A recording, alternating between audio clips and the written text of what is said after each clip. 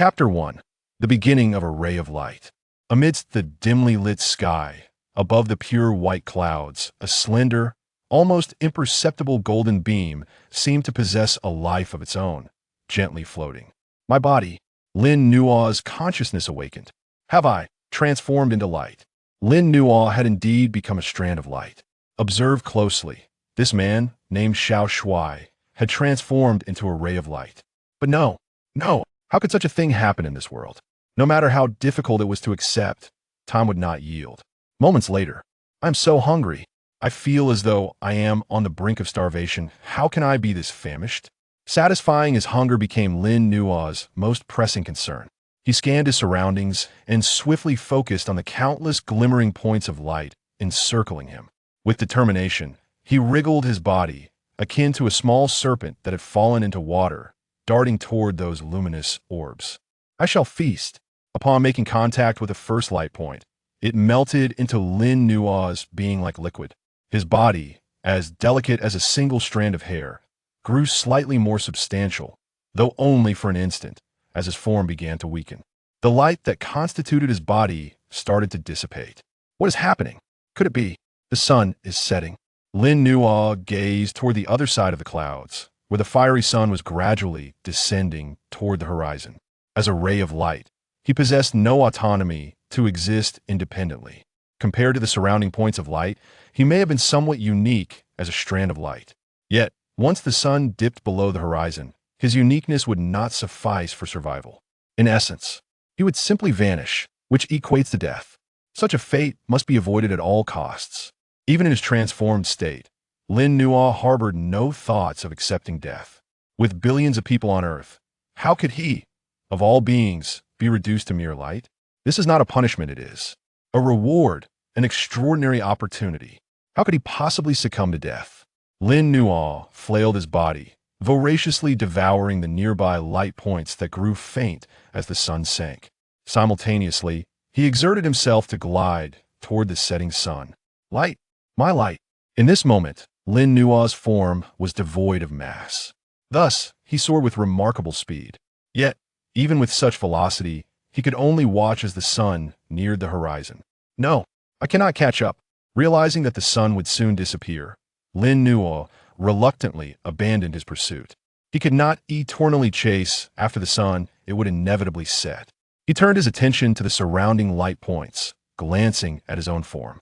He resolved to consume as much light as possible to endure the night and await the dawn. With determination, Lin Nuo flew toward the sun while voraciously consuming the light points. 1, 2, 3. Like a gluttonous serpent, he exerted every effort to absorb the surrounding light. His body grew longer and thicker.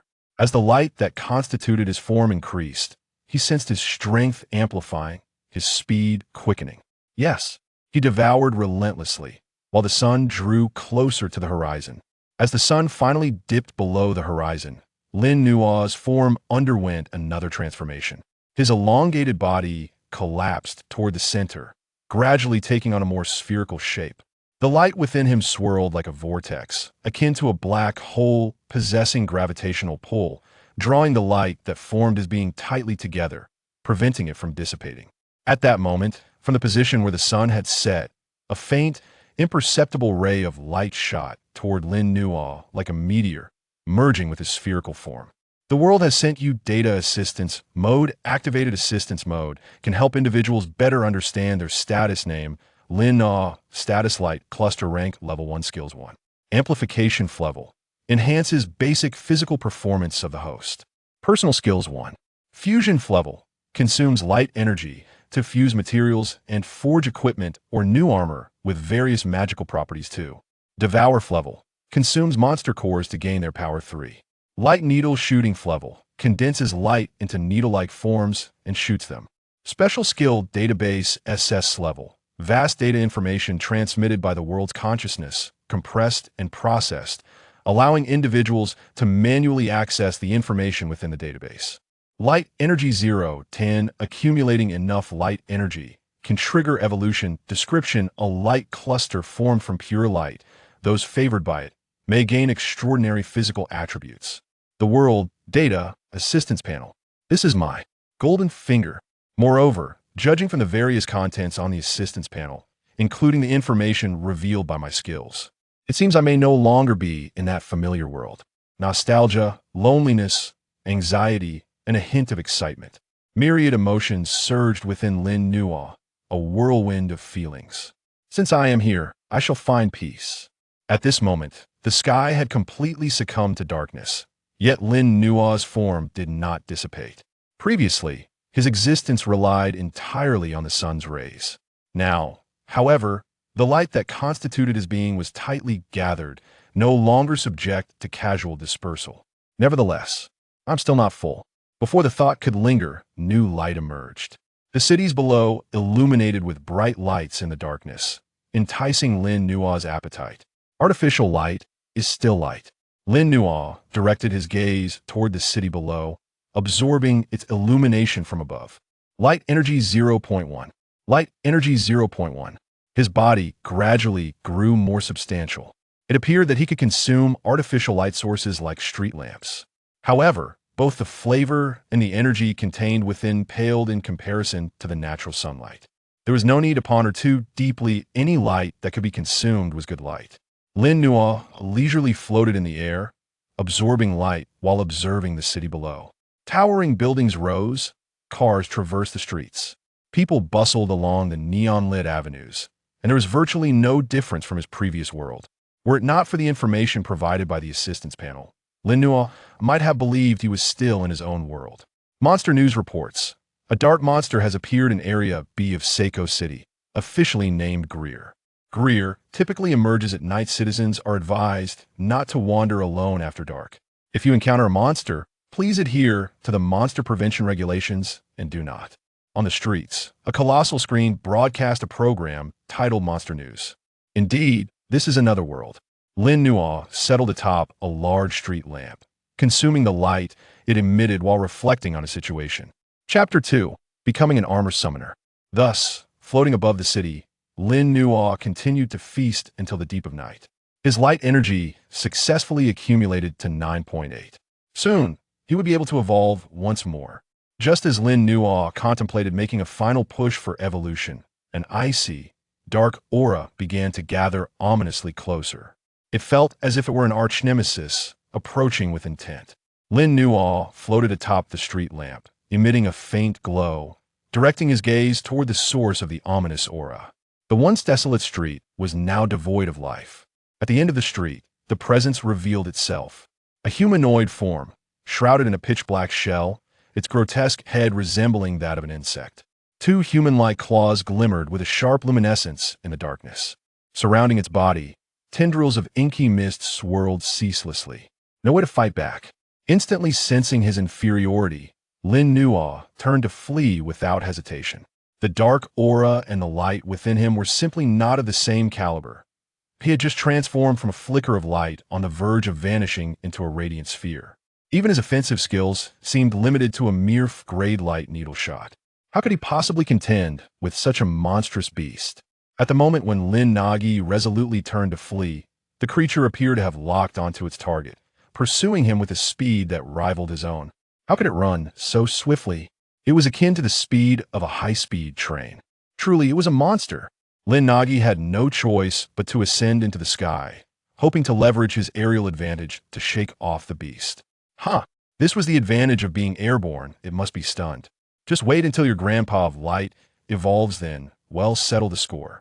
Rather than soaring towards the densely populated residential area, Lin Nuo opted for the outskirts. In a crowded area, his chances of escape might have been higher. However, the perilous creature, if drawn into a populous location, could unleash untold calamities. Suddenly, a strange sound echoed a crackling noise. Glancing back, Lin Nuo saw the creature had propelled itself into the air with astounding leaping power. At the same time, its shell split open, revealing a pair of dark, translucent wings that flapped rapidly, propelling it towards him. "It can fly too," Lin Nuo exclaimed, his expression shifting from golden radiance to stark white, a literal transformation of shock. In his fright, he dared not cease his flight. As he sped onward, he absorbed the city's light energy to accumulate the final energy needed for evolution. However, As he ventured further into the outskirts, away from the residential area, the light grew dimmer, and his absorption efficiency dwindled. He could only lower his altitude, drawing in the glow of the streetlights to replenish his last reserves of light energy. Light energy 0.1, only 0.1 points remain. Whoosh! The sound of the pursuing beast drew nearer. Just as Lin Nuo contemplated whether to turn back and unleash a skill, a figure abruptly emerged beside the street. Curse this desolate suburb, how could there be anyone here? Monster! The figure cried out in alarm upon spotting the swiftly flying beast. The creature, drawn by the sound, veered towards the figure, extending its claws as if to snatch away this bystander's life. In a heartbeat, the monster's claws were poised to shatter the figure's skull. Light needle shot. Lin Nuo, soaring at high speed, halted his flight, his body radiating light as needles of energy coalesced before him, shooting forth in rapid succession towards the beast. Seeing the incoming light needles, the creature hurriedly raised its claws to meet them. Clang! Clang! A series of crisp impacts rang out, sparks and light exploding together as the beast staggered back, its claws marred with indentations. It was effective, but only to a degree. Lin Nuo's strength was still too feeble. This strike had nearly depleted half of his light energy. Roar! The creature bellowed in fury, abandoning the bystander to charge at Lin Nuo once more. Light point 0.1 light points full. Commencing evolution at last, his final light point was filled. Lin Nuo's form illuminated the night streets with a dazzling glow. Under this brilliance, even the advancing monster had to retreat. At the center of this radiance stood Lin Nuo. His body, now composed entirely of light, appeared to possess tangible form, flowing like molten gold. This golden liquid, akin to molten iron, swirled around the core of light, shaping itself into a distinct figure. A rectangular, palm-sized metallic belt buckle emerged, its center adorned with a golden orb and intricate metallic patterns. Above the buckle, an empty card slot awaited. Name Lin Nuo status Armor Summoner Level 1, can summon Level 1 Armor Skill 1. Light Radiation Grade. Allows the wielder to enhance their basic physical capabilities while gradually improving the physical qualities of those nearby. Armor Card 1. Light Armor Level 1 Armor. Contains the card for summoning light armor. The summoner can insert the card into the summoner to call forth the light armor.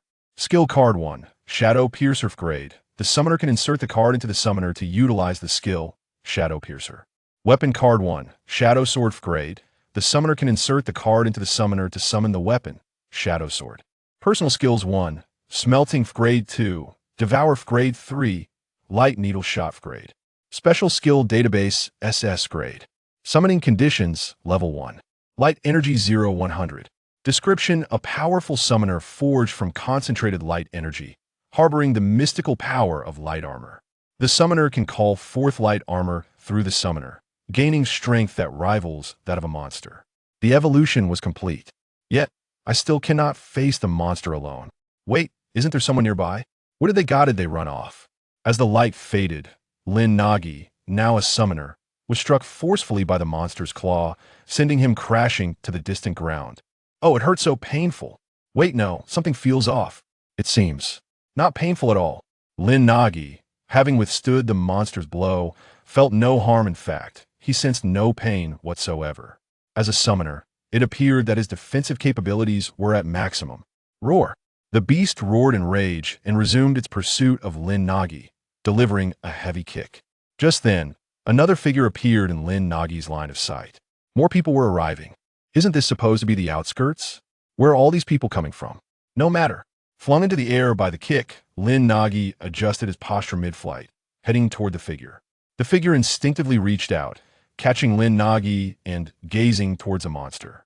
At the moment of contact, information regarding the armor and summoner surged into his mind. Chapter 3. The Summoner's Armor. Summoning. Incredibly, such a phenomenon exists. Qingyang gazed at the summoner in his hand, his expression one of disbelief. The luminous armor. Summoned to combat the monsters.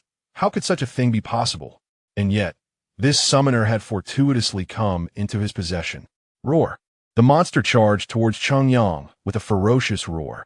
At that moment, he could not afford to ponder further, facing the imminent threat to his life.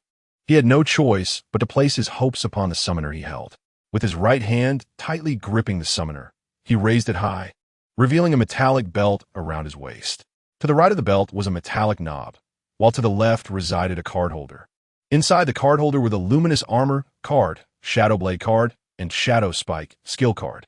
Everything around him appeared to slow down, and a powerful surge of energy coursed through his body. He realized that this must be the amplification effect of the summoner. In a fleeting moment of clarity, he swiftly attached the summoner to his belt. Yes, this was it. Summoned the luminous armor. Lin Nuo exclaimed in excitement. Yet, as a summoner, he seemed unable to communicate with Cheng Yang. Luminous armor. Cheng Yang reached for the left side of his belt and withdrew the luminous armor card. Above the card was an illustration of a resplendent golden armor. He swiftly inserted the card into the summoner at his waist and, with a gentle tap, raised both hands above his head, striking a pose. Why was he able to pose so proficiently? Was this also part of the transformation? Lin Nuo couldn't help but scoff. But alas, Cheng Yang could not hear his voice. Fusion, accompanied by the command. A golden beam of light burst forth from the center of the summoner, and the inserted card integrated into it like radiant motes of light. Dazzling platinum light erupted from Cheng Yang's body. Soon, an arc of golden radiance illuminated from beneath his feet, an intangible glow continually ascending, transforming into a golden dragon that traced the contours of his form. Pieces of shimmering golden armor enveloped Cheng Yang entirely. As the golden light gradually dissipated, he found himself encased in a layer of radiant white armor. The chest piece extended outward, wrapping around to his back. The arm armor connected to the hand armor, while the shoulder pieces were simply circular.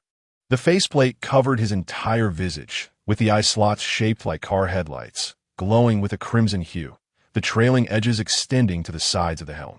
Cheng Yang extended his hands, clenched his fists, and gazed at his armored form. The immense power of the luminous armor surged through him. This was the might of the luminous armor. Roar! The monster lunged forward, its claws, capable of shredding steel, descended upon him. The phantom-like speed of its assault now appeared sluggish in his eyes. He pivoted his feet, sidestepping the monster's attack with ease. Then he tightened his fist. The metallic glow emanated from his gauntlet as he struck towards the monster's side. Boom! A dull thud echoed as the monster staggered sideways. Cheng Yang seized the opportunity, rapidly closing the distance, and landed another punch.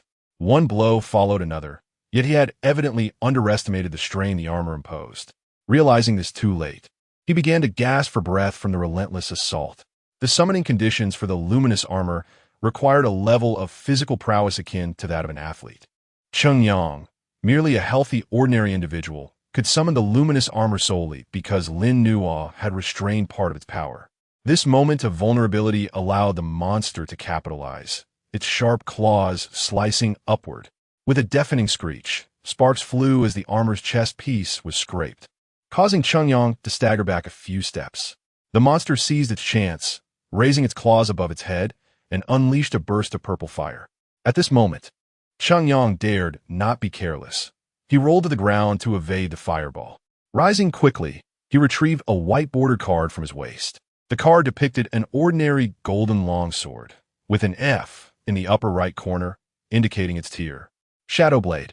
Cheng Yang pinched the card between his fingers and thrust it into the summoner at his waist.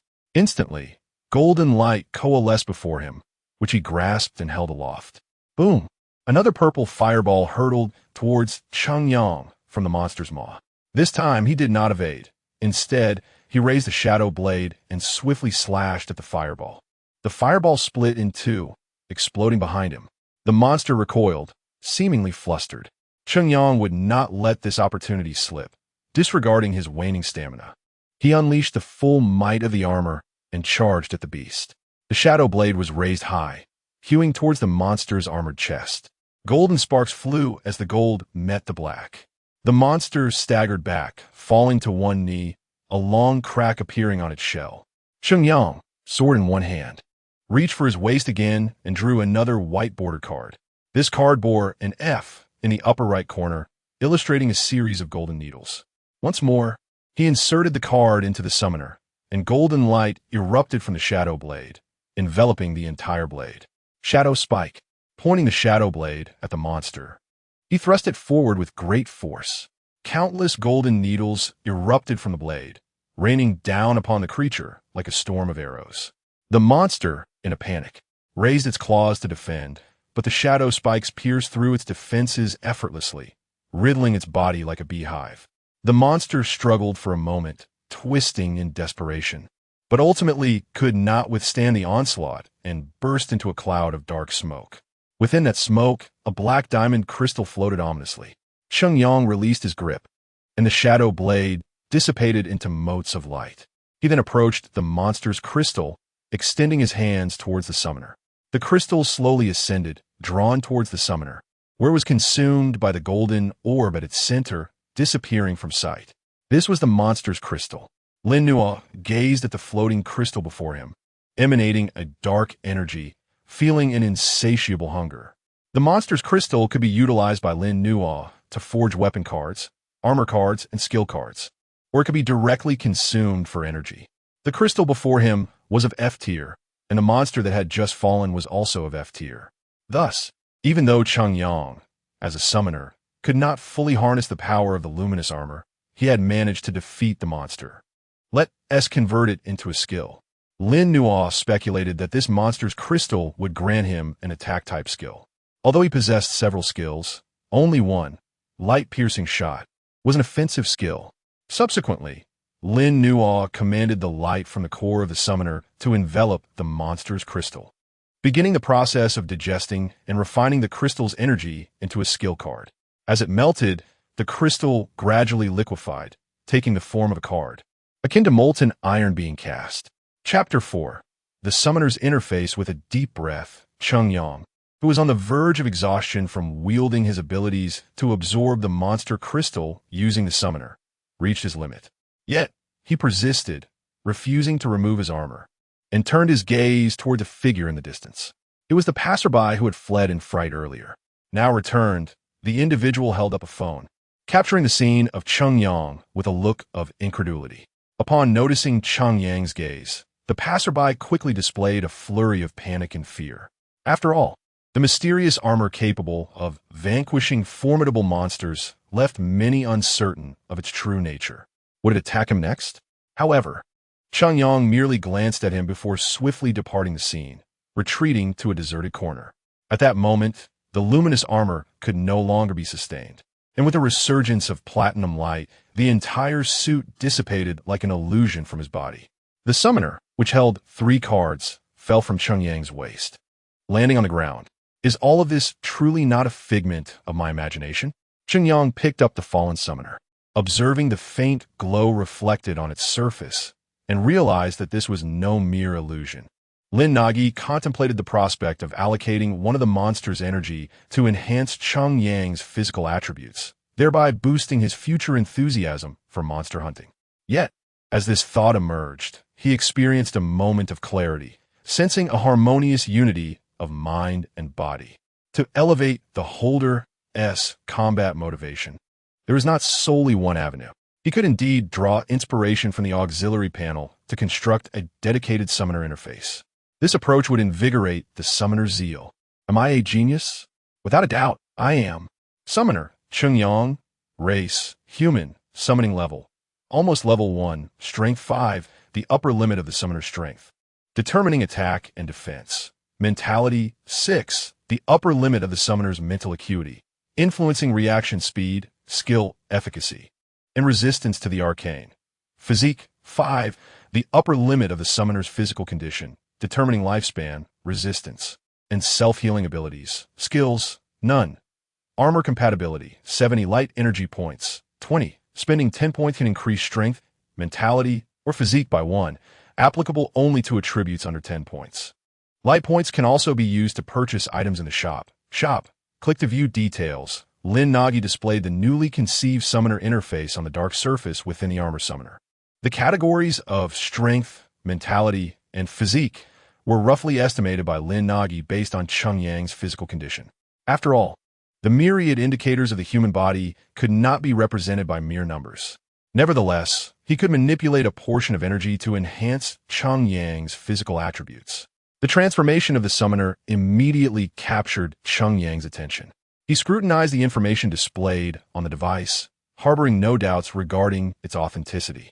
Defeating monsters would yield light energy points. Cheng Yang's excitement surged uncontrollably. No one would shy away from the allure of immense power. The strength offered by this summoner was sufficient to rival that of formidable monsters.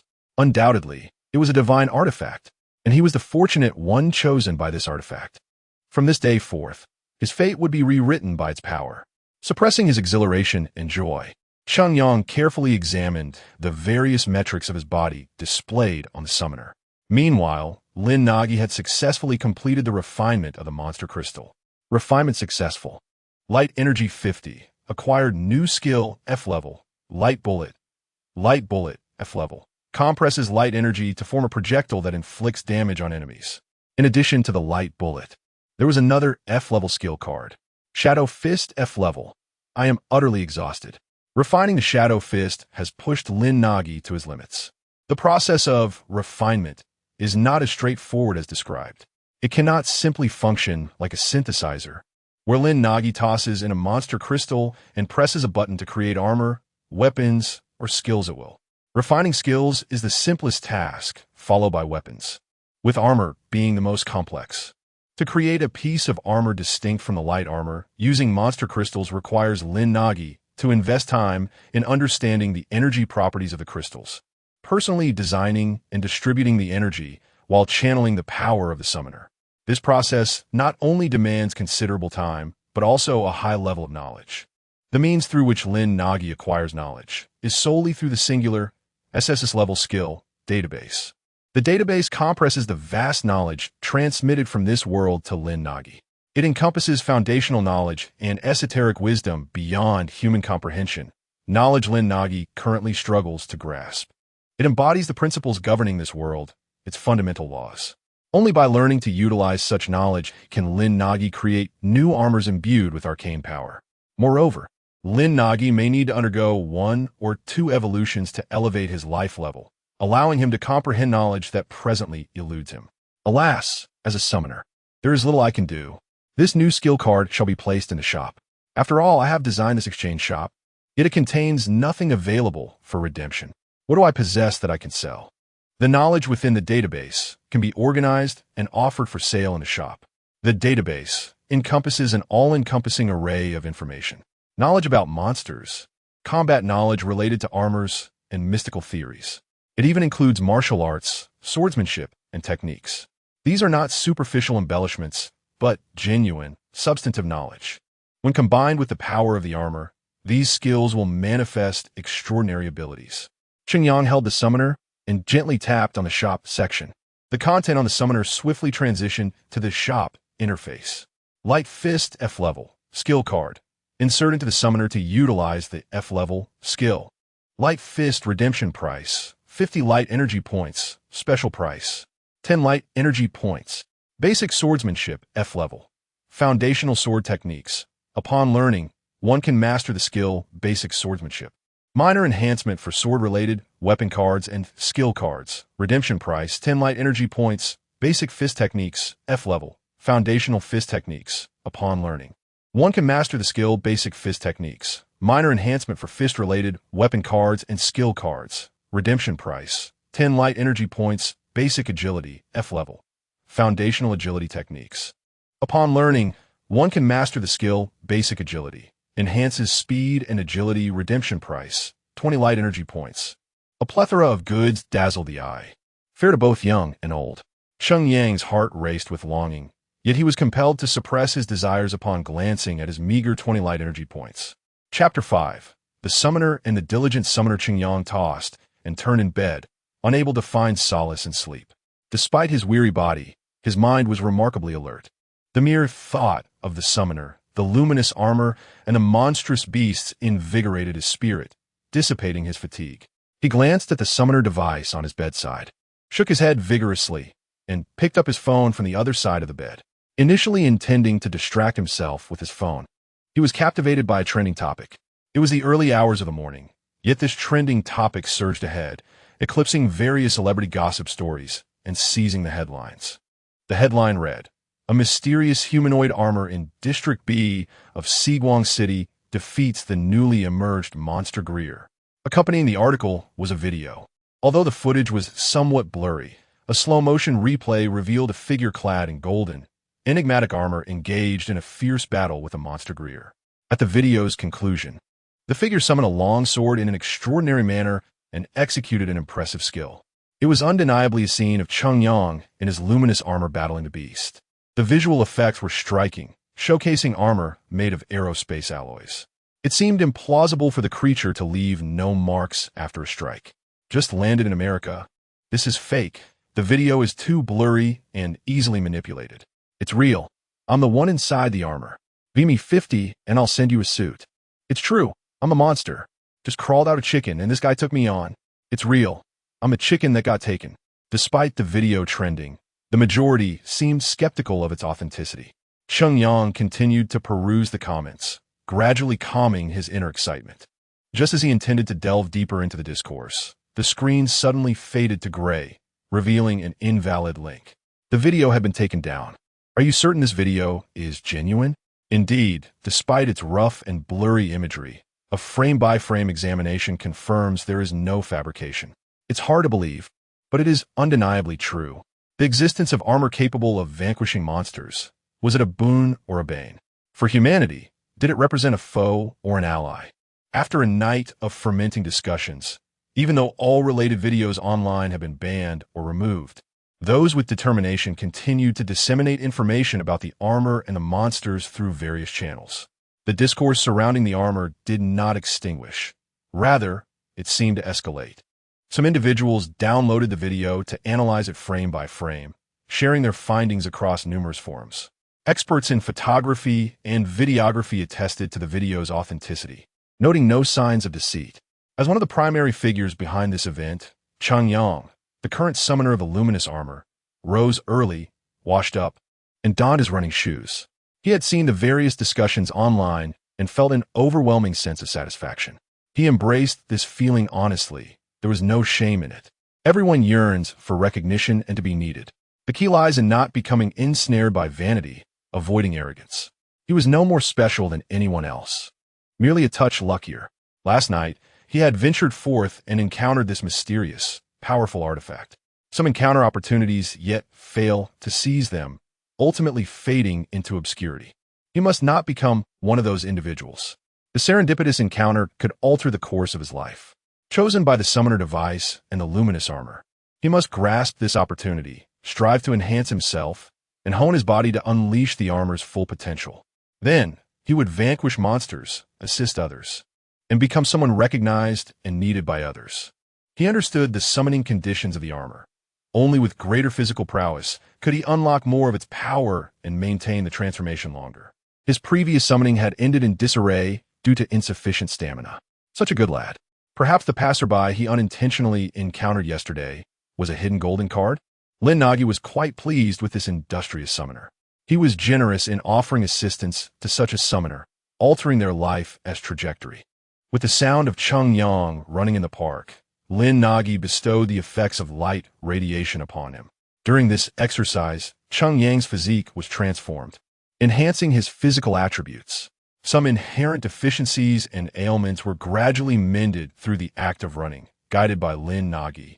Cheng Yang felt a warm current coursing through him, his body becoming increasingly comfortable, as if adapting and evolving rapidly with each stride. He had never experienced such sensations during previous workouts.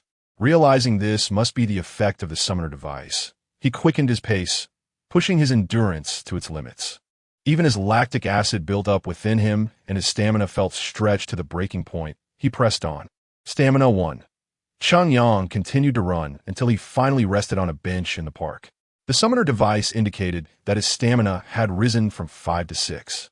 Under the light radiation effect of the summoner device, one session of exercise yielded results comparable to what others might achieve in 10 days. Stamina 1 was also a deliberate encouragement from Lin Nuo. After completing his morning workout, Cheng Yang browsed the shop within the summoner device in the afternoon. He exchanged 10 light energy points for the skill card, Light Fist, F, while the remaining 10 points were redeemed for Basic Swordsmanship, F. The white-bordered skill card rested in his palm, depicting a clenched golden fist. The Basic Swordsmanship transformed into a wealth of information that flooded into his mind. The golden figure within imparted fundamental sword techniques, demonstrating each move, with the corresponding techniques and insights seamlessly transmitted into Cheng Yang's consciousness. He swiftly retrieved the Light Shadow Sword card, inserting it into the summoner device. With a flash of gold, the Light Shadow Sword materialized in his grasp, and he began to refine his skills alongside the golden figure in his mind. Even without transforming, he could summon the appropriate weapon through the summoner device. What a reassuring summoner he was. Keep up the good work, and the shop will reward you with discounts. Lin Nuo, momentarily withdrawing from teaching, felt immense satisfaction with Cheng Yang's performance.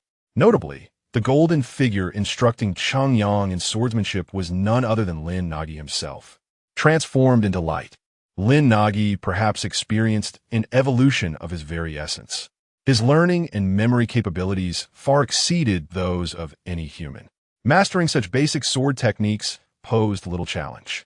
To facilitate better comprehension for the summoner, he would first learn the techniques himself before imparting them in a more relatable, experiential manner. After observing the diligent summoner for a while, Lin Nuo resumed his intense study. Chapter 6: The Summoner and the Flame Beast in the Morning. Cheng Yang engaged in a physical training run. The afternoon was devoted to practicing swordsmanship, while in the evening, he purchased a set of dumbbells to enhance his strength. Regardless of the aches and pains that beset him, Cheng Yang did not relent for even a single day. Lin Nuo, aside from utilizing light radiation to assist Cheng Yang during his training sessions, immersed himself in arduous study during the remaining hours. He aimed to master every item on the store shelf, alongside the arcane knowledge contained within the database, which was, for Lin Nuo, cryptic and perplexing. After a span of 7 days, the topic of the armor had fermented online, evolving into a modern urban legend. After all, the notion of armored warriors battling monsters was undeniably a challenge to common logic. The vast majority of people found it hard to believe such a reality. Yet, there existed a faction of believers, for this was a world where monsters could indeed manifest. A suit of armor capable of combating such creatures did not seem so far-fetched after all. The training over these 7 days had transformed Cheng Yang's physical prowess into something markedly superior compared to a week prior. For an ordinary individual, such a dramatic change within a mere week of intense training would be implausible. However, under the effects of Lin Nuo's light radiation, Cheng Yang's progress could not be assessed by conventional standards. Lin Nuo estimated that the results of Cheng Yang's 7 days of training were akin to the outcomes of an ordinary person training recklessly for 3 months. Remarkably, Cheng Yang did not suffer any adverse effects from his workouts. The light radiation had rejuvenated his body, rendering it extraordinarily robust. After concluding his run, Cheng Yang settled on a park bench, gazing at the information within the summoner device. Summoner, Cheng Yang, summoning level 1, strength 7, mentality 7, constitution 8, skill 1. Basic swordsmanship, F grade, sword type weapons, skill card effect enhancement. Armor compatibility, 75 light energy points, 0. The fruits of his labor were manifested in data, yielding both motivational effects and a sense of satisfaction. Although these numbers were largely fabricated by Lin Nuo through light scanning, he had also been studying human anatomy and mysticism over the past few days, enhancing the accuracy of these displayed values. The current metrics, compared to the initial haphazard estimates, had taken on a semblance of validity. An ambitious summoner paired with an equally driven summoner device. Indeed, they were both commendable characters. And then, what was this? The scent of a monster? After a week's interlude, had monsters finally made their reappearance?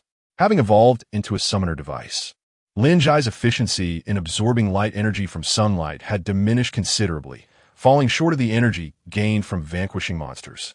Additionally, the crystals yielded from monsters could be smelted into new weapons or skills. Suddenly, Lin Nuo became serious, vibrating the summoner device and marking the direction of the monster. New monster reaction detected. As the display of the summoner was overtaken by monster reaction, Cheng Yang straightened in excitement on the bench. Had a monster truly appeared? According to the icons displayed on the summoner, the creature was not far from his location, merely a couple of blocks away. Its location appeared to be a small shopping mall. At this hour, the foot traffic within the mall would be significant. He needed to hurry. activating the summoner's amplification effects. Qingyang found his physical capabilities greatly enhanced. Coupled with the results of his recent training, he surged toward the mall like an arrow released from its bow. As he exited the park and entered the street, he could see thick smoke billowing from the mall. Frantic crowds were spilling out from the mall's emergency exits. The road surrounding it was congested with vehicles and people, creating utter chaos. Listening to the conversations around him, it appeared that the crowd believed it to be merely a fire, unaware of the lurking monster. Navigating through the gaps between cars and the throngs of people, Lin Nuo peered toward the mall. The fire was concentrated on the third floor, with thick, black smoke intermingling with crackling flames, which continued to spread outward. Just as Qingyang prepared to push through the crowd and rush inside, a violent explosion reverberated. A violent shockwave, accompanied by searing glass and the terrified shouts of the crowd, caused many to drop to the ground in panic. A burning, massive billboard was hurled by the shockwave, crashing down onto a nearby car. Inside the vehicle were a man, a woman, and a young girl, a family of 3. This was dire. Under the amplification effect, Qingyang reacted with astonishing agility, swiftly yanking open the car door and pulling the family to safety. Just then, a deafening crash resounded. The billboard slammed onto the car, caving in its roof. Thank you, thank you. The grateful voices of the young parents barely registered as Qingyang's attention shifted to the remnants of the scene. A ferocious roar erupted from the flames, and within the inferno, the silhouette of the monster flickered ominously. The crowd now realized this was no ordinary fire, but a calamity instigated by a monster. A monster! It's a monster! Panic spread like wildfire, and the crowd surged to escape the vicinity. Some individuals still trapped inside the mall desperately considered leaping from windows. Qingyang sprang to his feet. Pushing against the tide of fleeing people, his summoner firmly grasped in hand, pressing it against his waist. The metal belt instantly encircled him, and the card for light armor was clutched between his fingers, thrust into the belt's slot with fervor. Light armor. Merge. A platinum luminescence erupted from beneath his feet, enveloping him rapidly, outlining the contours of the armor. By the time Qingyang reached the ground floor, he had fully transformed into the light armor warrior. He glanced at the monster, then stomped heavily onto the ground, propelling himself into the air. Amidst the gasps of onlookers, he caught those attempting to leap from the building, safely transporting them to the ground. As he repeated this life-saving maneuver, it seemed Qingyang was on the verge of rescuing the last few individuals still trapped inside the mall, when an unforeseen event transpired. With a fearsome roar, the monster unleashed a volley of flame, coalescing into several fiery spheres that hurtled toward Qingyang. He deftly kicked one fireball away and nimbly dodged the remaining ones. However, the enraged beast redirected its attack, conjuring a colossal fireball aimed directly at the window where those still inside had yet to escape. Chapter 7. The blank heart of the summoner. In a moment of fury, Qingyang dashed towards the fireball, clasping his hands together to absorb the impact. The searing flames erupted against the surface of his armor, and the tremendous force embedded him into the wall. A collective gasp escaped the onlookers. Though Qingyang felt a sharp pain in his back, the fact that the light armor had not dissipated indicated that he was still in a stable condition. He was utterly convinced that had he just been selected by the summoner and summoned the light armor, he would have been unable to maintain its form after that fierce strike. Struggling free from the wall, he leaped towards the remaining few near the window, swiftly lifting them and jumping to the ground. Screams of terror filled the air as they shut their eyes tightly. When they finally opened them again, they found themselves safely on the ground, thanks to Qingyang's timely intervention. On the third floor of the mall, a massive fireball began to coalesce amidst the flames, aimed directly at Qingyang. With a disdainful huff, he drew forth a blank white card depicting a golden sword and inserted it into the summoner. The light shadow sword materialized before him, shimmering brilliantly. Firmly grasping the sword, he aimed it at the incoming fireball and executed a swift slash. The fireball erupted, split evenly in two beneath the golden blade's arc, exploding on either side of him. Through the clouds of smoke and the resounding blast, Qingyang charged towards the monster engulfed in flames. The scorching fire and acrid smoke posed no threat to him. These ordinary flames could not penetrate his armor. However, they did obscure his vision and hearing to some extent, rendering it difficult to discern the monster's location hidden within the chaos. Gripping the long sword tightly, he remained vigilant. Suddenly, a shadow darted out from the side, a sharp horn lunging toward him. Cheng Yang quickly defended himself, but was still knocked to the ground by the creature's immense strength. After rolling several times to dissipate the force, he lifted his head to see the monster, triumphant, retreating back into the flames and smoke, concealing itself once more. Cursing under his breath, Lin Nuo took refuge against a wall and drew another white card. The golden blade began to gather light, radiating brilliantly. With a swift thrust of a light shadow sword, countless luminous needles formed a dense curtain, shooting forward. The flames and smoke parted as the light pierced through, striking the hidden monster, which let out a howl of pain. Without hesitation, Cheng Yang surged toward the source of the cry, slicing through the fire with his sword. The golden light exploded upon contact, violently striking the monster, sending it crashing to the ground. Not daring to let his guard down, he drew yet another white card. This time the newly acquired F-grade skill card, Light Shadow Fist. Just as he was about to insert the card and deal with the monster in one decisive blow, a sudden round of applause interrupted him. Startled, Cheng Yang turned, pointing the light shadow sword at the source of the sound. Despite the heightened senses granted by his armor, he had failed to notice the approaching figure. Surrounding this mysterious person, the flames flickered out, preventing anyone from drawing near. An impressive battle, the stranger remarked. But do you truly intend to dispose of it as you did with the previous monster? It was merely an ordinary human 10 minutes ago. The mysterious figure halted about 10 meters away, their face obscured by the swirling smoke and flames. Who are you? Cheng Yang demanded, his voice laced with caution. Before I answer, I have a question for you. Beneath that armor, who are you? The stranger returned with an enigmatic query. There's no value in further dialogue.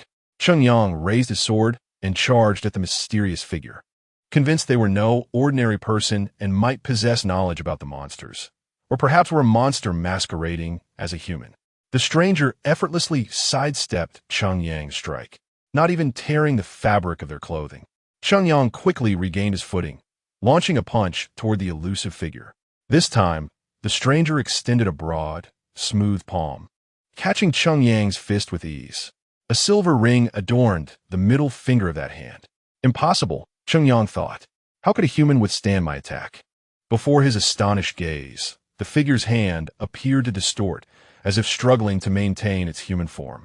The stranger exerted force and effortlessly deflected Cheng Yang's punch, retreating a few steps.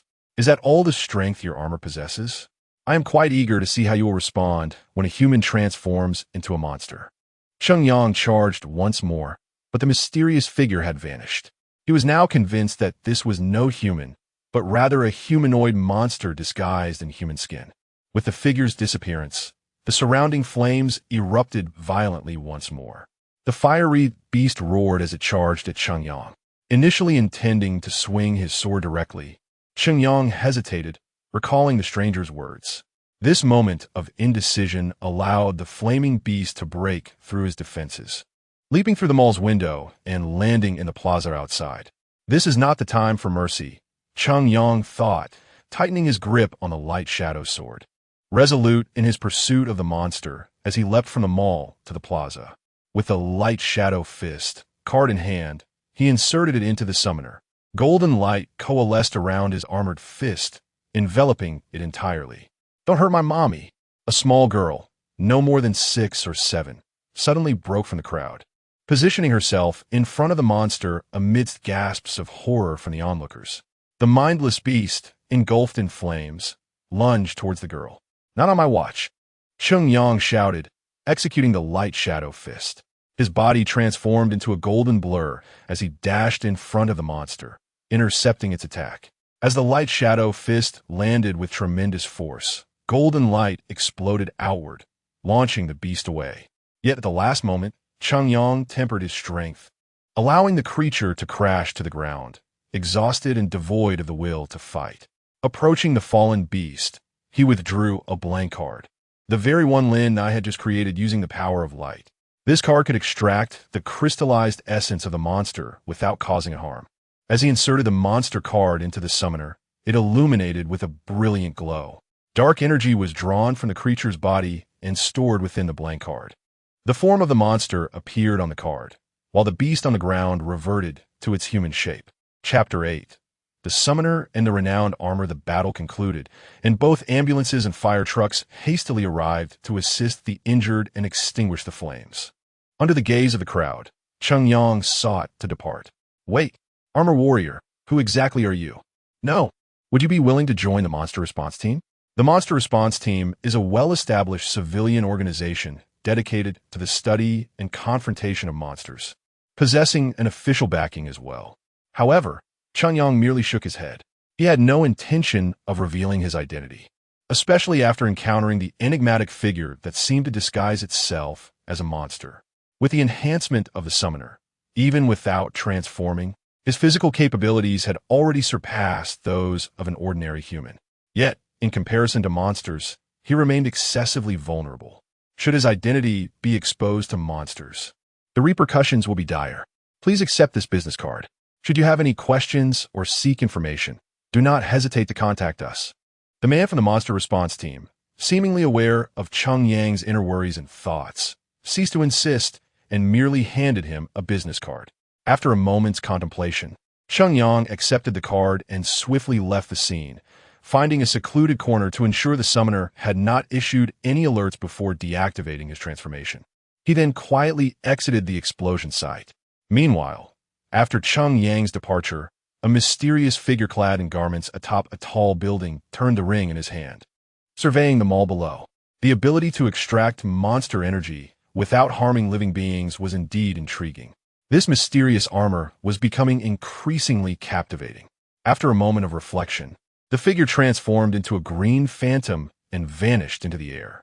Monster cards. The core of the summoner, Lin Nuo, still maintained its luminous orb form as he gazed at the cards floating before him. The front of the card depicted a fiery monster. The cards he created could contain armor, weapons, and skills. The summoner could also re-invoke monsters by inserting monster cards into the summoner.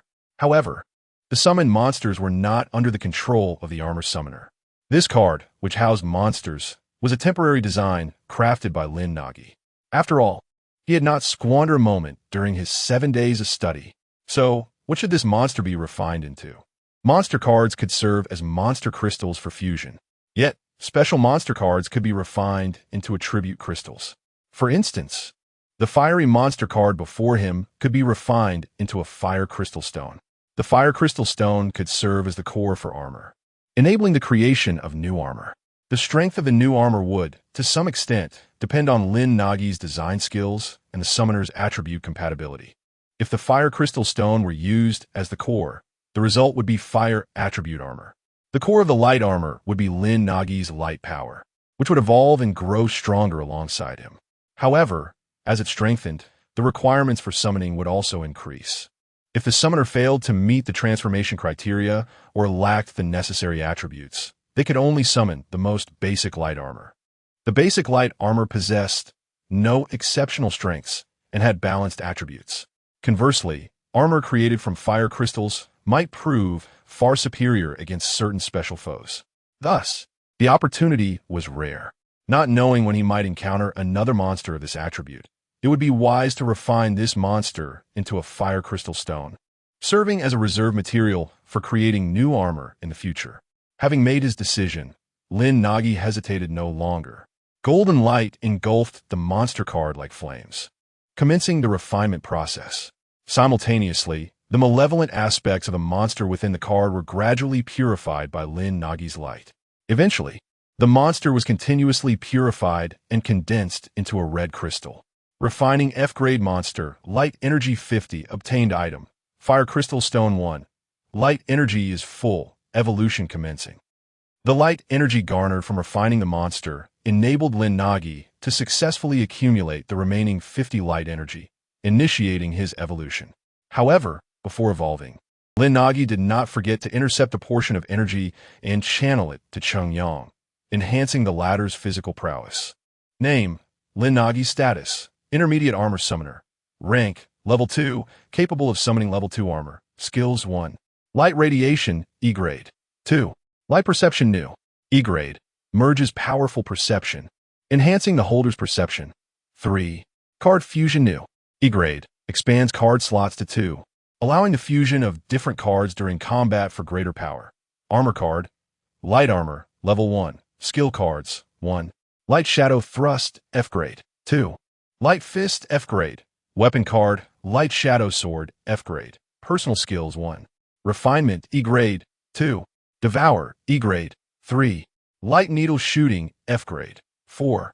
Light Bomb, F-grade, special skill database, SSS grade. Summoning conditions, level 1, light energy 0, 1000, description. A summoner forged from powerful light energy, containing the mysterious powers of the light armor. The summoner can invoke the light armor, gaining strength comparable to that of monsters. In this evolution, Lin Nuo's external appearance underwent minimal alteration. The upper card slot transformed into 2, and the material slightly enhanced in texture. Well, it was inconsequential. Learning was paramount. Lin Nuo once again immersed himself in the database, acquiring knowledge and attempting to design new armor using the characteristics of the fire crystal stone. This morning at 8:39 a.m., a new monster attack occurred in Area B of Siguang City, resulting in a fire on the upper floors. 34 individuals were injured, but thankfully, there were no fatalities. During this monster incident, a mysterious armored warrior appeared at the fire scene, rescuing 12 trapped civilians and eliminating the monster responsible for the blaze. We now turn to our frontline reporter. It is now 9:08 a.m., and as you can see, the fire has been brought under control. Just over half an hour ago, the armored warrior saved those endangered by the fire and vanquished the flame monster that ignited it. As the news broadcasted, not even a day had passed by afternoon. The tales of the armored warrior, the light armor, and the enigmatic armor had swept across the entire internet. Previously removed armor videos were once again uploaded to various video platforms. Furthermore, clips of the armored warrior rescuing people and battling at the fire scene had taken the video platforms by storm. The urban legend of the armored warrior had transformed into a palpable reality. Several clear, close-up shots of the armored warrior captured on-site became the promotional thumbnails for major video platforms. Indeed, some had already sensed a business opportunity, commencing the design of various merchandise inspired by the armored warrior. Chapter 9. The Fundamentals of Breathing Techniques by the Summoner with the Defeat of the Fire Monster. Shenyang was awarded 50 energy points. The excitement surged within him at the unexpected bounty. He eagerly opened a shop to strategize on how to maximize this newfound energy into combat prowess. However, it was clear that utilizing all points for enhancements was not feasible. Since realizing that training could elevate his fundamental attributes, Shenyang had refrained from squandering his precious energy points on enhancing his physical condition. Instead, he aimed to invest them in acquiring valuable cards and learning skills to make the most of his energy. Unfortunately, this time, the shop did not offer any precious skill cards or weapon cards following the monster's defeat, as Lin Ji had converted the creature into attribute crystallization stones. Nevertheless, the shop did feature some new items compared to the last visit. It seemed that with each monster defeated, the summoner would unveil new commodities. This suggested that the summoner, upon absorbing the monster's power, would transmute or derive items from it. Shenyang pondered the operational principles of the summoner, his enthusiasm for slaying monsters intensifying. This was precisely the outcome Lin Ji had desired. He had designed the summoner panel for this very purpose. Young man, slay more monsters. Each one you vanquish will grant you the opportunity to exchange for formidable power. It felt akin to a devil tempting the virtuous into corruption. Although Lin Ji's intentions might have appeared dubious, the items exchanged in the shop were genuine and trustworthy. After a week of training and having learned basic swordsmanship from the summoner, Shenyang found himself capable of warding off 3 to 5 assailants even without donning armor. His gaze fell upon the newly listed items in the shop. Basic breathing technique, E-grade, a fundamental breathing method aimed at cultivating energy and enhancing the body. Consisting of 3 tiers. Tier 1, Strength 1. Tier 2, Constitution 1. Tier 3, Spirit 1. And the acquisition of the skill, Mind SI. Exchange price, 30 energy points. Basic stance, E-grade. A defensive posture that, once mastered, can increase defense and mitigate 50 of incoming damage when adopted. Exchange price, 20 energy points, Mind SI, F grade. An auxiliary ability that, when activated, allows the user to perceive their surroundings within a 2-meter radius more clearly, slowing down the movements within that range. Exchange price, 20 energy points among the newly listed items. The most captivating was undoubtedly the basic breathing technique. This was a martial arts technique certified by the summoner. Mastering all 3 tiers would not only enhance his attributes, but also grant him the skill, Mind SI. Moreover, the 2 skills he yearned for combined precisely amounted to 50 energy points. It felt as though the energy points he had just acquired were preordained to be spent in this manner. Chungyang shook his head, dispelling such thoughts, and focused on the summoner, selecting basic breathing technique. He decided to experiment with this new technique first, after the previous, almost hand-holding teaching experience. Chungyang held great trust in the instructional process of the summoner. At the very least, he need not worry about expending energy points only to find himself unable to learn. As 30 energy points dissipated, a wealth of information flooded his mind. Indeed, the content of the basic breathing technique. It felt etched into his consciousness. Simultaneously, a golden figure appeared in his mind, sitting cross-legged and initiating the lesson. Breathing techniques are not as easily demonstrated through physical actions as basic swordsmanship. However, as Chungyang observed the golden figure's actions, he inexplicably grasped the rhythm and nuances of the breathing process. He hastily emulated the golden figure's movements, settling into a cross-legged position and attempting to exhale. This process continued, repetitive yet methodical, until he completed a full cycle of breathing without interruption. You have successfully entered the realm of basic breathing technique. Basic breathing technique, E grade, beginner, proficiency, 110 proficiency. Chungyang, whose legs had gone numb from prolonged sitting, opened his eyes to the description on the summoner. It appeared that completing a full cycle of breathing would increment his proficiency by 1. Once proficiency reached its peak, he would advance to the first tier of the basic breathing technique. Undeterred by his tingling limbs, he concentrated and resumed his breathing practice. This time, although his breathing was still somewhat sporadic, it flowed more smoothly than his previous attempts. Exhaling the impurities, he opened his eyes and glanced once more at the summoner, confirming that his proficiency had indeed risen by another point. Basic breathing technique, E grade, beginner, 210. The visible progress, transforming his diligent efforts into tangible metrics, was undeniably motivating. Lin Nuo had invested considerable effort into designing this system, and it appeared to be well worth it. Chungyang rose to stretch his numb legs, hastily attended to a simple dinner, and returned to his bed to continue his breathing practice. Even the discussions about armored warriors on the internet failed to distract him. His satisfaction grew as he recognized his steady commitment to the path. Lin Nuo, observing Chungyang's diligent adherence, turned his attention back to the database. Delving into the esoteric knowledge, the basic breathing technique was the fruit of his intellectual labor. By assimilating this knowledge and imparting it to the summoner, Lin Nuo felt his own understanding deepening.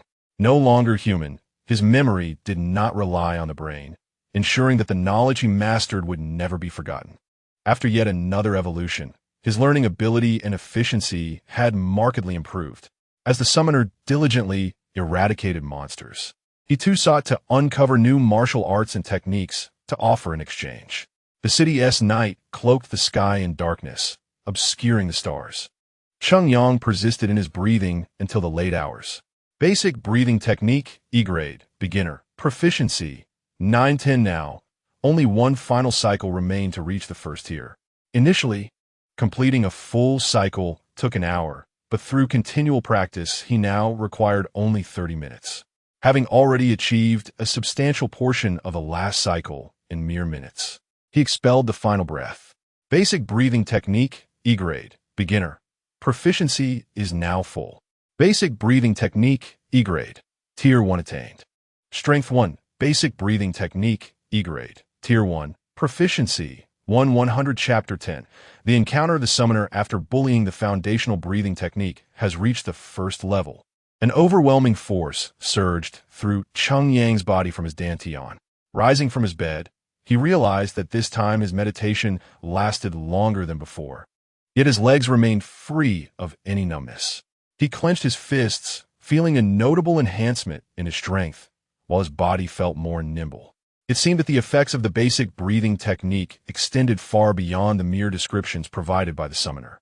The basic breathing technique itself is indeed a skill. Now that he has attained the first level, he could barely manage to breathe while in motion. He attempted to combine breathing with punching. Whoosh! The sound of slicing air accompanied a punch that was evidently more powerful.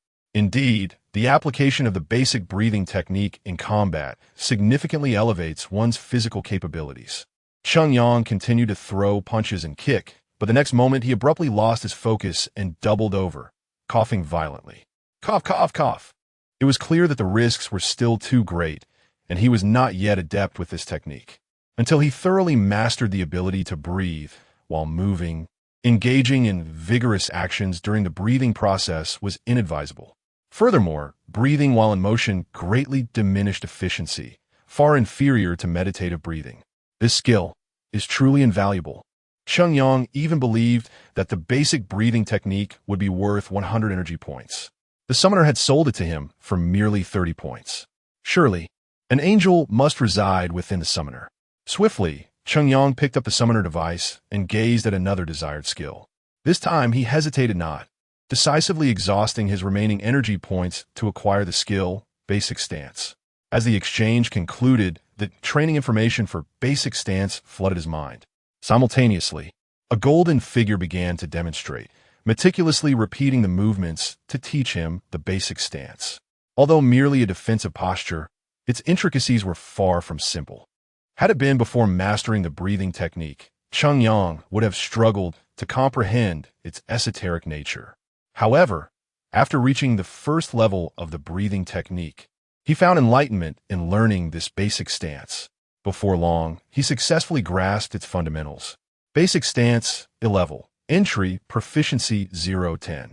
To his astonishment, there was a proficiency system. Could it be that the Basic Stance also has levels? Or perhaps all skills of E-level and above possess such a system? What level could he attain after mastering the Basic Stance? As time was already late, Cheng Yang had no intention of practicing the skill overnight. Such an endeavor would only harm his body and yield diminishing returns. Sufficient sleep and rest are also vital components of physical training. After a restorative night's sleep, the following morning, Cheng Yang did not abandon his consistent training regimen, rising early for a morning run. During his run, he endeavored to integrate the foundational breathing technique into his routine. Running is an exercise that places considerable emphasis on breath control. Perhaps that was why the synergy between running and the foundational breathing technique proved to be quite harmonious. Soon, as Cheng Yang consciously slowed his pace, the breathing technique began to weave itself intermittently into his run. This small breakthrough was indeed a cause for joy. However, it seemed as if someone was determined to shatter his mood. Ha ha ha! Are you trying to make me die of laughter? Are you about to cry? A group of junior high students, along with a high school student, surrounded a chubby junior high boy seated on the ground.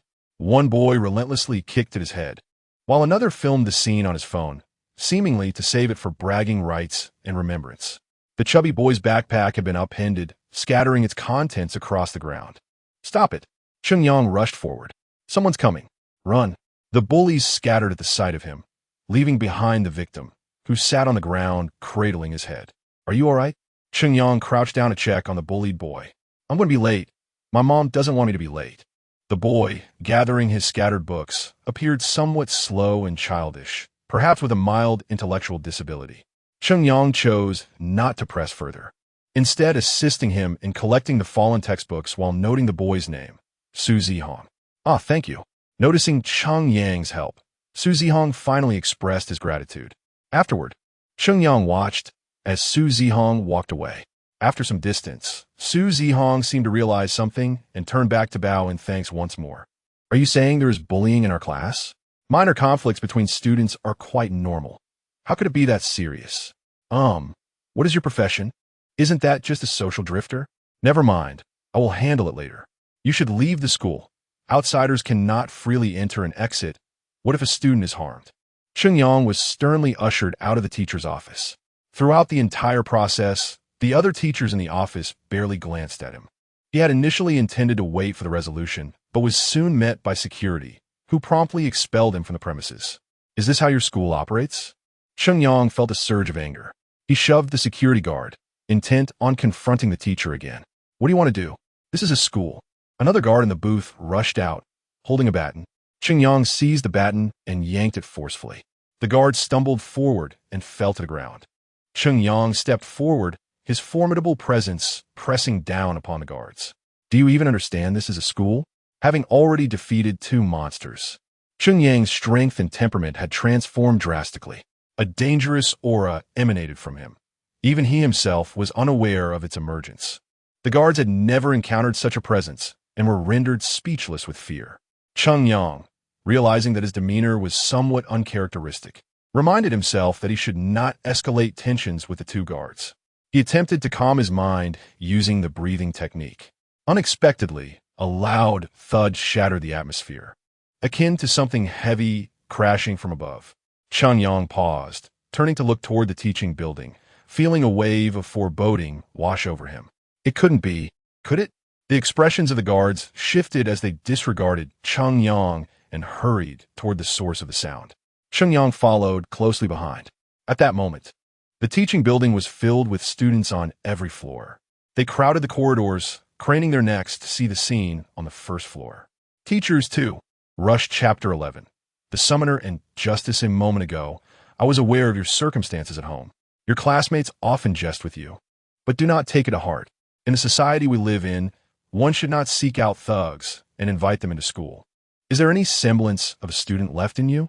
Your father passed away early, and your mother has her own afflictions. Your siblings are no different. Your classmates and teachers are aware of your family as struggles. You must strive to empower yourself. Do not succumb to the allure of idleness and camaraderie with society's miscreants. Su Zihong's face flushed with urgency as he yearned to defend himself. No, it's not like that. I haven't Tia. Well then, tell me who has bullied you. Provide me with their names and classes. No. Su Zihong hastily shook his head. It was unclear whether he feared retribution or simply failed to comprehend that he was indeed being bullied. After all, he, like his mother and siblings, faced cognitive challenges.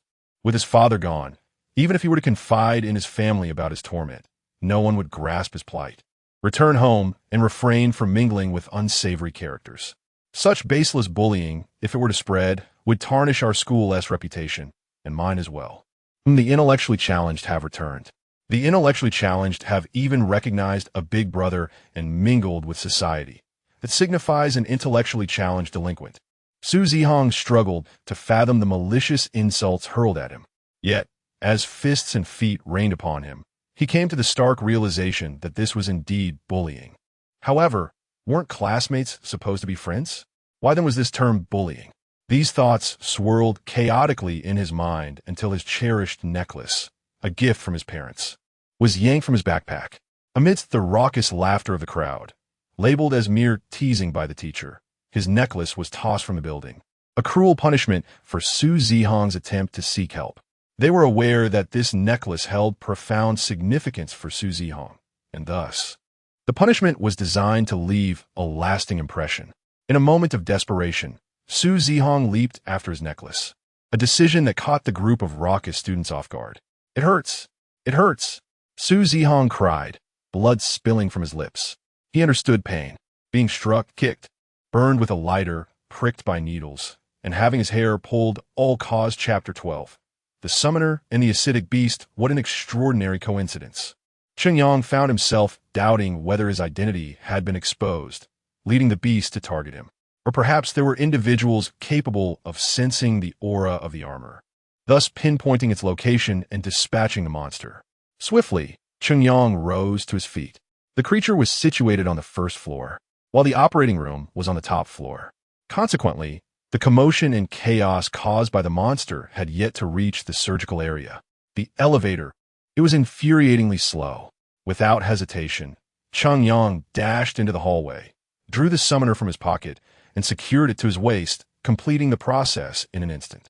He then kicked open the hallway window, withdrew the light armor card, inserted it into the summoner, and leaped out of the window. Light armor, merge!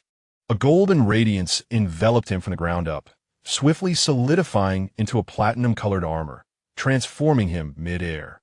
He then fell freely, crashing heavily onto the first-floor ground.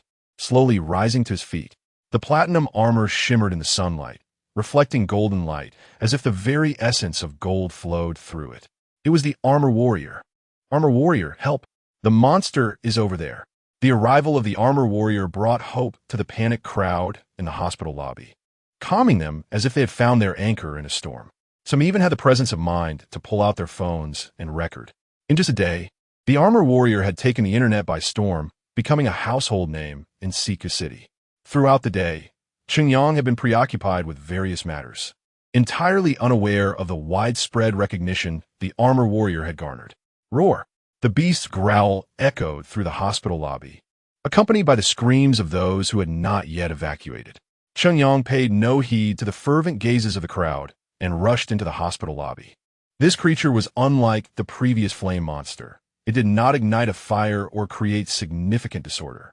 Instead, the grotesque beast resembled a junkie, clutching numerous drugs in its claws, unwrapping none, and shoving them directly into its mouth. Its seven-gilled mouth oozed a foul, acidic liquid, swiftly corroding the drugs along with their packaging. Noticing Qingyang, the beast wildly swung its claws and spat a stream of acidic liquid towards him.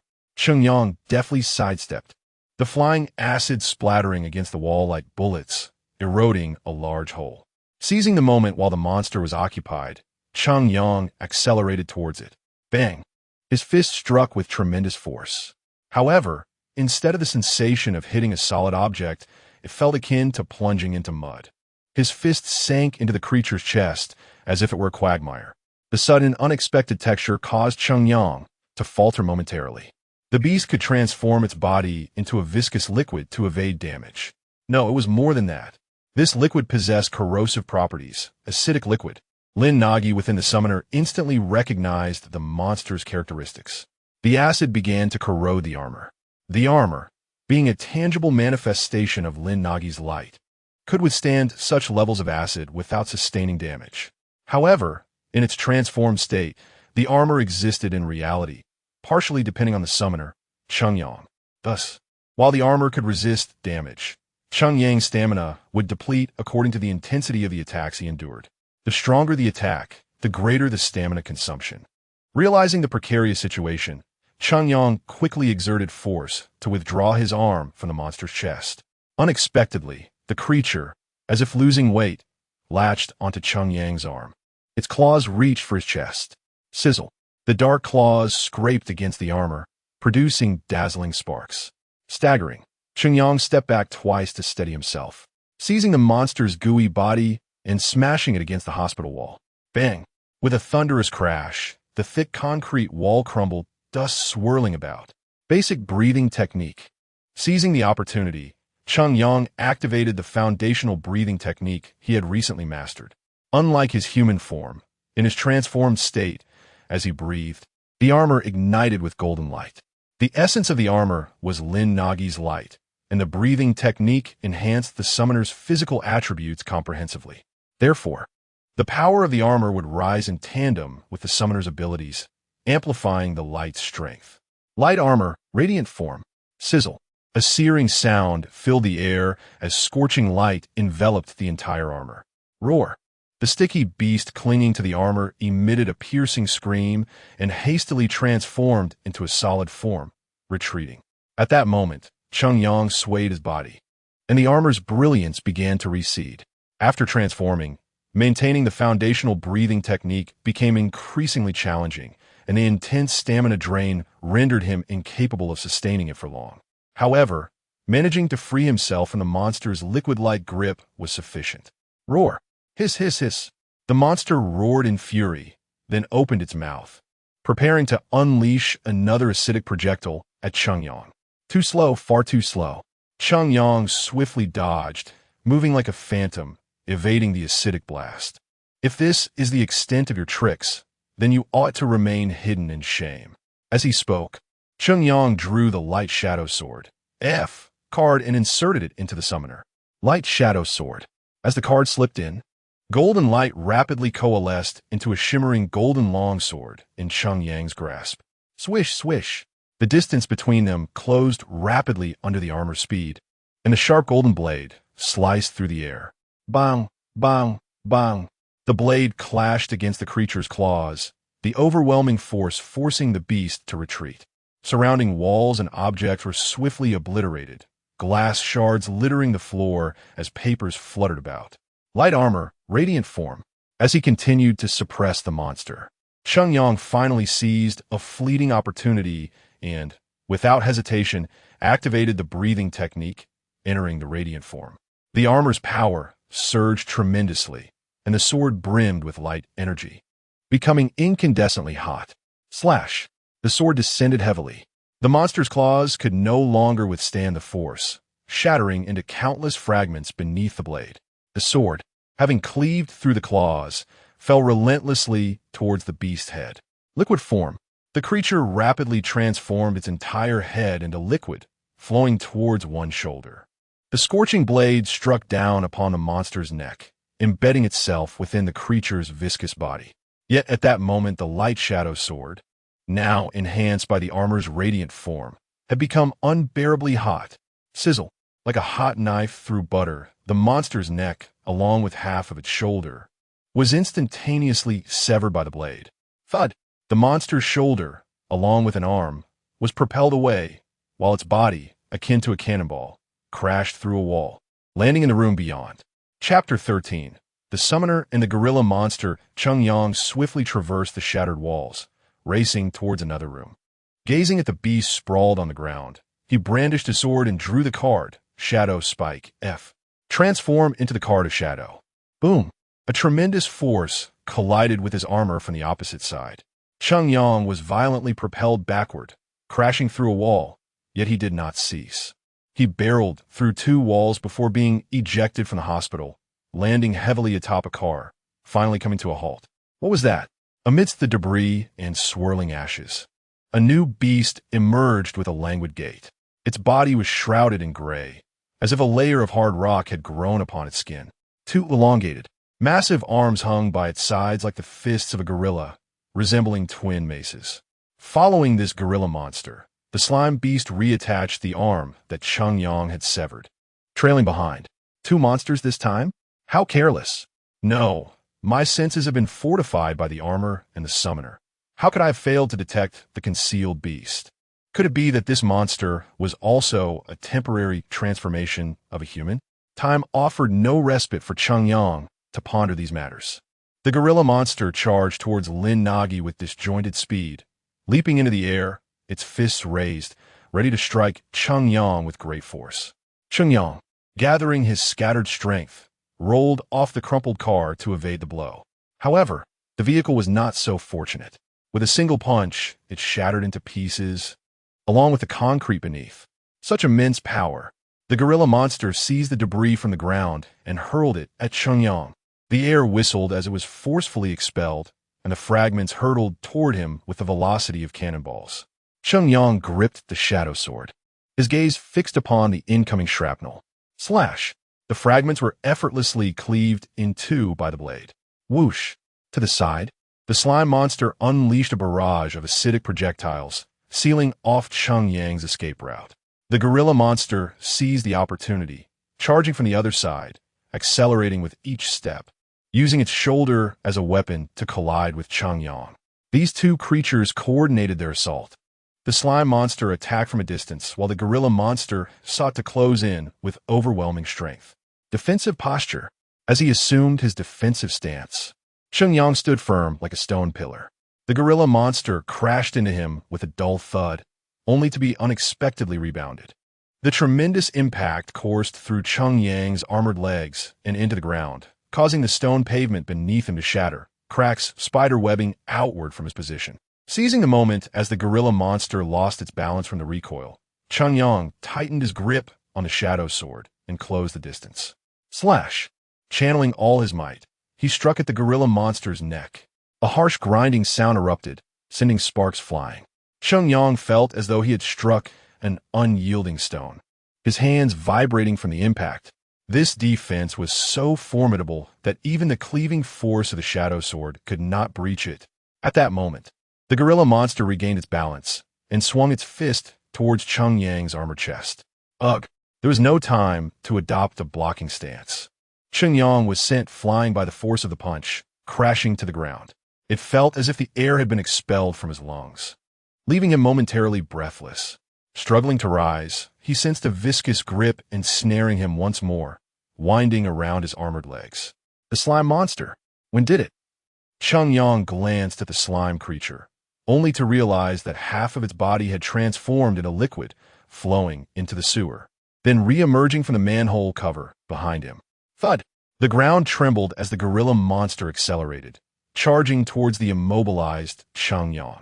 Desperate, cough cough. Unable to breathe, he could not perform the basic breathing technique. The previous assault had left his lungs struggling to recover. The slime monster's binding prevented him from assuming a defensive posture. Boom! An unprecedentedly powerful strike landed heavily upon Cheng Yang. He felt as though every bone in his body was on the verge of shattering, his insides displacing as he was hurled away. Crash! The sounds of destruction echoed around him. His body careened into the second floor of the hospital, smashing through walls and glass, until he finally burst through the entire building, crashing into a large tree before embedding himself in the center of the road. Struggling to rise, he knelt on one knee, supporting himself as he gasped for air, attempting to regain his composure. The two monsters followed closely behind, leaping down the path Cheng Yang had created. They advanced step by step toward him. Cheng Yang steadied himself with the shadow sword, eyes locked on the approaching beasts. Amidst the intense pain, he contemplated his strategy for battle. Boom, boom, boom. At that moment, unexpected gunfire erupted, targeting the monsters. Simultaneously, several tactical vehicles emblazoned with Monster Response Team sped towards the scene, each equipped with machine guns designed specifically for combating beasts. Yet, even faced with the incoming bullets, the two monsters swiftly raised their arms to shield themselves. The bullets merely sparked against their arms, leaving not even a scratch. Armored warriors. The Monster Response Unit will now fire Monster Response Shells number 2 to grant you recovery time. Please be cautious and evade. The tactical trucks of the Monster Response Team halted at a distance. Fully armed combatants swiftly disembarked, brandishing their weapons to initiate suppressive fire. The cannons mounted on the trucks began loading. Cheng Yang took a deep breath, quickly creating distance to stabilize his injuries. The two monsters, under heavy fire, roared as they charged toward the Monster Response Team. Boom! Just then, the shells were launched. The Monster Response shells were filled with a special metal capable of inflicting damage on monsters. Although they had never succeeded in slaying a beast, they had recorded instances of inflicting harm. Furthermore, their destructive radius was minimal, making them a primary weapon for the Monster Response Unit. Bang! Bang! Bang! The shells struck and exploded in succession, the immense shockwaves tearing up the concrete beneath and sending clouds of dust into the air. Keep loading. The Monster Response Team understood that such firepower would merely graze the monster's skin. Their goal was to provide recovery time for the armored warrior. That would be ideal. Bang! Bang! Bang! Another round of artillery fire rained down into the swirling dust. Unable to ascertain the effectiveness of their attack, the third round of fire was swiftly loaded. However, they had underestimated the defensive strength of the beasts. Roar! Boom! Before the third round could be fired, the gorilla monster charged out, toppling the foremost tactical truck with a heavy blow. Its rocky skin emitted only a plume of black smoke as the dense barrage of bullets continued to pelt against it, leaving it entirely unscathed. Chapter 14. The dual car driver of the Summoner Roar. The gorilla monster furiously pounded its chest, bellowing at the members of the tactical response team. The slime monster followed suit, spewing corrosive acid that swiftly eroded the front and engine of a tactical pickup truck. Maintain fire suppression and withdraw immediately. Keep your distance from the monsters. The gorilla monster disregarded the fire suppression and charged towards the monster response team, rapidly closing the gap. Just as it was about to plunge into the flock, the light shadow stabbed. Whoosh, whoosh, whoosh. The light sword shot forth, countless luminous spikes cascading like a torrential rain of blades, enveloping the two monsters. The gorilla monster quickly turned, acting as a shield to protect the acid monster behind it. The bullets from the humans posed no threat to it. However, Cheng Yang's assault instilled a sense of danger within it. With a barrage of the light shadow stab, the monster response team successfully extricated themselves from peril and widened the distance. Cease all artillery fire. The armored soldier had now entered the artillery coverage zone. The tactical response team halted their bombardment, merely aiming from afar, poised to provide fire support at the opportune moment. Roar! The assault from the light shadow stab subsided, and the gorilla monster roared in fury, charging again at Cheng Yang. In its eyes, Cheng Yang no longer possessed any attack capable of breaching its defenses. After all, even the lethal light shadow stab had failed to inflict harm upon it. Just one more successful collaboration with the acid monster would allow them to vanquish this detestable armored soldier. The acid monster stealthily crept to the side, preparing to ambush. Cheng Yang remained calm, observing the charging gorilla monster with a firm grip on the light shadow sword while extracting two skill cards. Light shadow stab F, light fist F, click. The two cards were instantly inserted into the summoner. Light shadow stab, light fist, shining form. Both cards were simultaneously activated by the summoner, and Cheng Yang entered the shining form. At that moment, his entire armor radiated a brilliant golden light. The blade of the light shadow sword appeared to transform into pure brilliance, dazzling and resplendent. Whoosh! The air was cleaved as the two F-class skill cards empowered the light shadow sword, harmonizing with the brilliance of the light armor as they faced the oncoming gorilla monster. Indestructible rocks melted and were sliced apart beneath the blade. The severed edges glowed a fiery red, oozing molten rock until it completely penetrated the gorilla monster's body.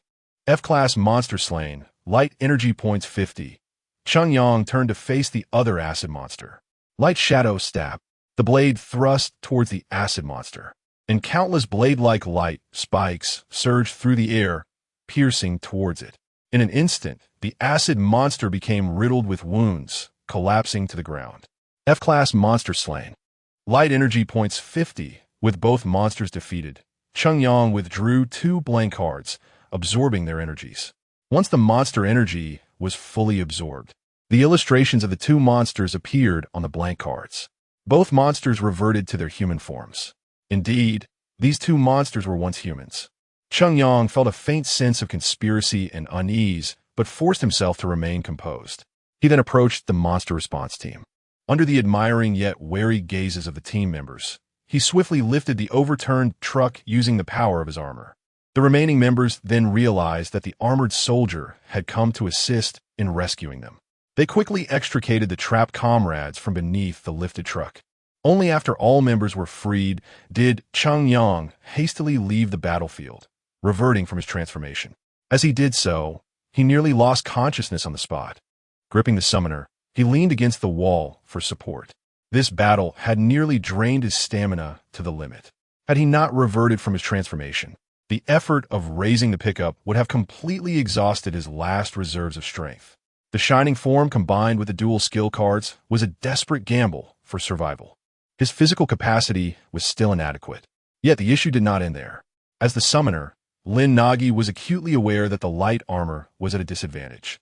This time, the gorilla monster, while still an F-class beast, was a high defense type that the light armor struggled to combat.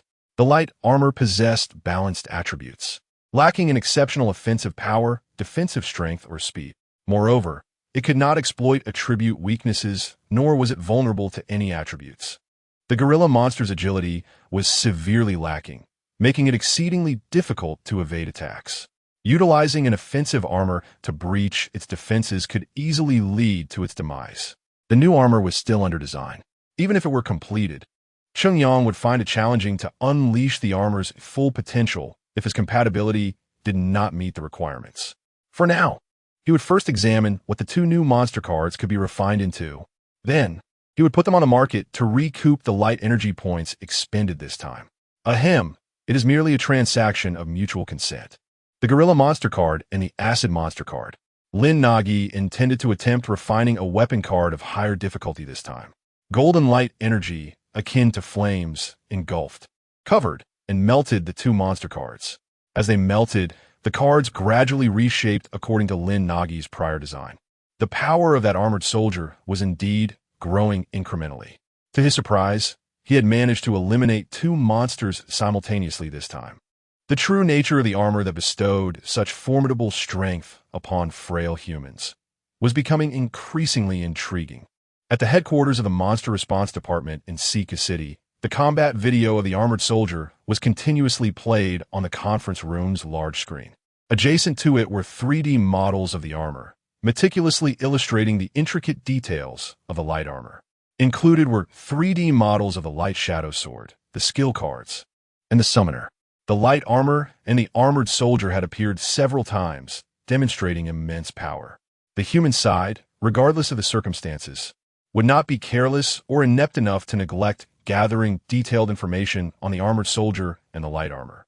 Researching the combat characteristics of the light armor had become a fervent pursuit among humans, surpassing even that of the monsters. After all, it was the only armor capable of consistently defeating monsters, possessing formidable strength, and maintaining a benevolent stance towards humanity.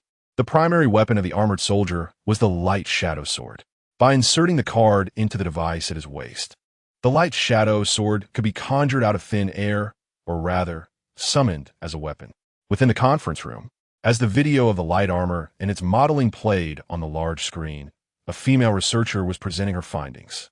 As her voice resonated, the screen began to showcase the recorded footage of the light armor summoning the light shadow sword, while the modeling of the summoner at the waist magnified, allowing a clear view of its card slots. Chapter 15.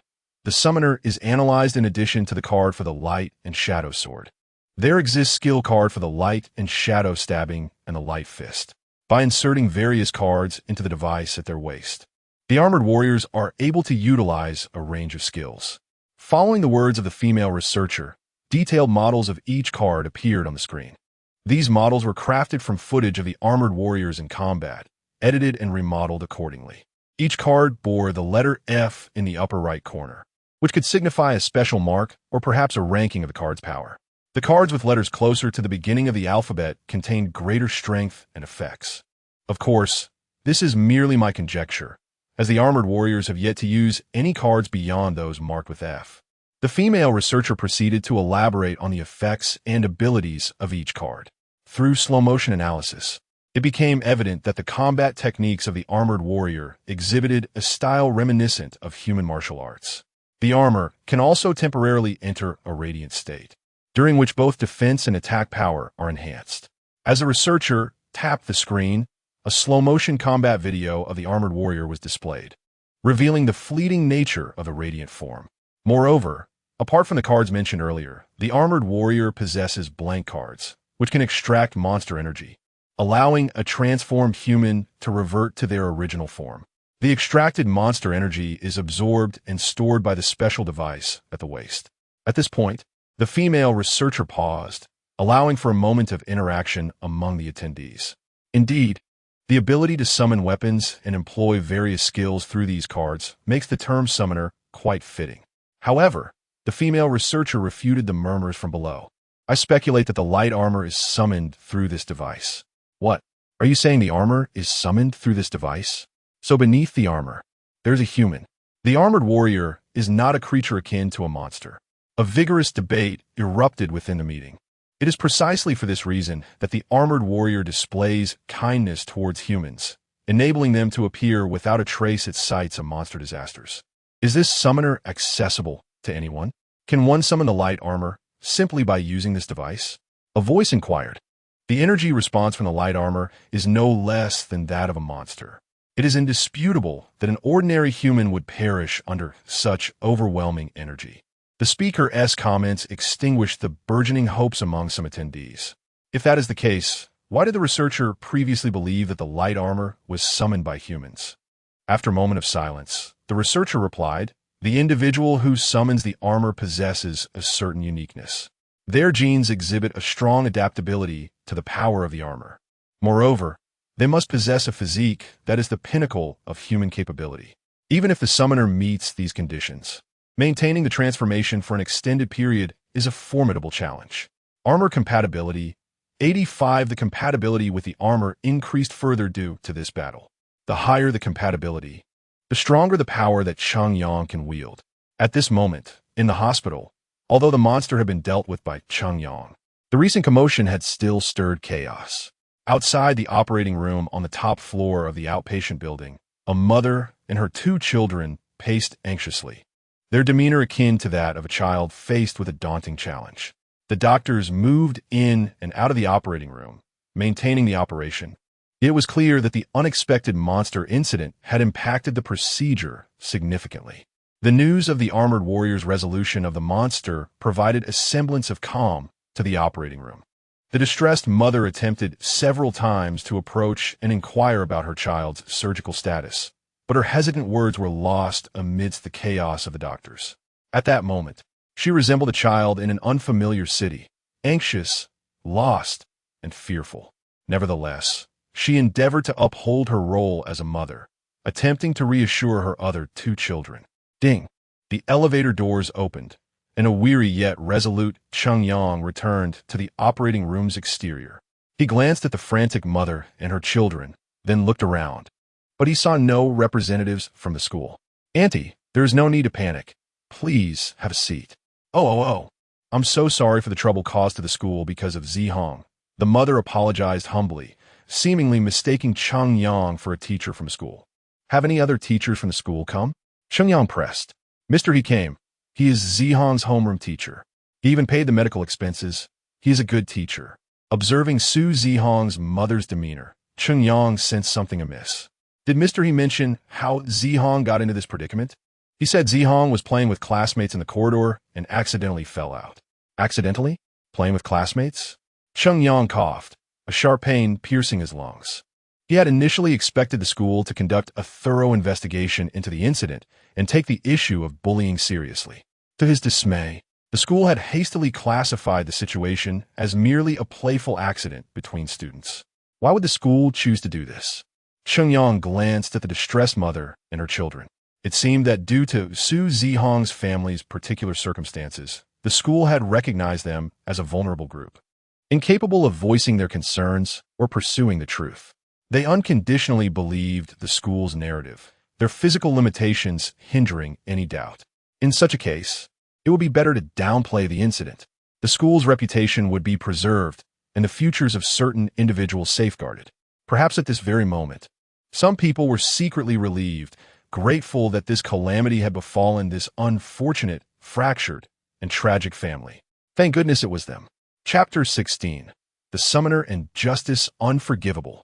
Retribution must be sought, whether it be the adults who shirk their responsibilities behind the scenes or the culprits among the students who perpetrate bullying. Cheng Yang intends to hold every one of them accountable. His first task is to gather evidence of the bullying inflicted upon Su Zihong. He yearns to rise and act immediately, yet he observes the desolate and anxious trio of mother and son. Perhaps he should wait a little longer. After a considerable time, the doors to the operating room swing open. "Family of Su Zihong." The announcement reverberates. The report is grim. Fractures in the right and left pelvic bones, sacral bone fractures, skull fractures, and a bleeding point in the right hemisphere of the brain that has been successfully addressed during surgery. However, a small bleeding point remains in the left hemisphere that necessitates observation, and a second surgery may be required. He is not yet out of danger. For now, he must be transferred to the ICU for observation. Su Zihong's mother, tears streaming down her face, nods in acknowledgement as she gazes at her son, whose head is swathed in bandages, a shadow of his former self. Though she may not fully comprehend the doctor's words, the horrific sight of her son speaks volumes. The ICU forbids family members from entering, leaving the mother and her 2 children to sit in a state of despair outside the ward. They remain there, sitting in silence. Cheng Yang rises and makes his way toward the stairwell, departing the hospital to head to the school. The front entrance is no longer an option for him. He must scale the wall to gain entry. Given his current skills, this minor feat poses no challenge. He swiftly navigates to the school surveillance room. As for the staff within, they are merely rendered unconscious. A warrior of justice often overlooks the finer details. After copying surveillance data from Su Zihong's class for the past 2 weeks, he exits the school. Upon returning home, he diligently searches through the surveillance footage for evidence. To his astonishment, the bullying students exhibit no semblance of evasion. They brazenly engage in their torment within the classroom, all under the watchful gaze of the cameras. Their actions include, but are not limited to, pressing a filthy mop against Su Zihong's face, shoving it into his mouth, dumping garbage on his desk, and placing insects and chalk dust in his water cup. The incident that led proficiency in basic breathing techniques 1. Chapter 17. The Summoner's New Card. Potion F. The following day, the 13th high school in Xiguang City trended on social media, second only to the reappearance of the armored warrior. A video surfaced, strikingly bizarre, emerging suddenly and gaining rapid notoriety. Its contents were shockingly inappropriate. Not only were the individuals unblurred, but their real names and identities were also revealed. The video swept across various platforms, remaining steadfastly online despite its violations, with its popularity continuously escalating. The footage depicted harrowing scenes of school bullying and the oppression of the weak, while teachers turn a blind eye, more concerned with minimizing the impact of the incident following a tragic fall. With no blurring, the bullies and the complicit teachers were swiftly identified through online sleuthing. He Jiqiang, did you not claim there would be no repercussions? What is happening online? Who released this video, and how did our call records get leaked? Damn it, you fool. You couldn't even manage something simple. Now leave my school immediately. The call was abruptly terminated, leaving He Jiqiang, the homeroom teacher, pale and shaken. The unfolding events were entirely unexpected. Initially, he believed that the family involved would be easily dealt with and would not pursue the matter further. Indeed, this was the case until the sudden emergence of the video, complete with a solid chain of evidence and recorded conversations, sent chills down his spine. Who the hell is responsible for this? He fumed, slamming his hands on the desk, scattering everything to the floor. His face bore the marks of the previous day's thrashing by Cheng Yang. His future was in tatters. Enraged, he contemplated storming into the classroom to discipline the group of miscreant students. Yet, with his career and interests at stake, he finally began to regard the situation with the seriousness it deserved. However, the opportunity to address it had slipped away. He Jiqiang, please accompany us to the station for questioning. Not only He Jiqiang, but dozens of bullying students were also summoned to the station for investigation. Outside the school, police cars filled the area. The students, unfamiliar with such circumstances, cried out in denial of their bullying actions. Yet, the incriminating text messages and videos shared among them became undeniable evidence. This incident had escalated to such an extent that it garnered nationwide attention. Under immense pressure, the authorities in Xiguang City mobilized all resources to uncover the truth swiftly. Multiple school administrators were suspended for investigation. Inside the police station, the bullying students crumbled under the weight of the situation, confessing their misdeeds in tears, full of regret. Xiguang City promptly updated the public on the progress of the investigation, showcasing the city's commitment to civility. Outside the ICU, the trio of mother and children who had spent a restless night in anguish were astonished to find the following day that numerous school officials and some teachers had come to visit the injured student. They lamented and expressed remorse, eager to cover Su Zihong's medical expenses and organize donations for the devastated family. One school administrator, struck by inspiration, proposed to sponsor Su Zihong's sister's future education and living costs. Such generosity, such righteousness, such kindness and compassion were unfathomable, especially when contrasted with the desolation and solitude experienced by the mother and her children during the surgery yesterday. Cheng Yang, meanwhile, jogged while practicing the fundamental breathing technique. This technique had become his top priority for self-improvement. As he engaged in this practice, his physical condition not only improved, but in his armored transformation, he could also enter a radiant state. The practicality and significance of the fundamental breathing technique had reached new heights. Fundamental breathing technique. Proficiency 1.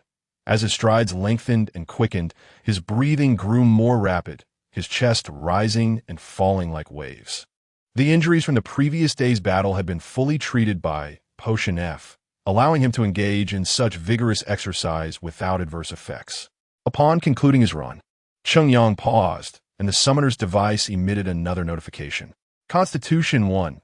Exercising while implementing the fundamental breathing technique was undoubtedly more taxing, but also enhanced the effectiveness of his training.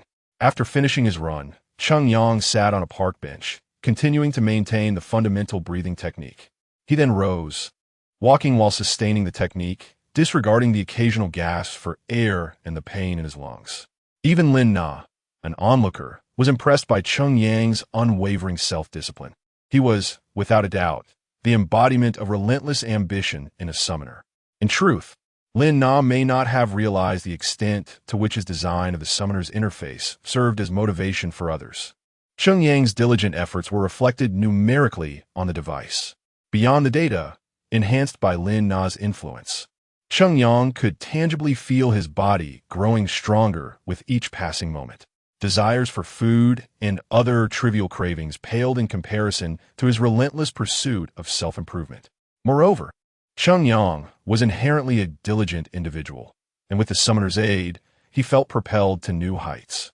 Maintaining the fundamental breathing technique in a normal state proved challenging, as it was fundamentally ingrained within him since birth, a means of survival that felt almost inhumane.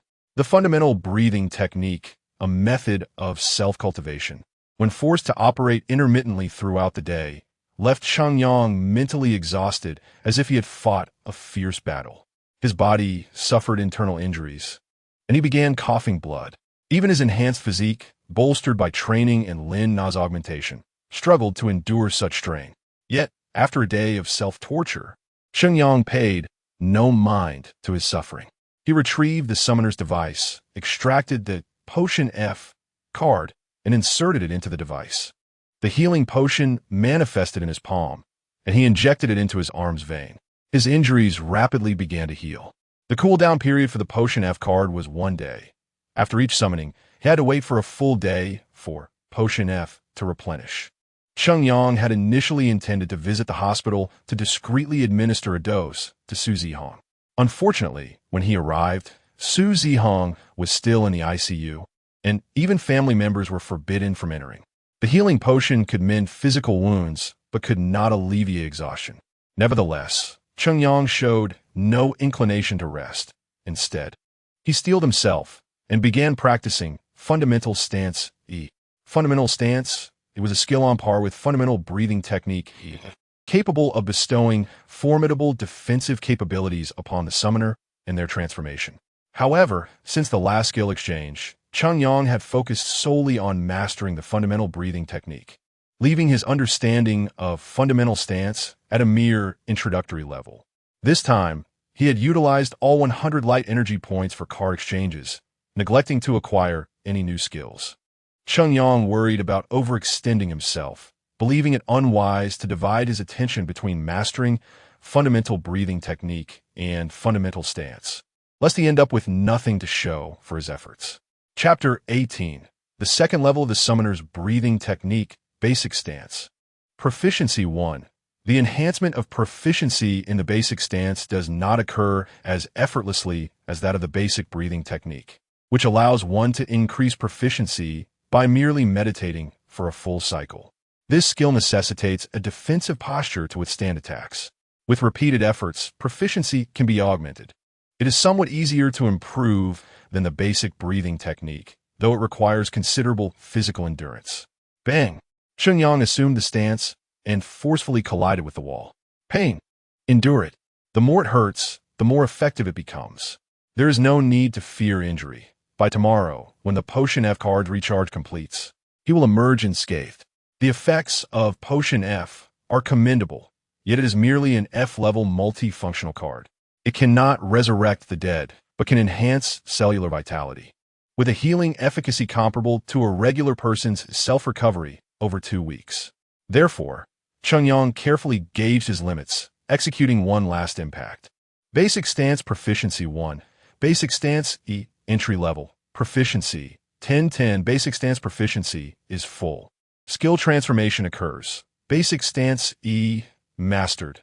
Proficiency 100. Unlike the basic breathing technique, which is categorized into entry, first, second, and third levels, culminating in mastery at the third level with the acquisition of the skill, Mind's IF. The basic stance is a practical skill and does not exhibit such hierarchical divisions.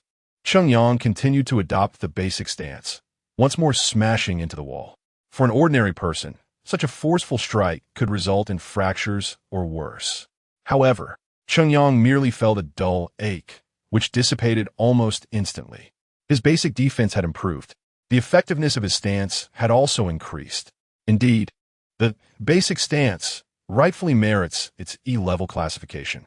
Cheng Yang chose not to continue practicing the basic stance, as his body was already marred with bruises. Further training would be counterproductive. The basic breathing technique, if overdone, could lead to pulmonary bleeding. Engaging in a skill that inflicts such physical strain would likely result in even greater harm. Thus, he washed away his sweat and returned to his bed to practice the basic breathing technique. Previously, he had attempted to practice the basic breathing technique while simultaneously exercising, which had led to his injuries. Now, adhering to the method described in the text, he sat in meditation, and the restorative effects of the basic breathing technique began to manifest. The bruises from practicing the basic stance were greeted by waves of warmth that radiated outward, akin to soaking in a hot spring, soothing his wounds. Ordinary individuals would find it nearly impossible to experience such immediate effects, even after obtaining the basic breathing technique. Most would require tireless daily practice over an entire year to reach the first level. Cheng Yang's efficiency was undoubtedly augmented by the assistance of Lin Nuo, his summoner.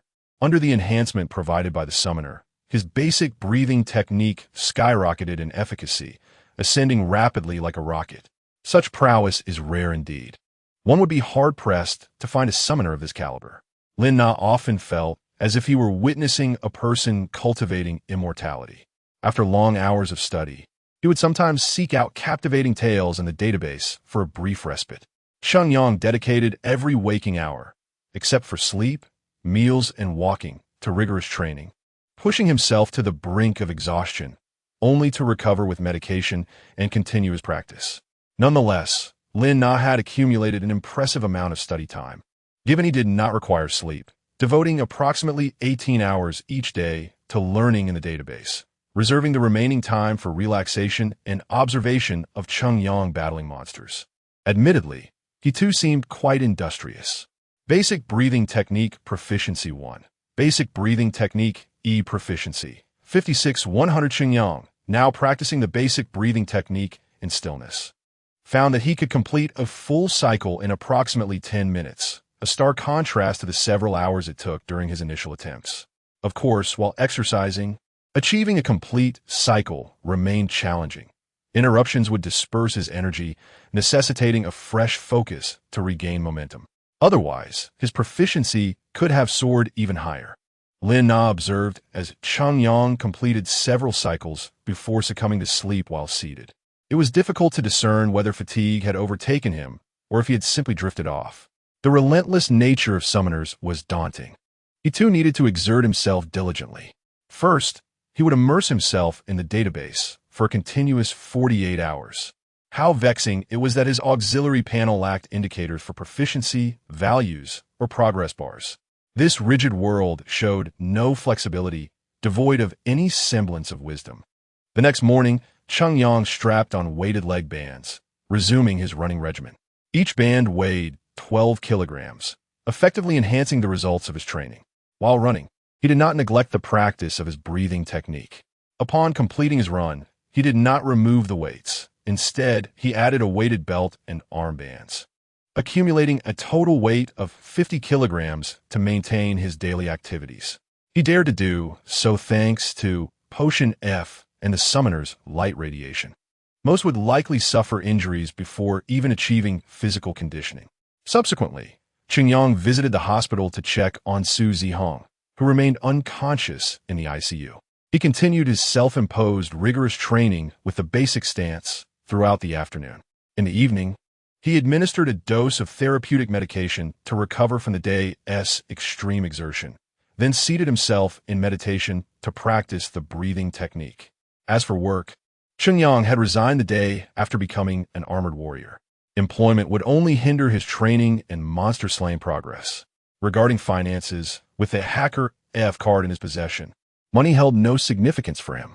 He could effortlessly acquire substantial sums discreetly whenever he wished. Nevertheless, Cheng Yang chose to lead a life of normalcy, spending in a manner that attracted no attention, acquiring luxury cars, opulent residences, and extravagant items without arousing suspicion. Such trivial desires paled in comparison to the profound satisfaction derived from strength cultivated through training and the exhilarating sensations it brought.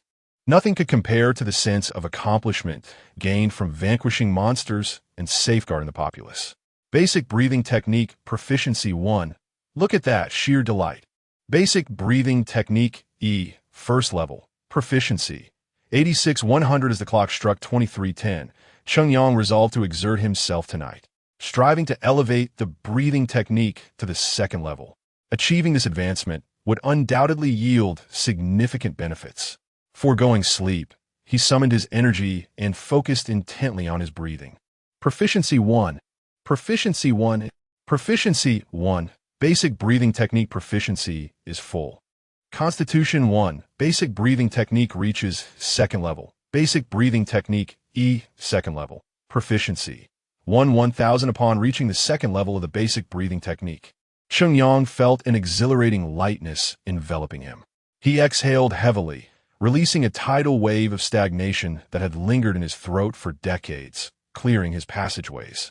Breathing became extraordinarily smooth, an unprecedented sensation. It was as though he had been donning a mask throughout his life, only to finally remove it in this moment. Simultaneously, the basic breathing technique seemed to integrate into his very being, becoming an intrinsic part of him. He felt considerably lighter. Is this the transformation brought about by quantitative change leading to qualitative change? Cheng Yang mused that, at this moment, should he undergo transformation, he could undoubtedly maintain a radiant form for a protracted duration. However, he was not currently concerned with sustaining the armored radiant form, but rather with the energy expenditure required to do so. Oh no, it was nearly 2 o'clock. There are still over 4 hours to sleep. I must hurry to rest. Cheng Yang fell into slumber without the slightest hint of restlessness, unaffected by the enhancements of the breathing techniques. Chapter 19. The awakening of the summoner Su Zihong, who had been in the hospital, finally regained consciousness. In the afternoon, he was transferred to a regular ward. Cheng Yang brought fruits to visit him and secretly administered a syringe of therapeutic medication. With this injection, there was no longer any concern for aftereffects. Moving forward, a consistent treatment regimen would ensure a full recovery. Naturally, Cheng Yang could visit daily to administer the injections, allowing Su Zihong to rise from his bed within 3 days and return to his former self in 10. However, the extraordinary results were too startling and conspicuous for him to consider such actions. As for the bullies from school, Cheng Yang harbored a desire to see them face equivalent consequences. Under the minor protection law, the 4 primary bullies were expelled from school, while the remaining dozens were merely suspended without facing legal repercussions. Nonetheless, they were left shaken, the stigma of bullying firmly affixed to them, making it difficult for them to be treated normally in the future. Their only recourse would be to change their names, relocate to a different city, and start anew. Following the completion of the injury assessment, once Su Zihong's condition stabilized, he would also receive compensation from the school. What I have done must be just, Cheng Yang mused. Seated on a park bench in the evening, he gazed at the summoning device in his hands, seemingly lamenting while simultaneously questioning it. His personal emotions had intertwined too deeply with this matter, and his actions had become rather reckless. He had manipulated public opinion on the internet through Hacker F, exposing the personal information of those involved. It seemed he had become excessively flamboyant and arrogant. The genesis of a heinous criminal often begins with a trivial, seemingly inconsequential theft. The transformation of minor evils into major ones is akin to leaping from a rooftop. In an instant, it becomes irrevocable.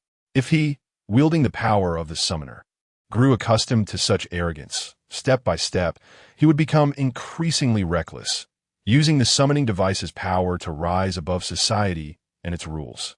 He could evolve into a new form of malevolence, a malignant tumor more sinister and challenging to confront than any monster. He must establish rules for himself. Cheng Yang's gaze grew resolute. As one who mastered the armor of light, no one had the authority to impose rules upon him, nor could anyone restrain him. Thus, he would impose constraints upon himself. The hacker card must never be misused. Cheng Yang recalled how he had frivolously purchased pork, vegetables, toothbrushes, toothpaste, and other daily necessities through the hacker card in recent times, and he felt a wave of dread wash over him. This was the essence of minor evil. Without restrictions, who could predict that one day he might desire to buy more sumptuous beef or fruits? Luxury brands for body wash and shampoo might tempt him to indulge extravagantly. He needed to set himself a salary and adhere to it. The armor warrior's salary of 10,000 yuan per month seemed quite reasonable. A year after graduation, Cheng Yang's original salary was 7,000 yuan a month. However, as an armor warrior, which was a high-risk occupation, a slight raise in salary should not be considered excessive. Salaries would be disbursed at the beginning of each month. Beyond his salary, he must never use the hacker card for frivolous expenditures, not even a single penny. The hacker card was strictly for work-related purposes. Apart from the responsibilities associated with being an armor warrior, it must not be used. He could not indulge his curiosity through the hacker card, invade others' privacy, or manipulate public opinion. He must refrain from transforming at will using the summoner to bask in the attention of his armored form. He should not use the strength he had cultivated to bully the weak. Taking a life was forbidden unless the other party was exceptionally malevolent or above the rules. Impervious to the hand of justice, Cheng Yang established a series of rules for himself. As these guidelines were set, the summoning device stirred with activity. Light armor suit adaptation increased to 95. Violation of rules will lead to a decrease in armor adaptation. The more severe the violation, the greater the reduction. If armor adaptation falls below 50, summoning the armor will be impossible. Cheng Yang's self-imposed rules elicited a resounding approval and deeper recognition from the armor of light. Observing the constraints he had established on the summoning device, he felt no concern, but rather a sense of reassurance. As long as he adhered to these rules, he need not fear being consumed by power and becoming a new calamity for humanity. Moreover, these rules were quite idealistic. For instance, the stipulation against indiscriminate killing was regrettably limited to only the truly malevolent. The definition of truly malevolent was highly subjective. What constituted such a label would depend entirely on his judgment. The restrictions essentially only served to limit him, preventing him from violating his own moral conscience. Should he ever transgress that conscience and take a life, he believed it would be beneficial for the armor's power to elude him, rendering him unable to summon it. Putting away the summoning device, he rose from the park bench. In any case, it was time to celebrate his new job and salary increase. Observing Cheng Yang sprinting towards a small roadside restaurant, Lin Nuo felt a twinge of admiration. Ordinary members of the Monster Response Combat Team earned 30,000 yuan per month. Yet the armor warrior only garnered 10,000. Was it a sign of easy contentment, or was it a testament to Cheng Yang's strong character? Bang, bang, bang. Basic stance proficiency 1. Cheng Yang's upper body was already covered in bruises, yet he did not cease, repeatedly crashing into the sharp corners of the walls. He had reinforced the corners with metal, causing each impact to produce a dull thud. Pain made him grimace, stifling low groans of discomfort. Basic stance had progressed from novice to mastery, enhancing both his defensive capabilities and the effectiveness of his parries. Consequently, the increase in proficiency had become more challenging, necessitating that he torment himself further to achieve advancement. Otherwise, it would be difficult to enhance his proficiency. Feeling the pain coursing through his body, he could not suppress his thoughts. If he continued to elevate his basic stance, the pain he would endure later would likely be far more intense than what he was experiencing now. Just the thought of it made his legs feel weak. He could not afford to slacken. Cheng Yang held his breath and once more hurled himself against the wall corner. Basic stance proficiency 1.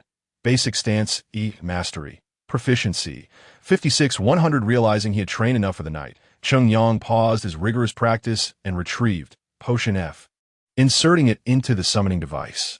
The potion, a syringe of healing liquid, coursed into his body, swiftly mending the bruises and internal injuries. Without delay, he climbed onto his bed, seated himself cross-legged, and began to practice the breathing technique. Having reached the second tier of basic breathing technique, Cheng Yang's speed of breath circulation improved once more, allowing him to complete a full circulation in approximately 5 minutes.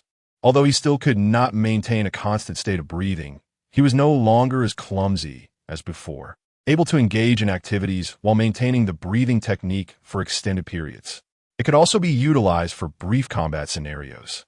Unlike before when he could only sustain the technique for a few seconds during a fight, which would also result in backlash against his body. However, during the breathing combat process, both his throat and lungs remained vulnerable. A heavy blow could easily interrupt his breathing, causing backlash to his lungs. Perhaps upon achieving the third tier of basic breathing technique, he would be able to attain a state of constant breathing, seamlessly integrating the basic breathing technique into his body as if it were a natural part of him. Chapter 20. The Summoner and the Light Motorcycle Monsters. Through the transformation of humans and animals, possess the unique ability to appear unexpectedly in areas of human activity. According to human research, animals transformed into monsters exhibit a surge of energy within their bodies, referred to as monster energy. The summoner can extract this monster energy, enabling the creation of various cards. However, the origin of monster energy remains shrouded in mystery. Disguised as humans, monsters lurk within human society. Cheng Yang, utilizing Hacker F, diligently gathers pertinent information from a monster countermeasure database. Indeed, he uncovers footage depicting disaster sites where monsters have transformed into humans. The images are hazy and fleeting, making identification challenging. Cheng Yang speculates a possibility. These advanced monsters, masquerading as humans, may inject innocent individuals with monster energy, thereby transforming them into monsters, much like the vampire counts of ancient lore who could convert humans into their kin. During his encounter with the flame monster, he met that enigmatic figure. It is highly probable that the flame monster was a product of a mysterious figure's injection of monster energy. Thus, does the appearance of each monster signify the presence of a superior monster orchestrating these transformations? This is uncertain. If monster energy possesses a latent period, then those infused with it may appear as ordinary humans until the period concludes or they're manipulated remotely, at which point they would metamorphose into monsters. The true strength of that mysterious individual eludes Cheng Yang's imagination. Yet, he understands that he is no match for them. The last encounter, where his life was spared, might stem from curiosity or a concealed wariness about the potential of his hidden abilities. The dual monster attack on him in the hospital could have been a test of his strength. A chill runs down his spine. He must hasten his growth. The armored warriors can devour monster energy, converting it into their own power, inherently placing them at odds with monsters. The monsters will undoubtedly seek to thwart his development, even attempting to seize the power to shatter the summoner's seal. Has his identity been exposed? He transforms rapidly, ensuring that his actions go unnoticed amidst the chaos. Each time he reverts to his original form, it is in solitude, evading surveillance. His identity should remain concealed. Aside from that mysterious figure, how many other monsters are hidden within human society? Could these concealed monsters have infiltrated the upper echelons of human governance, influencing politics and economics, inciting wars, and suppressing human advancement? They may sow discord among humanity, preventing unity, guiding humans towards becoming livestock under the dominion of monsters. Cheng Yang dares not dwell on these thoughts. Even those researching monster weaknesses and developing weaponry against them have been assassinated and silenced, which explains the absence of effective weapons against monsters. At this moment, the classified information accessible through Hacker F feels ominously oppressive, as if his every move is under the scrutiny of countless eyes. He feels as though he is walking on a tightrope, with only his summoner in hand, while below, countless ravenous monsters await a misstep to devour him whole. Bang! Bang! Bang! Adopting a basic stance, Cheng Yang repeatedly hurls his body against a solid corner, relentlessly honing his resilience. Despite being covered in bruises and reaching his limits, he does not relent. Lin Nuo perceives the reality. He is being watched by innumerable formidable monsters, and his life hangs by a thread more precariously than he imagined. Cheng Yang experiences a flicker of fear. Yet, commendably, amidst this trepidation, he clings to his summoner, refusing to abandon his responsibility as an armored warrior. Instead, he intensifies his training, allowing fear and pressure to propel his growth. The sky looms dark, as if a layer of ink has enveloped Seiko City, blocking out all light. A chilling gale howls relentlessly. Trees lining the streets rustle ominously, as if on the verge of snapping. "Help! Help!" roars a monstrous creature, thrashing its claws in a frenzy. The beast stands approximately 3 meters tall, its body encased in thick, resilient scales, each scale exhaling gusts of air that swirl around it like a tempest. People on either side of the street desperately attempt to escape the area. Vehicles swerve chaotically, disregarding traffic rules, akin to a swarm of ants congesting the passage. Some, trapped in their vehicles, abandon them and flee on foot. Fortunately, the populace is accustomed to drills for confronting monster disasters. Shelters have been constructed at intervals along the streets. Attention! The monster has reappeared on the main road of Area B in Seiko City. Nearby citizens, please evacuate in an orderly manner. The television broadcasts urgent updates on the monster disaster, cautioning the residents of Seiko City. Sirens blare from various vehicles, echoing warnings to seek refuge. Buzz. Cheng Yang, sitting cross-legged in meditation, is interrupted by the vibration of his phone. He opens his eyes, retrieves his phone, and gazes at the red alert on the lock screen. Monster disaster. Please proceed to the nearest shelter immediately. Accompanying the alert is a map directing him to the nearest refuge. Another monster has emerged. Cheng Yang rises from his bed, seizing the summoner beside him, and swiftly rushes towards the street. "Let us test the fruits of my training," he murmurs, drawing out the Motor F card. Motor F. Click. With the insertion of the light armor into the summoner, a golden halo illuminates the deserted street. The light swiftly shapes into a dazzling platinum motorcycle, glimmering with golden accents. Its sharp angles and protrusions exuding an air of superiority. The platinum wheels spin effortlessly, perpetually maintaining a distance from the ground. Light motorcycle. The light motorcycle. An adaptable armored motorcycle for air, land, and water, summoned by the bearer of the light armor, capable of incorporating light-based cards and harnessing their powers. Is this the light motorcycle summoned by the characteristics of the light armor? Cheng Yang gazes at the stunning platinum motorcycle before him, excitement bubbling within him. He hastily retrieves the light armor card. He is no longer the same. He no longer needs to wait until the brink of battle to summon his armor, thereby maximizing his combat potential. Light armor. Click. Fusion. The summoner, now affixed to his belt, envelopes him in a radiant golden light, shaping a robust platinum metal form around him. Chapter 21. The summoner and the wind monster swiftly leaping onto the light motorcycle. A resounding hum echoed as the vehicle soared into the sky, transforming into a golden streak against the somber backdrop. It raced towards the scene of devastation wrought by the monster. Roaring. Soon, Cheng Yang beheld the rampaging creature. Compared to its initial appearance, the whirlwind entwining around the monster had now swelled into a miniature tornado. A wind attribute monster. Cheng Yang quickly discerned the nature of the beast, which had now noticed him hovering above.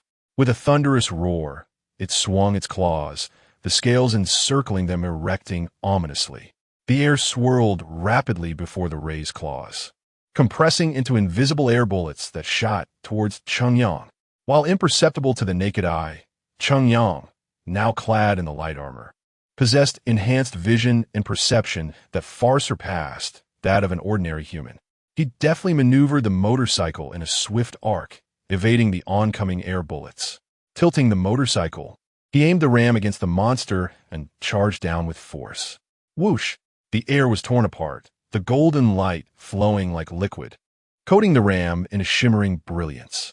It descended like a golden cannonball, covering the distance in an instant.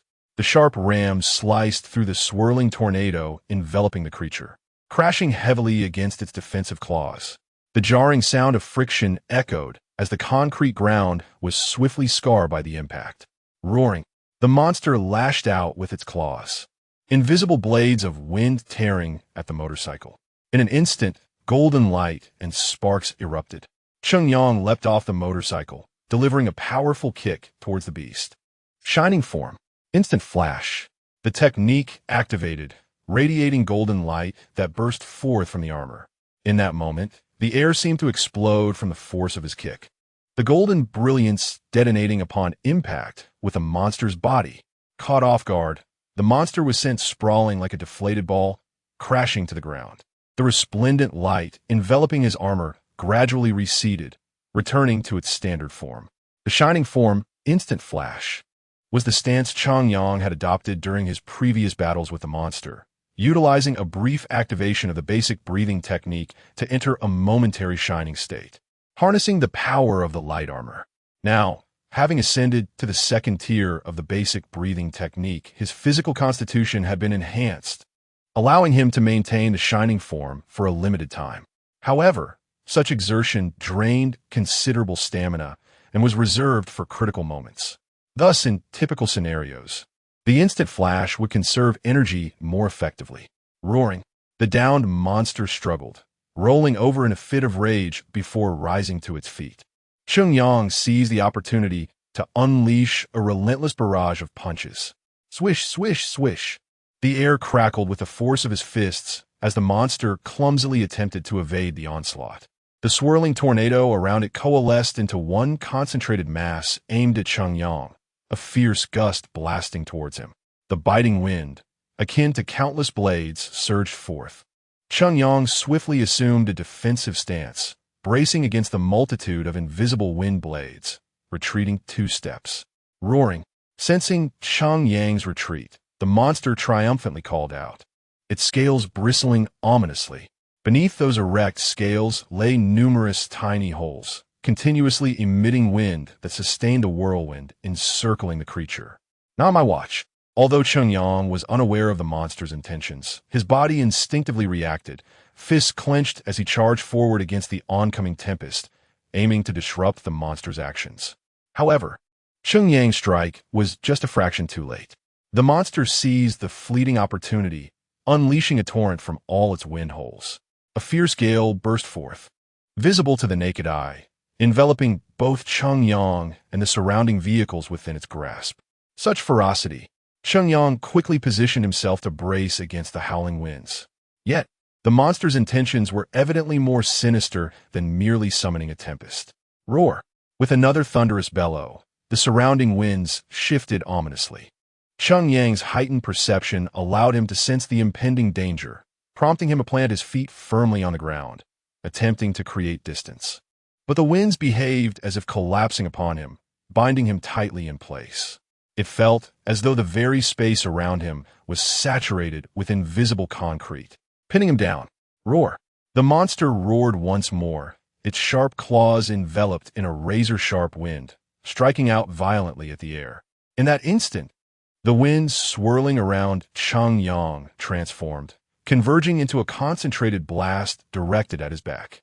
Like a colossal hand, it thrust him forward, propelling him towards the monster's claws. Rip!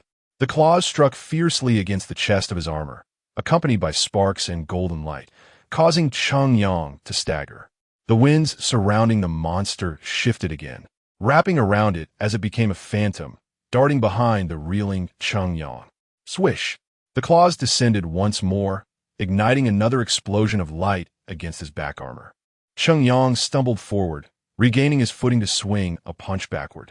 With his current defensive capabilities, even enduring 2 strikes would not impede his combat effectiveness. However, this heavy punch met only air, as the monster had already evaded to his side, claws poised to strike again. So swift, its speed eclipsed anything before. Cheng Yang braced against the gale, sidestepping the claws. Yet in quick succession, 2 shadows closed in from either side, bombarding him. It was none other than the small cars swept up by the wind, hurtling towards him like massive boulders, intent on crushing him. Defend! Shining form. Instant flash. Boom. Cheng Yang could only brace himself, adopting a defensive posture while activating the instant flash armor to withstand the impact. Amidst the thunderous collision, he felt the force of 2 blows against his sides. The cars were compressed by the fierce winds into flat discs, trapping him. Seizing the moment, the monster, propelled by the gusts, transformed into a phantom, lunging towards Cheng Yang with lethal intent. The oppressive discs constraining Cheng Yang were swiftly torn apart. With a crisp crack, the monster's claws collided with the shimmering sword of light. Ha! Shining form, instant flash. The golden radiance surged anew, the blade of the light sword erupting into a dazzling brilliance. The monster's claws could withstand no longer, severed cleanly. Roaring, the monster howled in agony, retreating as the whirlwind enveloped it, distancing itself. It was surprisingly easy to sever, as the light from the instant flash gradually diminished. Cheng Yang extricated himself from the confines of the flattened vehicles, gazing at the monster. It appeared that once the scales unfurled, its defensive capabilities significantly diminished. In that case, instant flash form. As he breathed anew, the dormant power within the light armor awakened, flowing through him like a surging tide. His heart raced with each breath, acting as a pump, circulating the energy throughout his body and into the armor. Constant flash. In an instant, the light armor radiated with unparalleled brilliance. The resplendent light erupted continuously from the armor. Chapter 22. The radiant power of the ever-shining in the dazzling brilliance of the luminous armor. A constant glimmer takes form, drawing upon the principles of the fundamental breathing technique. One can sustain this state during battle, awakening the dormant power of the light armor. Roar! The monstrous creature bellowed, glaring at the resplendent armor as it furiously slashed with its claws. The tumultuous winds, conjured by the creature's wrath, seemed to morph into countless invisible blades, ensnaring Cheng Yang from all directions. Tendrils of tempestuous air coiled around the armor, anchoring Cheng Yang firmly in place. Yet he merely held his sword aloft, adopting a defensive stance. Upon impact, dust and debris erupted. The concrete ground shattered into fragments, and vehicles were hurled into the air by the force of the assault. Onlookers fleeing the scene felt the ground tremble beneath them, as a colossal whirlwind, swirling with dust, threatened to engulf the towering structures. Roar! The creature, exhilarated by the perceived success of its attack, scraped its claws against a nearby mangled car. However, as the dust settled, a radiant golden light emerged. Cheng Yang stood unscathed, maintaining his defensive pose. The creature's triumphant roar faltered, disbelief washing over it as it realized its assault had wrought no harm whatsoever. In a fit of rage and humiliation, it roared once more.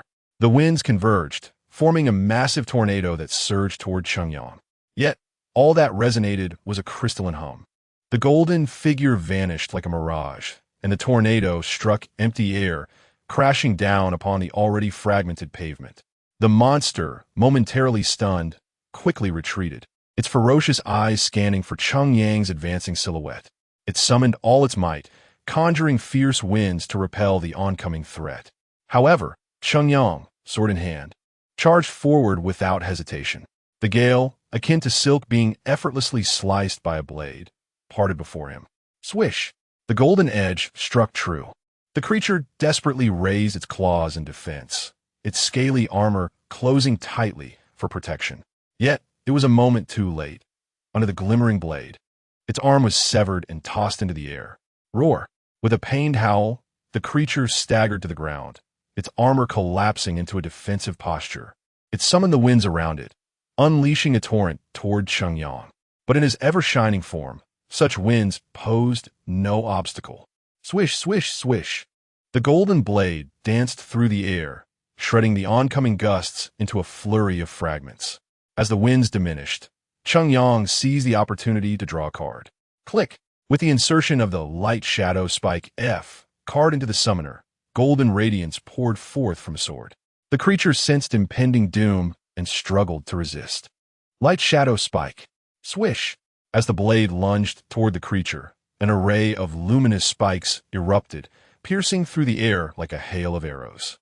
The creature was soon overwhelmed, impaled by countless beams of light, anchoring it to the ground. Cheng Yang gathered the golden light enveloping him, reaching for a blank card at his side.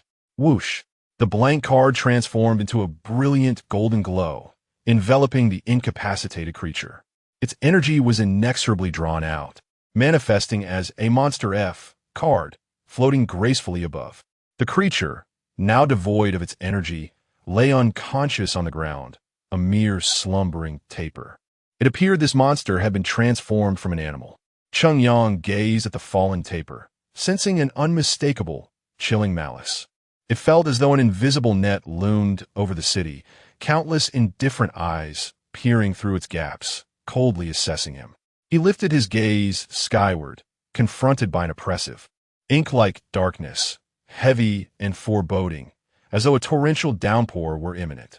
The battle concluded, and the commotion subsided. Cheng Yang deemed it unnecessary to linger any longer. He withdrew the motorcycle F card and inserted it into the summoner. A platinum-hued motorcycle materialized, hovering before him. Climbing aboard, Cheng Yang swiftly departed the battlefield, seeking refuge in a secluded corner to revert to his original form. As he did so, the once concealed heavy clouds unleashed a torrential downpour. Is it raining again? Cheng Yang stowed away the summoner, extending his hand to feel the icy rainwater outside. Despite being November, the city of Shuiguang was besieged by a deluge surpassing the intensity of midsummer rains. The downpour persisted intermittently for 3 days, showing no signs of abating. Unlike the refreshing summer rains, this autumn deluge bore a bone-chilling cold that struck like 1,000 icy daggers. On November 6th, the torrential rain continued. Temperatures hovered between 0°C and 6°C, urging citizens to prepare for inclement weather and to avoid flooded areas. This station will continue to provide updates. On November 3rd, the newly emerged monster was vanquished by the armored warrior. The warrior not only showcased a motorcycle mount, but also demonstrated remarkable speed and aerial capabilities. The origins of the armored warrior and the extent of its hidden powers remained shrouded in mystery. Puff puff. The television continued to broadcast as Cheng Yang, bare-chested, bore a weight of 100 kilograms, relentlessly performing push-ups. Sweat trickled down his body onto the floor, while lactic acid surged in his muscles, bringing waves of soreness and fatigue. Since the last confrontation with the monster, relentless rain had enveloped the city. Many low-lying areas in Shuiguang were submerged. Cheng Yang found himself unable to run outdoors to practice his breathing techniques, thus dedicating all his time to strength training, enduring a torturous regimen. In his moments of study, Lin Nuo observed Cheng Yang's profound sense of urgency and responsibility, compelling him to push himself through self-imposed torment. It was not merely this. Cheng Yang felt an unshakable drive to continue his training.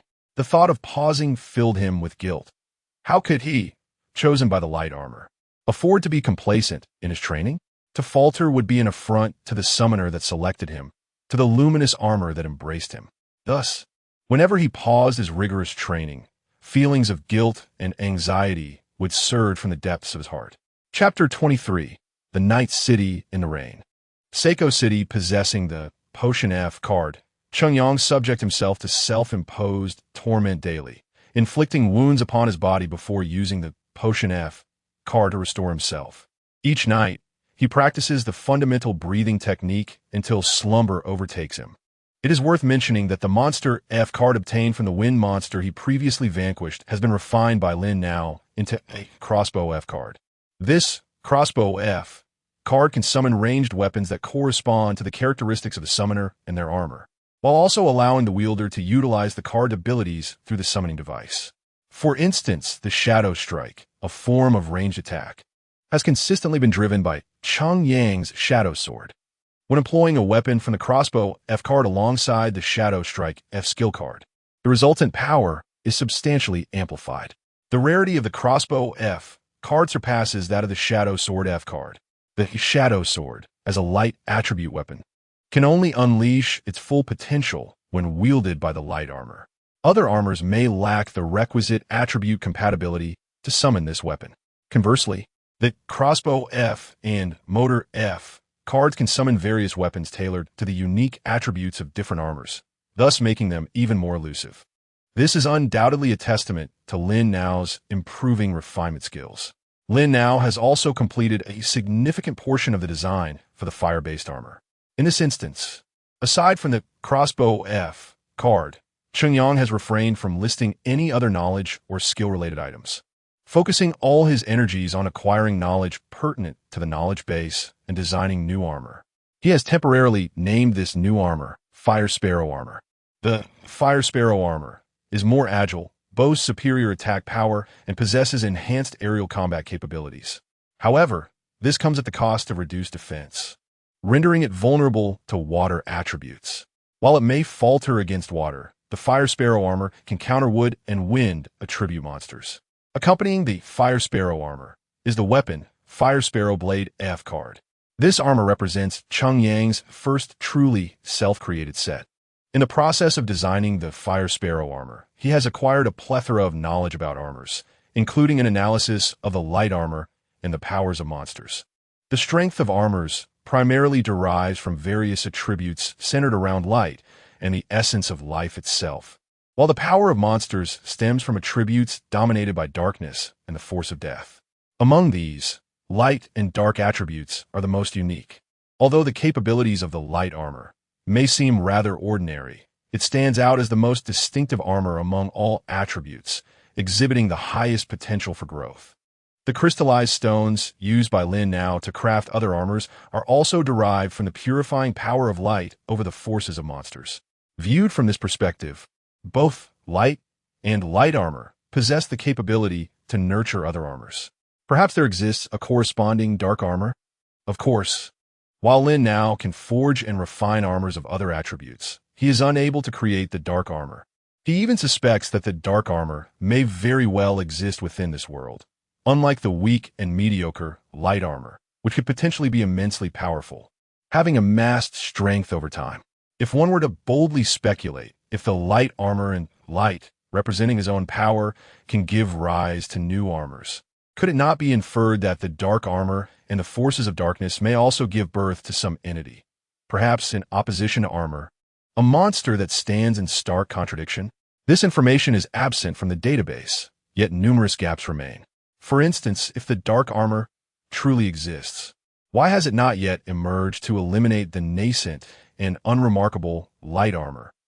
Sigh. Perhaps it is best to set aside thoughts of the potential dark armor that may exist in this world. Taking up his summoning device and donning a raincoat, Chungyang stepped outside into the street.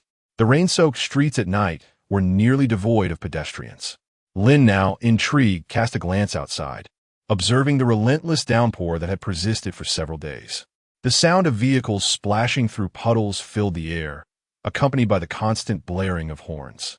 The myriad colors of neon lights appeared hazy and distorted in the rainy night, while the accumulated water on the ground reflected the night city, resembling a vast mirror. It mirrored both the interior and exterior, creating two identical worlds above and below.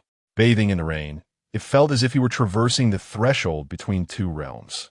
Even Lin Nuo, observing the scene, found himself entranced by the beauty of the rain-soaked night city. The accumulated frustration from continuous study seemed to dissipate with the rainfall. However, Chungyang, the summoner, did not share in this cleansing experience. Rather, he remained shrouded in melancholy, his inner turmoil palpable even to Lin Nuo, the summoning device. Regrettably, Lin Nuo was powerless to offer comfort.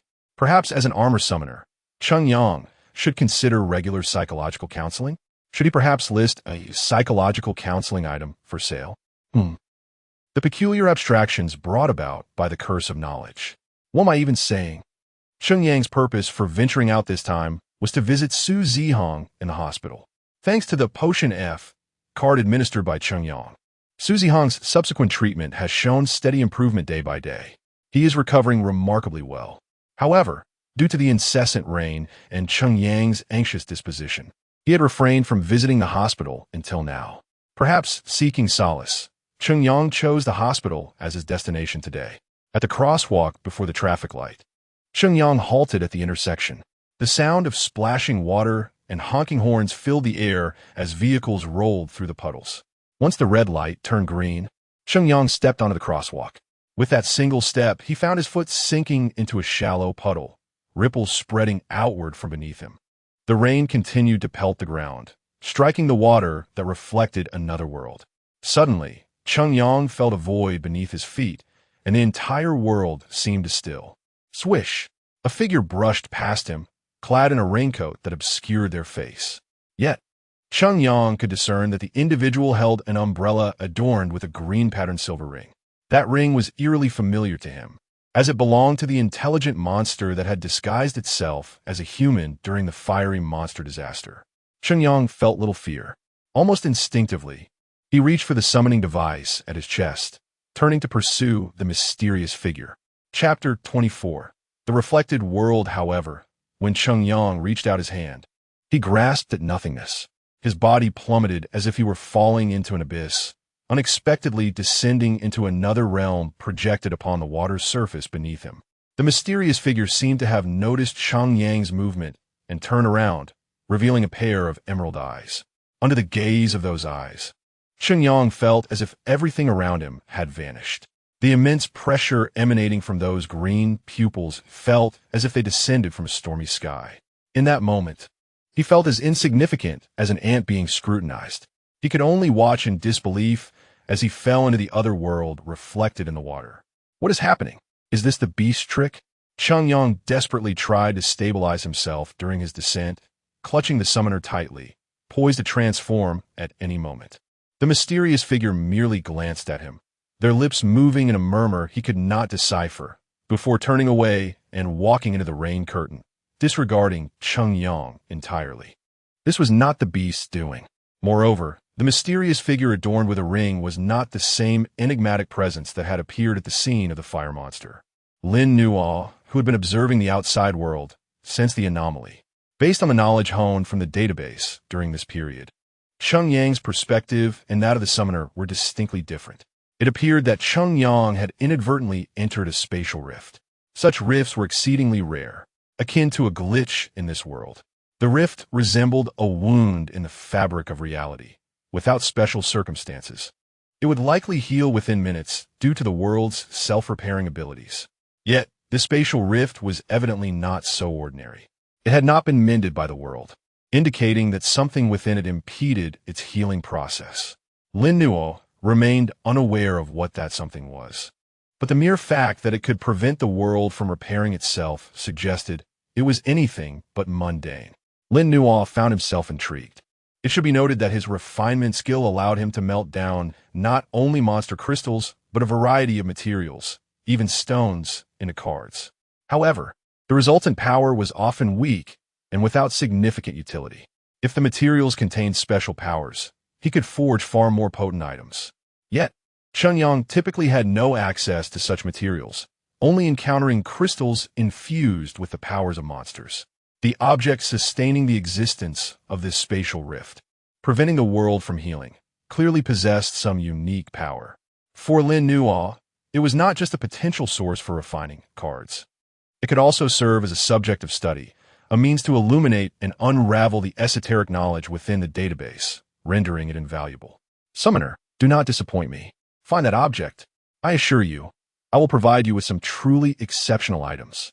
Shengyang, oblivious to Lin Nuo's thoughts, was consumed by the desire to defeat the mysterious figure and gather more intelligence about this world.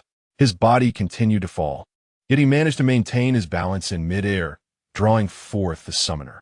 However, in the next moment, his descending body suddenly halted. The entire world flipped upside down, and he found himself falling backward, crashing heavily onto the waterlogged road. With a resounding thud, he became completely drenched, a sharp pain radiating through his back. Clenching the summoner, he swiftly drew the light armor card, ready to transform. Yet, as he surveyed his surroundings, he was struck by the realization that the once bustling street, filled with cars and pedestrians, was now eerily deserted. The city of Seiko, drenched in night rain, was enveloped in a profound silence. The lights flickered, traffic signals changed, and rain continued to pour, but it felt as though he were the only soul remaining in this world. He quickly scanned the area, his footsteps creating frantic ripples in the standing water. Yet, there was still no sign of anyone, until he glanced down at the puddle reflecting this world. Only then did he comprehend the truth. The reflection in the water depicted Seiko, alive with cars and pedestrians holding umbrellas, waiting for the traffic lights. Just as it always had been. It was then that Cheng Yang realized he had fallen into another version of Seiko. One reflected in the puddles, an eerily silent and deserted Seiko that evoked a sense of dread. He hastily crouched down, reaching toward the other side of the reflection in the water. However, all he encountered was the hard ground beneath the surface. He was trapped in this watery illusion of a world. Ding! You have fallen into a spatial rift. Please locate the core of this rift. With a crisp sound, a line of text appeared on the summoner. Upon reading it, Cheng Yang's anxiety began to subside. The summoner's notification indicated that everything was still within his control, and he had a way to escape this watery reflection. Standing upright, he surveyed the silent world around him, gripping the summoner tightly. The summoner presented a user-friendly map, guiding Cheng Yang toward the core of the spatial rift, the very object sustaining its existence. The distance was significant. In light of this, he rummaged through his belongings to retrieve the Motor F card and inserted it into the summoner. Click! Motor F. A flash of golden light heralded the summoning of a sleek silver motorcycle, which materialized before him. The motorcycle exuded an air of elegance, featuring a brown leather seat and black rubber tires, imbued with a hint of vintage charm. It appeared to be quite expensive, promising a high rate of turn heads on the road. Motor F had the capability to summon two forms of motorcycles.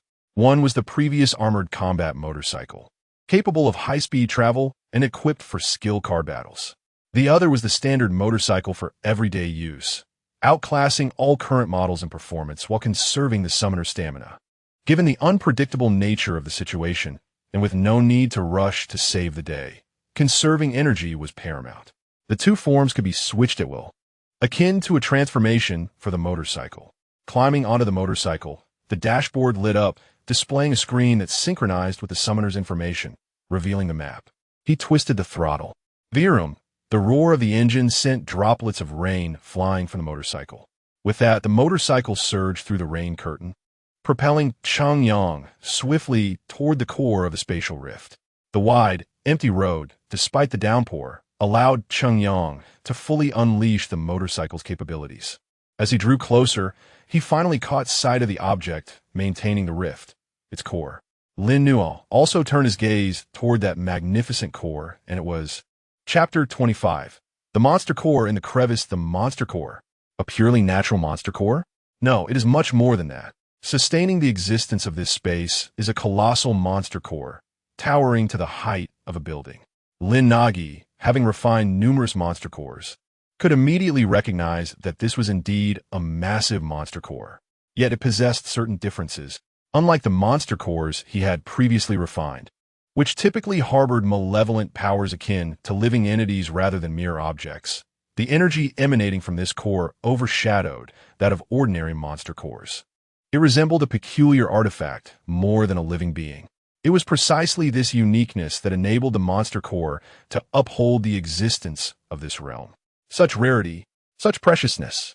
Lin Nagi could hardly contain his desire, almost salivating at the thought. If he were to consume this monster core, how much light energy could it provide him? Of course, to merely devour such a rare monster core would be an utter waste. If utilized for research, how much knowledge could he unravel from a database? It could even serve as a source of energy, facilitating the design and refinement of various weapon and skill cards. The final design and manufacturing of the Fire Phoenix armor could be expedited significantly, and its ultimate power would undoubtedly exceed the original specifications.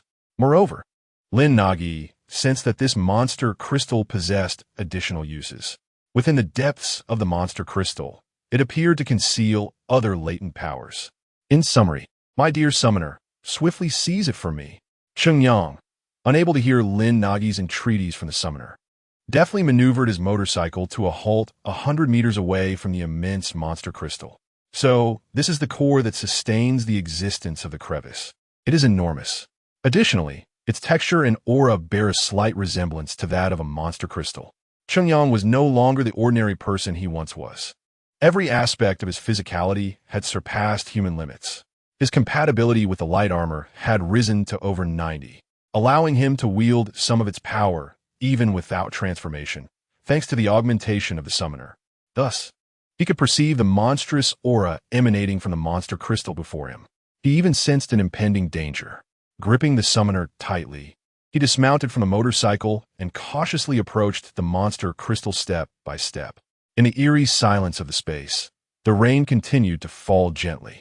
Yet, upon contact with the monster crystal, the raindrops sizzled as if they had struck a heated iron plate, transforming into wisps of white steam. This phenomenon cloaked the vicinity of the monster crystal in a hazy mist. Crack! As he drew closer, an abrupt sound pierced the stillness. Chungyang instinctively raised the summoner to shield himself. His gaze locked onto the source of the noise. A grotesque monster emerged, twisting its way out from the corners of the rain-soaked shadows, lunging toward Chungyang. The creature matched an adult's height. Its rain-soaked form adorned only by thin layers of soft, shell-like armor on its chest, arms, and head. It resembled a premature beast, frail and feeble. The speed at which it charged was even inferior to that of a typical monster. Confronted by the oncoming creature, Chungyang swiftly executed a side kick, sending the monster staggering backward. Is this a monster? He pondered incredulously. How could it be so weak?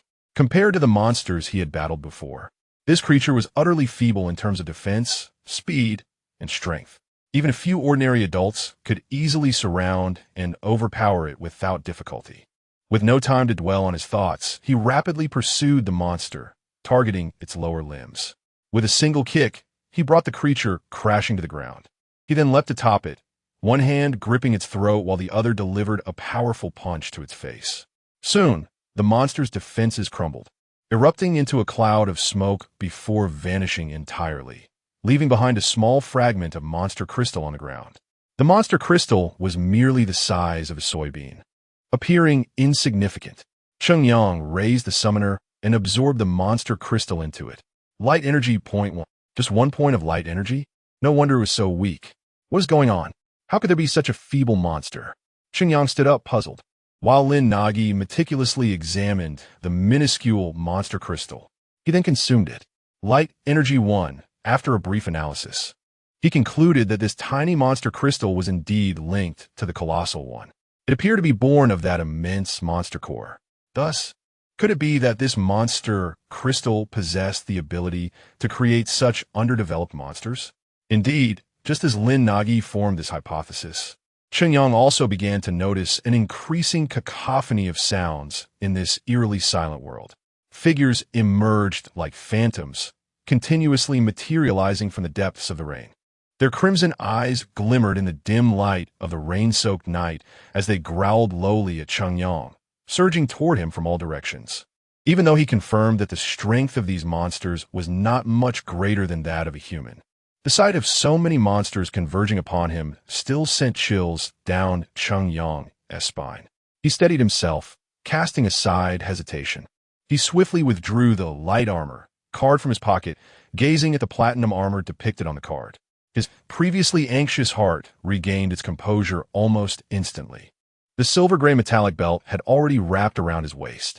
Pressing the summoner against his waist, he inserted the light armor card into the slot. Click! Light armor fusion.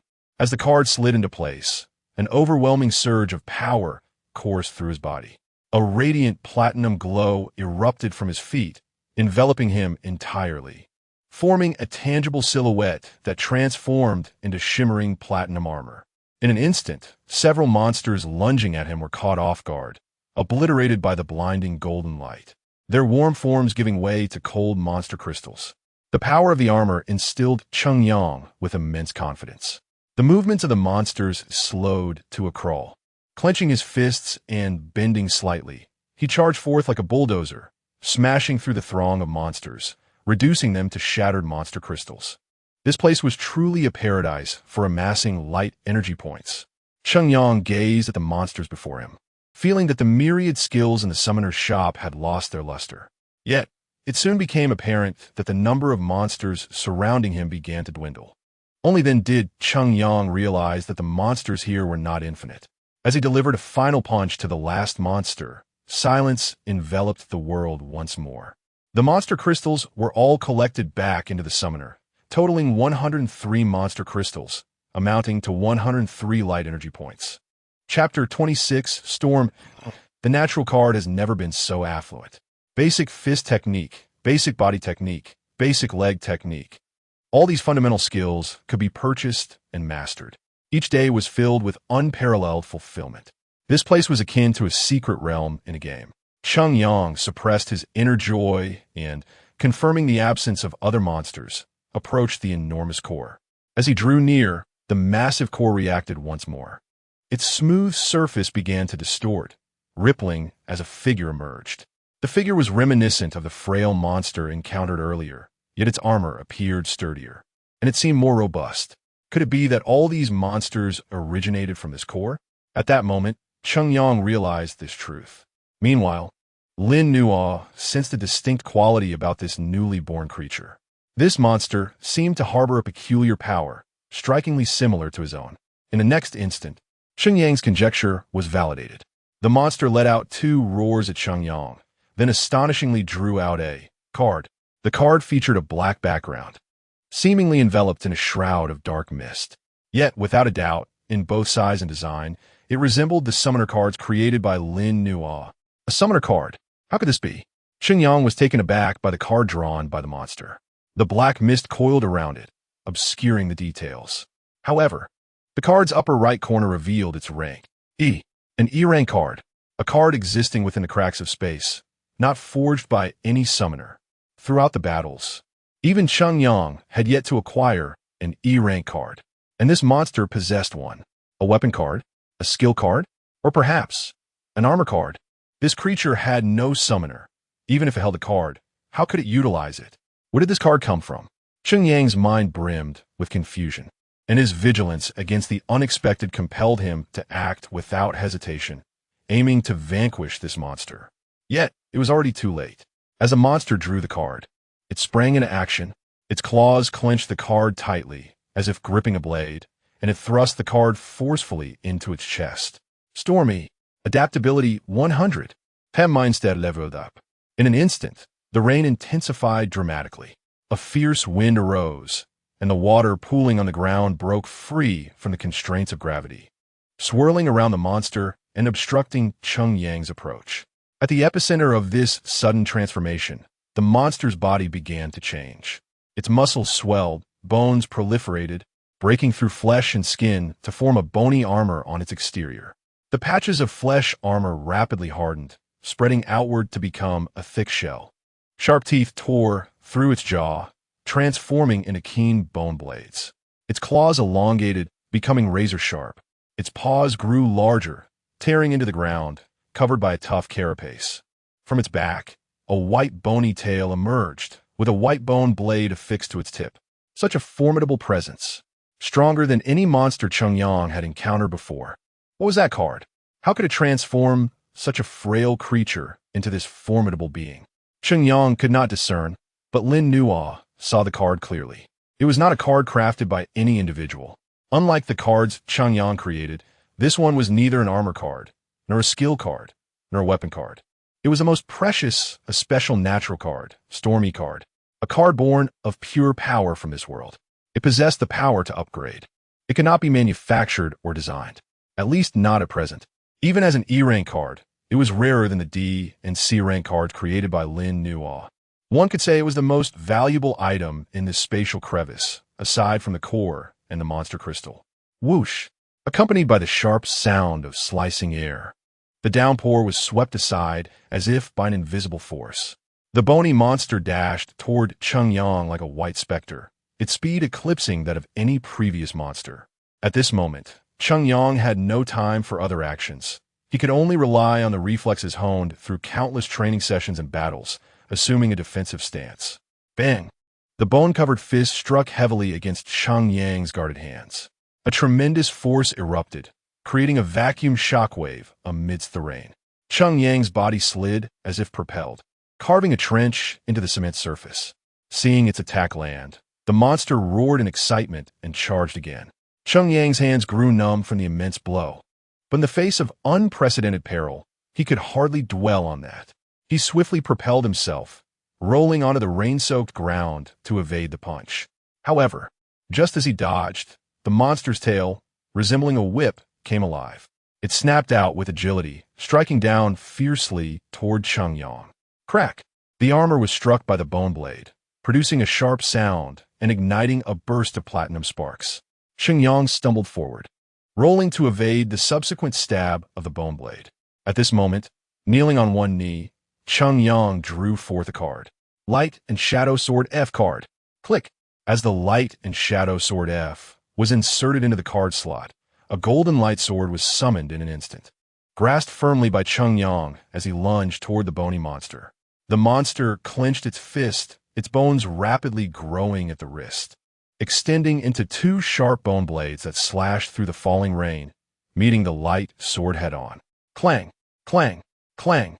The sounds of clashing echoed as the golden blade met the white blades in a relentless exchange.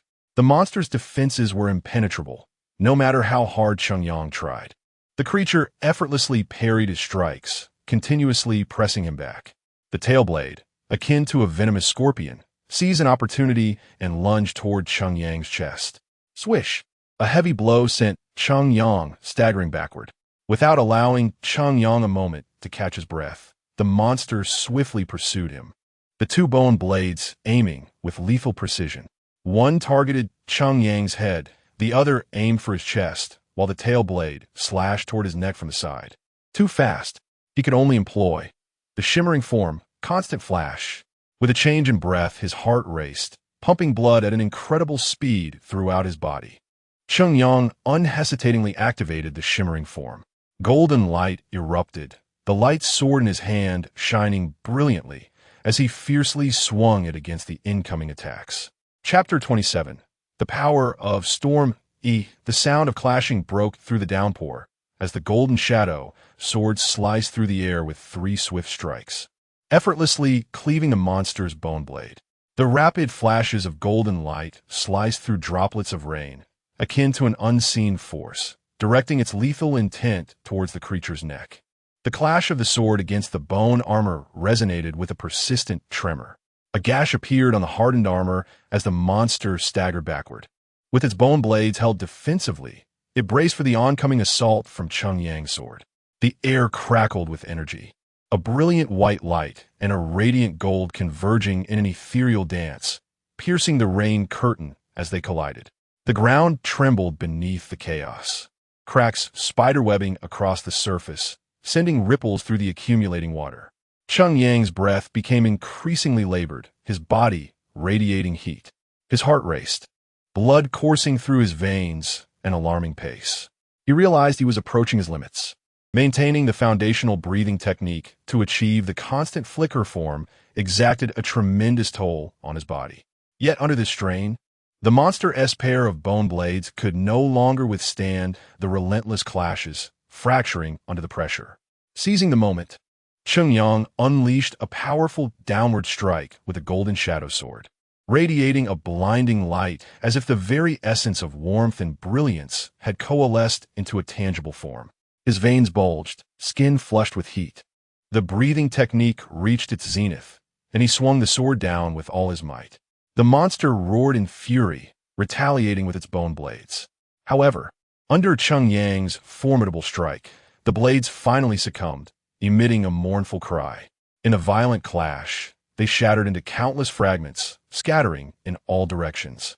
Yet Cheng Yang remained undeterred, his momentum unbroken, delivering a decisive blow aimed straight at the monster's head. The creature swiftly recoiled, its bone armor glowing with a bright light. The rain above seemed to heed a call, converging towards the monster. The Storm card, true to its name, possessed the power of rain. With a perfect adaptation rate of 100, it transformed into a beast empowered by this card, wielding the ability to manipulate water. The rain above and the pooling water below rapidly coalesced, forming a colossal water sphere that surged towards Cheng Yang's sword. The golden blade struck the water sphere, causing ripples to surge across its surface as if it had pierced through a cushion, absorbing the force layer by layer. The rain continued to gather, enveloping Cheng Yang's sword and arm entirely, dissipating the last vestiges of his strength. At that moment, he perceived the rain from all around, converging upon him and the monster. In a mere breath, the water sphere expanded to several meters in diameter, hovering in the air, continuously accumulating rainwater, engulfing both Cheng Yang and the monster within. Every movement Cheng Yang attempted was hindered by the flowing water, rendering him powerless. Conversely, the monster, now encased in the water sphere, moved with unparalleled fluidity, darting toward Cheng Yang with grace, claws poised to strike. Cheng Yang raised his sword to meet the claws, yet every action felt agonizingly sluggish.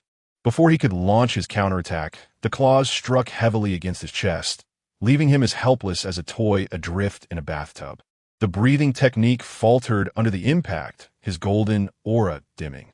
The water sphere continued to swell, and as he struggled to swim free, its expansion outpaced his efforts.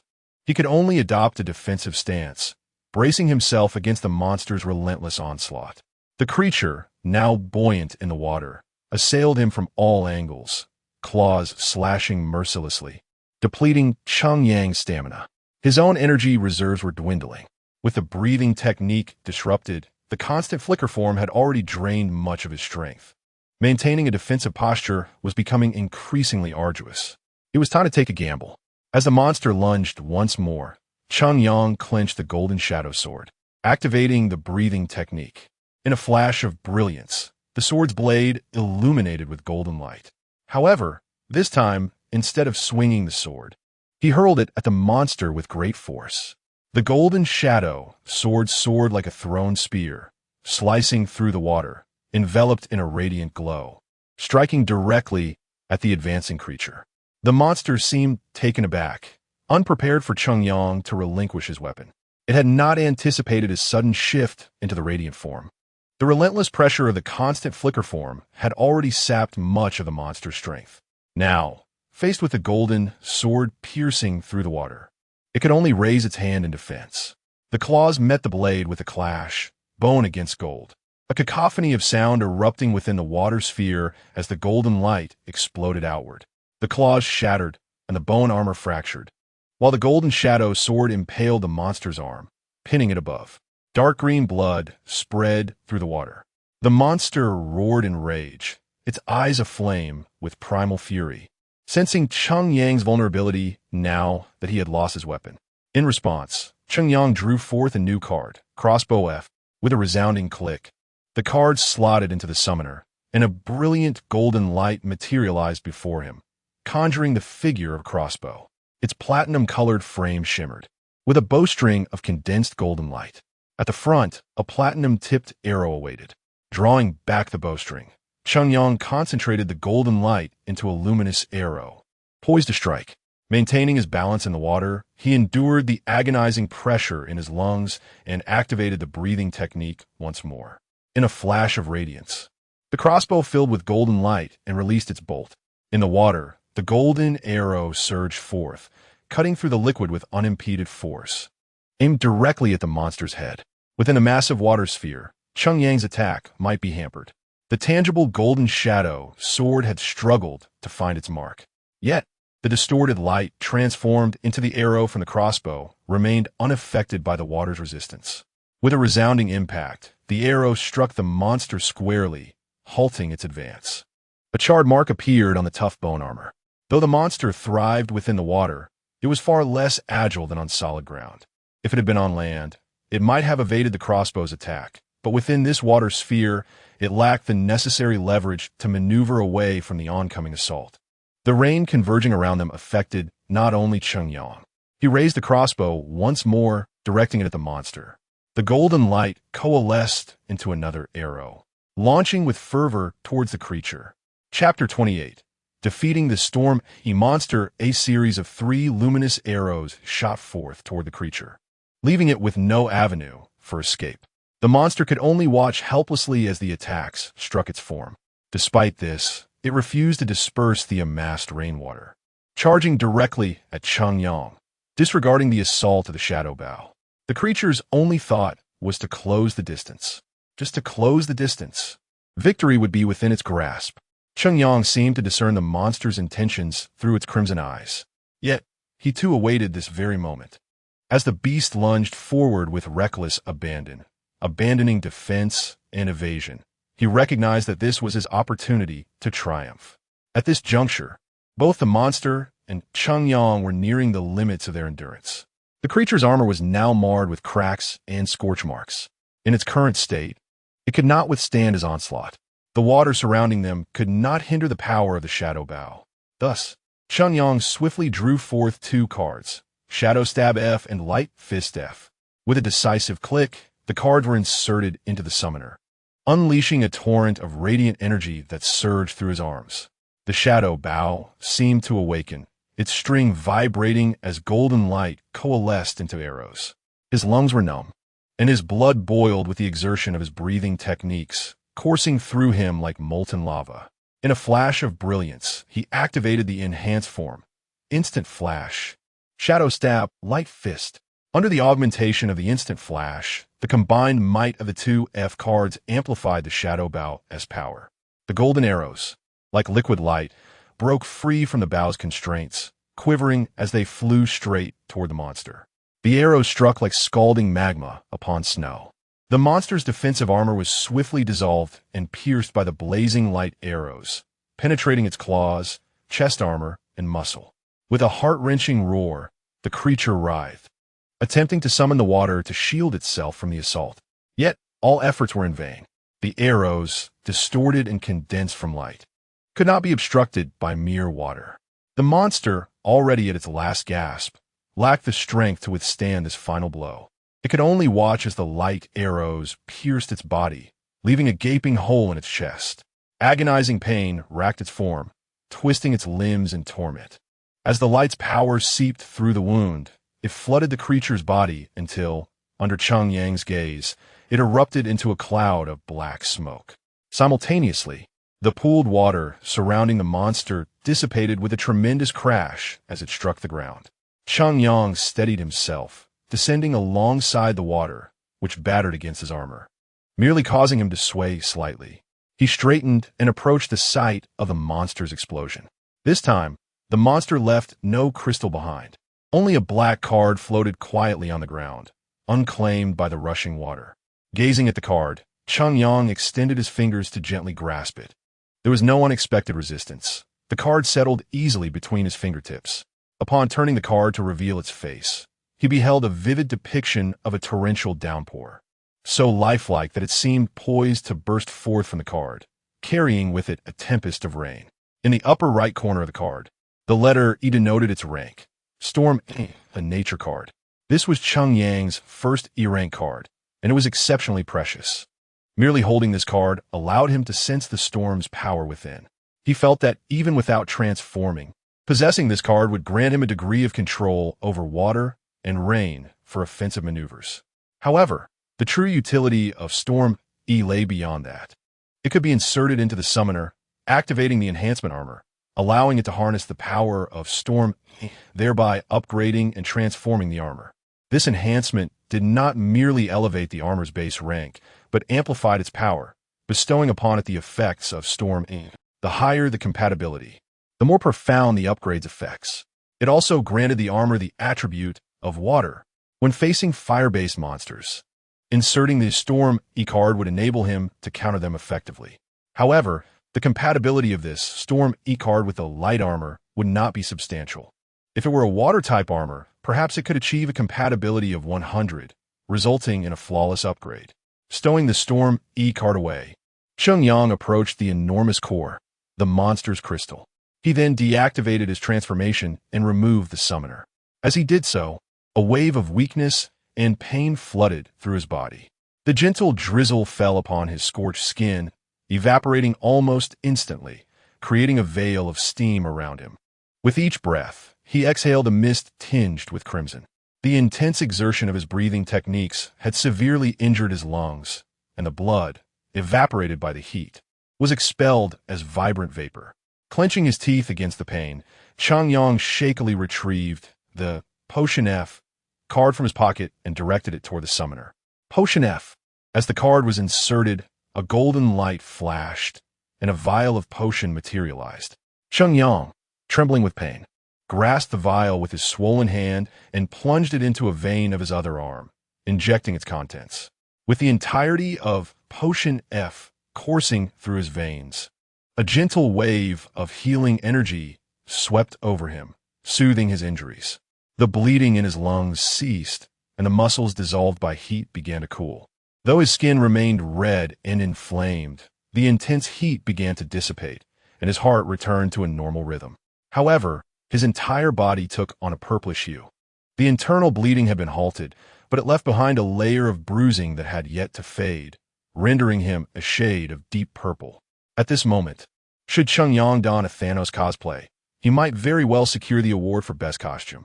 The severity of his injuries was such that, despite his enhanced recovery abilities and physical attributes surpassing human limits, a single injection could only stabilize his condition. Full recovery would likely require several days of continued injections. During this period, he would have to forego any form of training. Nevertheless, such sacrifices were not without reward. The extraordinary exertion of his breathing techniques while injuring his lungs had significantly increased his proficiency in basic breathing technique. He was nearing the threshold of the 3rd level, on the verge of unlocking the skill Mind's Eye. Additionally, his body had surpassed its limits, and once he recovered, his strength, constitution, and spirit would all see an increase. Moreover, the proficiency of basic stance had surged, evolving from basic stance mastered to basic stance proficient. While battles between life and death were perilous, they provided an opportunity to transcend physical limits and rapidly enhance one's strength. Chapter 29.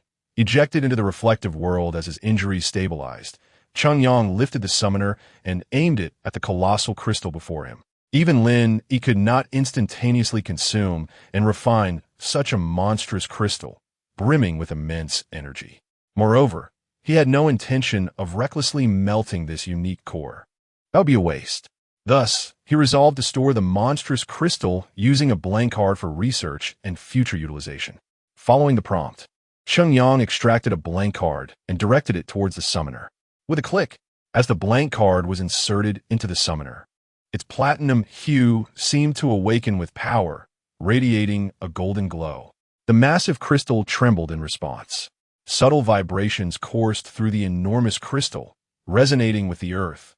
And in Cheng Yang's perception, it felt as though the entire fissured world quaked in tandem with the crystal's tremors. He slightly bent his body to steady himself, fingers firmly gripping the summoner. The summoner, as if provoked, shone even brighter. Under the brilliant luminescence, the colossal core gradually diminished, its tremors slightly subsiding until it was completely absorbed by the summoner, transforming into a card. The card retained its white background, with the front depicting a dark red vortex.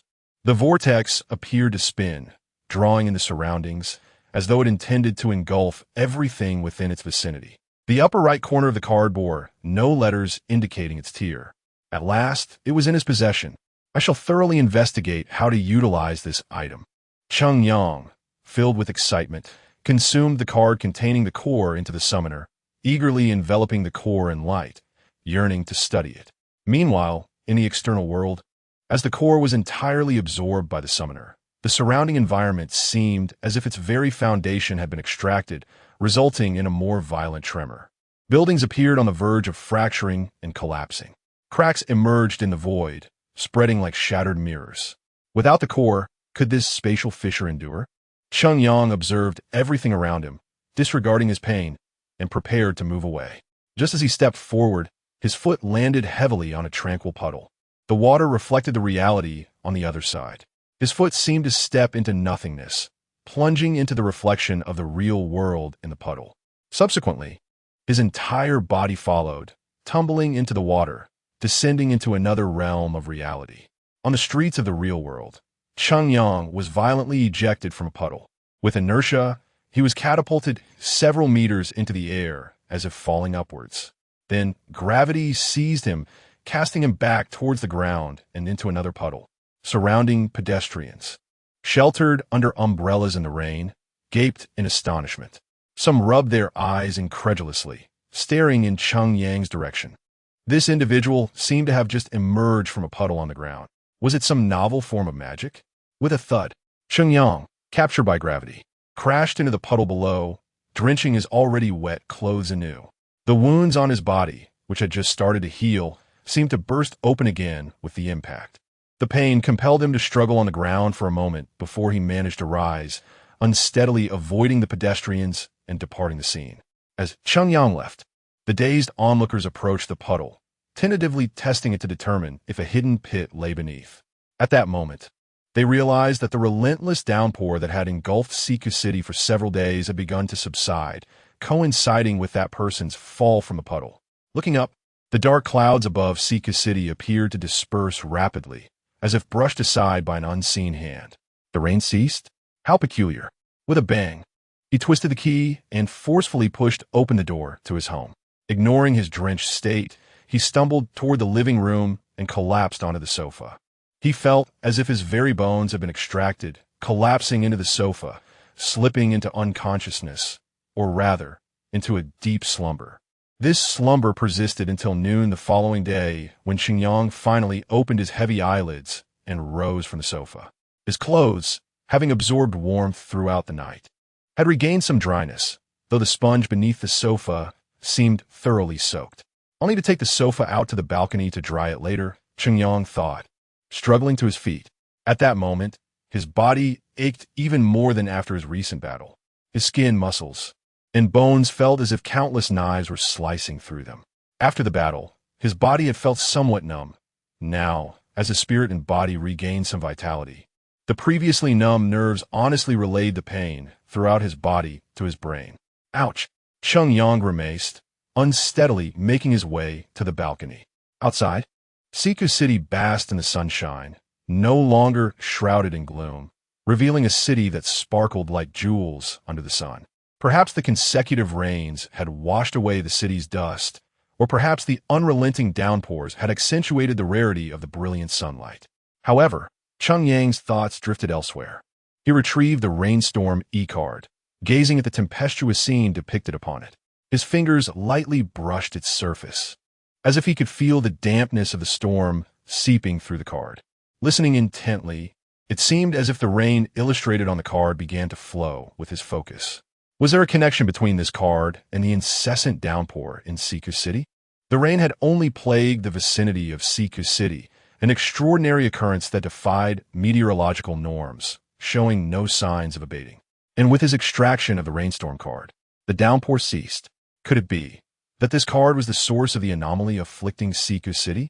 Were the powers of the rain during those days derived from this seemingly insignificant card? Cheng Yang examined the thin card, sensing the weight of the power it contained. The emergence of nature cards evidently exerts a unique influence on the surrounding environment. Perhaps in the future, he could focus on areas where extraordinary natural phenomena occur to collect cards. Drawing from this experience, Cheng Yang speculated on the formation of cards and their associated phenomena. The compatibility of the Rainstorm E and his light armor was evidently not high. If he could acquire a nature card with light attributes, perhaps his light armor could undergo a perfect upgrade. Cheng Yang dismissed further thoughts, carefully storing the Rainstorm. Nature cards are rare and unpredictable. His immediate priority was to recover from his injuries. Furthermore, he had accumulated a considerable amount of light energy points. It was time to check the summoner shop for any new exchange items. Chapter 30. The pinnacle of basic breathing techniques. Cheng Yang first took a shower and changed out of his soiled clothes. He then hastily prepared a simple meal to satisfy his hunger before sitting cross-legged on his bed. He held the summoner in front of him and opened the store page. As expected, several new items that had never appeared before came into view. Soft Rain Technique, E70 Energy Points, a method for self-cultivation that enhances vitality. This technique is divided into 4 levels. The first level increases constitution by 1, the second by 2, the third by 3, and the fourth by 5. Mastering this skill grants Soft Rain Chi E. Rain Realm E-Card, 50 energy points. Inserting this card into the summoner allows entry into a special space known as the Rain Realm. where one can battle monsters, hone their skills, and has a chance to obtain monster crystals, techniques, or cards by defeating them. Soft Rain Chi E70 Energy Points. A skill obtained upon mastering the soft rain technique to its highest level, capable of generating a flow of soft rain energy within the body. This energy enhances stamina and self-healing capabilities, while the practice of breathing techniques accelerates injury recovery and stabilizes wounds. Basic Axe Technique F. Basic Finger Technique F. Basic Sound Technique F. Indeed, the store had expanded with many new items. Cheng Yang, having prepared himself mentally, was not surprised by this development. Lin Nuo had been researching tirelessly since the battle concluded. Both Soft Rain Technique and Rain Realm were the fruits of his labor. The Soft Rain Technique was an E-level method he had created based on the knowledge from the database and the Storm card. Meanwhile, the Rain Realm was a stable spatial rift developed by Lin Nuo, originating from that core and based on the Storm card. He named this spatial rift the Rain Realm, designating it as a laboratory for his monster research. All the monsters within were created using that massive monster crystal. The summoner allowed individuals to hone their combat skills within this realm. Defeating monsters yielded energy points, techniques, skill cards, and more, all deliberately designed to incentivize summoners. Such a responsible summoner was indeed a rarity. Cheng Yang was unaware of the summoner's silent appreciation for its own efforts. He was simply exhilarated by the newly listed products. Each one was immensely desirable. Moreover, his accumulation of over 100 energy points seemed insufficient. The Soft Rain Technique, was this a new method? It appeared to be of a higher tier than the basic breathing technique. The basic breathing technique lacked attributes and was nearing its maximum level. Its characteristics were balanced and tranquil. In contrast, the Soft Rain Technique seemed even more serene, focusing on self-cultivation. Each level enhanced constitution points, and the more one practiced, the greater the enhancement. Achieving the full mastery of the Soft Rain Chi appeared to be more supportive than combative. However, having already practiced the basic breathing technique, would continuing with the Soft Rain Technique conflict with it? Although the basic breathing technique seemed slightly inferior, it allowed access to the radiant form of armor. If the two techniques were to conflict, rendering the basic breathing technique unusable, it would significantly impact him. For now, he decided to give it a try. If it affected the basic breathing technique, he would cease its practice. With 70 energy points at stake, Cheng Yang had accumulated 106 energy points. If he purchased this Soft Rain Technique, he would be unable to acquire another card, the Rain Realm E. The allure of the Rain Realm E was compelling. A monster training ground where he could engage in combat would undoubtedly sharpen his combat awareness. After some contemplation, Cheng Yang ultimately chose Rain Realm. Within the Rain Realm, he could consistently earn energy points through battles and later return to purchase Soft Rain Technique E. After all, the emergence of monsters was unpredictable. Thus, acquiring the Soft Rain Technique at this moment did not seem cost-effective. Having made his decision, Cheng Yang spent 50 energy points to purchase Rain Realm E.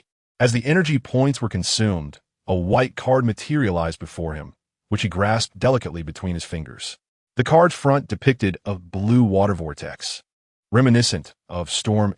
Given that Lin Nuo had developed this spatial rift based on Storm E and the core's power, the card's appearance was unsurprising. However, the monsters within were not solely of the water attribute, although they predominated. After securely storing Rain Realm, Cheng Yang set the summoner aside and composed himself. At this moment, his body was not prepared to engage in combat within the Rain Realm. The priority was to elevate the basic breathing technique to the 3rd level and fully recover from his injuries. He sat cross-legged, regulating his breath. A wave of energy filled his lungs, and he commenced the breathing technique. The basic breathing technique, inherently calm, did not exacerbate his lung injuries at this juncture. Instead, as he continued, a soothing warmth enveloped him, alleviating the pain in his lungs and body. Focusing on his breathing, time outside seemed to fly. The pain in his body gradually subsided, as if expelling the stagnant energy through his breath. The accumulated bruises and discolored skin faded with each inhalation and exhalation. When Cheng Yang finally opened his eyes, The sky outside had darkened considerably. He rose unsteadily, feeling a pang in his lung, and could not help but expel a clot of blood resembling roots. As the clot was expelled, a slight pain lingered in his lungs, but his breathing became notably smoother. Enduring the pain, he prepared a modest dinner and turned on the television, eating while perusing the news.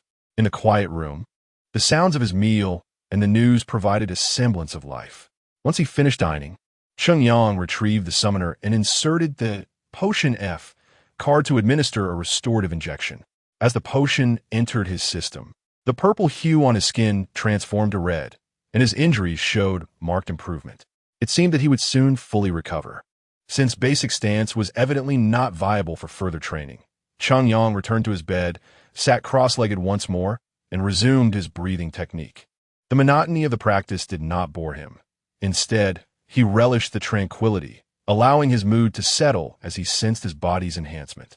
He continued this until the next day. As the final cycle of breathing concluded, his proficiency increased by 1.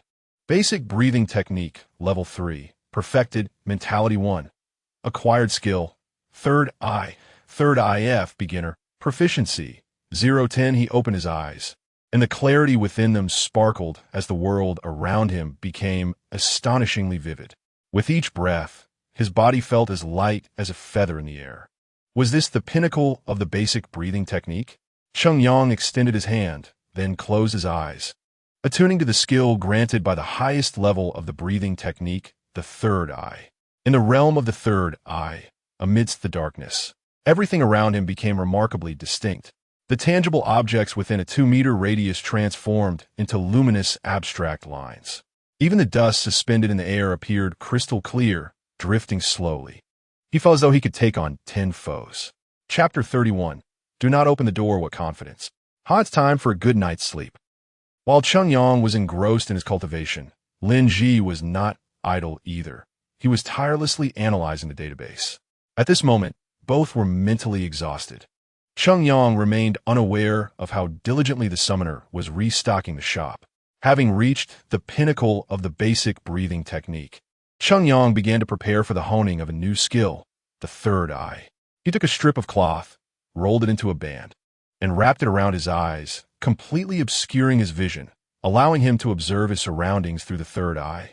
As he moved about the room, the effect of the third eye made him acutely aware of how rapidly his mental energy was depleting. Third eye proficiency 1, with a drain on his spirit. The proficiency of the third eye began to rise. It continued to increase until it reached a proficiency level of 5. Cheng Yang's mental stamina finally faltered, and the world through his third eye once again plunged into darkness. Such a drain on his mental energy was unexpected. Rubbing his temples, he felt a heaviness in his head. Yet, even in this state, he did not remove the cloth covering his eyes. Instead, he calmed his mind and began to explore his surroundings. Initially unsteady, he gradually adapted to the surrounding darkness. Even without activating the third eye skill, he could sense the layout and objects around him. Third eye proficiency 1. Could proficiency still increase? It seemed that enhancing the third eye's proficiency did not require constant activation. Merely feeling and imagining the objects around him sufficed. Of course, this method was less effective than actively using the third eye to perceive his environment. Nevertheless, he was content with any form of improvement. Cheng Yang, still wearing the blindfold, continued to navigate the house, mentally constructing the layout around him, as if building a 3D model of the entire room within the confines of his mind. At first, he stumbled, occasionally colliding with furniture and items. However, after each encounter, he meticulously arranged the objects and remembered their positions, perfecting the 3D model in his mind. Thus, the mental representation of the room became increasingly refined, and his proficiency continued to grow, until third eye proficiency 1, third eye proficiency maxed. Skill transformation, third eye mastery, 0-100 with the proficiency of the third eye transitioning from novice to mastery. The mental model solidified in his mind, vividly displaying itself. Even without activating the third eye, he could perceive every object around him, as if endowed with an invisible eye to observe his surroundings. Naturally, this clarity stemmed from his familiarity with the room, If he were to venture outside, he would likely revert to blindly feeling his way. However, his perceptual acuity had indeed heightened significantly. Qingyang felt confident that even with his eyes closed, he could sense an opponent's movements and react accordingly. Time was running short. The potion should have refreshed by now. Qingyang retrieved the summoner, keeping the cloth over his eyes, and drew out the Potion F card. Remarkably, even with his vision obscured, he was able to accurately select the Potion F card from among the others. Despite the visual barrier, he could distinctly perceive and identify each card. Snap! Potion F. He held the syringe in his palm and precisely inserted it into the vein of his arm, injecting the contents. With his senses shielded, he could more acutely feel the potion's power coursing through his veins. It flowed like a warm stream toward his heart, which then pumped it throughout his body. The internal injuries began to mend, and the bruises under his skin dispersed further. His complexion returned to its normal hue, albeit still slightly flushed. Qingyang attempted to throw a few punches into the air. With each strike, the sound of slicing wind filled the room as if he were shattering the very air around him. His strength had nearly returned. By tomorrow, he would be ready to explore the Rain Realm. Knock, knock, knock. A sound echoed at the door. What aura is this? Lin Ji jolted awake from his slumber. The darkness seemed to congeal into a tangible form, seeping through the cracks of the door like an invisible mist, quickly filling the entire room. His light was instantly suppressed, flickering like a candle about to extinguish in the dark. Qingyang also lifted his gaze toward the door. Merely staring at it, he felt as if his throat had been constricted, his breathing becoming increasingly labored. His body moved involuntarily toward the door. Clop, clop, clop. The heavy footsteps reverberated throughout the room. Qingyang's consciousness grew heavy. Memories began to blur. He felt as though he had forgotten something. The distance to the door shrank. 5 meters, 3 meters, 1 meter, 50 centimeters. Qingyang extended his hand, beads of sweat forming on the back of it. His other hand trembled as if bound by invisible chains, straining to rise until it grasped the cloth covering his eyes. What was it that he had forgotten? What was it? Qingyang struggled to recall, desperately trying to think. Lin Ji's light seemed ensnared by an unseen hand, unable to escape the summoner. Then it struck him. He remembered what he and Qingyang had forgotten. Darkness, unlike light, enveloped the world in shadows, preventing even a sliver of light from penetrating. It silently sealed away the objects hidden within, obscuring sight and recollection. Even Lin Ji, who radiated light, found his memories shrouded in darkness. Do not open the door. Qingyang's hand grasped the doorknob, and in that instant his memories surged back to life. He recalled what had transpired before he fell into the watery realm. How could he have forgotten? How could he forget? Creak. The door swung open, revealing a dark silhouette standing outside, piercing green eyes fixed on Qingyang, extending a right hand. Upon that hand rested a silver-green ring, glimmering ominously as it approached Qingyang's face, as if to seize his very mind. A voice emerged from the figure, laced with mockery and disdain, looking down upon him.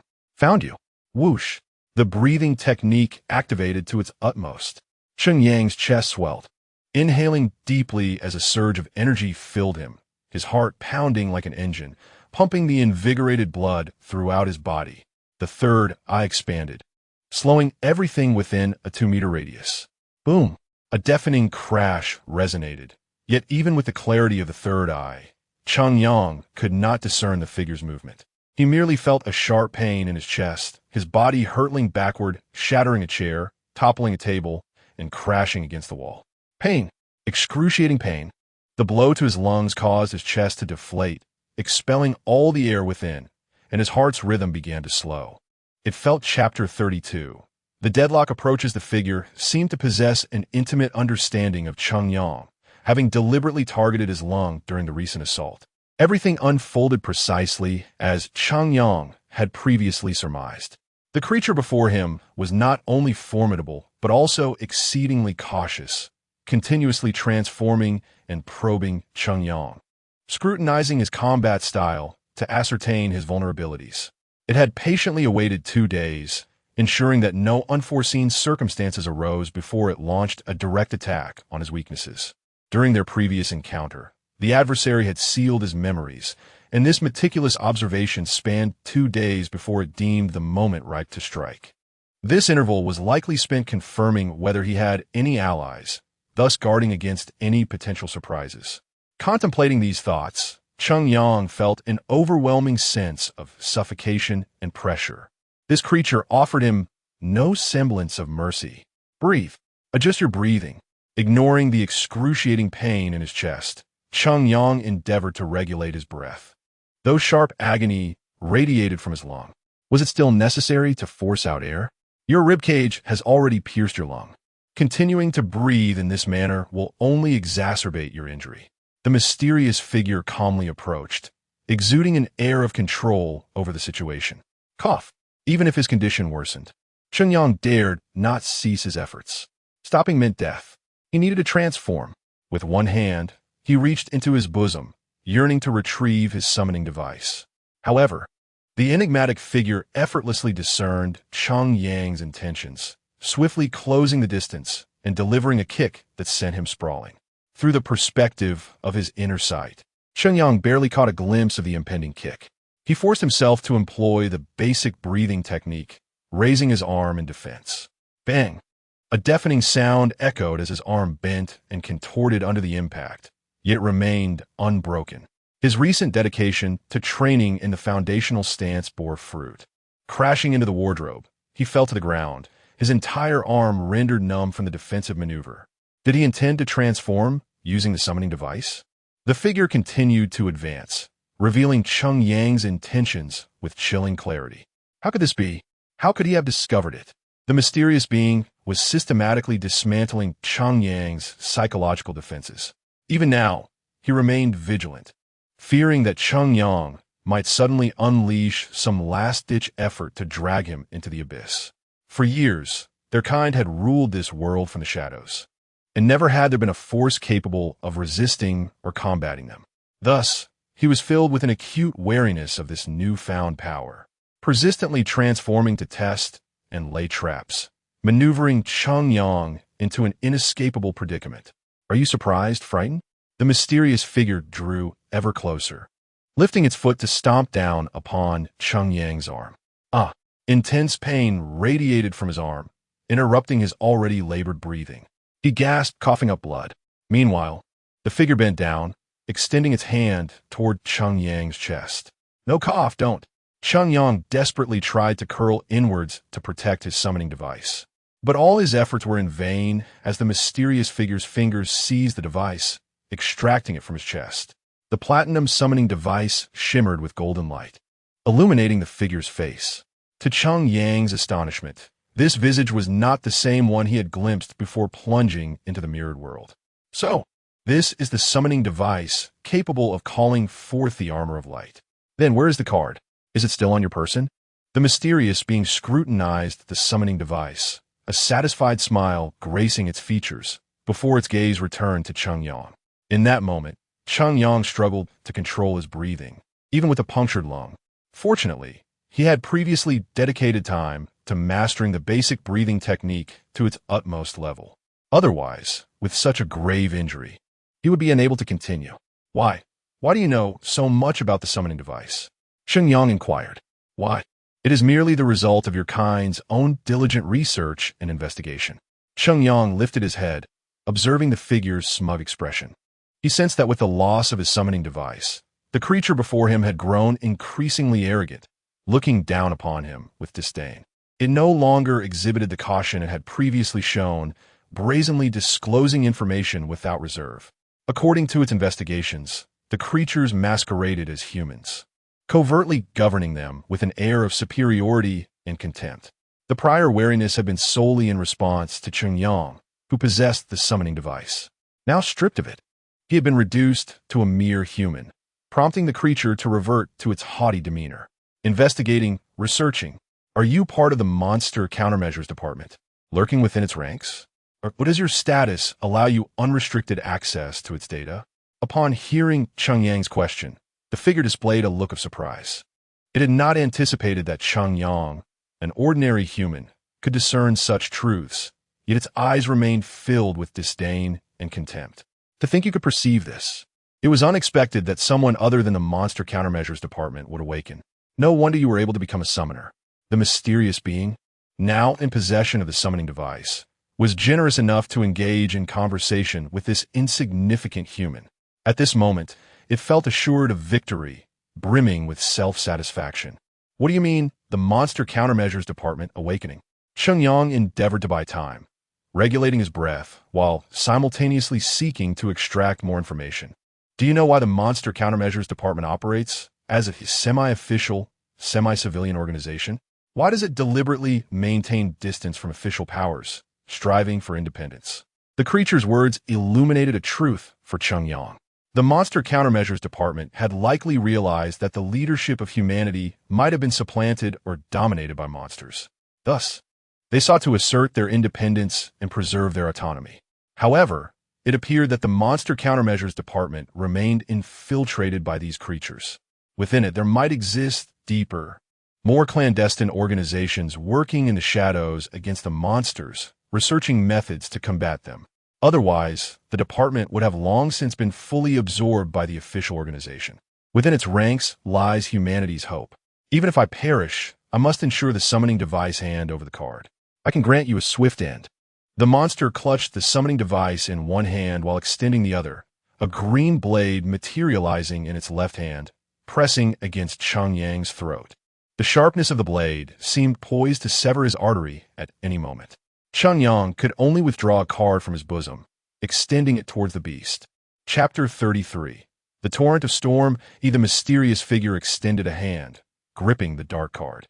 Subsequently, the card in the air flipped over, revealing its contents. Storm E. With a firm squeeze of the card, Storm E was activated, and a torrent surged forth from it, rushing towards the enigmatic individual. This nature-based card, Storm E, inherently possessed immense power, a force not conjured by the summoner, but drawn from the very essence of nature itself. Moreover, merely harnessing a fraction of this card's power did not necessitate the summoner's invocation. As long as the holder met certain physical prerequisites and bore a unique strength, they could unleash the card's might. As Cheng Yang, the summoner of the radiant armor, harbored a latent glimmer of light within him. His already transcendent physical prowess surpassed the card's requirements. The torrent cascaded through the cramped room, resembling a deluge wreaking havoc within the confines of four walls. With a resounding crash and the roar of waves, the deluge filled the entire house. Passers-by on the street were startled by the sound, looking up in bewilderment to see water gushing from a window of the high-rise, as if a reservoir had burst.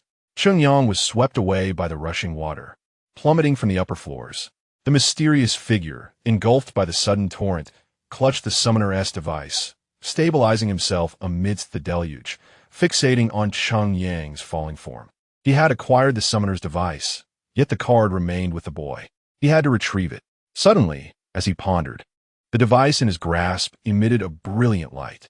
Sharp beams of light coalesced from the device, launching towards him in a relentless barrage. In an instant, the hand that held the device was pierced, blood gushing forth. Impossible! How can this be? The mysterious figure gazed incredulously at the device. Based on prior research, the wielder must insert a card into the device to activate its powers. Yet here it was, firmly in his grip, and it had unleashed its skills without any card being inserted. How could this be possible? To think that my memories would be tainted by such foul darkness. You shall not capture me. Unbeknownst to him, part of his memories had been obscured by the darkness, despite his relentless focus on research during that time. The occurrence ignited a fierce anger within Lin Nuo. The power of the armor and its skills stemmed entirely from the device itself. The card merely served as a vessel for power. The summoner needed the card to wield the device as strength, but he did not require such means. Amidst the buzzing chaos, the mysterious figure, unable to maintain his grip on the device due to the wound in his hand, watched helplessly as it slipped from his injured fingers, carried away by the rainwater cascading from the window. Still careless, how amusing! The figure observed his pierced palm, clenched his fist slightly, and the bloody wound began to heal autonomously. He then stepped into the torrent, pursuing the device. Cheng Yang swept down from the heights, concentrated on stabilizing his form in midair, tightly clutching the Storm E card. With the card's power, he could manipulate the flowing water to a certain extent. He adjusted his breathing, swiftly employing the fundamental breathing technique. Despite the excruciating pain in his lungs, he pressed on, for this was not a time for hesitation.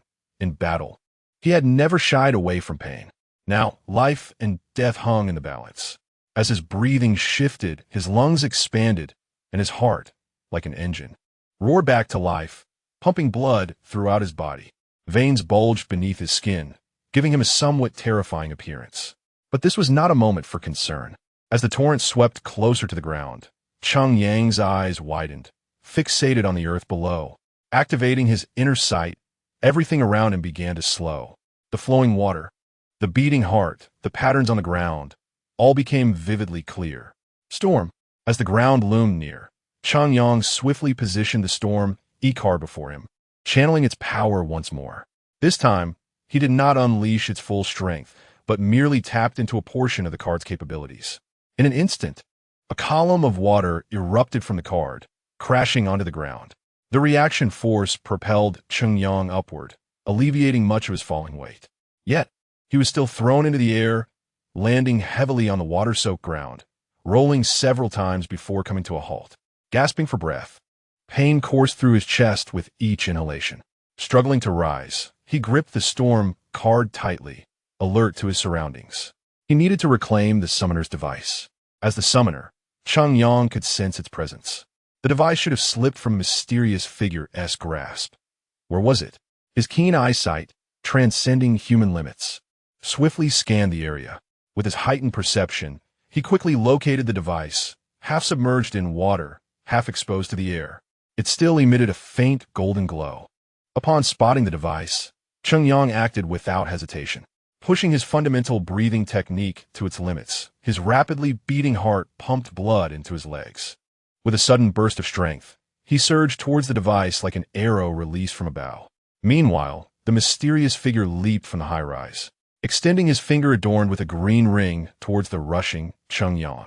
In an instant, the concrete ground shattered, and thick, yellowish roots burst forth, aiming to ensnare Cheng Yang, either to bind him or to crush him into oblivion.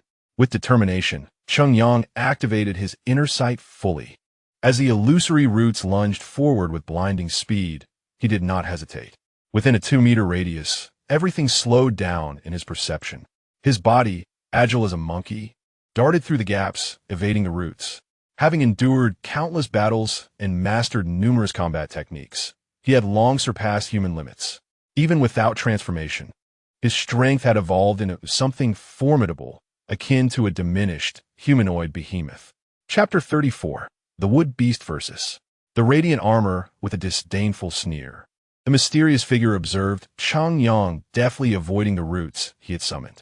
Raising his hand once more, a green luminescence coalesced in his palm, swiftly transforming into a 10-meter-long, spear-like wooden lance aimed directly at Cheng Yang.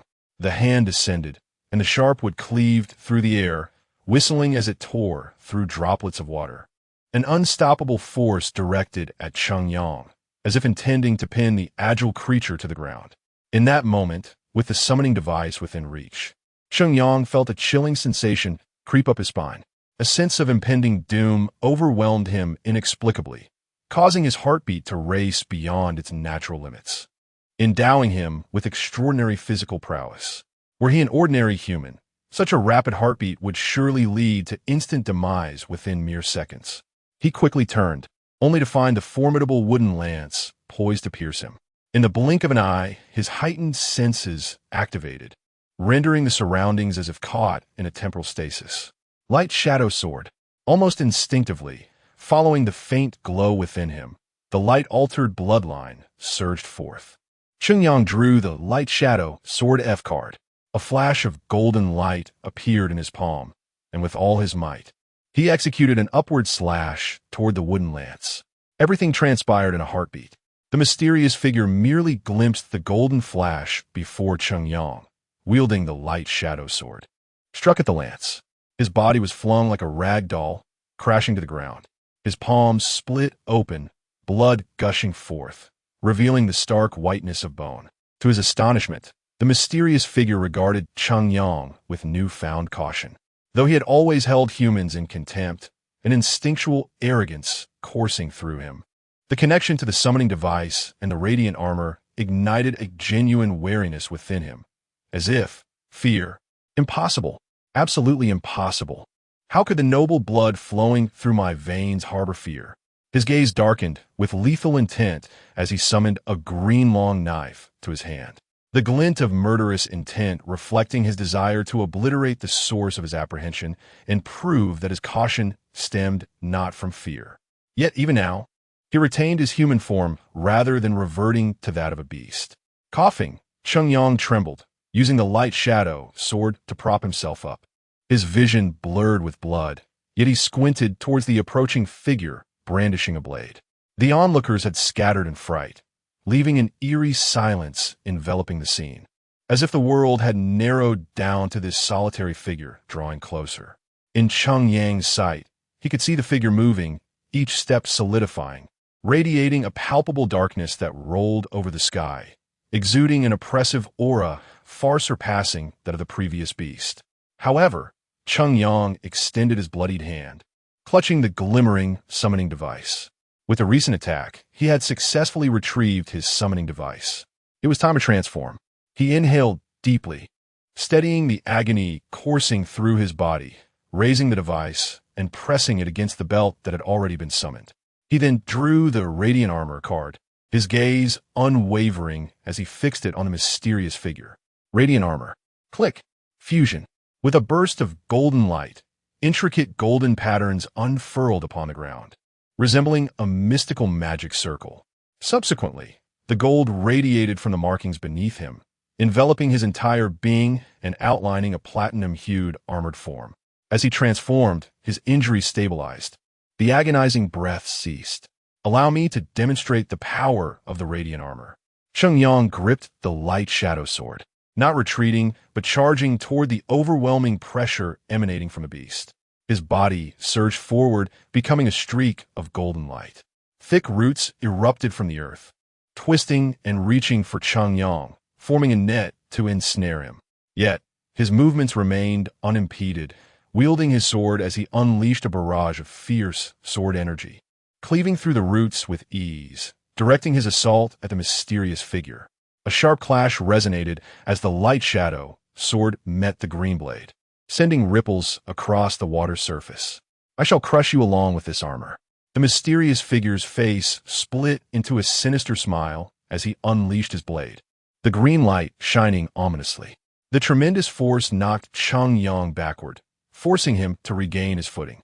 This power, Cheng Yang steadied himself, again thrusting his sword, his armoring glowing with golden light as multiple golden blades shot forth.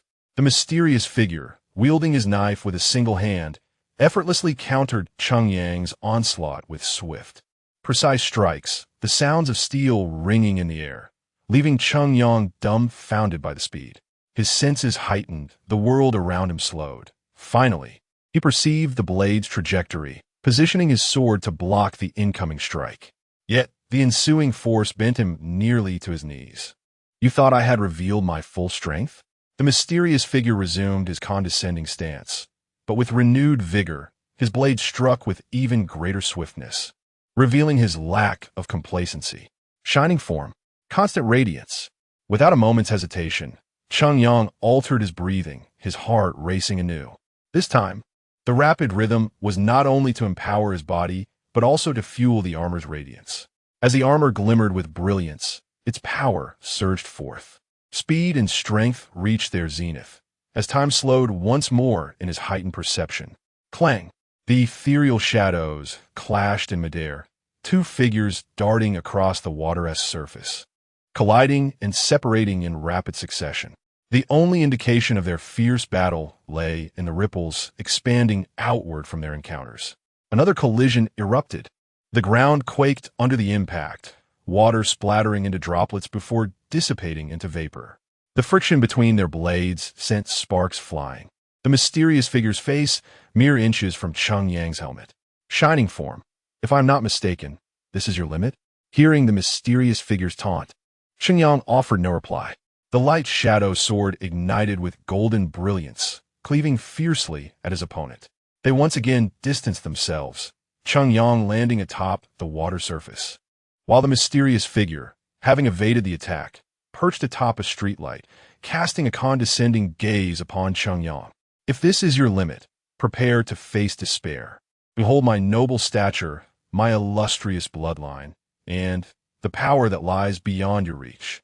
As his words faded, a visible darkness surged forth, enveloping the sky like a raging mist.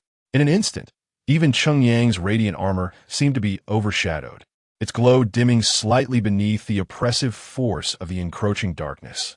Chapter 35. The power of despair. The glow of the streetlights dimmed, flickering erratically. Shadows on a lamppost twisted and expanded grotesquely. Dark, jagged spikes pierced through the silhouette's skin, while segments of a carapace steadily filled in the gaps, until a pair of eerie green eyes glimmered from the depths of that obsidian shadow. The figure became distinctly visible. This dark force, is it of D rank, or perhaps C rank? It has surpassed the realms of perception. Lin Nuo had transformed into light, becoming a summoner, evolving only once thus far. His inherent power was not particularly formidable, nor was his perception exceptionally acute. Moreover, light and dark are inherently oppositional. Under the influence of this dark force, Lin Nuo found it increasingly challenging to discern the creature's rank. Yet one thing was certain. The entity wielding this power was no ordinary monster transformed by beastly energy. This was an intelligent being, a true member of the monstrous race. It was undoubtedly beyond the capabilities of the current armor of light to confront. The basic form of the armor rendered the light's power insufficient to overshadow this creature. Additionally, this beast possessed wood attributes, which the light attributes could not counteract. Unable to communicate with Chungyang, Lin Nuo could only emit warnings as best he could. Even without the summoner's alert, Chungyang sensed a shift in the atmosphere. The creature's aura had changed, starkly different from that of a human. Bang! With a thunderous crash, the concrete ground shattered, splashing water into the air, transforming it into a shower of droplets. The creature was enveloped in a brown shell, its large, eerie green eyes bulging like those of an insect. Elbow, shoulder, and back were adorned with protrusions resembling wooden spikes.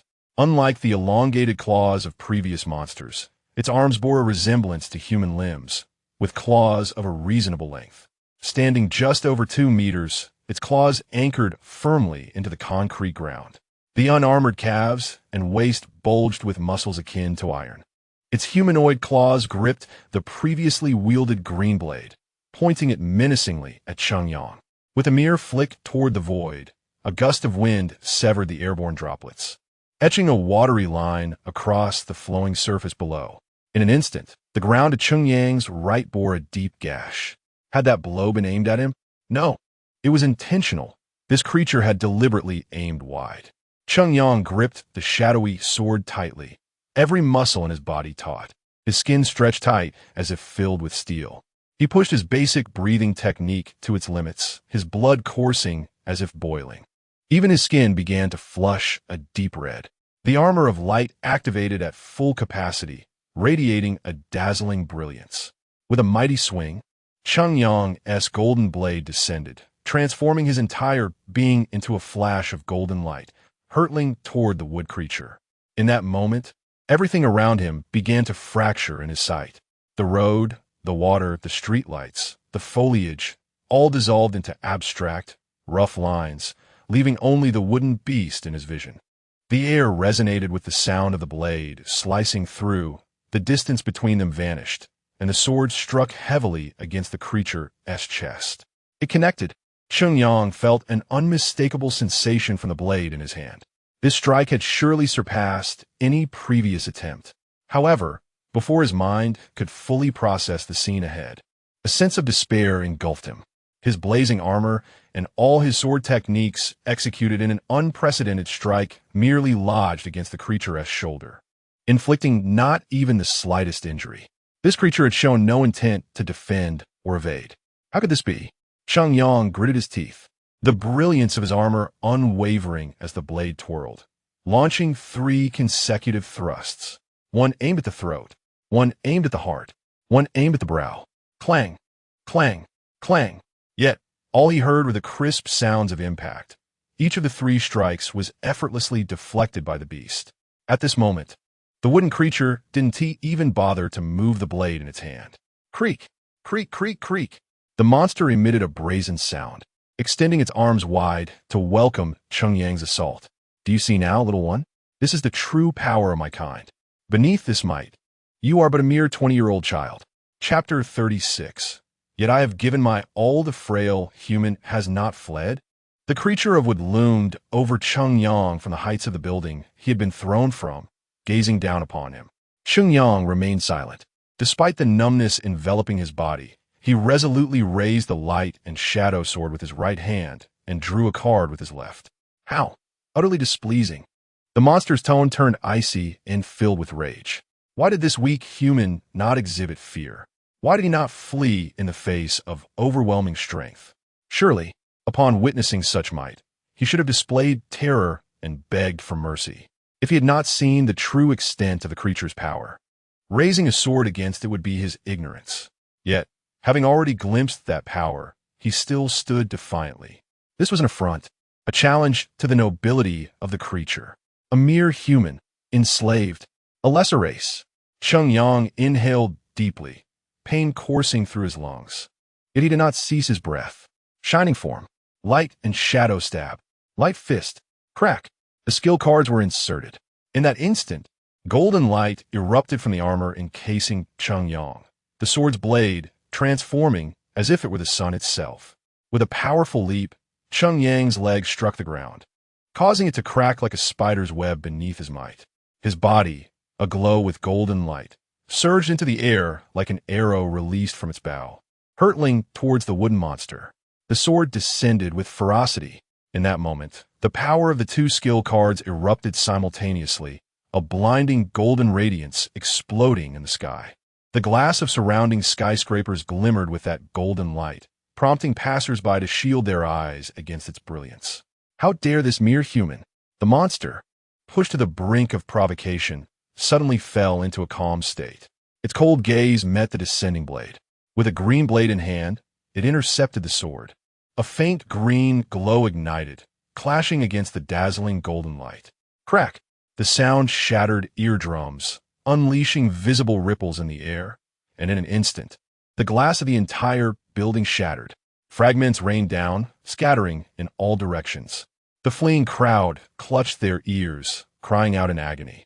Cheng Yang, too, let out a desperate scream. Blood began to trickle from the corners of his eyes, his veins bulging like worms beneath his skin. Yet, the wooden monster remained unmoved, its arm holding the blade steady, not even trembling slightly. The disparity in power was overwhelming. No amount of effort from one side could hope to match the other. It was time for this farce to conclude. With a surge of power, the creature's arm quivered slightly, and an immense force sent Cheng Yang flying, tearing apart the brilliance of gold. He crashed into the building across the street, pain radiating throughout his body. Armor adaptation increased to 99. After the recent battle and newfound enlightenment, the armor of light seemed to acknowledge Cheng Yang more than before. However, at this moment, he had no strength left to continue the fight. Cheng Yang lay upon the cold ground, surveying the devastation around him. Yet his heart was unexpectedly calm. It appeared he had anticipated this outcome. A soft weeping reached Cheng Yang's ears. Following the sound, he spotted a small girl, perhaps 7 or 8 years old, hiding beneath a bed, stifling her sobs. Perhaps her family was still at work, leaving her alone in fear, helplessly trembling. Hearing the cries, Cheng Yang found an unexpected reserve of strength, somehow managing to rise from his battered state. "Stay hidden, don't make a sound," he rasped gently. He then laboriously made his way to the gaping hole created by his fall. Even if he could no longer fight, he could not allow the monster to reach this place. He needed to lure it away to an unoccupied area. Motorcycle F. Crack! As the card was inserted into his belt, a floating motorcycle materialized in the air. Cheng Yang swiftly mounted it, soaring into the sky. The wooden monster leaped after him, hot on his trail. Before long, they reached the outskirts. Yet, despite the advantage of the motorcycle, it was impossible to shake off the beast. Where had he gone wrong? Even if he had never encountered that mysterious figure, if he continued to fight, his true identity would eventually be revealed. What then for humanity? The power of the armor needed to evolve. Yet how many formidable monsters like the wooden beast existed? Whoosh! The air was pierced as sharp wooden spears hurtled towards Chungyang. He deftly maneuvered the motorcycle through the air, evading the assault, but the creature closed in ever closer. Armor adaptation increased to 100. You have met the prerequisites for armor upgrade. Gaining the Bloodline of Light? An upgrade? Bloodline of Light? Chungyang was bewildered. Upgrading the armor required not only a 100 adaptation rate, but also the corresponding upgrade card. Lin Nuo had not yet forged the upgrade card for the light armor. The upgrade card necessitated the Bloodline of Light as a sample from a summoner with 100 adaptation, sufficient monster energy, and a special item imbued with light power. At present, even though Chungyang's adaptation had reached 100, Lin Nuo could not instantaneously create an upgrade card. Whoosh! Another wooden spear shot through the air. At this moment, Chungyang could no longer evade. The spear struck the motorcycle, sending him crashing to the ground, stirring up a cloud of dust. The wooden monster followed closely, descending from the sky. Yet, amidst the dust, Chungyang did not fall. Instead, he stood resolute, the light and shadow sword gripped in his right hand and a card clutched in his left. Did he still wish to fight? Beyond those little card tricks, did he possess anything new? The wooden monster raised its blade, mocking him with disdain. Even through the armor, it sensed the frail human within, whose vital signs were dangerously unstable. Even if it were to release him now, death would likely be his fate. The monster was perplexed. Why? When this weak human was on the brink of death, could he still maintain the armor? Why could he still fight? It could sense that wielding this armor, obtaining power that surpassed humanity to confront monsters, was exceedingly taxing on one's stamina. A typical human could not possibly possess the endurance to control this armor. At that moment, this severely injured and dying human was merely exhausting his life force. Even if he were to perish within the armor in the next second, it would come as no surprise. Chungyang's hand, clutching the card, trembled slightly. Trembling, was it fear? Or had he grown so weary that he could scarcely hold onto such a card? The wooden monster approached Chungyang slowly, relishing the moment, watching this man, who had come to terms with his own power yet dared to draw his sword against it, crumble under the weight of despair. It was more gratifying than slaying him outright, as if this could absolve its previous caution and slight fear. Indeed, I was afraid. Chungyang gripped the card tightly, striving to suppress his trembling. Oh! The wood monster halted its advance, seemingly intrigued by the impending words of the human before it. Was it a plea for mercy? Such a notion could indeed be delightful, warranting a pause to grant him a few more seconds of life, a fleeting indulgence for its own amusement.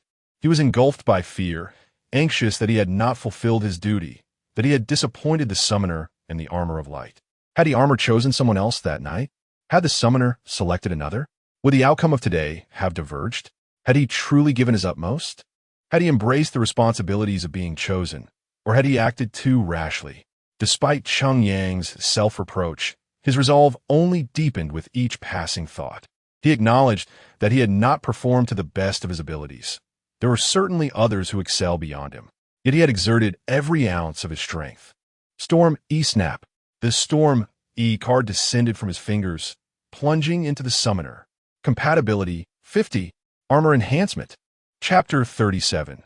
The Storm's enhanced form with the insertion of the Storm E summoning device.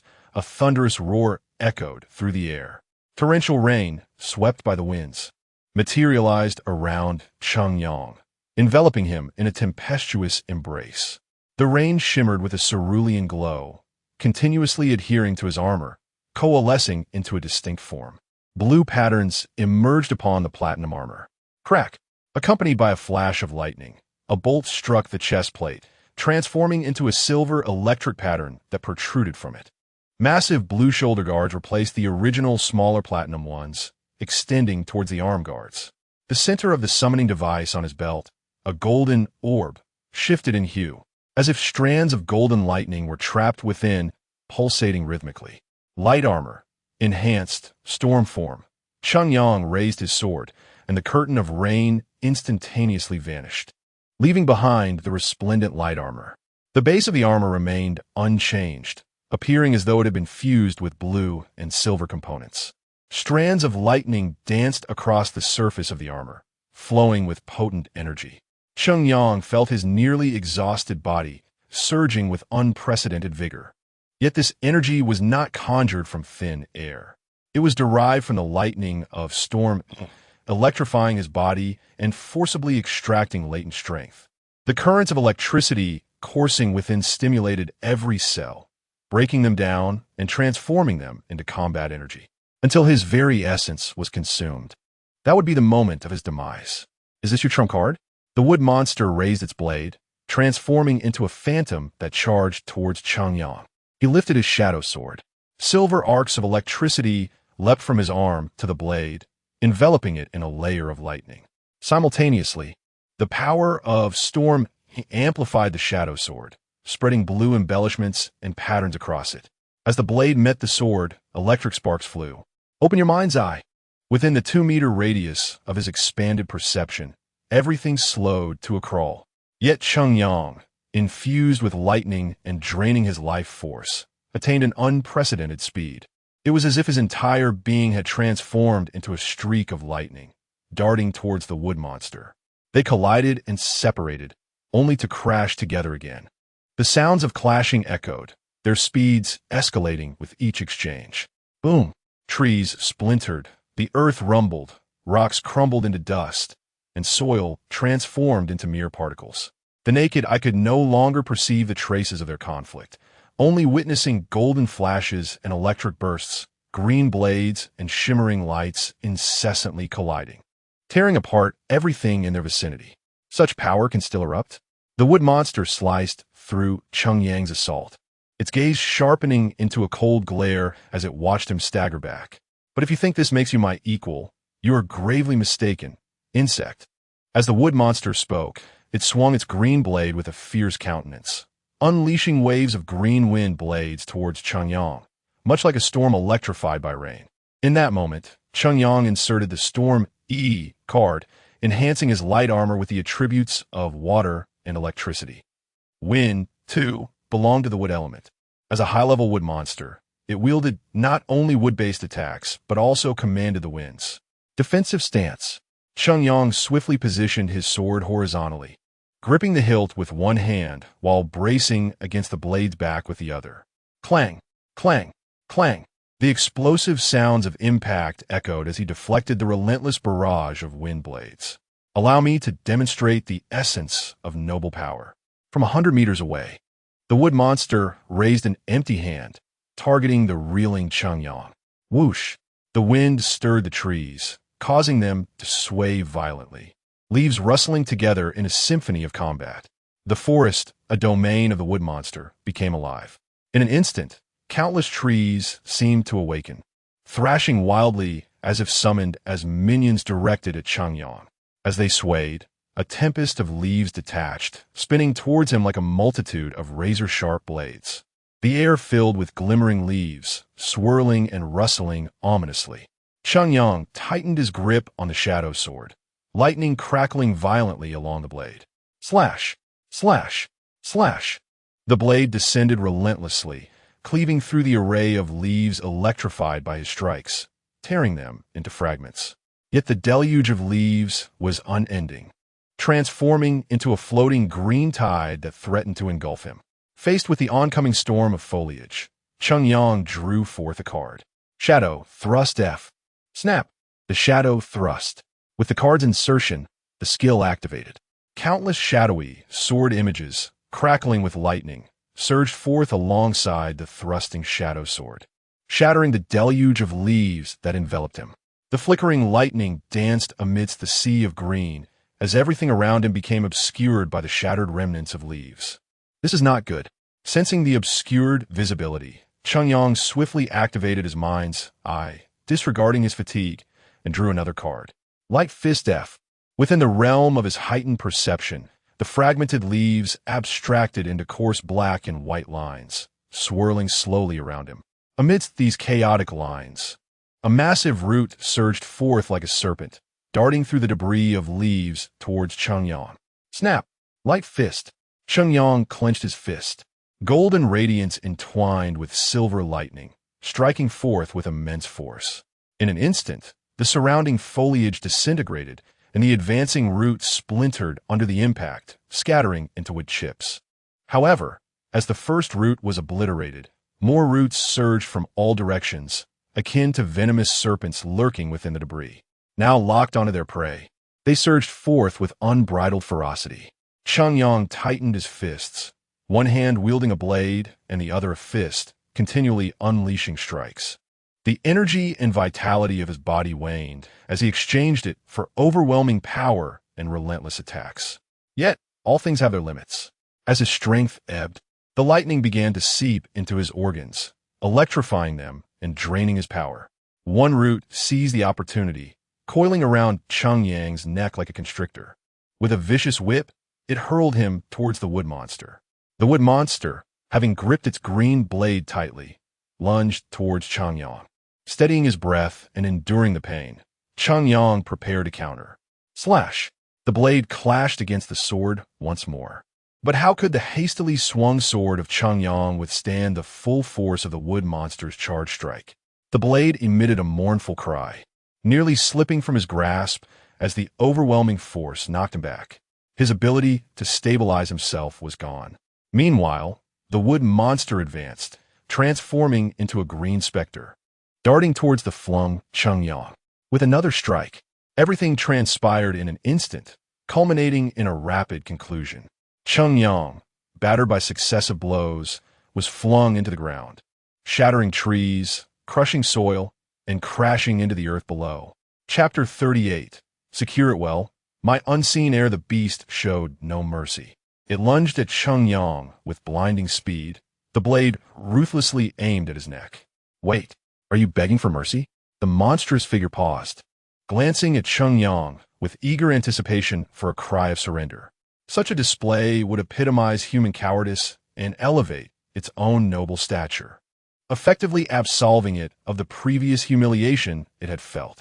Thus, if it could hear a plea for mercy, it would prefer to grant this human a few more moments of life. I merely wish to convey that you have fallen into my trap. Cheng Yang extended a finger towards the beast before him. In the next moment, you shall find yourself powerless, utterly unprepared to withstand my assault. The creature halted its movements, casting a disdainful glance at Cheng Yang, seemingly unfazed. Yet the very next instant, the ground erupted violently.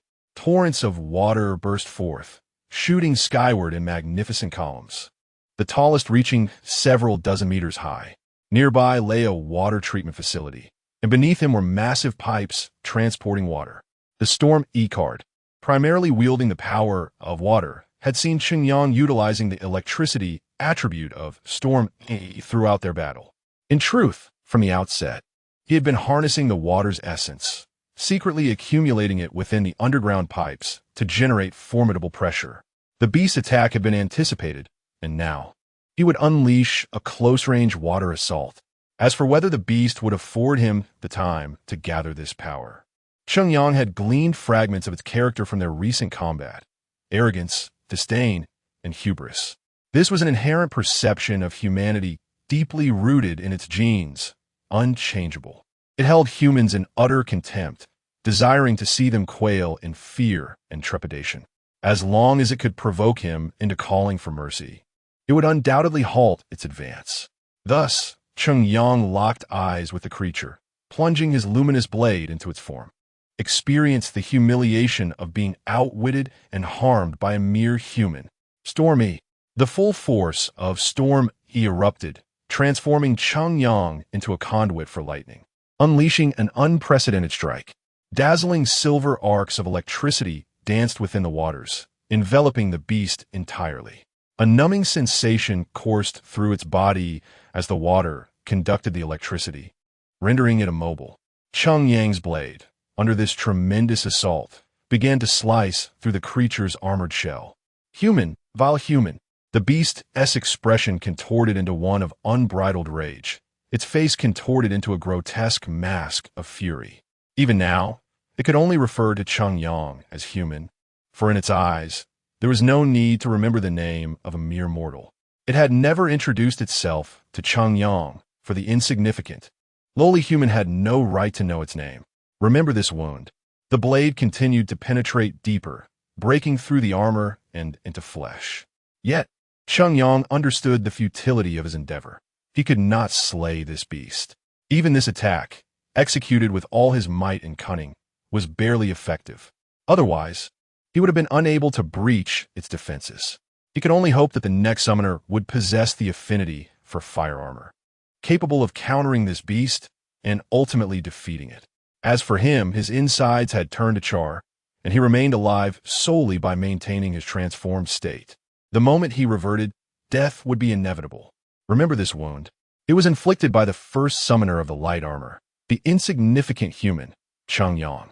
Boom! Accompanied by the explosive sounds of thunder and the torrent of water, the beast was sent reeling. A dark gash marred its chest, revealing charred, blurred flesh beneath the cracked armor. It was wounded. It had been harmed by the very human it scorned, small and weak. At this moment, the beast felt no anger, only profound shame and humiliation, akin to a grown adult being bested by a child. It was utterly grotesque. Taking a deep breath, the creature regarded its wound without opting for healing. Being of wood, it possessed formidable regenerative abilities. This level of injury could heal within mere moments. Yet, it chose not to. Woodminder Pei intended to use this wound as a reminder, a mark of this humiliating moment. Step by step, Woodminder Pei advanced toward Shenyang, who now lay exhausted and on the brink of collapse in the water. In the eyes of Woodminder Pei, the once formidable Cheng Yang appeared no stronger than an infant.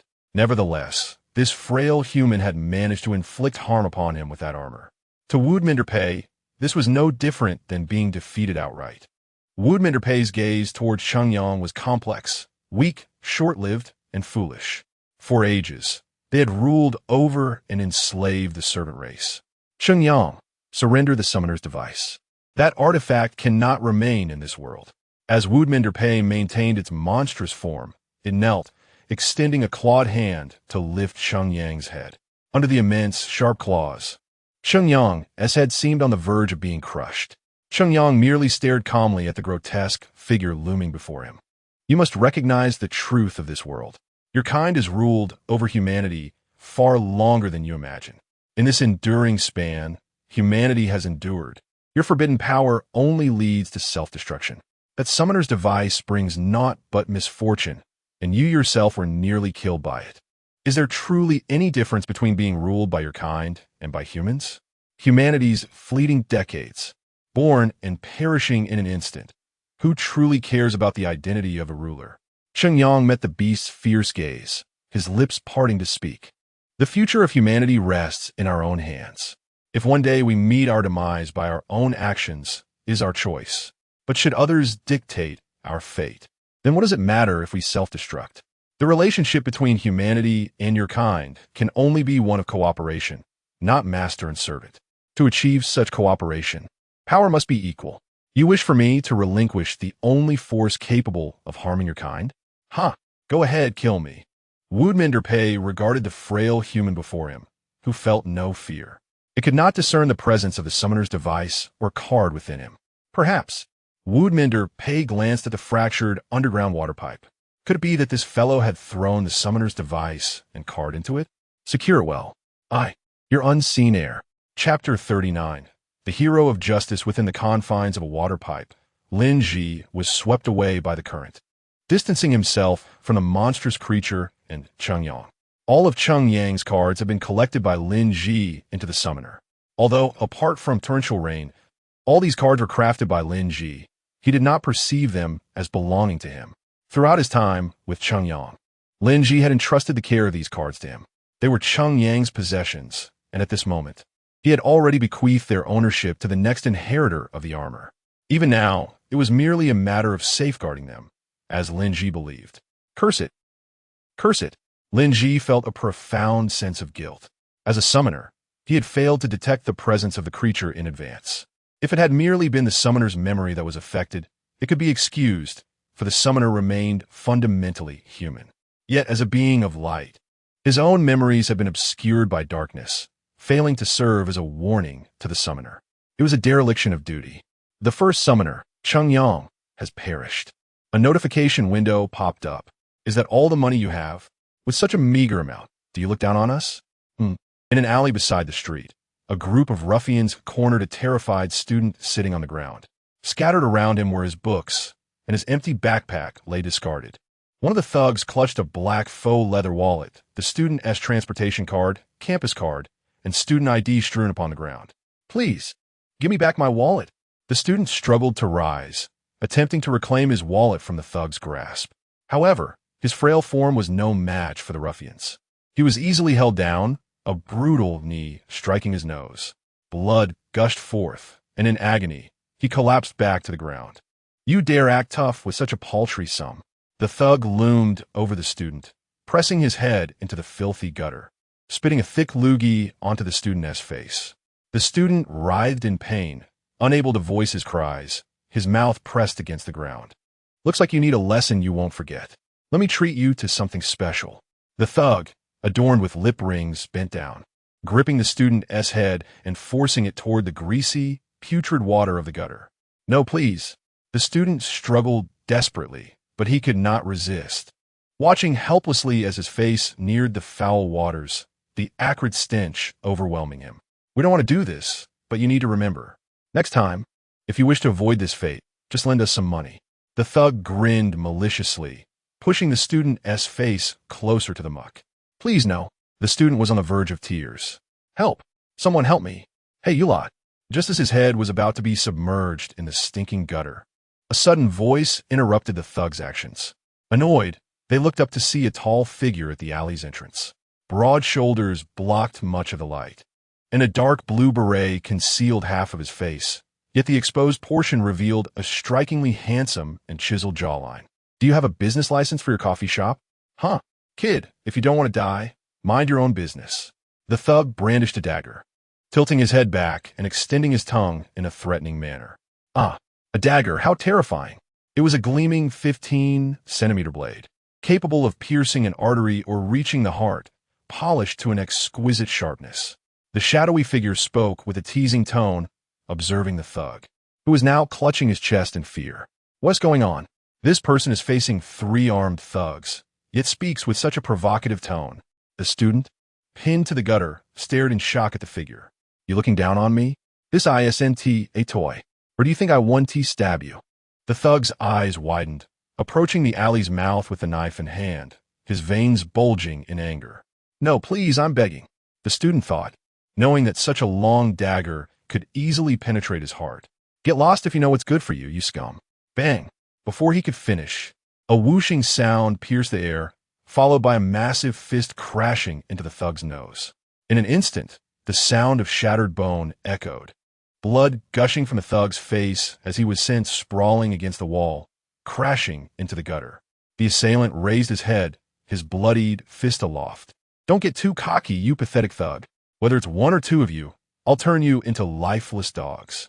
As he spoke, he advanced toward the remaining thugs without hesitation, undeterred by their drawn knives. You. The thug in the gutter clutched his nose, terrified as he gazed upon the approaching figure, rendered speechless. Meanwhile, the freed student looked on in awe at the advancing silhouette. Impressive, but there are still 2 thugs, both armed. As expected, the remaining 2 thugs quickly reacted, brandishing their knives with rage. You dare underestimate us. Do you really think we 1T stab you? Spitting defiantly, they lunged toward the approaching figure, 1 on each side. Yet the figure remained calm, hands raised, feet slightly apart. He easily sidestepped the first dagger, delivering a powerful elbow strike. With a crack, a scream erupted. Oh, my hand. The figure ignored the cries and seized the other thug's wrist, executing an over-the-shoulder throw that sent the thug crashing to the ground, dislocating his arm with a sickening sound. In a single confrontation, both thugs lay defeated. You scoundrel. After all this, you still refuse to beg for mercy, and you're still talking tough. Impressive. Now, allow me to treat you to a special drink from my little shop, black coffee. As he observed the still defiant thug, the figure grasped the ruffian's head, dragging him toward the gutter. Please, no, don't. The ruffian seemed to have recalled something, struggling violently. However, All efforts proved futile as he was unhesitatingly pressed into the foul ditch. The putrid stench caused him to thrash about intensely, and when he was finally lifted, he had already rolled his eyes back and commenced to vomit. Chapter 40. The Monster Response Team. How do you find the sign of the little CAF? Black coffee? A shadowy figure inquired with a smile. The remaining two ruffians were rendered speechless, staring at the figure as if gazing upon a demon. Without hesitation, they turned and fled, disregarding their vomiting companion and their earlier bravado. The retching thug, upon witnessing his companions abandon him, could only endure his nausea and scrambled out of the alley. "Hey, you over there, student." The figure, hands tucked into his pockets, approached the student who had been extorted. Terrified, the student quickly sat up, only to find the figure crouched down, gathering the fallen books and backpack from the ground. "Hurry and tidy up. You still have school to attend, right?" Thank you." The student jumped to his feet, expressing gratitude as he hastily joined in the cleanup. "My name is Xuanmu. May I ask for yours?" Once everything was gathered, the student bowed again in appreciation. Jiaguyan. Jiaguyan, one hand in his pocket, pulled out his phone. "Oh no, I'm going to be late again. Damn it. We had agreed not to be late today. Forget it." He returned the phone to his pocket and tossed the backpack to Xuanmu. "Hurry up. I'll take you to school now." "Thank you so much, Mr. Jia. As expected, I'm late again." Jiaguyan sighed as he gazed at the towering buildings before him.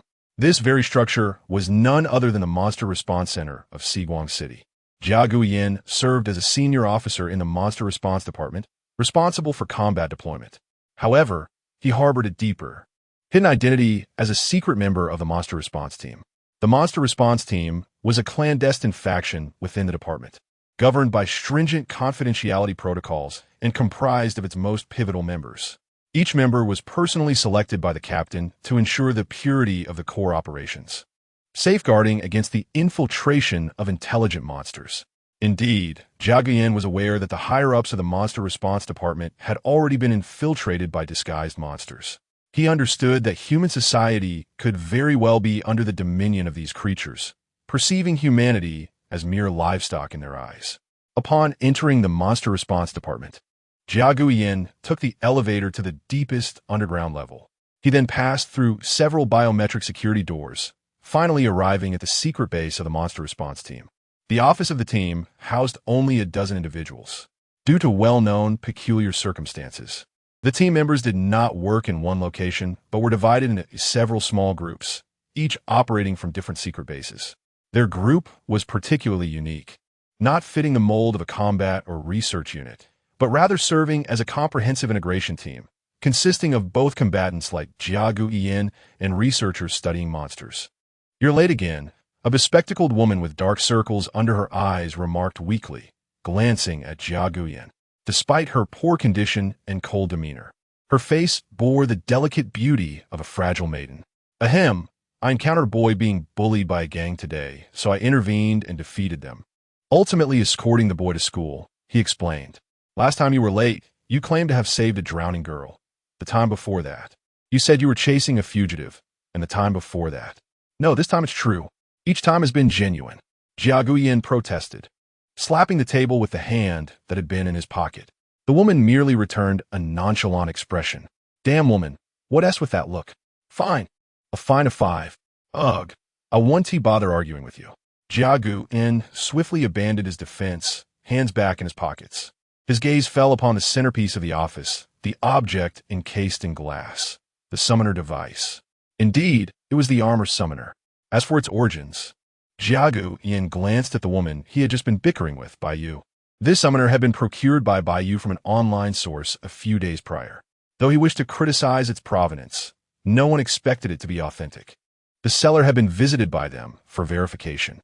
It was said that the seller found it by the riverbank, coinciding with a recent pipe explosion in the suburbs of Xiguang City and signs of battle.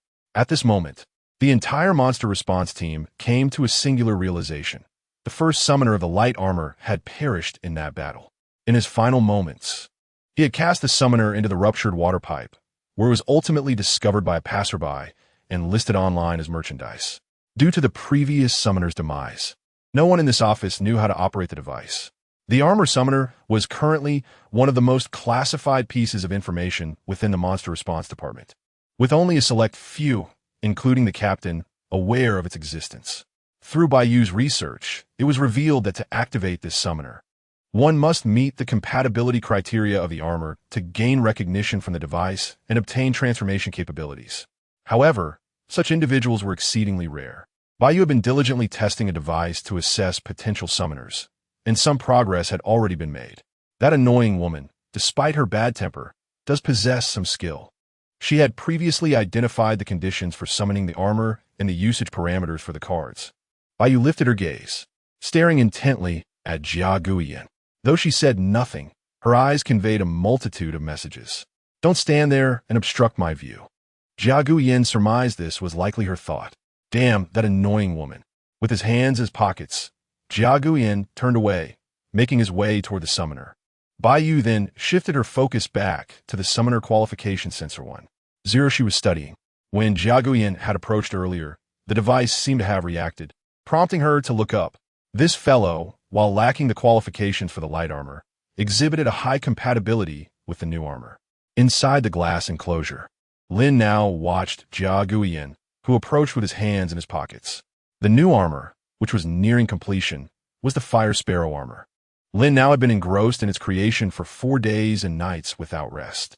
He had grown weary of the outside world, preferring to remain within the confines of the summoner. The external threats did not concern him. He was disinterested in the new summoner.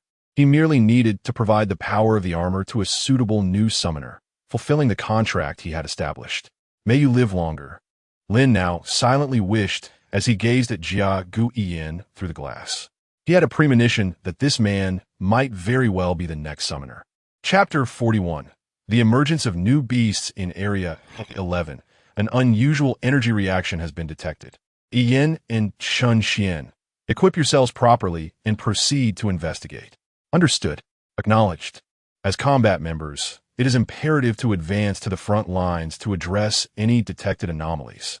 Typically, standard combat members can manage common abnormal reactions. However, the beasts previously dealt with by Cheng Yang were transformed directly by the formidable Mutamid, thus exhibiting extraordinary power that exceeded the capabilities of the Beast Countermeasure Department. Ordinary monsters, often born from the accidental transformations of sparrows, wild dogs, or rats, do not possess the intervention of high-ranking beasts and typically do not exceed human limits, allowing them to be subdued with sufficient firepower. Fully equipped, Ian mounted his motorcycle, donning goggles and a helmet. In instances of reduced personnel, the Beast Countermeasure Department resorts to motorcycles for transportation, as certain monsters are exceptionally swift and can easily dart into narrow alleys, where automobiles struggle to pursue. I'm off. Don't lag too far behind, brother. Ian gestured to Chen Xian with a sideways glance. With a hum, Ian sped out of the Beast Countermeasure Department, racing toward the anomalous energy response. Chun Xian, shaking his head in resignation, followed closely behind. Is this the place? In an aging residential area, Ian dismounted his motorcycle, retrieving a specially designed firearm for combating monsters. The weapon bore a striking resemblance to typical firearms, save for a slightly larger muzzle. The ammunition within was crafted from a unique alloy. The Beast Countermeasure Center could only ascertain the general vicinity of the anomaly to pinpoint the exact location. They would need to utilize the monster energy tracking component within their goggles. Oh no, is the reaction emanating from the sewer? Ian grimaced in distaste. Is this karma? I had just bought a cup of black coffee this morning, and now I find myself in a metaphorical cup of black coffee. What black coffee? A familiar voice crackled through his earpiece. Bayu, who was overseeing the remote detection operations at the Beast Countermeasure Center. Ah, are you in charge today? Ian grumbled, teeth clenched in annoyance. No wonder my luck is so abysmal. With a grimace, Ian crouched down to pry open the sewer grate. Clang! As the cover was removed, Chan Xian arrived behind him. The target is in the sewer? Yes, we mustn't delay. Let's wrap this up quickly. Ian clapped his hands and ventured into the sewer. Descending to the bottom, he promptly activated the light on his helmet, scanning the area for threats with his weapon drawn, ensuring no dangers lurked before signaling for a safe light to illuminate the sewer. Upon seeing the safe light, Chun Xian followed him into the passage. This way, Yin gestured to indicate the direction of the anomaly. Received. Chun Xian turned his back to Yin, remaining vigilant. Yin, gun at the ready, cautiously approached the source of the unusual reaction. The expansive sewer was grimy, the sticky ground emitting a disgusting squelching sound beneath their feet. Target detected, bat-infected variant. Beware of its speed and sonic attacks. Ear protection has been activated for you. Also, be cautious not to fall into your beloved black coffee. Bayu's voice echoed in their ears, the last remark tinged with a hint of anticipation. Insufferable woman. Ian glanced back to ensure Chun Xian had received the message before raising his weapon toward the ceiling. The overhead light began to shine upward, illuminating the monster's location.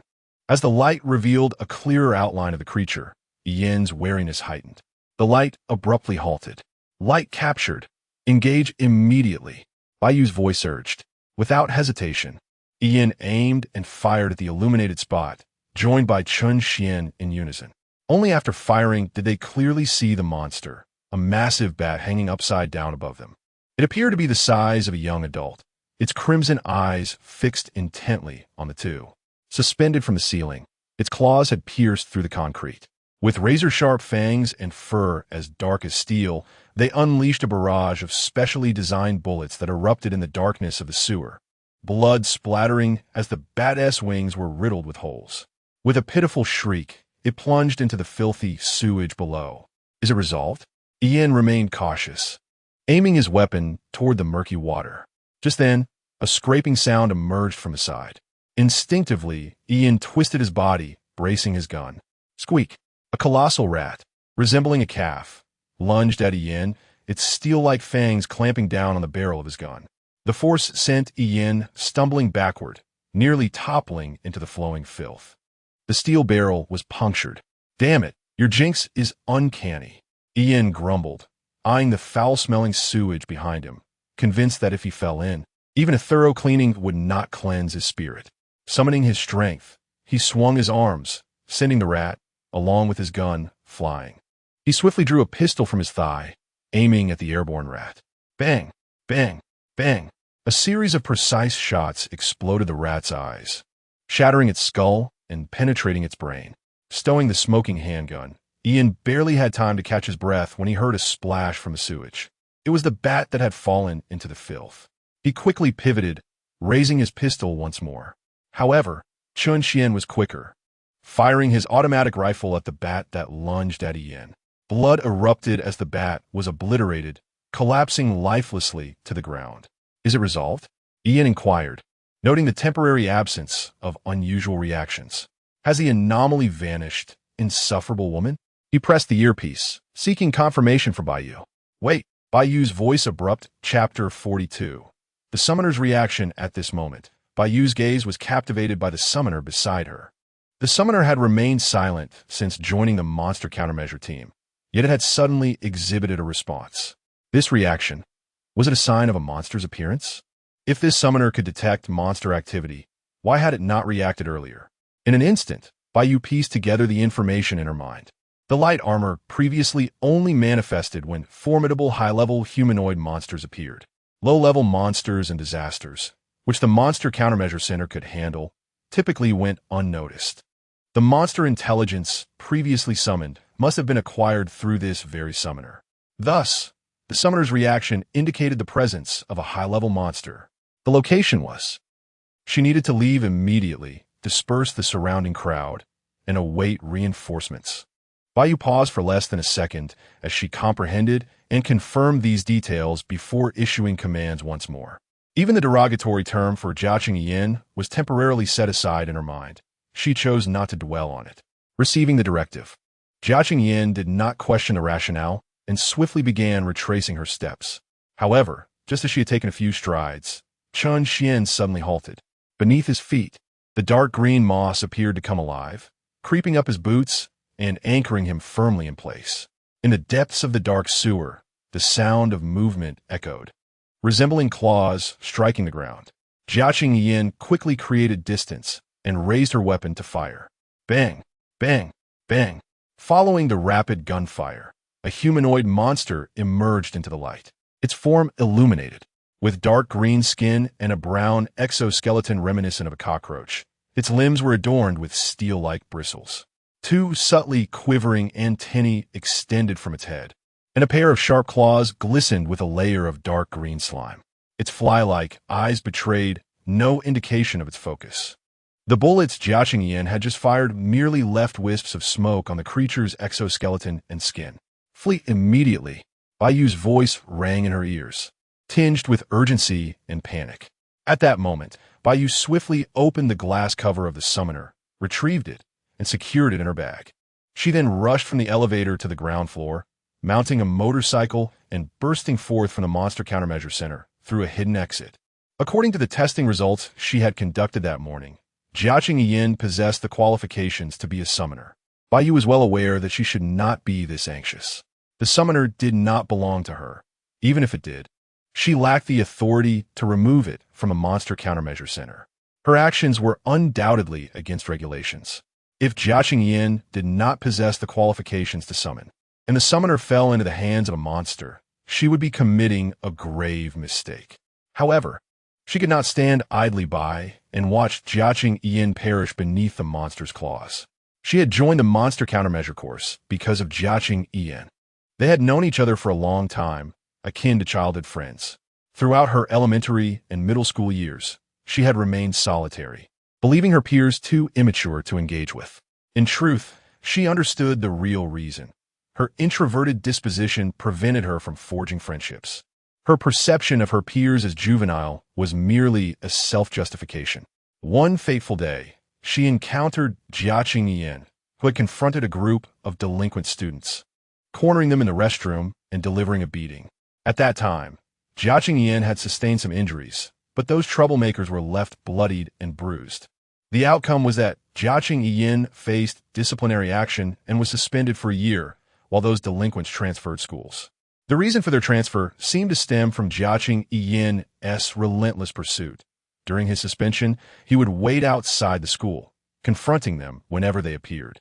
Consequently, they had no choice but to withdraw. Later, Bai Yu learned that Jiaqing Yin had intervened against those bullies because they were plotting to target her. It was a particularly vicious form of bullying, which even involved the preparation of harmful substances. The motive for the bullying was likely her lack of friends, her reclusive nature, and her seemingly vulnerable demeanor. That incident occurred many years ago, yet Jiaqing Yin had never mentioned it to her, even after they became friends. Of course, given her own awkward personality, she could never muster the courage to bring it up. Bai Yu, please return the summoner immediately. You have already violated. Hearing the words through her earpiece, Bai Yu expressionlessly silenced the public channel, retaining only the intelligence channel. She then twisted the throttle to its limit, bending down to press against the motorcycle as she sped through the traffic. The white fabric of her attire fluttered in the wind, strands of hair escaping the helmet's confines. Trailing behind her, damn it, what a disgusting mutated cockroach creature. Jiaqing Yin observed the motionless monster, yet despite the hair on her back standing on end, she refrained from making a rash move. Yin, hurry and escape. Don't worry about me. I'm immobilized now. At least I can distract it. Chun Xian glanced at Yin, raising his weapon to aim at the monster, speaking with gravity. It's precisely because you're immobilized that the monster won't attack you. I'll lure it away. You stay here and wait for rescue. After declaring this, Jiaqing Yin dashed to the side and fired at the monster once more. Wait, Yin! Yin!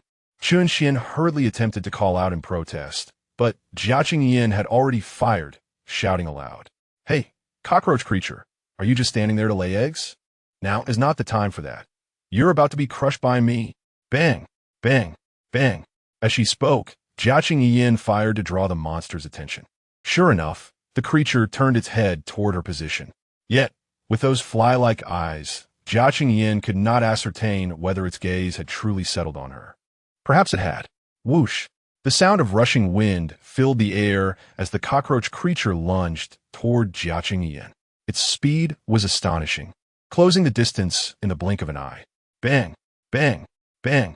The bullets fired struck the creature, but merely ricocheted off, offering no resistance whatsoever. Sometimes, Enduring necessary humiliation is a sacrifice for a brighter tomorrow. With a determined resolve, Jiaqing Yin discarded her rifle and sprinted forward. Yet, despite her efforts, the distance between her and the cockroach creature continued to diminish. Just as it seemed the monster would catch up, Jiaqing Yin suddenly pivoted and leaped into the polluted waters. Her entire body submerged beneath the murky surface, disappearing from sight. The thick filth rendered it impossible for even the cockroach creature on the bank to discern her position. Underwater, Jiaqing Yin held her breath, cautiously swimming. Let us maintain this stalemate. I can hold my breath for 8 minutes. Chapter 43. Let us engage in a gamble where life is the stake, alas. How repugnant. The stench is unbearable, and I cannot discern any movement on the shore. Yet, it is precisely this overwhelming odor that conceals the scent of Jiagu Yin, rendering the monster unable to track him.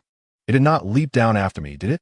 Jiagu Yin cautiously navigated through the murky waters, moving with the current while attentively listening for any sounds from the bank. Tap, tap. Are those footsteps? It seems they have not yet discovered my location, hesitating above whether to jump down. Ahaha. The monster, like a cockroach, possesses an intellect at that level. Thus, he musters his strength and swims a considerable distance with the flow of the sewage. Only then does he cautiously emerge from the water, seeking a breath of fresh air. To his astonishment, as he surfaces and wipes the filth from his goggles to restore his vision, he finds the cockroach monster staring at him with its grotesque, fly-like eyes. Astonishingly, they are merely a few meters apart. This is impossible. My plan has failed. This creature has been able to ascertain my position from the very beginning, stealthily following me and waiting for me to show myself. Those antennae. Jiagu Yin notices the pair of antennae on the monster's head, trembling at an imperceptible speed, sensing its surroundings. At first glance, he cannot discern their form.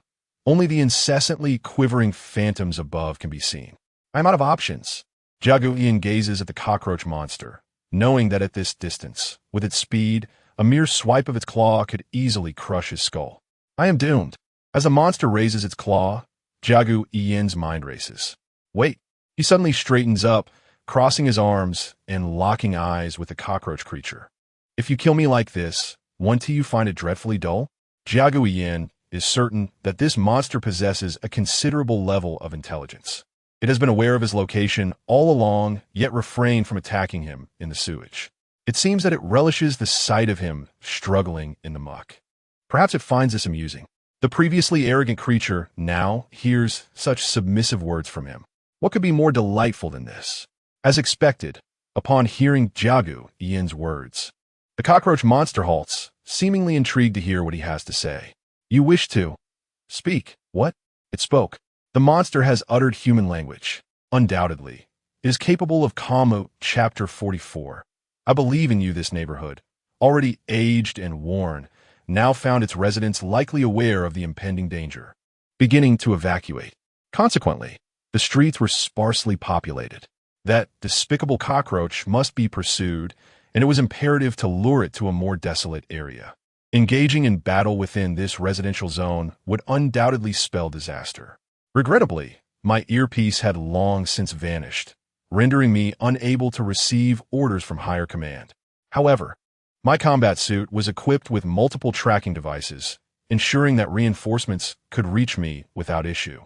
Thus, the ensuing moments hinged solely on my judgment. Jiagu Yin swiftly dashed towards a vehicle parked by the roadside, yanking open the door. Your car is commandeered. Exit immediately. You can't just take my new car. Do you know how much it cost? That is not a question. It is a command. Without further ado, Jiagu Yin seized the driver by the collar, hoisted him out, and cast him aside before flooring the accelerator and speeding away. In the next instant, the cockroach creature sprang forth from the sewer, racing after Jiagu Yin. Damn it, it's right behind me. Gazing into the rearview mirror at the pursuing monstrosity, Jiagu Yin pressed the accelerator further, yet the distance remained unchanged. Beep beep.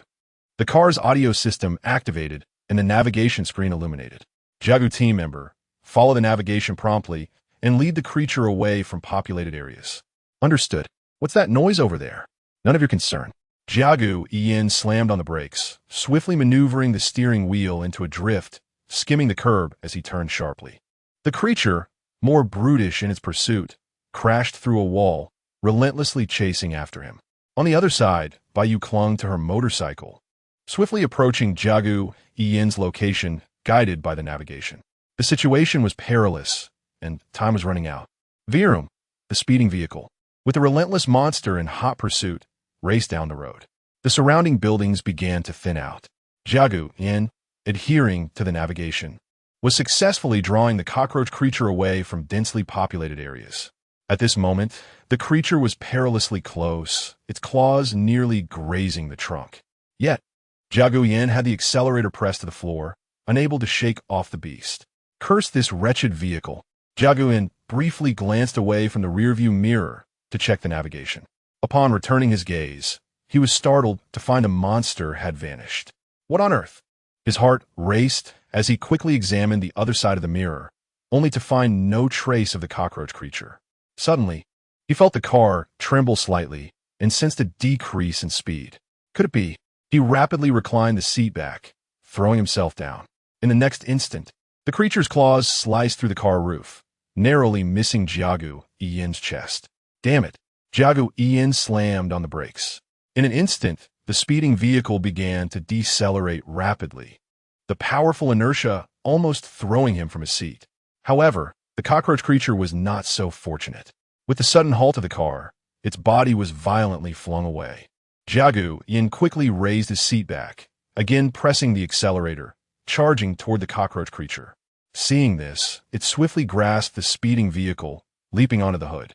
Its sharp claws pierced through the metal, anchoring itself. The creature leaned down, pressing its upper body against the windshield, locking eyes with Jiagu Yin.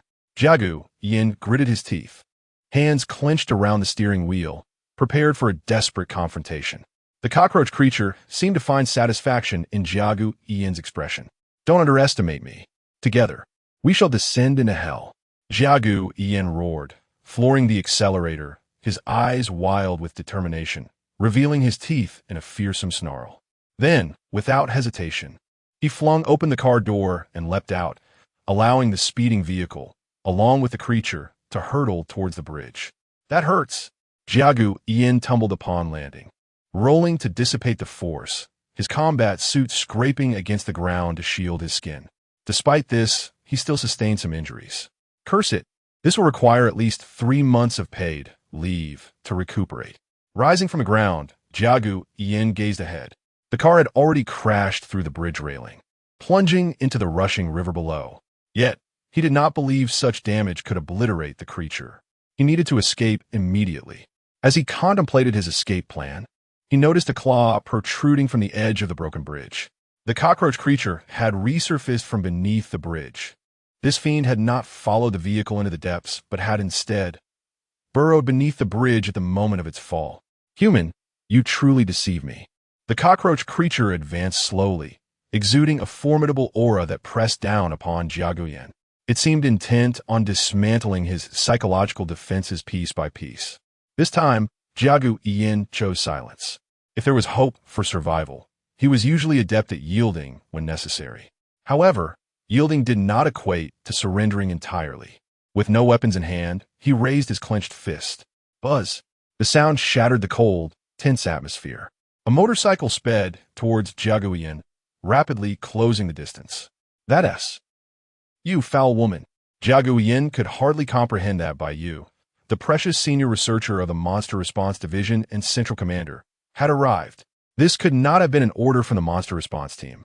This woman was indeed unpredictable. Baiyu halted her motorcycle, glanced at the monster, then tossed a bag towards Jiagu Yin. He caught it, looking at her in confusion. Transform. If you cannot, we shall both perish today. Baiyu spoke calmly. Upon hearing her words, Jiagu Yin seemed to realize something.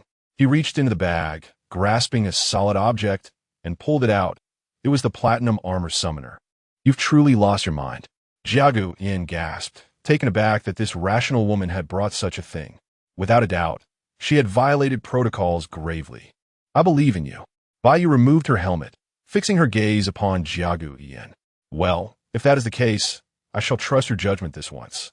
Chapter 45. The Fire Sparrow Armor. Fusion Jia Gu and tightly grasped the summoner, a flicker of flame igniting upon its surface.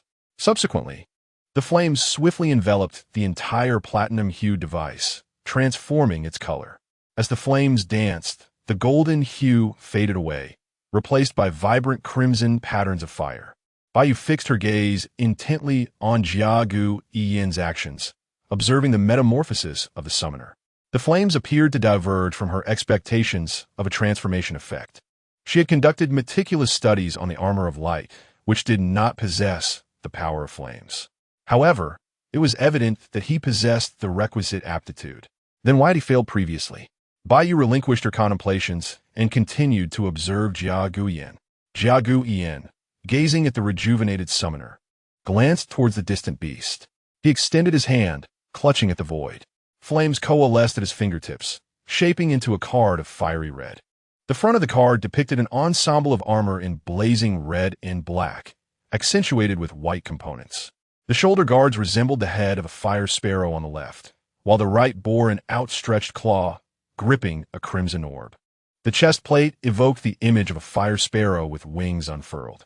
Two feather-like metallic appendages, resembling flames, extended from either side of the helm, with crimson, crystal-like eyes gleaming with fiery brilliance. Not the armor of light? This is a new armor? Observing the fire sparrow armor card, Baiyu's expression shifted to one of astonishment. If viewed from this perspective, Jia Gu Yin's previous inability to activate the summoner stemmed from not meeting the qualifications for the armor of light. Instead, did he possess the aptitude for this new armor?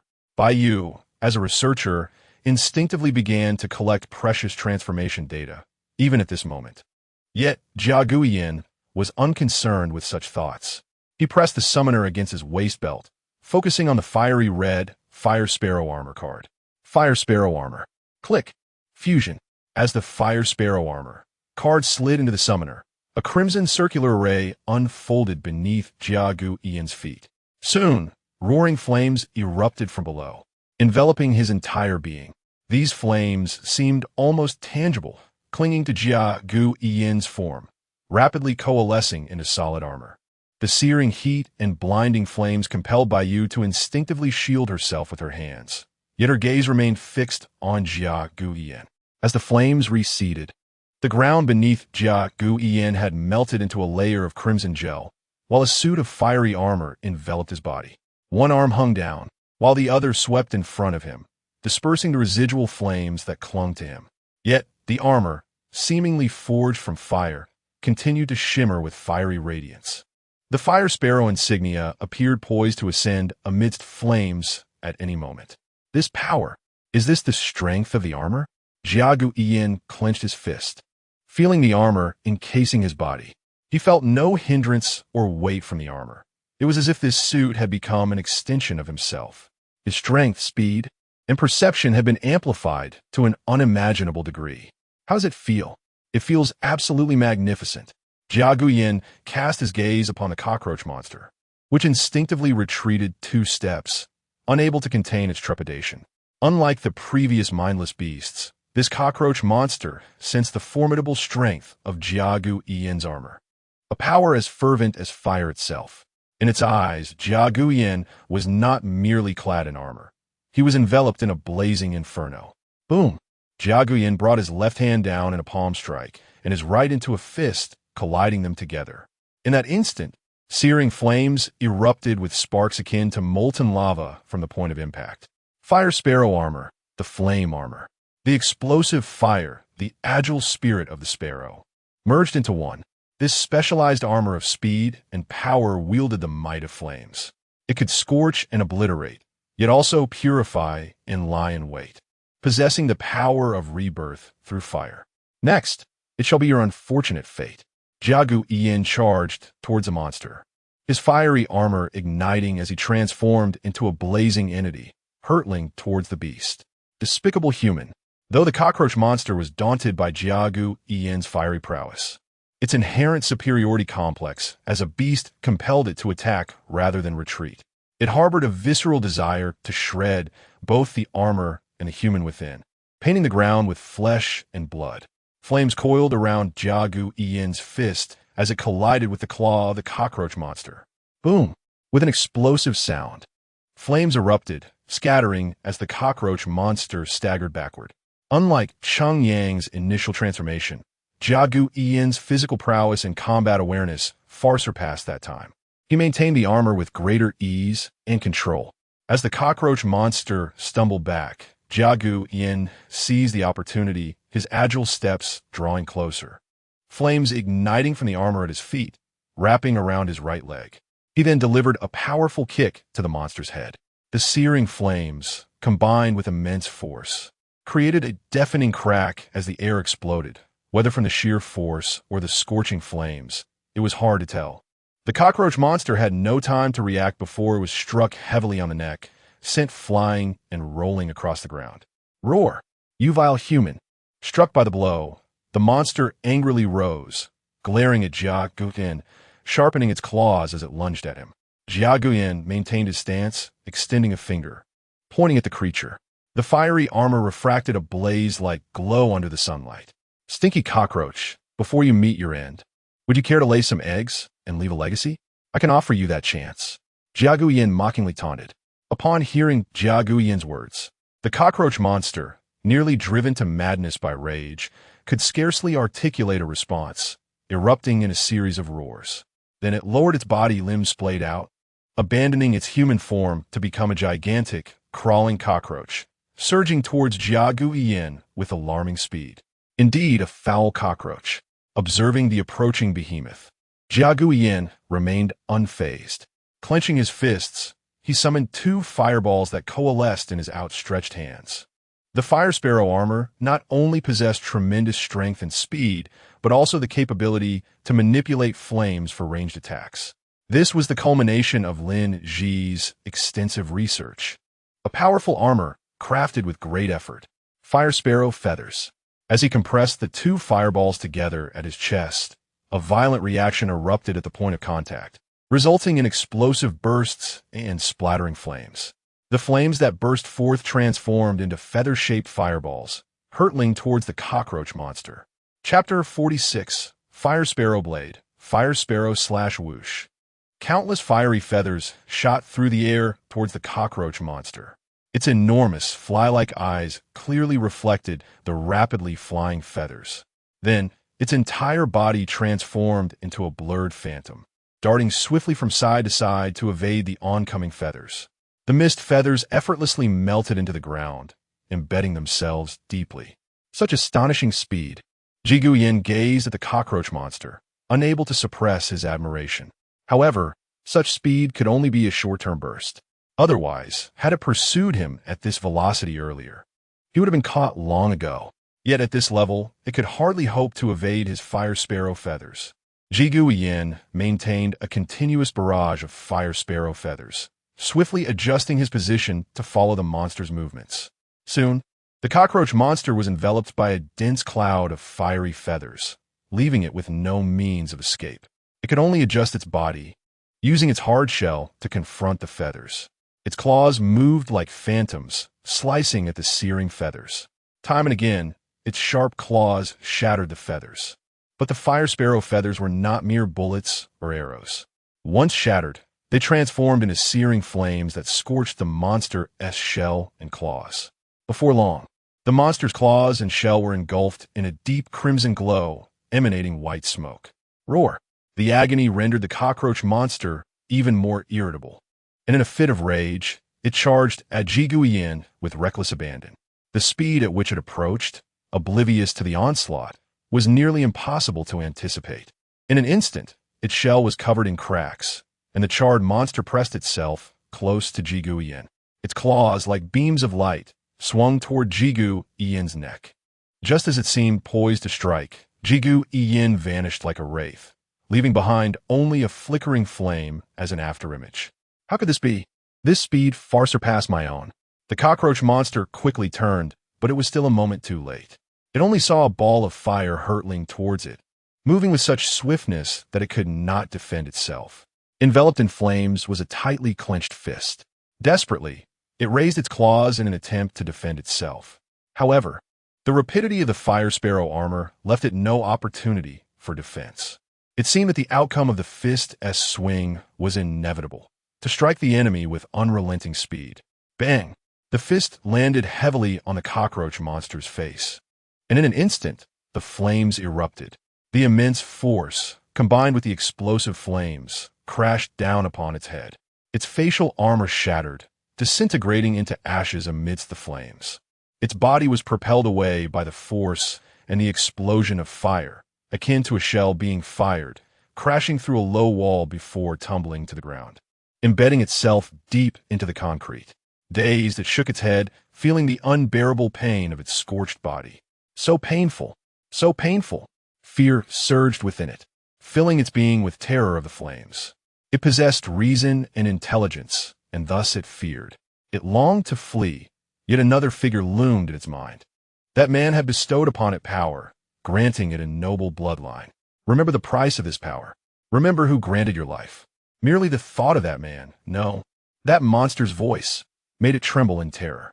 If it fled, no matter where it hid, that monster would find it and deliver a punishment more horrific than death.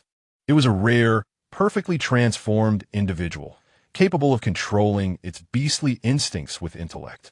Struggling to rise, it gazed at the approaching figure. Jigu Yin walked forward, flames swirling around his clenched fists. Beneath the crimson helm, his gaze remained locked onto the monster. The next move would send you to your end. Jigu Yin stopped 10 meters away from the cockroach monster. With a swift motion, his left hand brushed against the storage device at his waist, retrieving a card. The card bore a fiery red background, depicting a blade of fire, its edge seemingly ablaze, with the letter fin in the upper right corner. Fire Sparrow Blade. Click! As the card was inserted into the summoning device, a swirl of red flames coalesced in Jigu Yin's right hand, transforming into a fiery blade held firmly in his grasp. The blade's hilt appeared entwined with a soaring fire sparrow. Roar! The cockroach monster bellowed in fury, raising its claws and charging at Jigu Yin. The clash of claws and blades echoed sharply as the two figures flashed past one another. A moment later, the monster's claws shattered into countless fragments. Jigu Yin turned to gaze at the writhing beast, drawing another card. The card, still bearing a fiery red background, depicted a flaming bird in the shape of a blade, with the letter fin the upper right corner. Fire Sparrow Slash. Click! As the card was inserted, the fiery blade blazed as if fully ignited, intense flames wrapping around it, transforming it into the form of a fire sparrow poised for flight. Faintly, one could hear the piercing cry of a sparrow. Jigu Yin gripped the hilt tightly, flames igniting from his arms. In that moment, it seemed as though the entire suit of armor was ablaze, and the scorching waves of fire radiated outward. The cockroach monster sensed the overwhelming power and knew without a doubt that this strike would be its end. It attempted to resist, but felt itself ensnared, with no means of escape. With the insertion of that skill card, its demise was sealed. In that instant, it was as if it stood as a corpse, one capable of thought. Slash! As the fire sparrow blade came crashing down, a sharp cry echoed. The flames entwined around the blade broke free, soaring towards the cockroach monster. It extended its claws in a desperate attempt to resist, yet all was futile against this strike. Its outstretched arms dissipated like ashes, the flapping fire sparrow incinerating its limbs and piercing through its chest. The searing heat radiated from the wound, and within mere breaths, it collapsed to the ground. Its body melted into fiery lava from the gaping hole in its chest. Kill F-grade monster. Energy points 50. Jigu Yin gazed at the fallen beast, then withdrew a blank card with a fiery red background, aiming it at the monster. In an instant, the monster's energy was rapidly absorbed by the card, which now depicted the creature. Yet, as the monster's energy was siphoned away, no trace of a human or any animal remained on the ground. Clearly, this intelligent beast was indeed something special.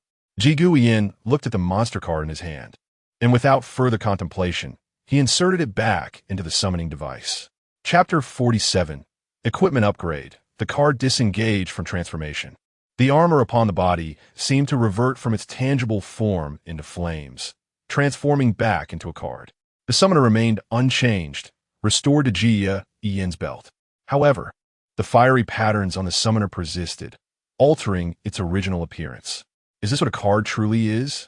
Jia Ian gazed into the card holder, extracting one of the cards, which was none other than the Fire Sparrow armor card.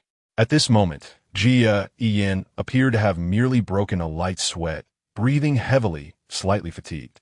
After securing the card and summoner, Jia Ian turned to face Bai Yu. Seemingly aware of Jia Ian's gaze, Bai Yu crossed her arms, her expression impassive. Here is your bag back. Jia Ian approached Bai Yu, handing over the bag in his possession. Bai Yu maintained her stoic demeanor as she reclaimed the bag and returned to her motorcycle. Now that the issue was resolved, it was time to head back. Jia Ian glanced at Bai Yu, then at the summoner. What a vexing woman, why the hurry? Typically, she carries herself with such indifference. What compels her to rush over this time? She even defied orders by bringing the precious summoner without permission. What could possibly incite such urgency? Having dealt with the cockroach monster, Jia Ian reverted to his previous state, hands in pockets, leaning in to scrutinize Bai Yu's cold visage. Let me guess the reason behind this? Could it be out of concern? Buzz. Bai Yu showed no signs of hesitation, donning her helmet, twisting the throttle, and abruptly leaving Jia Ian behind. That insufferable woman, abandoning me here. Wait, it's difficult to hail a cab here. Jia Ian glared at Bai Yu's retreating figure, teeth clenched in frustration. What on earth did I do to deserve this? He could only sit on the ground, resting while perusing the cards within the holder.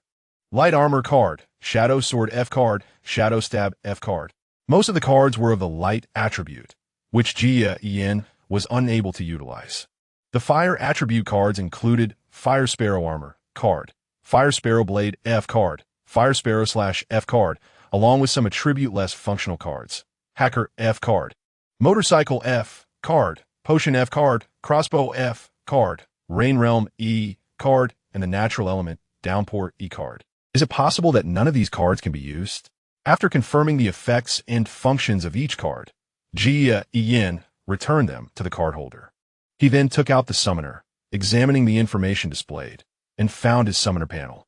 As expected, his panel was considerably stronger than Cheng Yang's initial panel. Summoner Jia Ian, 2nd generation. Race, human. Summoning level, level 1, strength and spirit. 8, constitution. 7, skills. 1, marksmanship mastery. 2, martial arts mastery. 3, swordsmanship beginner. 4, basic footwork mastery. Armor affinity. 1, fire sparrow 70. 2, light 30. Light energy points 70 store. Click to view details. Purchased 1, basic breathing technique. 2, basic postures. So this is one of the functions of the armor summoner. Jia Ian contemplated the contents within the summoner. There was also the legacy of the 1st generation summoner left for him. Since Cheng Yang had already made the purchases, Lin Nuo did not eliminate the skills Cheng Yang acquired. Instead, they were stored within the summoner, allowing the next generation of summoners to access them at any time. Cheng Yang had passed the summoner, along with the cards he had obtained, to the next generation of summoners. Lin Nuo also bequeathed Cheng Yang's acquired skills to the new summoner. Due to this summoner's unique identity, Lin Nuo hoped that they would disseminate knowledge within the monster countermeasure team.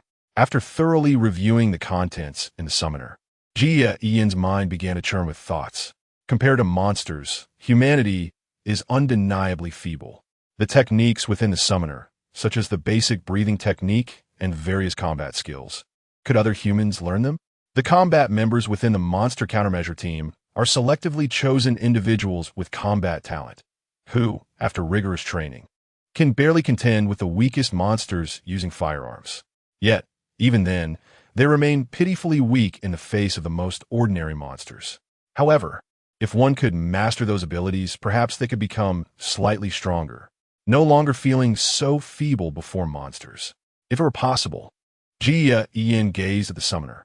The power of the summoner could serve as humanity's redemptive force against monsters. Not merely the formidable armor, but it could elevate the entire life tier of humanity. That insufferable woman must investigate whether this is feasible. That wretched woman truly left me here all alone. Jia Ian extracted the Motorcycle F card from the card holder and readied the summoner. Just as he was about to summon Motorcycle F, unexpectedly, another motorcycle appeared before him. Get on. He said, "Please, stop, stop, stop." How infuriating. After all this time, she doesn't even grant me a pleasant expression. As he witnessed Bai about to flee once more, Jia and hastily mounted the motorcycle, wrapping his arms around her waist. Bai glanced back, uttering no further words. The brilliance enveloped the cockroach monster's card, searing and refining it like flames. By creating the fire sparrow armor, Lin Nuo also acquired a portion of the flame's power. As long as new armor is created, Lin Nuo can obtain the corresponding power of that armor. After all, the essence of armor power is a projection of Lin Nuo's strength, manifested in reality. However, since he does not belong to life, or more precisely, light as a form of life, he cannot directly project the armor's power into reality, thus requiring a qualified summoner to bear its strength. At this moment, as he refined the cockroach monster's card, Lin Nuo could wield the power of flames, allowing for a more efficient refinement of cards.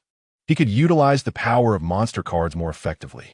To put it plainly, his current strength has intensified, his mastery over power has expanded, enabling him to refine even stronger cards.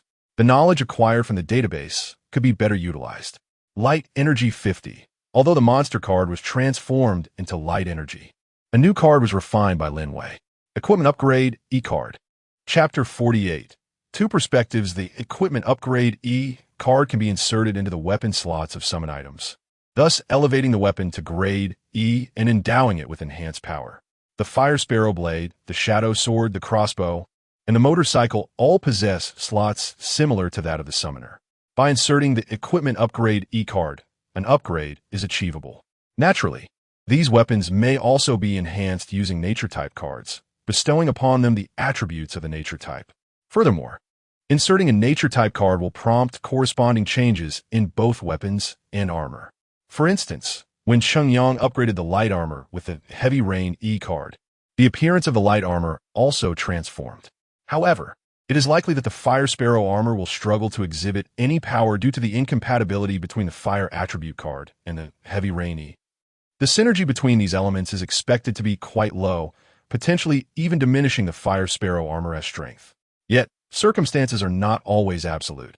While the light armor boasts relatively ordinary attributes, it excels in stability, remaining unaffected by environmental changes and maintaining consistent combat efficacy. In contrast, the Fire Sparrow armor possesses high speed and strength, but is vulnerable to water attributes, resulting in lower defensive capabilities. In aquatic environments, its power is likely to be severely diminished. In such cases, inserting the Heavy Rain E card could mitigate the effects of the water environment. Lin Nuo hoped to obtain a Fire Attribute Nature card in the future. With a silent prayer, he immersed himself in the database for study. He had no desire to be overly concerned with the summoner, unlike those who fixated on Chengyang. Possessing the strength of armor in a world rife with formidable monsters, many of which are covertly controlled by these beasts, is perilously dangerous. Lin Nuo wished to avoid developing any emotional attachment to the summoner. Such connections would only lead to heartache as generations of summoners departed. He considered himself merely a fragment of light, imparting his power to humanity. How they chose to wield it was entirely their prerogative. Lin Nuo convinced himself that the death surrounding him was irrelevant, as long as he refrained from influencing or dwelling upon it. Ah, is that not Lady Bai? Has your salary been reduced? Do you not enjoy money? Jiayan leaned over by U.S. workstation, poking at various items on her desk. Never mind. I shall be magnanimous and treat you to lunch this month. Bai continued to ignore Zhou Yin, despite the fact that her recent unauthorized actions had yielded positive outcomes. Nonetheless, disobeying orders and unilaterally bringing the summoner outside the monster response team was an egregious breach of conduct, resulting in her salary being docked.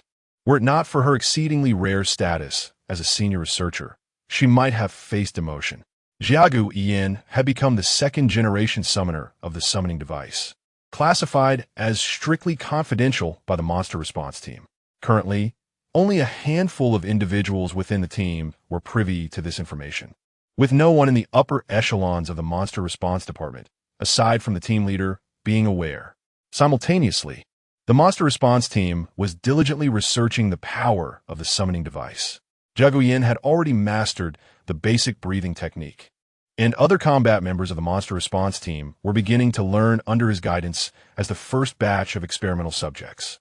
However, their learning pace paled in comparison to Jiagu Yin, who could swiftly grasp and enhance the skills contained within the summoning device, while others struggled to progress. The summoning device and the chosen summoner were undeniably special. The criteria governing the selection of summoners by the device remained utterly elusive. After all, there were currently only two summoners, the first, who could summon armor known as Light, and the second, who could summon Fire Sparrow, yet was unable to summon Light. The summoning device was under Jiagu Yin's control, while the Light series cards were safeguarded by the monster response team. Presently, researcher Baiyu was tasked with developing the powers of the Light series cards. The item series cards, namely Potion F and Hacker F, were extraordinary, having been summoned multiple times for the use of the monster response team. All cards must be activated by the summoner using the summoning device to be utilized. Summoned weapons and items would revert to card form after a certain period. White bordered cards belong to the Light attribute and the item attribute, while red bordered cards pertain to the Fire attribute. The black bordered card, however, possesses the most unique powers, allowing for the mobilization of its strength even without the summoning device. It is presumed that its powers do not originate from the summoning device. I speculate that this card was not derived from the summoning device, but rather collected by the first-generation summoner from alternative sources. Baiyu explained her research to Jiagu Yin, during which the irritable woman found herself able to speak a bit more freely. Wait, Jiagu Yin interrupted Baiyu. Why do you refer to the first-generation summoner as sir while you simply call me that irritating woman? You don't even greet me with a hey. I have investigated the recent anomalies in Xiguang City and have connected them to the name of this card, recalling the unusual downpour that enveloped the city not long ago. Are you ignoring me? Jiagu Yin continued. This card may very well have been acquired by the first-generation summoner during that storm. I surmise that this black-bordered nature-type card was obtained through a unique celestial phenomenon, or perhaps its power caused such an occurrence. The storm ceased, likely because the first-generation summoner retrieved this card. After concluding her report, Baiyu handed the documents in her possession to Jiagu Yin. I will investigate the recent areas of celestial anomalies and will notify you of any findings. Damn it, have I offended that irritating woman in some way? Jiagu Yin sat cross-legged on a cushion, practicing the basic breathing technique while venting his frustrations. His mastery of the technique had reached the first level, and he was now striving towards the second. He had also been training in the basic stances. With 70 energy points, he had purchased the equipment upgrade card.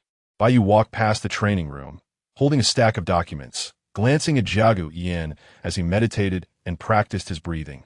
Haven't you always called me that irritating woman? How infuriating. Chapter 49, Celestial Anomalies, Volcanic Rain Realm. The mirrored world created by the Rain Realm F card. This mirrored realm is a spatial interstice opened by Lin Nuo, harnessing the immense power of a colossal core. Within the Rain Realm, that enormous core continuously generates monsters, producing approximately 30 creatures daily. However, similar to the real world, Lin Nuo is unable to engage in combat within the Rain Realm. He can only allow summoners to enter and fight. By vanquishing these monsters, they provide a steady source of light energy for themselves, while the summoners can also gain consistent light energy points. Furthermore, the defeat of these monsters has been designed by Lin Nuo to yield dropping rewards, encouraging summoners and others alike. Indeed, it is not solely summoners who can enter the Rain Realm. Ordinary individuals may also venture in. Regardless of whether the monsters are slain by summoners or others, Lin Nuo can refine light energy from the dropped monster crystals. Yet, these low-level monster crystals are incapable of being refined into weapon cards or skill cards. At this moment, the Rain Realm card is being stabilized within an independent laboratory of the monster countermeasure team. The opened Rain Realm passage swirls like a vortex, floating in an astonishingly unscientific manner. Can you hear me? Is the communication clear? The response is affirmative. Communication is clear. At this moment, Jiagu Yin has already entered the Rain Realm alongside a group of combat members. Meanwhile, outside, Baiyu is directing the combat members within the Rain Realm through the channel opened by the Rain Realm card. The images transmitted back through the Rain Realm passage are quite clear. Occasionally, monsters rush in, but the combat members easily dispatch them. As Jiagu Yin has already grasped the basic breathing technique, he naturally does not rely on firearms like the other members. Instead, he hones his basic breathing technique and fundamental defense through combat. Basic breathing technique Proficiency 1. Basic defense Proficiency 1. The speed at which these two skills improve during battle far exceeds what tedious training could achieve. The monsters in the Rain Realm currently pose little threat to Jiagu Yin. Moreover, as a member of the elite, core, and confidential monster countermeasure team, his foundation is significantly stronger than Chang Yang's. Even if his basic breathing technique has only reached the first level, he can maintain basic breathing during combat, comprehensively enhancing his physical attributes. Basic breathing technique Proficiency 1. Basic breathing technique Level 1, 100. Basic breathing technique Level 1. Basic breathing technique Level 2. Constitution 1. As the battle continues, the proficiency of the basic breathing technique finally reaches its peak. Jiagu Yin feels a flame burning in his chest, and the air he exhales has transformed into scalding white vapor. As the summoner of the Fire Sparrow, Jiagu Yin's body is gradually being modified under the influence of the summoning device. However, unlike Chang Yang, the source of his transformation is not solely light, but also fire. Under the influence of the basic breathing technique, even without transforming, his body gains some fiery characteristics when operating the breathing technique. Currently, this characteristic allows him to exhale gas that is approximately 10 hotter than that of an average person. His body's tolerance for high temperatures has consequently increased. Has he reached the second level? In an instant, he feels an overall enhancement in his physique. Jiagu Yin does not indulge in self-satisfaction due to this improvement. Instead, he continues to intensify his training regimen. To become a member of the monster countermeasure team, Jiagu Yin has not only relied on his exceptional talent, but also on years of rigorous training. Seizing this opportunity, he exerts himself to the fullest. After all, he was the one who, after dropping out of school, spent an entire month outside, confronting delinquents until they withdrew. Such tenacity, I believe, would lead to success in any endeavor. The response from the Rain Realm monsters has ceased. Here, please evacuate the Rain Realm in an orderly manner. As the monster's presence fades, the combat members within the Rain Realm begin to withdraw in an orderly fashion. Upon returning to reality, everyone is drenched as the Rain Realm has been perpetually drizzling. Except for Jiagu Yin, the summoner, the other combat members have, under Jiagu Yin's guidance, begun to grasp the basic breathing technique. They are now able to enhance their vitality and reaction speed through breathing, although physical enhancement through breathing still requires extensive practice. Volcanic anomaly? Jiagu Yin moved closer to Baiyu, gazing at the news on the computer. The location is not in Xiguang City, but rather on a volcanic island overseas. Is it a volcanic eruption? Jiagu Yin recalled Baiyu's earlier words about anomalies. It is highly likely that a nature-type card has emerged in the volcano. It is very probable that it is a natural fire-type card. If it were merely a typical volcanic eruption, why would I suspect it to be a celestial anomaly? The molten lava from this eruption has already covered half of the island, forming a lava lake. Yet, neither the island's trees nor its fauna have been incinerated. They even traverse the molten surface as if walking on solid ground. The temperature of the lava is abnormal. Upon reaching this point, Baiyu opened a document on his tablet and handed it to Jiagu Yin. It contained detailed investigative information regarding this lava eruption. As expected, members of the monster countermeasure team have gone to investigate such a celestial anomaly. Samples of the lava are being transported back to the monster countermeasure team. Is that so? When can I go? The recent heavy rain, the Rain Realm F card, the Rainstorm E card. All these events are interconnected. If that volcano indeed birthed a nature card, it should be concealed within a spatial interstice akin to the Rain Realm. Such interstices might harbor exceptionally powerful monsters. You still need to train. Baiyu does not encourage Jiagu Yin to recklessly venture into such perilous places. Compared to the first generation, Jiagu Yin's power is still not sufficiently mature, nor does he possess enough fire-type cards. Moreover, even the first generation, Baiyu recalls the battlefield photographs from that encounter. The battleground of Mutum Dape and the first generation has been located by the members of the monster countermeasure team. Yet no trace of the first generation's body has been found. Based on the battle marks, Baiyu also conducted a battle assessment. It was an exceedingly brutal confrontation, and the opponent faced by the first generation was exceptionally formidable. Regarding the identity of the first generation, logically, based on the battle traces that extended from the urban area to the suburbs, there should be some clues. However, none have been uncovered.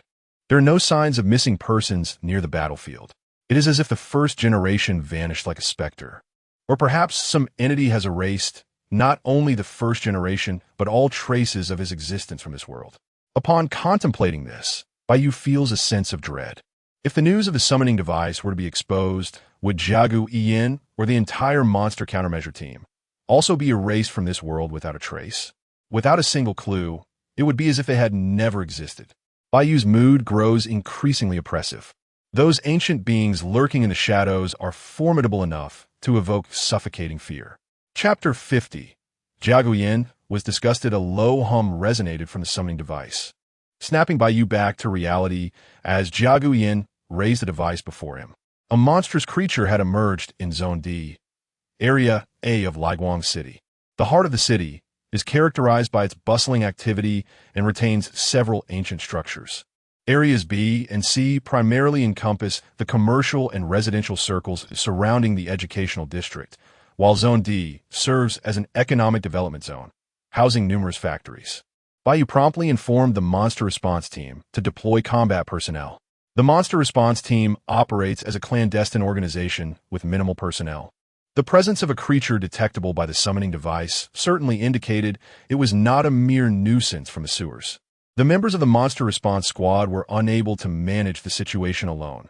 Thus, the intervention of the combat unit was imperative for evacuation and containment. I joined as well. Jiagu Yin swiftly descended to the ground via the elevator and then withdrew a card. Motorcycle F. With a click, flames ignited, revealing a motorcycle with a silver base before him, adorned with flame patterns on the fuel tank and sides. Jiagu Yin mounted the motorcycle and, guided by the map displayed on it, surged toward the location of the monster. This marked the inaugural public appearance of the Fire Sparrow armor. The general populace remained oblivious to the potential demise of the first generation. They were more familiar with the armor of light, with the roar of the motorcycle echoing. Jiagu Yin maneuvered through the traffic at breakneck speed. The foot traffic in Zone D was sparse, primarily consisting of factory workers. However, this low volume was relative. It did not imply that the streets were devoid of people. Suddenly, the monster violently overturned a small car, hoisting it above its head, while a family of 3 inside screamed in terror. Fortunately, the driver managed to maintain a semblance of composure, hurriedly shifting his child from the back seat to the driver's seat and grasping his wife's hand to comfort them as best as he could. Pedestrians along the roads fled in panic, seeking refuge in nearby buildings. Only a few remained, desperately attempting to escape, feeling that sheltering indoors would leave them trapped. The creature roared, shaking the car overhead before viciously hurling into the air. Fire Sparrow. With a click, Jiagu Yin inserted the card into the summoning device, flames rapidly enveloping him, including the motorcycle he was mounted upon. The motorcycle, shrouded in flames, began to morph, twisting and expanding as if it were molten metal. All of this transpired in an instant. Bystanders merely caught a glimpse of the fiery spectacle before a formidable armored warrior, astride a blazing motorcycle, soared into the sky, deftly rescuing the 3 occupants from the car and depositing them safely on the ground. Armored warrior? The fleeing pedestrians turned back in astonishment, for their mental image of an armored warrior was the platinum armor of light. They had yet to witness this new crimson-armored figure. Jiagu Yin, having set the rescued family down, now faced the monstrous creature before him. Its body was grotesquely muscular, riddled with tumor-like growths, each pulsating with purple veins. Its face was devoid of eyes, instead adorned with 2 thick, fleshy horns protruding from the eye sockets. Its mouth. Chapter 51. The mysterious manipulator behind the scenes at this moment. The creature was truly bizarre, and Jiagu Yin had no intention of delaying further. With a swift motion, he drew forth a card from his waist, Fire Sparrow Blade. With a sharp sound, the card was inserted. igniting a conflagration that flowed through Jia Yin's outstretched right hand, transforming into a blade of flame. He then darted toward the beast like a phantom, leaving only a trail of flickering embers in his wake. The fiery blade sliced through the air, creating a resonant crackle as it aimed at the creature. In an instant, the blade tore through the beast's chest, leaving behind a charred and scorched gash. Did it hit? No. Suddenly, a burst of flames erupted from Jia Yin's chest plate, the overwhelming force propelling him backward. The fire sparrow armor offered little protection, and he was caught off guard by this sudden attack. It felt as though a knife had pierced through his armor and struck directly at his chest. An attack. When did it happen? With the speed of the fire sparrow. How could he have failed to evade or notice it? Moreover, this attack felt eerily similar to the very strike he had just unleashed. His gaze shifted to the creature's shoulder, where a flesh-colored fire sparrow resided, and he instantly grasped the nature of its power. It could bind the damage it received to him. As long as it was attacked, he would suffer the same injury. Infuriatingly, it possessed such a despicable ability. Jia Yin stared at the creature, momentarily at a loss for how to respond. Yet the creature was not one to ponder. It staggered to its feet, its chest wound visibly healing at an astonishing rate. Meanwhile, Jia Yin felt no relief from the pain he had just endured. It seemed the creature merely shared the damage it received, rather than binding its own state to his. The beast roared and charged at Jia Yin once more, arms outstretched as if to exchange blows. Faced with the absence of a strategic solution, Jia Yin could only evade its lethal strikes. Utilizing the swiftness of the fire sparrow, he deftly dodged the creature, his blade once again aimed at its shoulder. This time he tempered his strength, yet he still felt a sharp pain radiating from his own shoulder. Was every form of attack capable of being reciprocated in kind? The creature, enraged, swiped at Jia Yin with its spiked claws.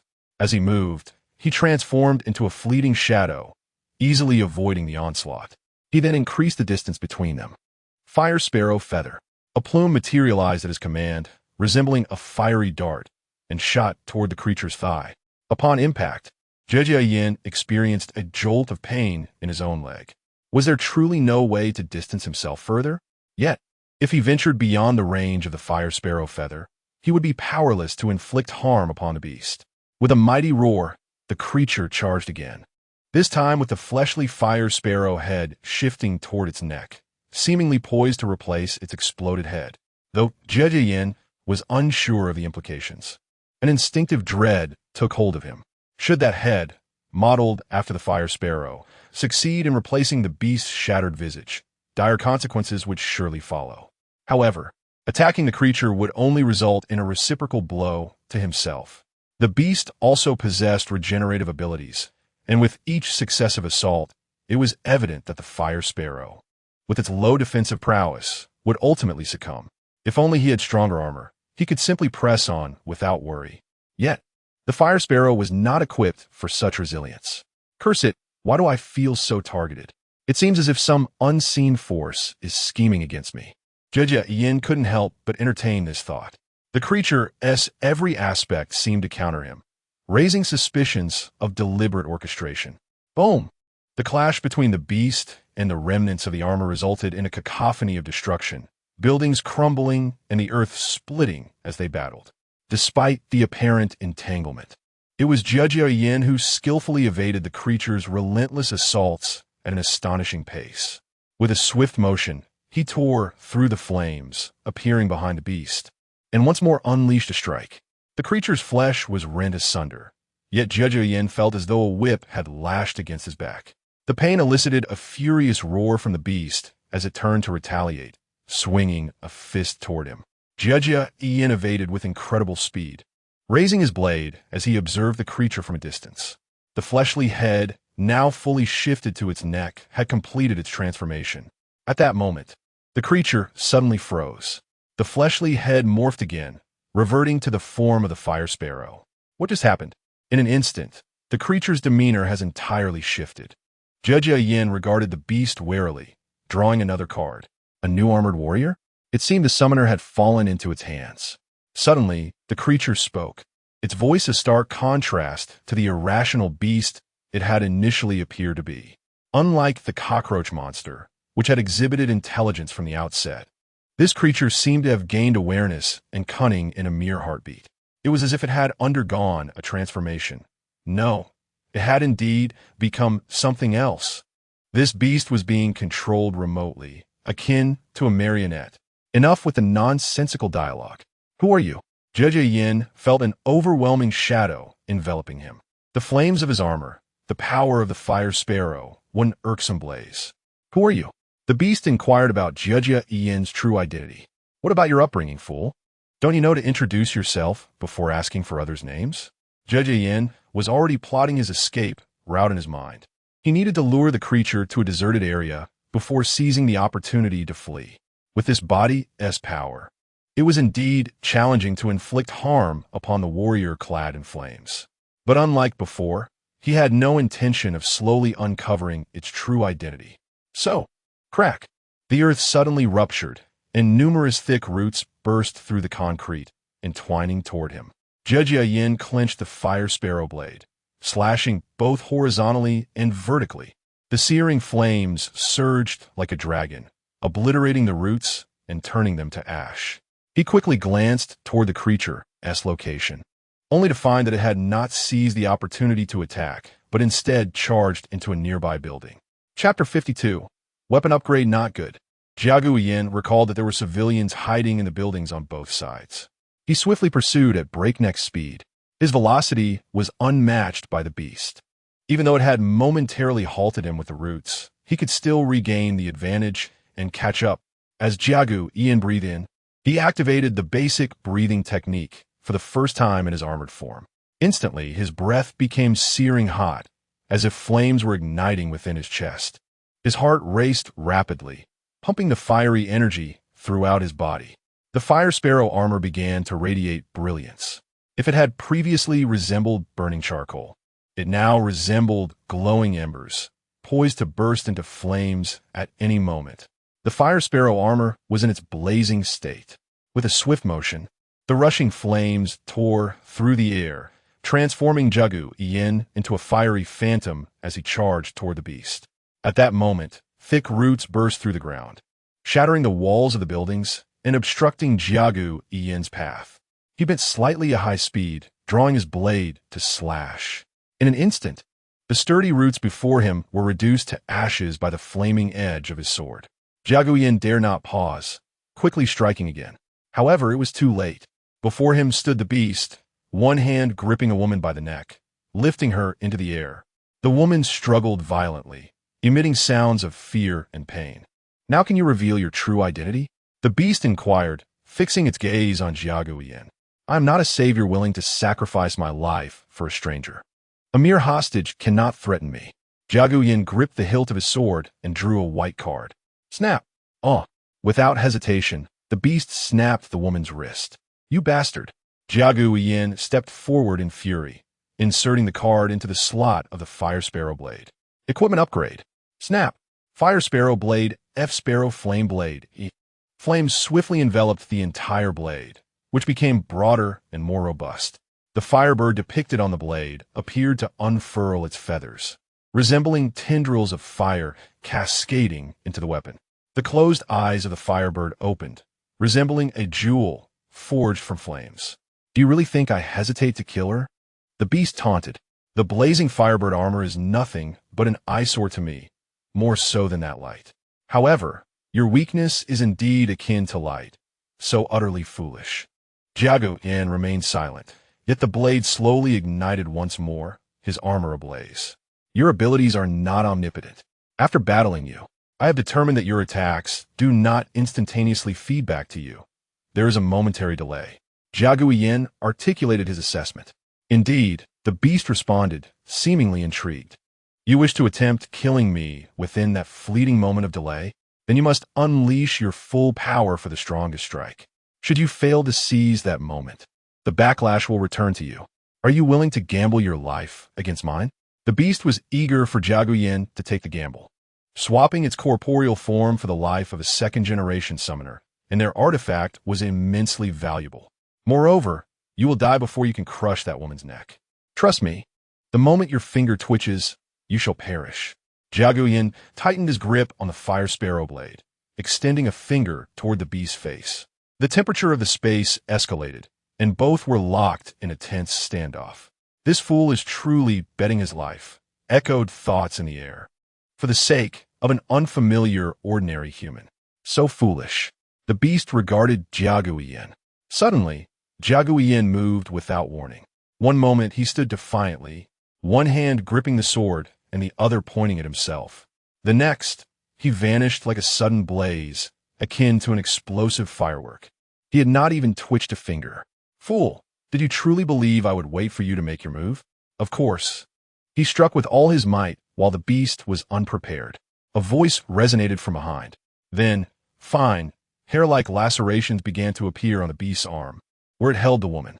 Blood seeped from the wounds, spreading until it enveloped the entirety of the beast's body. In an instant, the beast's form disintegrated into countless pieces, littering the ground. The fiery state of the fire sparrow armor, combined with the upgraded sparrow flame blade, showcased Jiagu Yin's incredible speed. Yet even so, Jiagu Yin staggered toward the wall, the flames of his armor dimming anew. His skin, beneath the armor, bore numerous deep cuts, oozing blood. His attack had initially targeted the beast's arm rather than its head, which meant he had not slain the beast immediately. Some of the attack's repercussions had indeed returned to him. Jiagu Yin glanced at the woman on the ground, confirming she was merely unconscious and not dead. He crouched down, roughly realigning her broken arm. Then he withdrew Potion F, inserting it into the summoning device. Potion F, snap! A syringe materialized in his palm, which he then inserted into the woman's arm, administering the full dosage.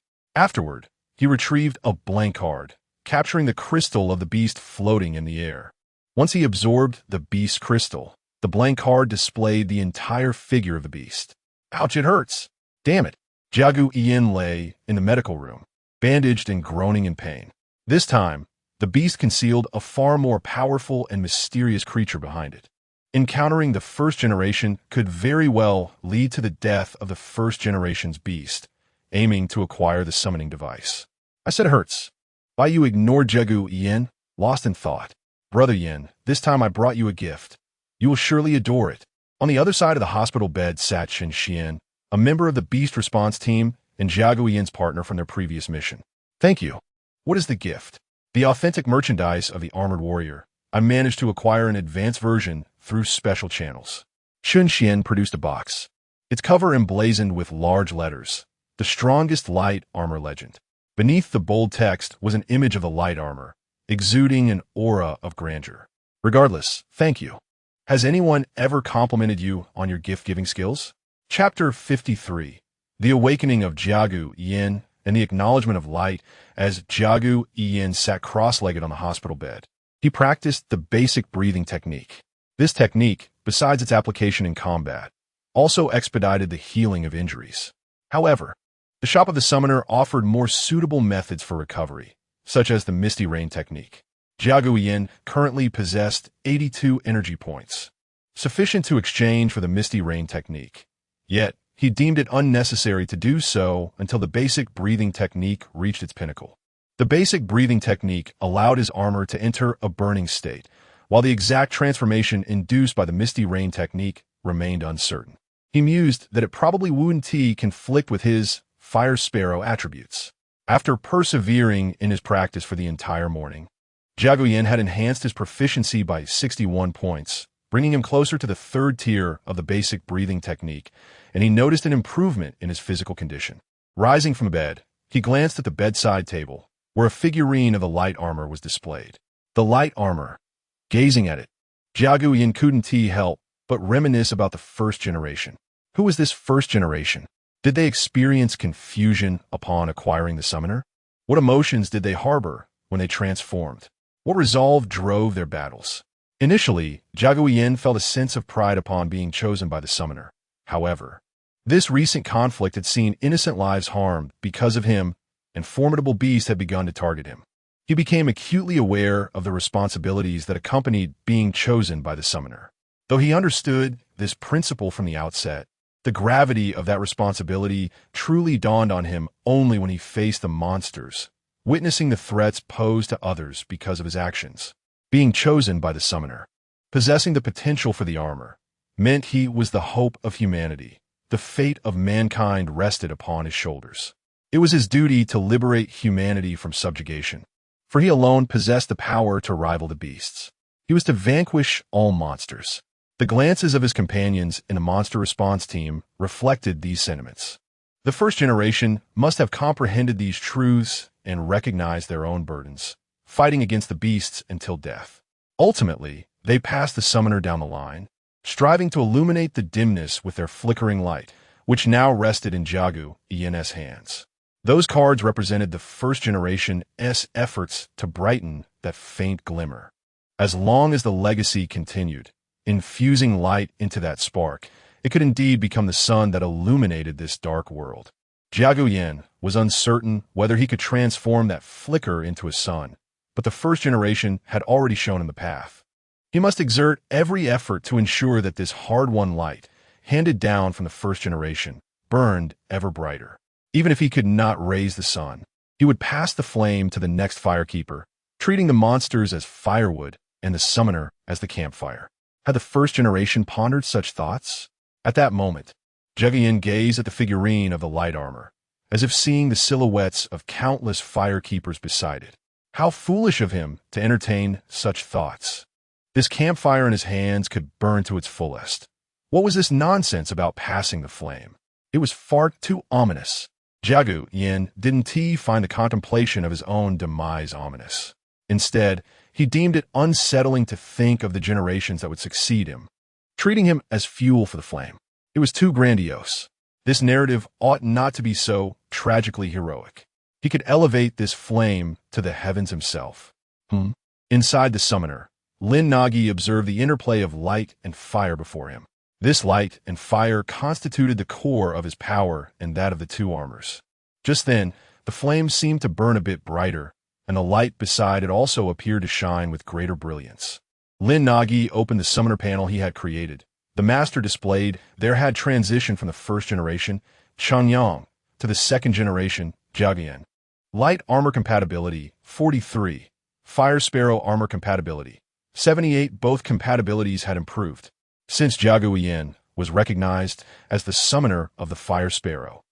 The compatibility of the Fire Sparrow armor could gradually increase through combat. Jiagu and the Fire Sparrow would continually resonate together. However, the compatibility of light would not enhance. When Changyang battled to the end and achieved 100 compatibility, Lin Nuo's light also grew stronger, undergoing certain transformations. This change made summoning light more challenging and its power more formidable. After all, light was a projection of Lin Nuo's light power. As Lin Nuo's light strengthened, so too did light. If it were the original light, Jiagu might have possessed summoning capabilities. Now, however, this had changed, and the stronger light was gradually beginning to recognize Jiagu. Was it heart? Lin Nuo curiously turned his gaze outward. He had become less attentive to summoners. Yet at this moment, he could sense Jiagu's tumultuous thoughts. Previously, Changyang had also experienced a rapid increase in compatibility. Such occurrences generally transpired when an internal transformation led to a profound realization. In the final battle, Changyang even elevated his armor compatibility to 100 in a short span. Though Lin Nuo could neither see nor hear Changyang's internal epiphanies, he grasped the weight of that realization through the swift rise in armor compatibility. Why has such an awakening emerged within you too? Lin Nuo redoubled his efforts, striving to analyze the database, create stronger techniques, and forge more powerful cards.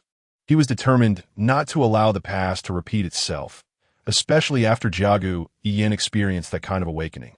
Simultaneously, he couldn't help but begin observing this summoner closely.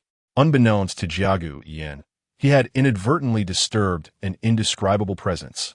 He remained oblivious to the slightly brighter white cards within the card storage. Carefree, he turned the light armor figurine around, placing it in the corner. The central position was undoubtedly reserved for his Fire Sparrow. How vexing! When would the Fire Sparrow figurine be available for sale? Wait a moment.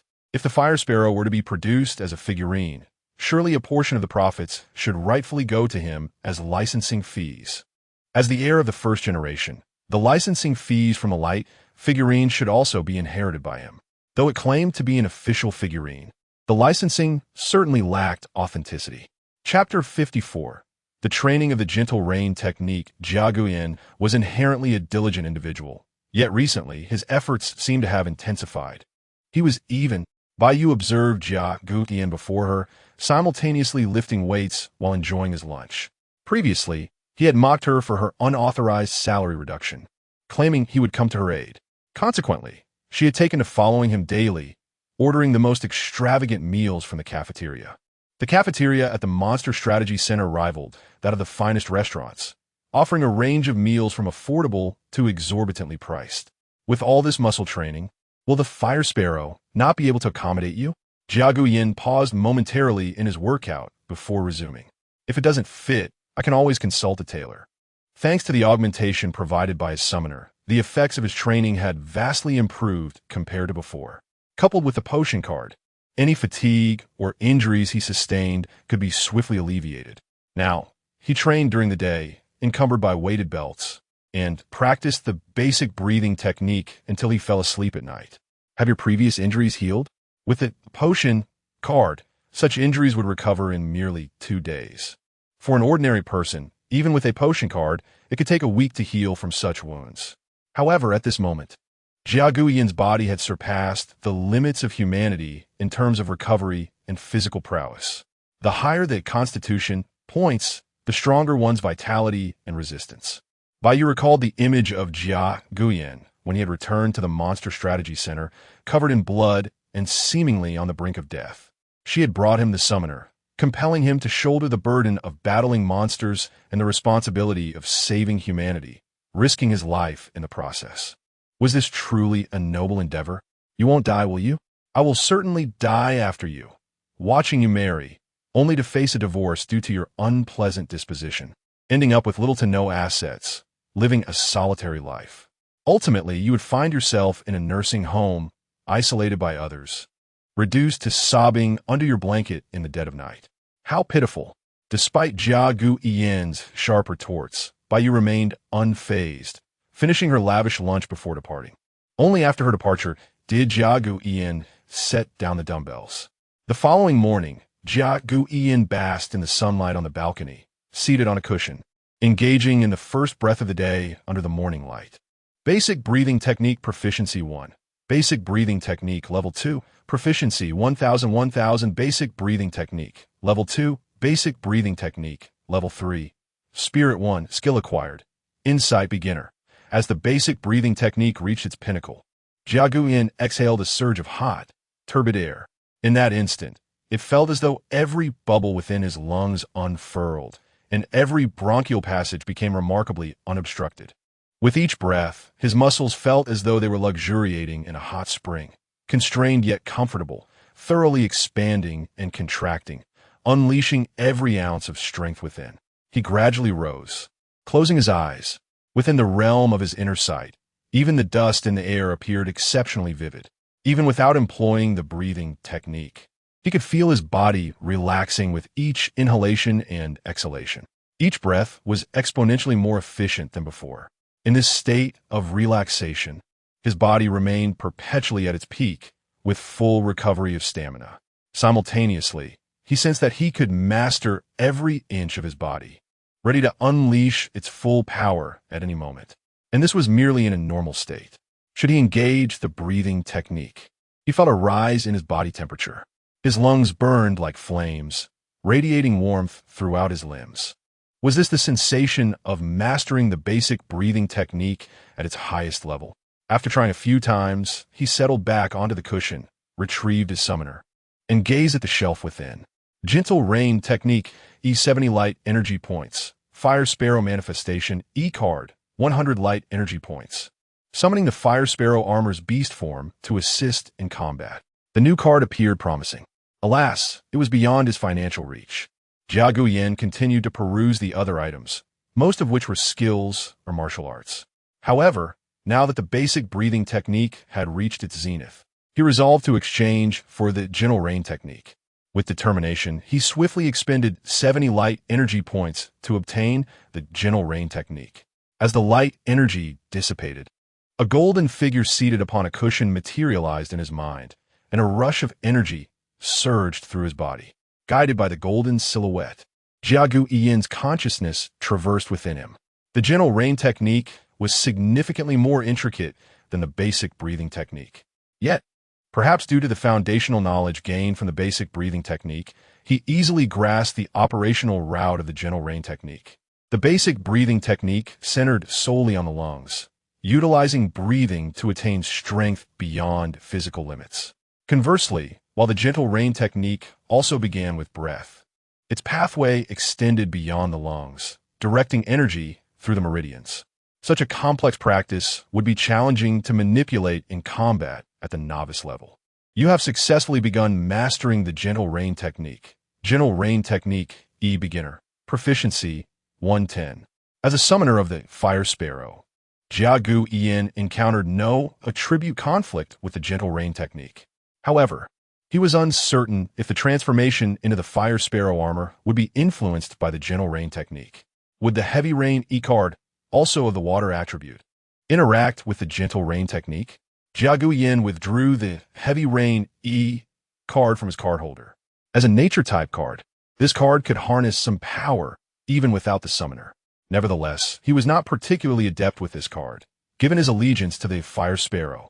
Holding the heavy rain, he resumed his seated meditation, activating the gentle rain technique. A somewhat clumsy cycle ensued.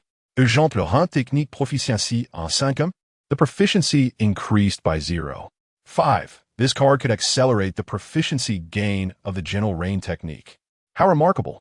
Jiagu Yin gazed at the heavy rain E card, finding it increasingly appealing. He had not anticipated it could serve as an accelerator. Subsequently, he chose not to return the heavy rain E to the card holder, opting instead to carry it with him as he diligently practiced the gentle rain technique. Meanwhile, during Jiagu Yin's rigorous training, the previously tranquil city of Xiguang experienced unusual disturbances stemming from a peculiar card. Chapter 55. The Gray Area of Xiguang City as the Yixuantang. An underground gang in Xiguang City, it boasts a considerable number of gang members. The majority of these individuals are unemployed drifters, with the lower echelon relying on extortion and petty theft to sustain their livelihoods. Among them, a select group of core mid-level leaders maintains their standing through tributes from the lower ranks. Simultaneously, Yixuantang colludes with high-ranking officials in Xiguang City, either through bribery or by conducting clandestine operations on their behalf. However, the primary source of income for the mid-level members stems from the illicit services provided by unregulated bathhouses and underground gambling dens. Yet, even the mid-level gangsters are oblivious to the fact that their leader is no longer entirely human. The so-called leader of Yixuantang, Wang Yishuan, is a formidable fighter, a prowess that stems from a peculiar encounter.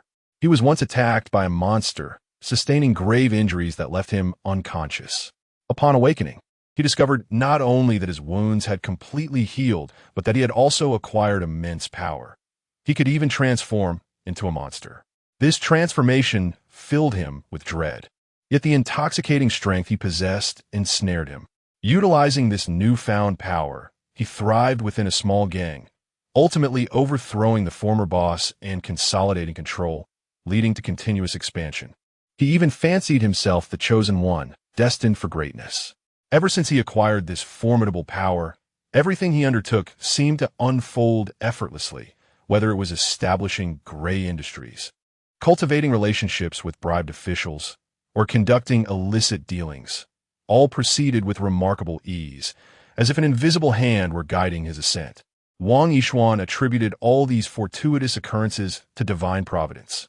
Alternatively, he contemplated more sinister possibilities, but instinctively relegated his thoughts to fate, believing himself to be the fated one. Recently, he acquired another potent artifact, a card the size of a playing card, with a black background. The front of the card depicts a black monkey, its fur as dark as coal, without a hint of discoloration. Its eyes gleam like red jewels, and sharp, menacing fangs protrude from its lips. Its massive arms hang at its sides, muscles straining against the dense fur, and its enormous fists resemble two rods of finely forged steel. In a vacant room, Wang Yishuan gazes obsessively at the card resting on the table before him. Ever since he gained that extraordinary power, he has relentlessly pursued greater strength. Over the decades, he has achieved little, and his body has begun to wither. His strength wanes in comparison to his youth. The energy expended during his transformations into a monster has escalated, leaving him utterly exhausted after each metamorphosis. This card, however, represents his sole achievement over the years. The Monkey E card, when carried, amplifies the strength of his arms, rendering each strike immensely powerful. Furthermore, having it on his person rejuvenates him, making his aging body feel youthful once more. Yet, he remains unsatisfied. As a half-monster, he can sense the immense power encapsulated within the card, stirring an insatiable desire within him to possess that strength. However, the card seems to firmly seal this power away, denying him any significant access. The energy he can wield is merely a fraction that seeps from the card. To truly harness its strength, he requires a certain tool, one whose location is painfully clear: the summoner. Since the emergence of the armored warrior, Wang Yishuan has been acutely aware of this mysterious entity, and it has incited his fury. How dare this lowly human wield the power that rightfully belongs to him, the true chosen one? He possesses the wisdom of humanity coupled with the might of a monster, selected by the heavens as the protagonist. Yet, this armored warrior shines even brighter, appearing more deserving of the title of protagonist than himself. In comparison, his grotesque power, his monstrous form, resembles nothing more than a rat scurrying in the shadows. From that moment on, he fixated on this enigmatic armored warrior. Through channels of bribed officials, he learned of the Monster Countermeasures Division's research on the armored warrior. Understanding that the warrior fought using the powers of various cards activated by the summoner only deepened his jealousy. Consumed by madness and obsession, he could not bear the thought of a mere human, in possession of a summoner, competing against his noble monster form. He would not permit anyone else to command such formidable power. Wang Yishuan has lived the life of a protagonist, believing all humans and monsters beneath him. The dazzling armored warrior drove him to the brink of insanity, compelling him to seek the summoner with desperate fervor. Just days ago, a new armored warrior emerged. He remains unaware that the summoner has been inherited by a second generation. Instead, he believes there must be multiple summoners and armored warriors in the world. Thus, he commanded his subordinates to search high and low. He even purchased numerous accessories related to armored warriors, such as summoners, shadow swords, and various cards, until he finally discovered the Monkey E card, which solidified his determination to acquire the summoner. With this power, he believed he could overpower the summoner and forcibly seize it. However, he felt uncertain about taking action. He planned to wait for the next monster disturbance to lure out Fire Sparrow, uniting with the monsters to defeat both Fire Sparrow and its summoner, allowing him to seize the summoner. Monkey. As these thoughts coursed through his mind, Wang Yishuan caressed the card before him, envisioning the day he would possess the summoner. At that moment, he would wield both monster and armored power. The Monkey E card lay silently on the table, appearing lifeless. Its hair-like fibers seemed to stir ever so slightly within the card. Chapter 56. The Manipulator Monster, Skill Level of Rainfall Technique 1. 5. Rainfall Technique, Beginner. Proficiency, 10-10. Rainfall Technique, Beginner. Rainfall Technique, Level 1. Constitution 1. His constitution increased once more, though the enhancement was less pronounced than the previous one. Yet, Jiagui Yin could distinctly feel a vitality blossoming within him, akin to spring rains nourishing a parched field. His body became more at ease, as if a layer of invisible shackles had been lifted. The rainfall technique, upon reaching its pinnacle, could augment his constitution by a total of 10 points. He pondered the potential strength his body could withstand. Constitution determines the summoner's lifespan, resilience, and self-healing abilities. It also establishes the upper limit of the summoner's capacity to endure, thereby allowing them to withstand greater forces from armor. Perhaps, should his constitution reach a certain level, he might transform the Fire Sparrow its burning form into a permanent state. Sigh. If the cultivation techniques had no upper limit, and if he could learn more diverse techniques, each enhancement and effect would accumulate. Jiagu Yin felt a surge of anticipation for the day he would face the monsters with his physical prowess. However, as he contemplated these thoughts, the summoning device emitted a low hum once more. The time for vengeance against the loathsome beasts had arrived. Jiagu Yin gazed at the summoning device, refusing to underestimate the situation. It seemed the last encounter, where he had been left in a pitiful state, was still fresh in its memory. After notifying the monster response team, he swiftly withdrew the motorcycle F from the storage card and headed towards the monster's location. Meanwhile, Lin Nuo had discreetly infiltrated the network through the connection of light, taking control of all surveillance along the route, erasing any footage of Jiagu Yin. For him, as a being of light, these tasks were effortless. Having learned from previous encounters, he had become increasingly cautious, striving to keep his identity concealed and evade the notice of Mumin Depay. Lin Nuo committed this name to memory, exercising utmost vigilance. Mumin Depay had previously demonstrated the ability to erase his own memories and conceal his presence, only revealing himself upon arriving at Chungyang's door. Currently, Lin Nuo was not only attuned to surrounding disturbances through light, but also dedicating part of his consciousness to infiltrate every camera within a kilometer radius of Jiagu Yin, monitoring any anomalous individuals in the vicinity. He routinely employed light to check whether his memories had been obscured by darkness. He soon arrived at the scene where the monster was detected, a location that was somewhat unexpected. Through his earpiece, Jiagu Yin maintained communication with the monster response team while halting his motorcycle, surveying the dilapidated buildings before him. This neighborhood was infamous in Xiguang City for its unfinished constructions. The developers had absconded with funds, leaving many in dire straits. Some residents, unable to find alternatives, were forced to inhabit these incomplete structures, living in misery. Moreover, numerous beggars and feral dogs congregated here. How astonishing that such a place harbored monsters. Proceed with caution. Received. As he entered the cluster of abandoned buildings, the towering, desolate concrete structures exuded an oppressive atmosphere. Weeds flourished beneath the empty buildings, and occasional barks echoed through the silence. Passing one of the dilapidated structures, Jiagu Yin noticed beggars, disheveled and ragged, sprawled on tattered mattresses, lost in slumber. Only beggars. Jiagu Yin pressed further into the area. Yet, as he turned his back to the beggars, they began to stir and followed him closely. Jiagu Yin halted, and the beggars ceased their movements. What is going on with you? Suddenly, a robust stray dog sprang from a thicket, leaping into the air and snapping its jaws toward Jiagu Yin's neck. A dog? Reacting swiftly, Jiagu Yin pivoted and delivered a powerful punch to the dog's snout. The creature yelped in pain, crashing to the ground. However, as the first dog howled, more began to gather. The cacophony of barking intensified. The beggars trailing Jiagu Yin seemed roused by the din, hastening their pace toward him, brandishing a fruit knife they had concealed. These individuals have gone mad. Jiagu Yin complained into his earpiece before delivering a kick to send one dog tumbling, grasping its hind leg. Behold the wild dog Whirlwind. With the dog in hand, Jiagu Yin summoned all his strength, twirling it like a whirlwind, fending off one dog after another. Spotting a slender canine, he executed a swift kick, sending it sprawling, then bent down to grasp its leg in one fluid motion. At that moment, the beggars wielding knives surged toward him, howling as they lunged. Observe the double wild dog whirlwind, wild dog dual wielding.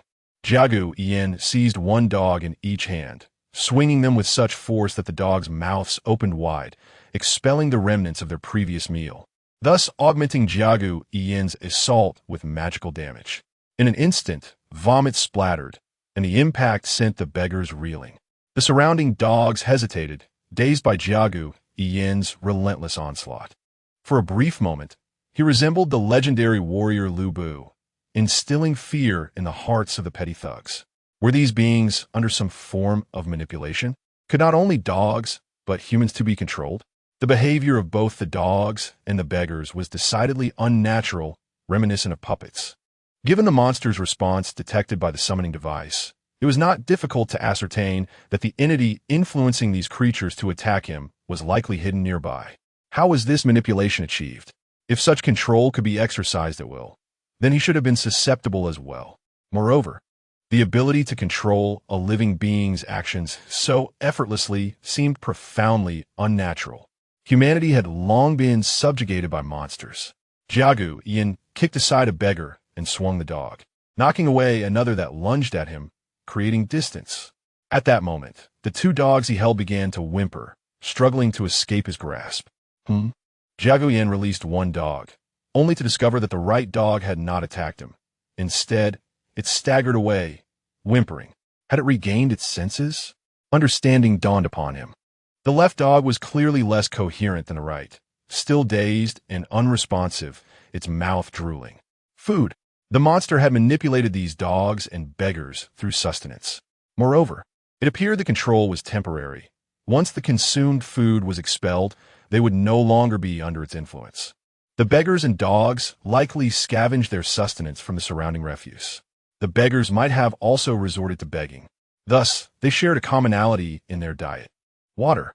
The water in this area was suspect. The monster likely concealed itself within the nearby water source. Jiagu Yin hurled the left dog away, distancing himself from the beggars and dogs. He then scoured the vicinity, ultimately discovering a small artificial lake overgrown with weeds. A faded yellow duck boat floated upon its surface. Chapter 57.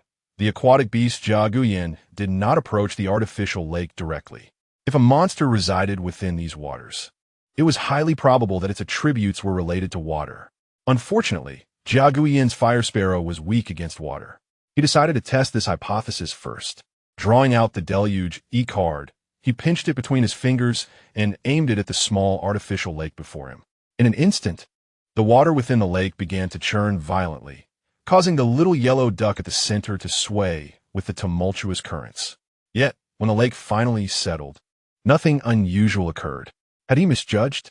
Jiagu Yin retracted the deluge E card, remaining cautious and refraining from getting closer. After previous encounters, he no longer underestimated monsters. Many of these creatures possessed considerable intelligence, and it was entirely possible they were lying in wait. For instance, the monster could have discerned that the summoner's armor had transitioned from light to fire sparrow, thus deliberately concealing itself beneath the water's surface, hoping to lure him into its territory and exploit his elemental weakness. Cunning beast, do you think I would fall for your trickery? Jiagu Yin withdrew a summoning device, conjuring the armor belt and affixing the summoner securely. He then drew out the fire sparrow card, vigilantly observing the water's surface, ready to transform at a moment's notice. It was unwise to transform without confirming the monster's location. The armor demanded a significant amount of stamina to maintain, and it was conceivable that he might exhaust himself before even encountering the creature. Deluge. With a decisive motion, Jiagu Yin inserted the deluge E card into the slot, and a surge of formidable energy poured forth from the belt, coursing through his entire being. The summoner could harness the power of all cards, allowing him to utilize the energies of other cards even without transforming. This enhanced his ability to wield the powers of other cards more effectively. Sensing the might of Deluge E, Jiagu Yin cautiously parted the overgrown weeds and approached the artificial lake. The tranquil surface of the water was adorned with a layer of verdant aquatic plants. Extending his hand towards the lake, he commanded the water to part, revealing the muddy bottom beneath. Suddenly, a large fish, measuring a meter in length, sprang forth and lunged at him. The fish resembled a common grass carp, yet it was armed with a multitude of razor-sharp teeth, much like an enlarged piranha, viciously snapping at Jiagu Yin. How ferocious! Do you wish to be braised? Jiagu Yin reacted swiftly, delivering a powerful punch to the fish's head. With a resounding thud, the fish was sent tumbling onto the shore, thrashing violently. Jiagu Yin then stomped down heavily on its thrashing head, silencing its movements. Neither its size nor its menacing teeth resembled a typical freshwater fish. Had been altered by a monster? Jiagu Yin pondered, piecing together the creature's abilities. It could manipulate both sentient and non-sentient life through water and had the capacity to modify aquatic organisms. Given these observations, it was likely that this monster possessed the ability to influence and transform other beings via water. The wild dogs and beggars inhabiting this area, having only consumed a portion of the monster's water, remained unaltered, merely manipulated by the water they ingested. In contrast, the fish, which lived continuously in the water, had been thoroughly affected and transformed, explaining its drastic physical changes. Thus, it seemed probable that the monster was concealed beneath this artificial lake, exerting its influence over the water's flow. However, despite the power of deluge, Jia Guiyin sensed no formidable creature lurking below the surface. The energy response from the monster was faint, indicating no powerful entity was hiding there. Damn it, I shall procure a water pump and drain this lake dry, he resolved, determined to take decisive action. This community's artificial lake was not extensive, and most areas were overgrown with weeds. Draining the water would not require much time, but he needed to prepare against any sudden monster attacks personally. Just as Jia Guiyin made his resolve to drain the lake, the dead fish on the ground suddenly stirred. It opened its mouth wide, targeting the unsuspecting Jia Guiyin. A jet of water, like an arrow, shot towards him with alarming speed, leaving him no time to react. Yet, Jia Guiyin remained composed, quickly channeling the power of deluge to attempt to control the incoming torrent. However, his efforts were in vain. How could this be? Jia Guiyin exclaimed, swiftly extending his hand, employing the fundamental breathing technique to its utmost limit, filling his lungs with air and expanding them. With his right hand poised like a blade, he struck the incoming water flow forcefully. Upon impact, a spray of water erupted, and his palm was swiftly lacerated, blood pouring forth. Gazing at his wounded hand, Jia Guiyin grasped his wrist tightly with his other hand, increasing the distance between himself and the deceased fish while remaining alert to any movements on the water's surface. The monster could manipulate the water flow to control others' bodies. To prevent the water from entering through his wound, he clenched his wrist and quickly expelled the blood from the injury. It has been lurking in the shadows all along. This troublesome creature, wiping the blood and water from his hands, Jia Guiyin began to contemplate why the previous water flow evaded the control of deluge. Despite being a dead fish, how could it still expel water and attack him? The ability to manipulate other lives through water. Living in the water, Jia Guiyin recalled the hairworm, which parasitizes mantises, controlling their movements and leading them to drown before detaching. Could it be he had been mistaken all along? Monsters need not be colossal and robust. What if this monster was a microscopic parasite, too tiny to see? This could explain why he could not control the water expelled by the dead fish. The flow had already been commandeered by the parasite, becoming part of it. Furthermore, it might possess the ability to replicate, spreading its body throughout the entire water source. Creatures that consumed the water source would inevitably fall under the control of these minuscule parasitic monsters.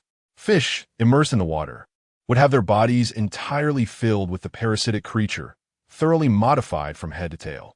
How could he possibly combat this? Perhaps sensing that Jia Guiyin had uncovered its presence, or perhaps growing impatient with its concealment, a horde of ferocious fish suddenly erupted from the artificial lake. Large and small alike, all adorned with menacing jaws, charging towards Jia Guiyin. Fool, you seek to command fish to battle me on land? It appears to be a creature of very low intelligence, Jia Guiyin thought, observing the oncoming fish with a mix of surprise and delight.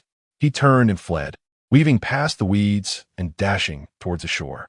Chapter 58. The ever-evolving beasts indeed. Fierce fish flopped helplessly on the shore. Jia Guiyin quickly halted, observing the struggling fish, and rushed back to deliver a finishing blow. However, the fish began to thrash violently, their bodies rapidly expanding. In the belly of each fish, for clusters of flesh sprouted and ultimately formed forelegs. If their mouths could be transformed into sharp fangs, it was only natural that their bellies could also be adapted for crawling. One by one, the fish, sporting razor-sharp teeth, twisted their bodies and scuttled towards Jia Guiyin with remarkable speed, akin to that of a lizard. A shiver ran down Jia Guiyin's spine as he sensed the monstrous aura before him. At that moment, Countless parasitic beasts had shifted from the lake into these fish, altering their forms. Only when their formidable energy coalesced did Jiagu Yin, the summoner, take notice. The beast had emerged. Fire Sparrow, with a decisive motion. Jiagu Yin thrust the Fire Sparrow he had clasped tightly into the summoning device. Fusion. Blazing flames surged from beneath Jiagu Yin, erupting in an instant as a scorching wave swept through, dispersing the fish that charged at him. The flames enveloped his entire being, transforming into Fire Sparrow armor. A surge of power coursed through him as he leaped into the air, surveying the crawling, transformed fish below. Fire Sparrow feathers. 2 fireballs swiftly ascended from his hands, pressing forward and scattering countless fiery feathers that rained down upon the dense mass of transformed fish. Under the cover of flames, the frail, transformed fish were swiftly pierced by the fiery feathers, collapsing to the ground. From the mouths of the fallen fish, torrents of rushing water gushed out, targeting the remaining transformed fish. Yet the surviving transformed fish rapidly grew again. Their bodies expanded at an astonishing rate, claws becoming robust and powerful, while their scales hardened, shimmering with a faint blue luster as if water flowed within. The fire feathers that fell upon these scales detonated into searing flames, yet were completely absorbed by the scales, leaving only a cloud of scalding steam in their wake. Is this evolution? One fish, having been dragged ashore by Jiagu Yin, prompted the parasitic beasts to modify the remaining fish, granting them crawling limbs. Another portion of the fish had been incinerated by Jiagu Yin, leading to the evolution of fire-resistant scales. Jiagu Yin landed deftly on the ground. After a barrage of attacks, 6 transformed fish remained, each one imposing and resembling alien crocodiles, adorned with blue water scales, lunging towards him. In that case, I shall eliminate you all in an instant, denying you any chance to evolve. Jiagu Yin swiftly withdrew 2 cards from his belt storage device and inserted them into the slots. Fire Sparrow Blade F. Equipment Upgrade E. Click, click. The Sparrow Flame Blade E. Seething flames coursed through his palm, manifesting as a blade ablaze. Fire Sparrow Armor, in its blazing form. As he activated the basic breathing technique, Jiagu Yin's entire armor seemed to ignite, radiating a glow akin to burning flames. With a whoosh, Jiagu Yin's form transformed into a rushing inferno, vanishing from sight and charging toward a transformed fish.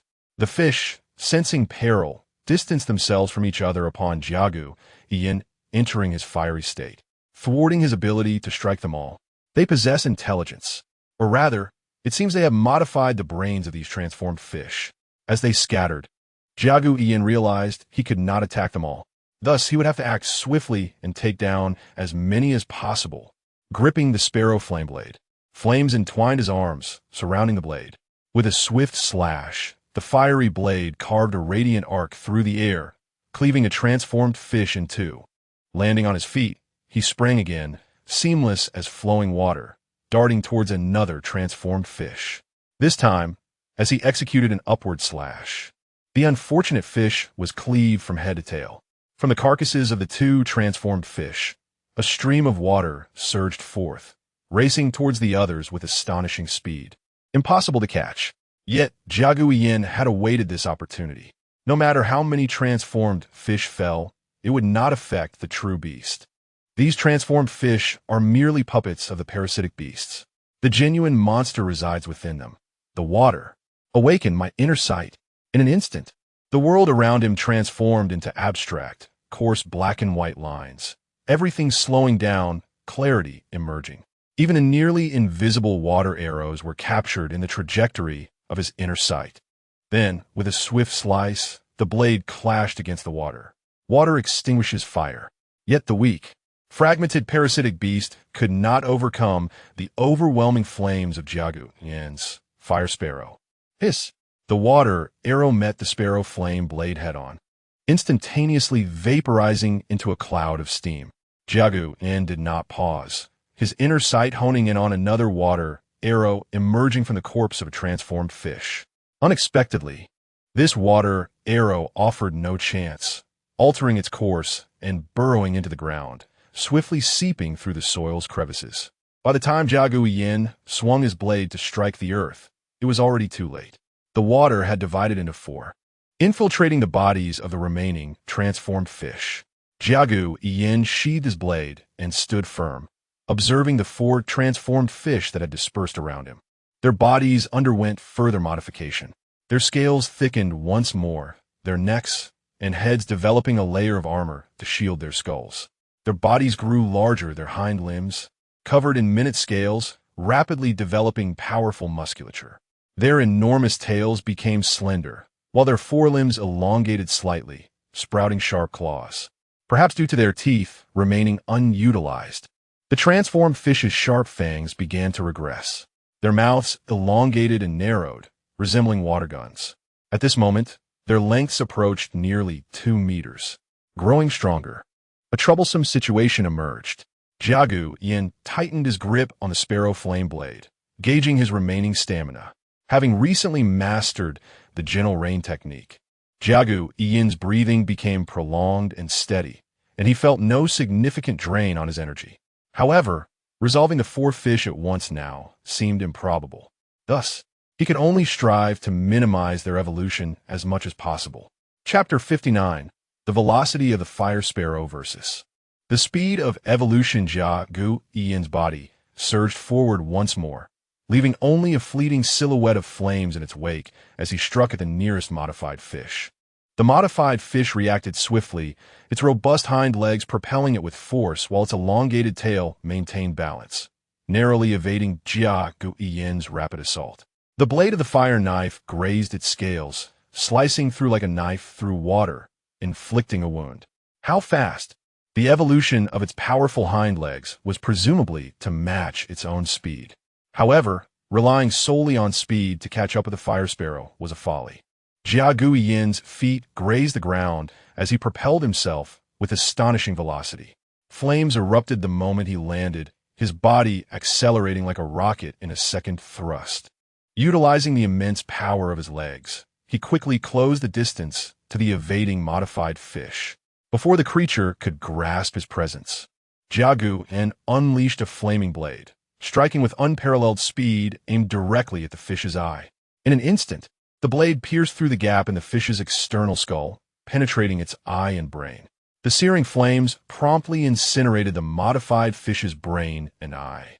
Yet, the fish's diminutive mouth released a swift jet of water, a testament to its evolution designed for rapid water projection. Jiagu Yin had been vigilant, fully aware of this evolutionary adaptation. As the blade withdrew, he activated his perception. In that fleeting moment, the rapidly shot water arrow transformed into an abstract tapestry of black and white lines, its trajectory vividly exposed under his acute awareness. With a decisive strike, flames surged forth with a deafening crack, accurately cleaving the water arrow in twain. Instantly, the water vaporized, but Jiagu Yin had underestimated the modified fish. Its evolution was not merely superficial. It possessed subtler, unnoticeable enhancements. The water arrow had already been struck once, and thus, it had evolved anew. The vaporized water arrow did not dissipate. Instead, it drifted toward the remaining 3 modified fish, which inhaled it through their mucus-lined gills. In an instant, the 3 modified fish began to grow at an astonishing pace. They could absorb steam, suppressing his frustration. Jiagu Yin swiftly adjusted his mindset and charged toward one of the modified fish, seizing the opportunity during its evolutionary pause. Yet, the modified fish did not remain stationary during its evolution. Upon sensing Jiagu Yin's approach, it grew rapidly while simultaneously evading. Its pupils transformed from circular to elongated rectangles, enhancing its ability to capture intricate details. Its whiskers became slender and rigid, attuned to the vibrations in the air. Its legs elongated further, and its tail became more slender. The body of the fish grew slimmer, while its abdomen and chest developed robust muscles to control its forelimbs. The dorsal fin completely regressed. Standing upright, the creature raised its claws to intercept Jiagu Yin's blade. It had not only risen, but also evolved its vision and perception. No longer relying solely on brute strength for rapid movement, It could now detect Jia Gu Ian's swift maneuvers and respond accordingly. What a Darwinian monster! Jia Gu Ian deftly evaded the beast's claws, closing the distance with a knife in each hand, thrusting fiercely toward the fish's abdomen. Spirals of searing flames entwined around the blade, augmenting the force of his thrust. With a powerful jab, he pierced the relatively softer abdomen compared to the fish's back. Flames consumed the creature from within, engulfing the entire modified fish. Alas, it would soon evolve its abdominal defenses, observing the water arrow that surged forth. Jia Guiyin resigned himself to inaction. His flames could only convert the water into vapor, utterly incapable of blocking it. If only he wielded the power of ice to freeze the water, it might have been effective. Alas, he did not possess such abilities. 2 jets of steam were ingested by the last 2 modified fish. They too stood upright, their chest muscles becoming more robust. Their arms spread wide, claws sharpened, while their forearms sprouted a shell resembling a round shield. Their tails exhibited only slight thickening. At this juncture, the 2 modified fish did not merely evade but charged toward Jia Gu Ian from either side. They relied on their incredible speed to accumulate momentum, slashing with their sharp claws. Jia Gu Ian committed to his stance, slashing towards the modified fish on the right. Meanwhile, the fish on the left swiftly darted behind him, claws aimed at his neck. Clang! The blade was deflected by the modified fish's armored forearm, leaving a deep gash. However, the other claw lunged toward Jia Gu Ian's abdomen. Caught in a pincer movement, he activated his breathing technique, his heart racing as blood surged to his legs. In an instant, flames ignited around his legs. With a flicker, he vanished from the midst of the attack. The terrifying speed that dismembered the monster reemerged, and even the 2 modified fish with enhanced perception and sight could only discern a fleeting shadow. Their claws merely grazed the remnants of the flame. Clang! Jia Gu Ian's right leg, enveloped in flames, delivered a powerful kick, sending the ambushing modified fish soaring into the air. He paid no heed. Chapter 60. The modified fish's demise. The blade descended, accompanied by the sound of chirping, as the fiery sword light transformed into a blazing bird that soared towards the modified fish in the sky. The fish's pupils dilated continuously until the flames engulfed its entire form. At that moment, a water arrow shot forth, piercing into the modified fish entwined by the flames. Within the inferno, the modified fish began its final evolution. Its flesh was incessantly scorched, yet simultaneously grew anew. Mucus oozed from its body, and its scales fused into a shimmering, azure shell that enveloped it completely. Every aspect of its being began evolving to withstand the flames. Once the fire had nearly consumed itself, the modified fish fell to the ground, covered in charred wounds, lying motionless. Jia Gu Ian remained vigilant, extending both hands to grasp 2 orbs of fire, pressing them forward. In an instant, the orbs erupted with a crackling sound, scattering feather-like flames towards the beast. The fiery feathers were employed as a long-range probe to ascertain whether the creature was merely feigning death to launch a surprise attack. The fiery projectiles were on the verge of striking the beast when it finally reacted. A small, blue-scaled serpent erupted from the carbonized chest of the creature, darting away like a phantom. Following the previous battle, the creature's final evolutionary direction was, astonishingly, to flee. It had abandoned its massive form, using the entirety of the modified fish's body as armor against the flames. The true core had transformed into a swift, diminutive snake-like monster. This marked its ultimate evolution, one that surpassed Jia Gu Ian's expectations. The agile serpent darted through the air like lightning, heading towards the artificial lake. No chance. Jia Gu Ian drew a card, channeling power into it, and hurled it at the lake. Torrential Reine. The waters were sealed. The card spun wildly as it transformed into a dark cloud that engulfed the artificial lake, unleashing a relentless downpour. Within the storm's domain, no external force was permitted to intrude.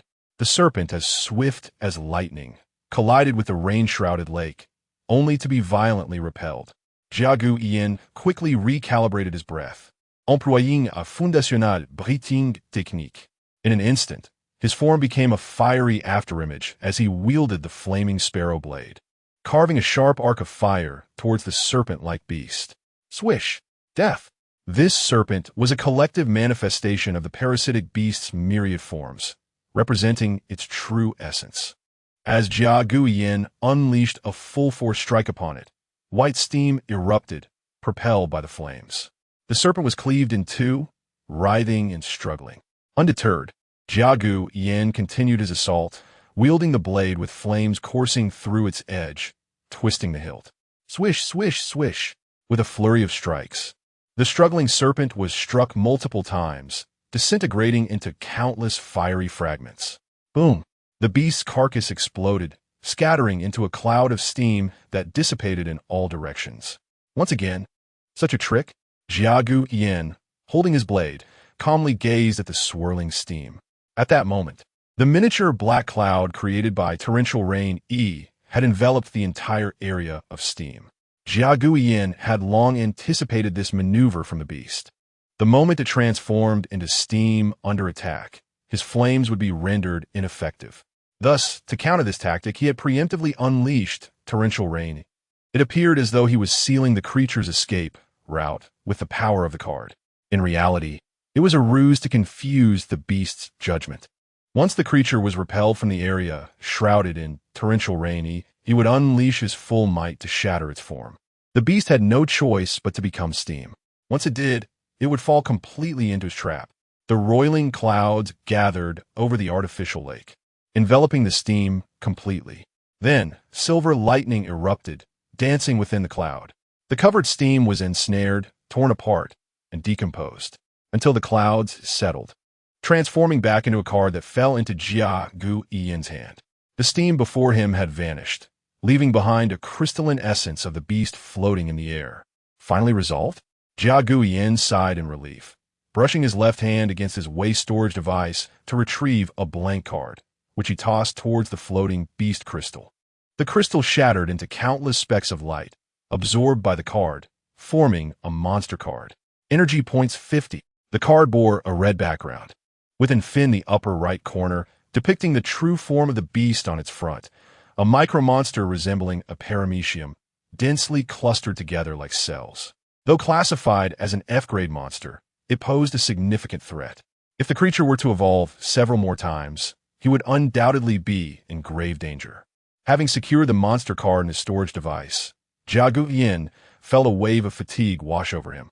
Were it not for his extensive training in gentle rain technique, which prolonged his breath and stamina, he would have surely exhausted himself after such a lengthy battle. While foundational breathing technique enhanced his combat capabilities and physical attributes, gentle rain technique significantly improved his operational endurance and resilience. Buzz! The summoner emitted a low hum. Shortly thereafter, a green figure darted towards Jia Guiyin. The surrounding weeds seemed to come alive, growing rapidly and entwining together into thick ropes that ensnared him. Having been alerted, Jia Guiyin was far from passive. He swiftly activated the foundational breathing technique, entering the burning form of his armor. With a flourish of his blade, flames surged forth, incinerating the encroaching foliage and striking at the green silhouette. Swish! Clang! With a sound of collision, the figure rapidly retreated, and the surrounding vegetation was enveloped in flames. Turning to ash that danced in the air, Jia Guiyin quickly distanced himself, eyeing the assailant. This was the first time he had encountered a monster so akin to a human.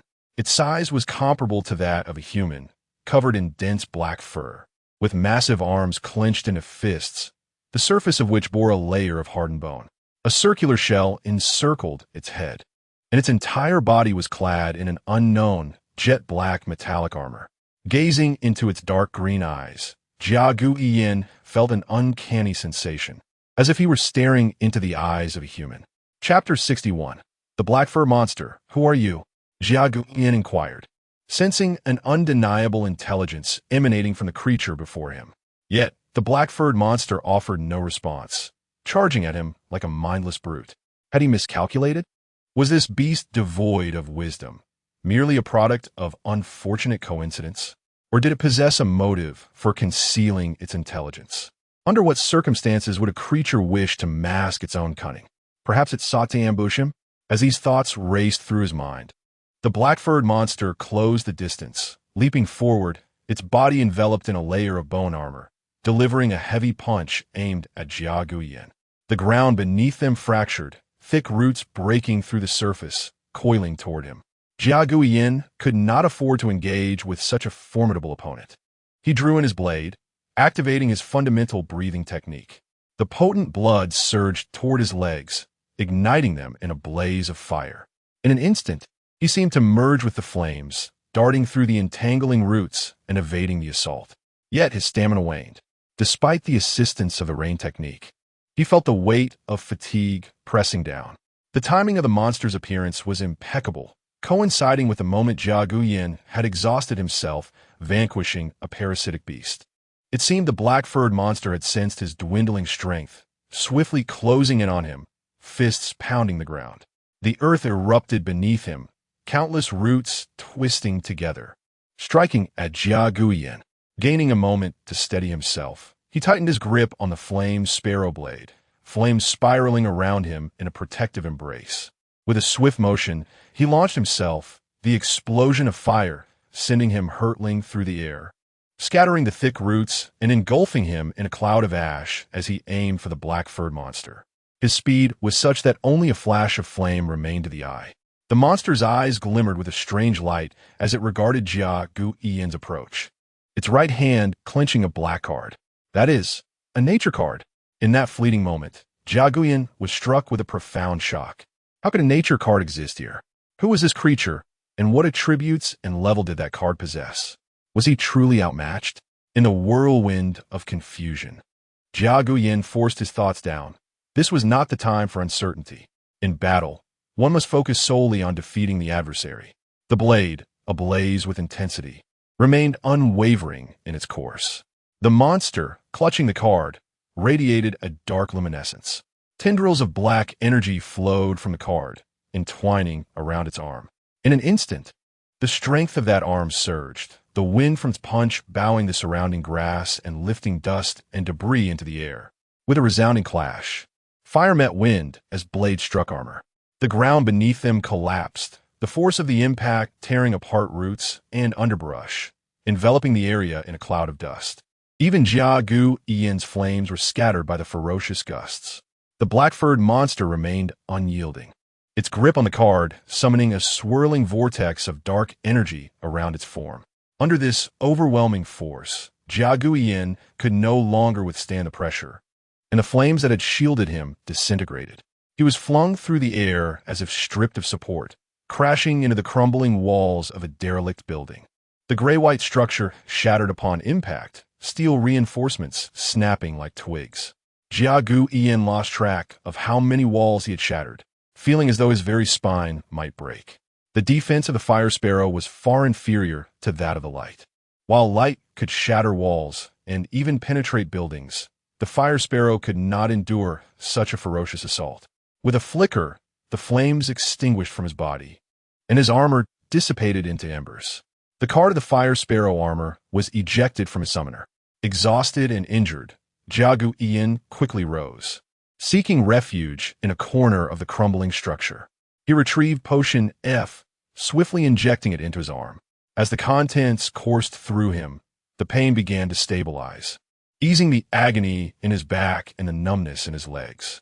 However, potion F could only mend his wounds, not replenish his depleted energy. A deafening crash echoed as the wall of the derelict building was shattered once more. Something had entered, searching for Jia Guiyin. Frustration welled within him. He lacked the strength to continue. He held his breath, rummaging through his card reservoir, but found nothing suitable for this dire situation. Moreover, how could the creature possess a nature card? Did it truly harbor intelligence? Lurking, ambushing, tracking, its armor-clad, humanoid form suggested a level of awareness that was unmistakable. If it indeed possessed intelligence, why feign ignorance in his presence? Jia Guiyin struggled to think, his mind growing heavier. Should he retreat into the Rain Realm? Yet, the commotion it would cause and the time required to open it were considerable. Even if he entered, he could not close the passage behind him, and the creature could follow. Desperation engulfed him. He must remain silent, and Lin Zhao had also employed her powers to mask his presence.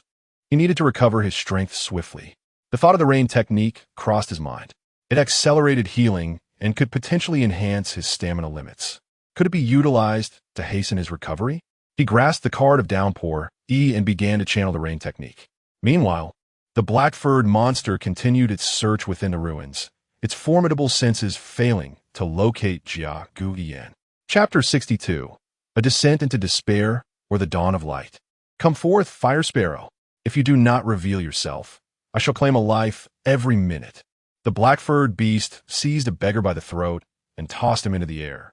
At that moment, the beggar, having regained his senses from the beast's grip, struggled desperately. The black-furred creature was beyond caring for the concealment of its intelligence. It must not allow the fire sparrow to escape. Now, with the fire sparrow's strength depleted, it was the opportune moment to vanquish it. Should this chance be missed, such an opportunity would be unlikely to arise again. This scoundrel has indeed concealed its intellect.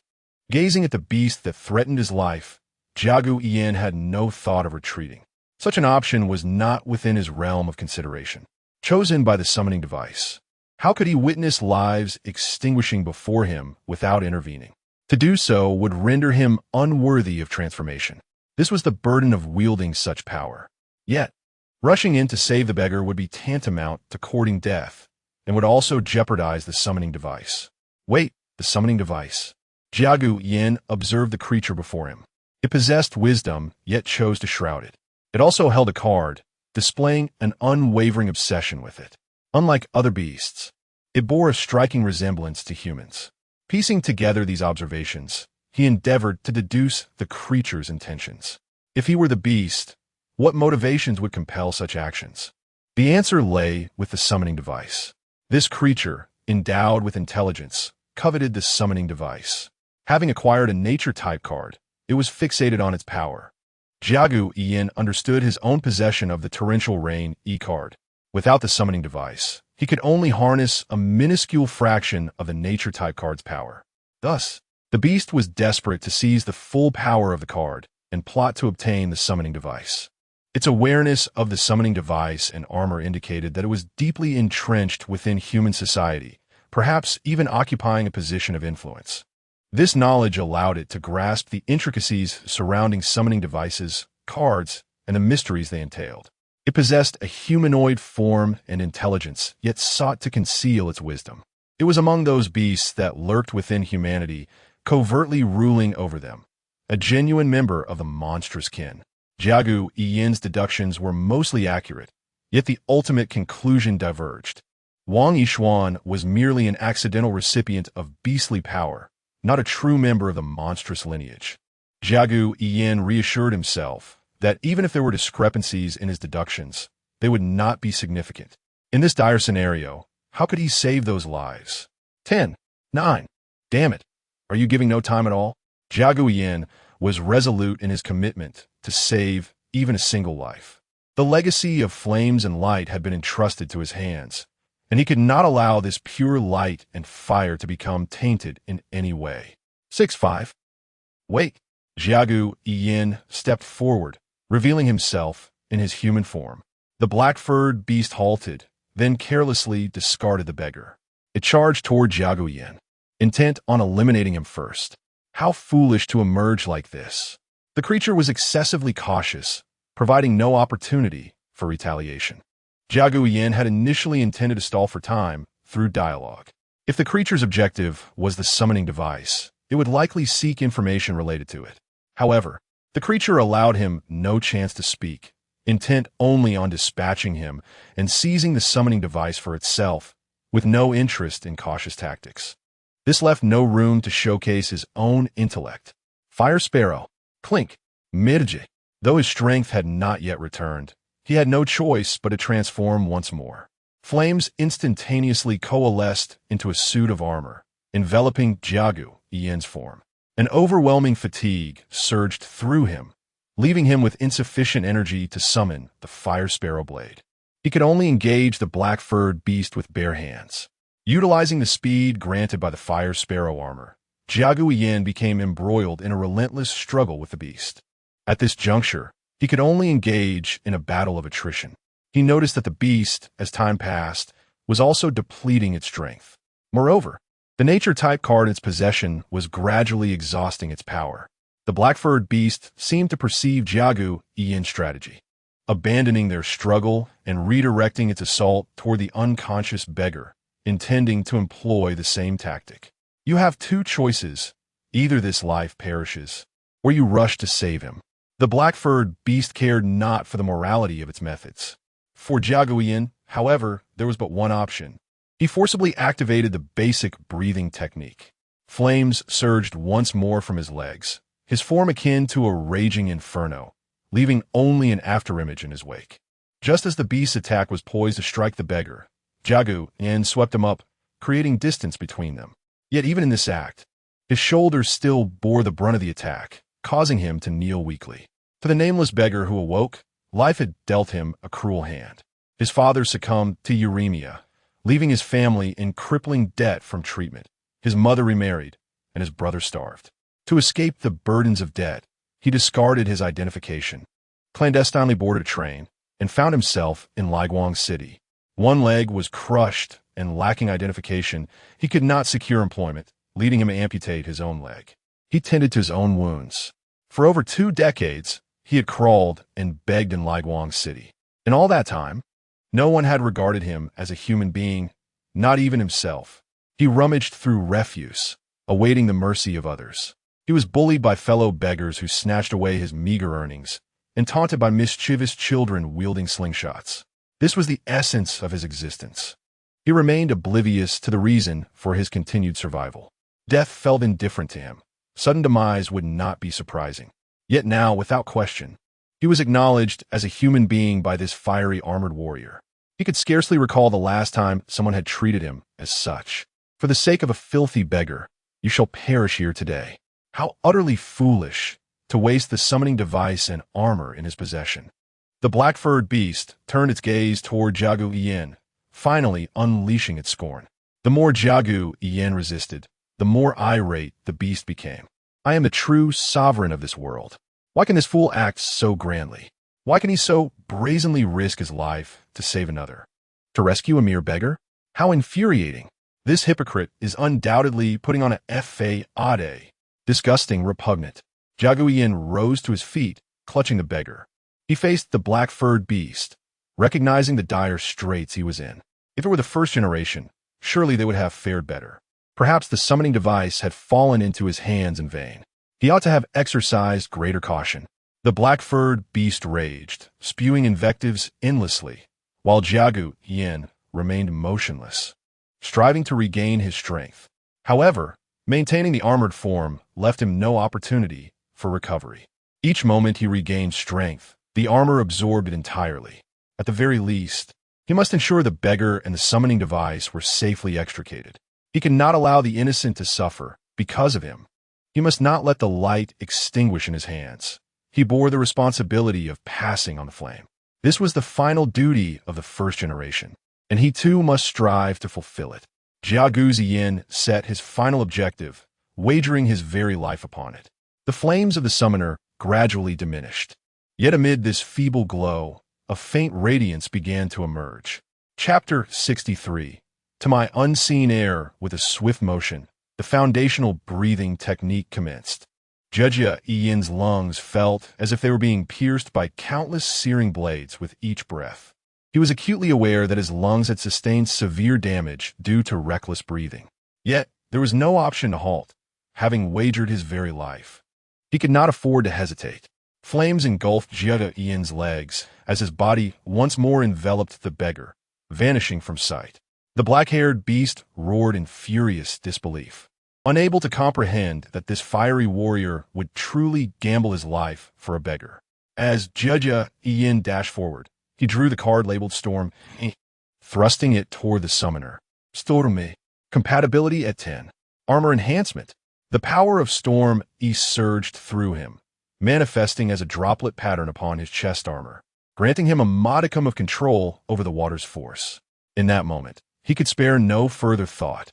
He manipulated the water to encase the beggar's body and cast it as far away as possible. Again, he drew another card. Fire Sparrow Blade F. With a sharp sound, flames licked at his arm, the intense pain causing him to grit his teeth.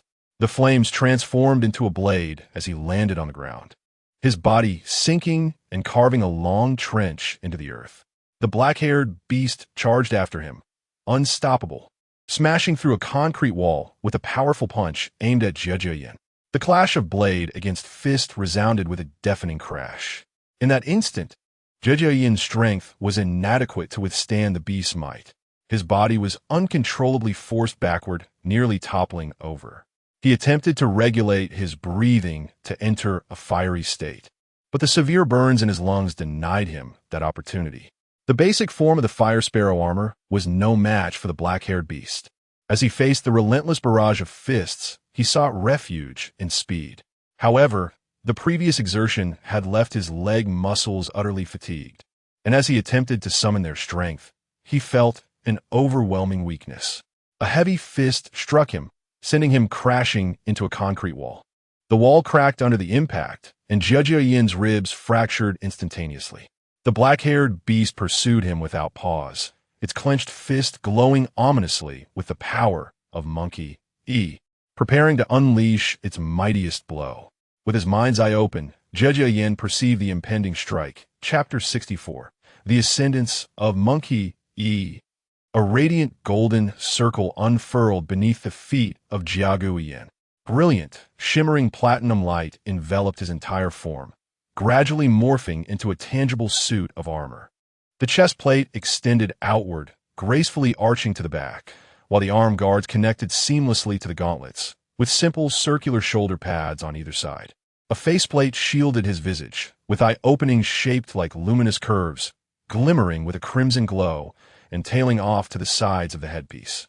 Is this truly the legendary armor of light? Jiaguyan felt this utterly distinct power coursing through him as he struck his fists together, golden light emanating from his eyes. The force of light was far denser and more resilient than that of Firebird. In contrast, Firebird was lighter and more explosive. Impossible, this cannot be. Even if you are the armor of light, your stamina is already depleted. You are at your wit's end. How long can you possibly fight after summoning the armor of light? The black-furred beast roared as it charged at Jiaguyan, seemingly unwilling to accept the reality before it. Jiaguyan clenched his fists, sidestepping the beast's attack. Yet, he was struck squarely in the chest, crashing to the ground and rolling before regaining his stance. Having adapted to the speed of Firebird, he found himself momentarily unprepared for the swiftness of light, resulting in his sudden hit. However, it did not seem to inflict much pain. The defensive capabilities of light far surpassed those of Firebird. While maneuvering with Firebird, Jiaguyan had refrained from taking damage, relying instead on Firebird's incredible speed to evade attacks, only countering with its high burst power. With light, it appeared he needed to adopt a different operational logic. As Jiaguyan gazed at the approaching black-furred beast, his left hand swiftly brushed over his storage device, extracting a card. Light Shadow Sword F. With a snap, the golden radiance in Jiaguyan's hand extended, transforming into a platinum-hued sword of light, firmly grasped within his palm. Although he was more adept with blades, he had also inherited the Light Shadow sword technique. At that moment, wielding the Light Shadow sword felt as if it had become an extension of his arm. Clang! The sword clashed against the beast's fists, a sharp gust erupting from the point of impact. Open mind's eye. In an instant, his mind's eye activated. Feeling the defensive strength of light, Jiaguyan was no longer daunted by close combat. Within the realm of his mind's eye, he perceived every tremor of the beast's fur, every agitation stirred by the fierce winds, with crystal clarity. Everything began to slow down. With a punch, the pressure of the wind surged. The sword sliced through the air, golden light exploding forth. The foundational breathing technique activated. Shimmering form. Boom! Crash! The golden light and the dark energy of the beast collided repeatedly, intertwining in a symphony of muffled and crisp sounds. The ground beneath him cracked under the pressure of the winds, debris flying, and the shock waves embedding deeply into the concrete walls. Mind's Eye Beginner Proficiency 1. Mind's Eye Beginner Proficiency 10. Mind's Eye Beginner Mind's Eye Mastery. As his mind's eye advanced, the world around him slowed once more. Jiagu Yin seized the opportunity, locking onto the movements of the black-furred beast with unwavering focus. With both hands gripping the hilt, golden light surged into the light shadow sword, spiraling into a vortex of brilliance. Thrust. As he prepared to strike, the black-furred beast howled, its right fist clenched tightly around Monkey, launching a powerful blow. In that instant, the sword and fist met with tremendous force. The armor on the fist finally gave way, blood oozing from the fissures. Jiagu Yin sought to pursue and strike again, but the black-furred beast refused to grant him another opportunity. With a swift retreat, it planted its feet firmly on the ground, rapidly creating distance while countless robust tree roots erupted from the earth, reaching for Jiagu Yin. Fire conquers wood. Yet Jiagu Yin was currently wielding light, and the strength of Firebird was utterly exhausted, rendering it unusable for the time being. However, after such an extended battle, your power must have waned significantly. Even without fire, I can defeat you. Jiagu Yin drew a card and aimed it at the slot on the light shadow sword. Equipment upgrade E. Click. As the card was inserted, the light shadow sword radiated a dazzling golden light. The blade widened slightly, the guard expanded outward, and the hilt elongated into a slender lance. Light shadow sword F. Light shadow lancey. Gripping the lance tightly, a formidable energy surged forth, and with a powerful thrust he unleashed it. In that moment, the swarm of tree roots shattered into countless fragments. Jiagu Yin activated his foundational breathing technique, his legs glowing with brilliant gold, and leaped upward, breaking through the cloud of debris. The lance aimed directly at the black-furred beast. Damn it, not a chance. The black-furred beast, taken aback by Jiagu Yin's rapid pursuit, roared in fury as it swung its arms. Clang! The lance's tip collided with the beast's fists repeatedly, the cracks on its knuckles multiplying. With his mind's eye perpetually activated, Jiagu Yin captured the beast's vulnerabilities, wielding the lance with precision as he thrust forward. The black-furred beast retaliated swiftly, its fist colliding with the lance's tip. The two forces grappled, the lance grazing against the beast's knuckles, igniting brilliant sparks of gold as it aimed for the creature's neck. Whoosh! The shrill sound of friction echoed as the lance drew ever closer to the beast. Observing the lance grow larger within his sight, the beast desperately unleashed another punch. Clang! A crisp sound rang out as the fist and lance met. The lance, redirected by the power of the punch, veered sideways, piercing through the beast's shoulder. Boom! Under the immense force, the black-furred beast crashed heavily to the ground, rolling and carving a deep trench in its wake.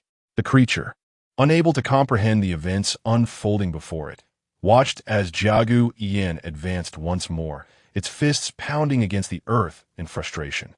In an instant, a thick tree root surged from the ground, aiming for Jiagu Yin. He rolled onto the root, drawing a card. Light Shadow Stab F. Click. As the light shadow stab was inserted into the slot, Jiagu Yin raced along the tree root, his gaze fixated on the black-furred beast below. Golden light gathered at the tip of the light shadow lance, and countless golden lance shapes coalesced around it. Jiagu Yin, holding the lance aloft like a javelin, launched it downward at the black-furred beast. In that instant, a multitude of golden lance shapes surged forth, raining down upon the creature embedded in the earth. You shall not escape. You shall not escape. You shall not escape. You shall not escape. You shall not escape. The black-furred beast straightened its form, facing the deluge of golden lance shapes, clenching its fists tightly. Monkey erupted with an abundance of dark energy, coiling around the beast's body, and with each punch thrown, countless afterimages of fists coalesced into a single mass. Meanwhile, Monkey seemed to unleash its true potential, transforming into a myriad of dark energies that fused with the beast's form. Clang, clang, clang, clang, clang. In that fleeting moment, a cacophony of collisions erupted as the shattered golden lances were torn apart by the terrifying wind pressure, wreaking havoc in the surroundings. Monkey Adaptation rate 90. The beast descends. Chapter 65. Igniting flames with light. Striking with a blade, the arms of the dark-haired monster grew even more robust, its bony fists continuously developing, sprouting sharp-boned spurs. Upon its arms, black hairs stood erect like steel needles, enveloping its skin, proving more resilient than any armor. The creature's dark green eyes appeared overtaken by a frenzied madness, tainted with a shade of crimson. In this moment, it furiously swung its fists, creating a series of blurred afterimages above its head, shattering spear after spear. As the final spear was launched, its fists collided with the spear's tip. Jiao Gu Yin transformed into a radiant golden light, surging towards the spear, firmly grasping the shaft and exerting immense downward force. Meanwhile, the dark-haired beast roared, unleashing its fists against the spearhead. In an instant, a clash of black and gold erupted. A tremendous force cascaded towards Jiao Guiyin, causing the ground beneath the monster to fracture and sink. The collision unleashed a gale that pressed the surrounding earth into a circular depression, spreading outward. A low hum resonated as the light and shadow spear vibrated, the straight shaft bending gradually under the overwhelming force. The dark-haired monster bellowed, witnessing the bent spear shaft. As it summoned all its strength, in an instant, its muscular arms swelled, and the black hairs bristled like needles. Streams of dark energy, pulsating like electric currents, danced between the hairs. Surrounded by debris, the stones trembled as if freed from the bonds of gravity, rising towards Jiao Guiyin in the air. Aware that his powers could not dominate after merging with Monkey, Jiao Guiyin slightly loosened his grip on the spear, instantly releasing the amassed potential energy from the bent shaft. He was propelled into the air, grasping a card. Crossbow F.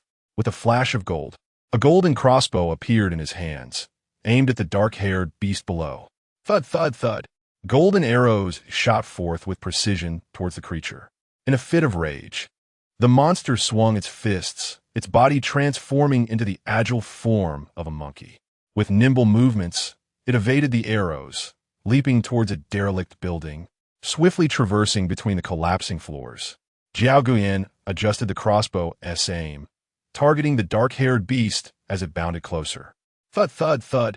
More arrows were released, but the beast, undeterred, continued to leap and swing its fists, absorbing the attacks. With its leg muscles tensed, it smashed through the concrete beneath, launching itself toward Jiao Guiyin with great force. Clenching its fists together, it struck upward with colossal power aimed at Jiao Guiyin. Reacting swiftly, Jiao Guiyin drew a card, activating his foundational breathing technique to its limits, his heart racing as blood surged into his right fist. Light and Shadow Fist F. With a click, the white card was inserted, and a brilliant golden light erupted from his clenched fist. As he swung, the brilliance above began to collapse, creating a vortex that devoured the surrounding light. To the naked eye, it appeared as though a pitch-black void enveloped Jiao Guiyin's fist, consuming all illumination and creating an absolute darkness. Yet the center of this void, his fist radiated an astonishing light. Bang! The fist collided, unleashing a powerful force that sent dust billowing, generating a visible shockwave. The Intertwining Darkness, Chapter 66. The summoner remembers everyone with the dispersal of the fiery lotus in the sky. Remnants of embers descended like falling petals, scattering in all directions. As these flame-kissed petals touched the ground, they crumbled into fragile white ashes. Bang! Bang! Two sounds echoed as a monster, nearly cleaved in two with half its body reduced to charred remains, crashed to the earth. Meanwhile, Jiao Guiyin landed softly, his body slightly sinking into the ground. Dark energy continuously emanated from the monster, coalescing around its chest into a pitch-black card. Jiao Guiyin did not hasten to retrieve the card. Instead, he produced a blank card and tossed it toward the creature. The spinning card hovered above the monster, persistently siphoning its energy until it was entirely drained. Reverting the beast back to its human form, Jiao Guiyin reached out and stored both cards into his card holder, then turned his gaze to the human lying on the ground. Who are you? Where am I? Wang Yishuan awoke, terror-stricken as he scanned his surroundings. Stop pretending. How did you acquire the power of the monster? Jiagu Yin grasped Wang Yishuan by the collar, scrutinizing the man before him. Wait, I know nothing. What monster? Wang Yishuan replied, confusion etched on his face, while Jiagu Yin struggled to maintain his armored form. Realizing the urgency, he swiftly knocked Wang Yishuan unconscious with a single blow. Potion F still retained the effect of the truth serum. He decided to bring him back to the monster response team for thorough questioning. Jiagu Yin felt as though his body was on the verge of collapse. Perhaps it was not on the brink, but already in pieces. His ribs were fractured, bones splintered, muscles bruised, and his lungs burned and pierced. The intensity of the battle had pushed him to his limits. He was merely hanging on by a thread. One lapse in breath could lead him to unconsciousness. But now was not the time to succumb to darkness. Jiagu Yin retrieved a card. Motor F. Before reaching the monster response team, he had merely glimpsed the rescue team they dispatched before losing consciousness. Even in his unconscious state, he clung tightly to Wang Yishuan's collar, determined to alert his teammates not to lose track of this individual. Transported through the rescue team to the medical facility of the monster response team, Jiagu Yin remained comatose, undergoing blood transfusions, suturing of open wounds, and realignment of fractured bones. When he finally regained consciousness, 2 days had elapsed. He felt as though he had endured a restless slumber, his memories fragmented. Pain coursed through his entire body. He struggled to rise, muscles tensing in preparation for battle. His consciousness seemed perpetually locked in a state of combat readiness. Suddenly, the pain intensified. Do not move. Relax. You're a patient now, a voice interjected by you. Jiagu Yin paused in surprise, then gradually regained his awareness and memories, feeling a surge of emotion as he turned his head. During his unconsciousness, this wretched woman had remained by his side. Perhaps he had misjudged her. Yet, there was no one there, only a remote-controlled recording device. Curse be, he muttered, adjusting his breath and struggling to rise from the hospital bed. Just then, the door swung open. Will you not listen at all? Bai Yu chided as she entered, using the folder in her hands to push Jiagu Yin back onto the bed. How long was I unconscious? 2 days. Jiagu Yin sighed in relief. 2 days was not a significant delay. Since he was awake now, he could use Potion F to recover. Bai Yu handed him the summoner device. Jiagu Yin inquired, what about the man I brought back? Where is he? In a holding cell. He has been detained for 2 days and has undergone interrogation and identity verification. His identity is that of Wang Yishuan, the leader of the Yishuan Hall, one of the underground gangs in Leguang City. Bai Yu appeared well prepared, delivering the information with clarity and precision. No, that man has another identity. He is connected to the monster clan and possesses the ability to transform into a monster at will, having concealed himself within human society. Jiagu Yin stated, we should interrogate him using the truth serum from Potion F. I shall summon it now. As he reached for his card holder to retrieve Potion F, Bai Yu intervened, placing her hand over his. First, use the recovery potion. We can interrogate Wang Yishuan at any time. What if monsters appear during this interval? Prioritizing your recovery is the most urgent course of action. Bai Yu seemed to sense Jiagu Yin's potential misunderstanding and quickly clarified her actions. You are right. With that, she withdrew her hand from Jiagu Yin's, allowing him to extract Potion F and insert it into the summoner device.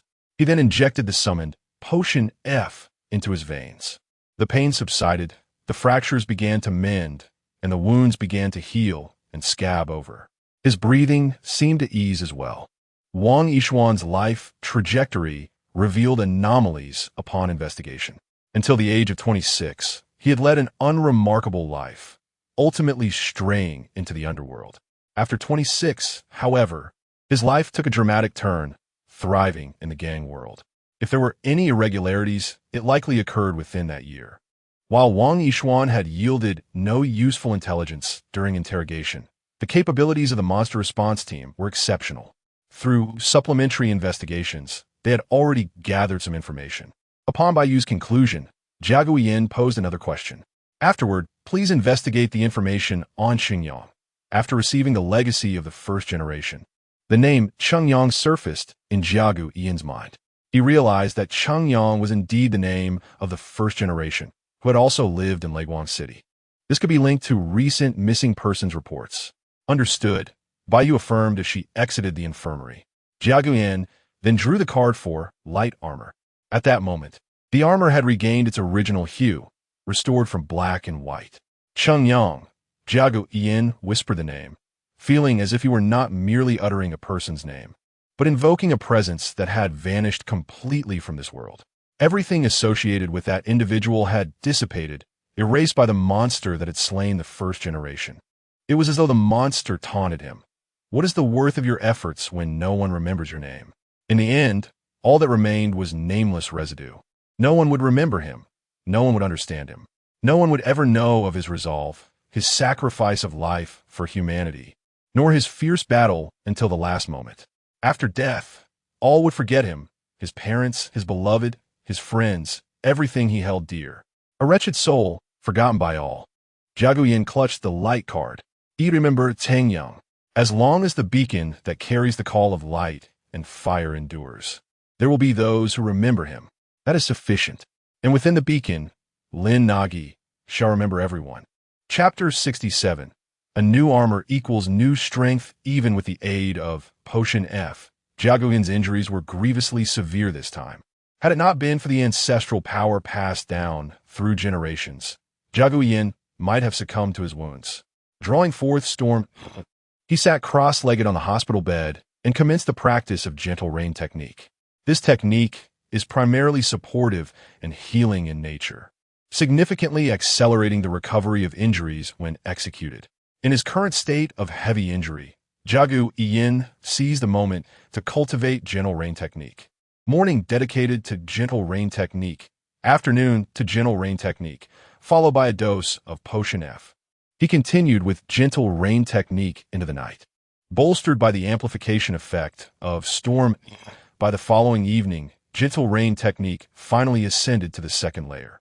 Proficiency in gentle rain technique en gentle rain technique. Layer 1, gentle rain technique. Layer 2, constitution de in un instant. He felt as though his chest was enveloped by an invisible torrent, yet his breath remained unobstructed. Like a fish, he swam effortlessly through this unseen water, and the pain in his chest began to ease. Furthermore, the increase in his constitution points brought a profound sense of comfort. The sound of bones growing echoed in his ears. Through the perception of mind's eye, he witnessed his fractured bones and tendons knitting back together, merging rapidly. The punctured hole in his lungs began to heal swiftly as organs and alveoli proliferated towards the breach. Summoning level raised to LV2. A notification indicated the enhancement of his summoning level. Jiaguyan raised the summoner device and accessed the summoner panel. Despite the severity of his injuries from the previous battle, he had also experienced considerable growth.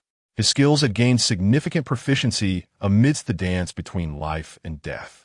The ancestral power bestowed upon him by Chengyang encompassed various combat techniques, which had translated into his skill proficiency. Thus, his panel exhibited notable improvements.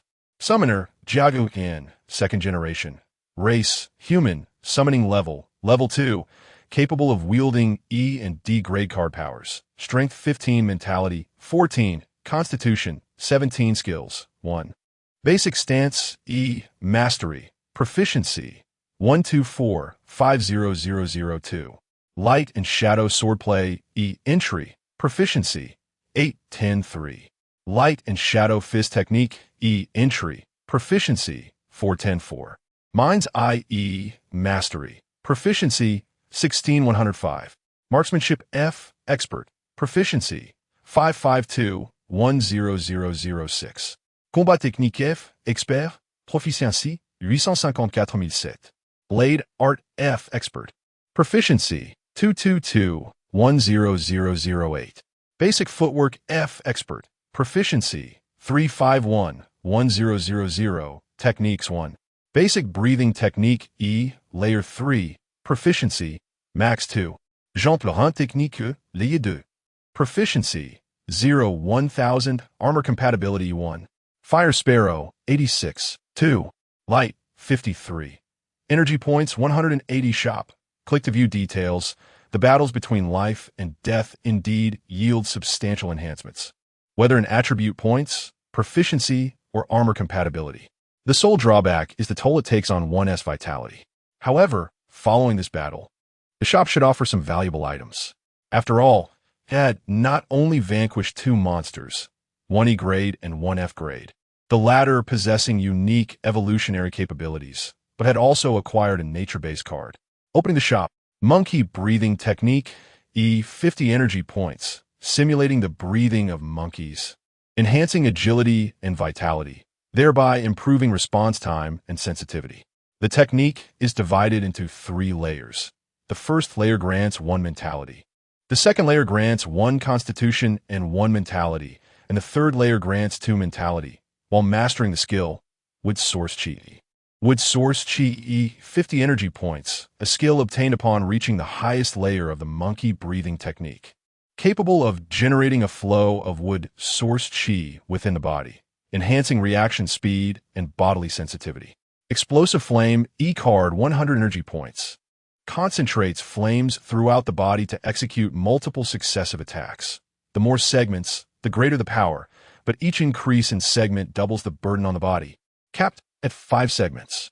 Fire Sparrow Manifestation E card. Monkey Breathing Technique was created by Lin Nuo for the nature card, Monkey E, combined with the knowledge stored in his database. Explosive Flame E card was refined by Lin Nuo from the monster card of a black-haired beast. The parasitic monster card capable of altering the host's evolution was not refined, but reserved for research purposes. The evolutionary power it possessed was too unique, while not overwhelmingly strong. It provided Lin Nuo with significant insights. It is likely that among monsters, those endowed with such extraordinary power are exceedingly rare. Lin Nuo intended to adapt this monster card for his own use, nurturing it to serve as both a test subject and experimental tool. By integrating it with his database, he aimed to simulate the evolution of various energies. He believed this monster card could inspire the creation of other upgraded evolution cards and even enhance existing cards and powers. Although this monster card is only of F rank, to Lin Nuo, it is an exceptionally rare SSR card, potentially useful for a long time, truly a gift from the heavens. The research value of Monkey E is also considerable, differing from Storm, which is purely derived from natural forces. The power of Monkey E is more fundamentally linked to life itself. If one were to categorize it, Storm would belong to the realm of nature weather, while Monkey E would belong to nature life. Both are nature-based cards, their strengths undeniable. The compatibility of Monkey E with Fire Sparrow is also considerably better than that of Stormy. It can significantly amplify the power of Fire Sparrow. With Monkey E, Lin Nuo's understanding of the forces of nature deepens. Coupled with the vast knowledge from his database, Lin Nuo's comprehension of this world grows. Nature is the source of power in this world. The emergence of nature-based cards likely stems from the will of this world. His database is a gift from that very world. Simultaneously, the world's will has transformed its power into cards, disseminating them throughout this realm, aiming to provide assistance to itself and humanity. This explains why mysterious cards had not appeared previously. Upon his arrival in this world, the cards began to manifest. The power of the worlds will must have waned significantly, perhaps having already entered a state of slumber. The act of converting its power into cards and casting them into this world likely represents the limits of its dormant essence. Thus, it places its hopes upon him. This foreign light. More nature cards are needed to investigate the powers of this world. By combining these 2 nature cards, Lin Nuo also commenced the design of new armor.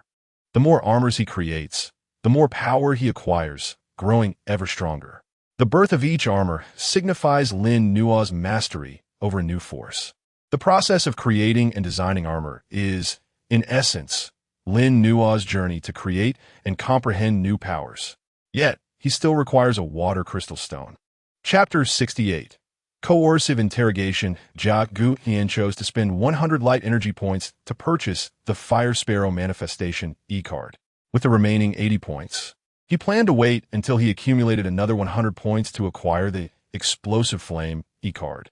As for the Monkey Breathing Technique, he had only reached the 2nd level of Gentle Rain Technique and had mastered the basic breath control technique to its fullest. Attempting to grasp multiple techniques at once would only lead to inefficiency.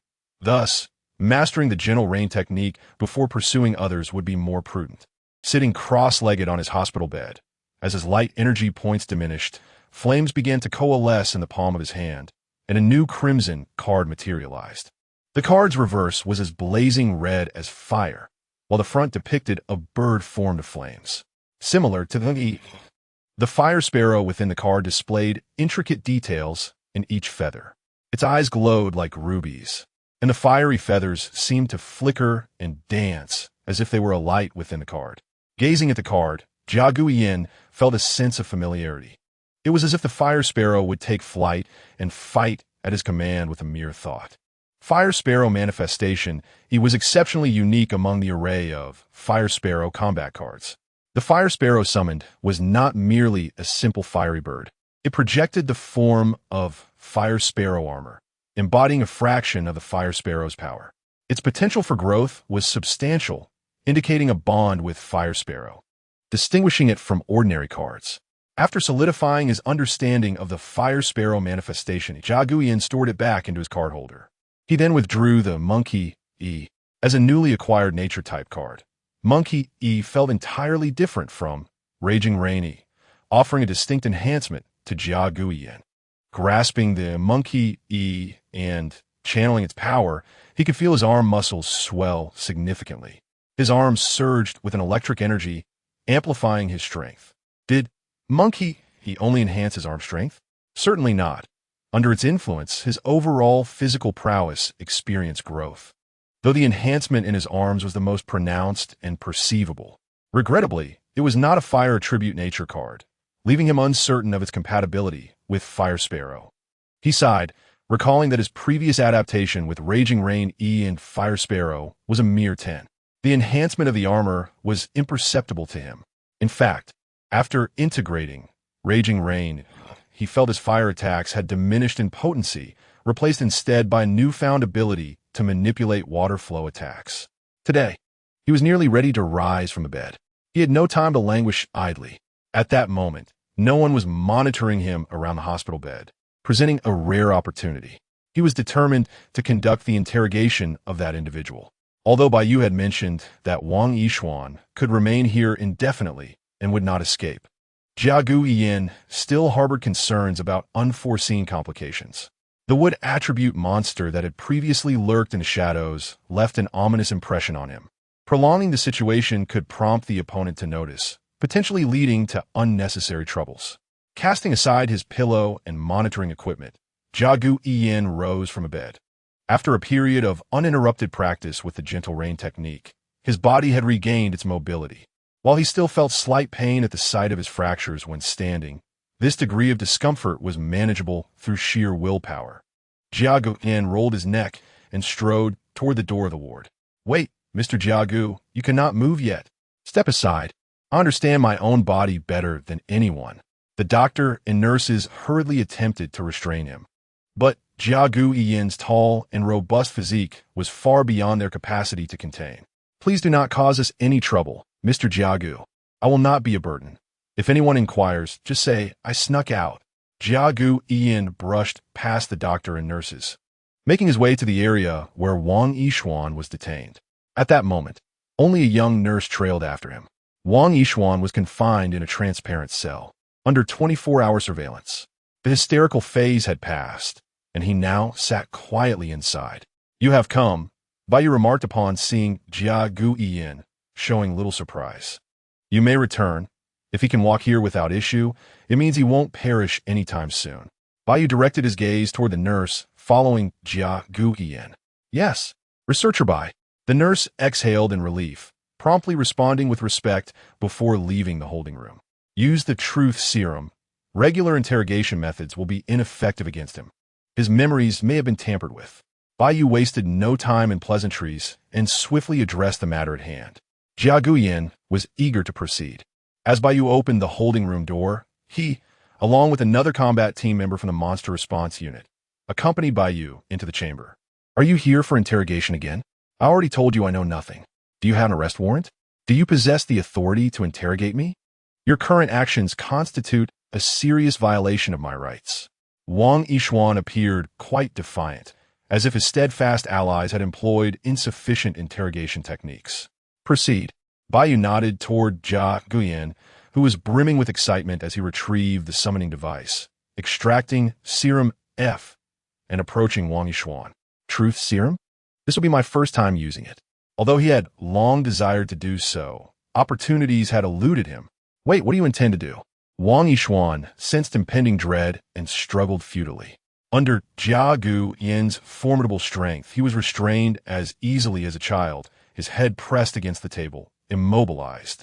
After all, the monstrous energy within him had been siphoned away by Jia Guyan, reducing him to the state of an ordinary person. Serum F. With a click, a syringe filled with the serum appeared in Jia Guyan's hand, aimed at Wang Yishuan's neck. No, wait, don't. His cries were in vain. The syringe pierced through, and Wang Yishuan slumped onto the table. After approximately 30 seconds, he regained some composure, reclining against the chair's back. He seemed half-conscious, teetering between awareness and lethargy. Ask me anything, and I shall respond without hesitation. Name: Wang Yishuan. Age: 51. Chapter 69. The Moon Men clan of monsters. Do you realize that you can transform into a monster? Yes. When did you acquire this power? And how did it come to you? As Baiyu inquired, Wang Yishuan began to recount a story long buried in the depths of his memory, one he had been reluctant to revisit.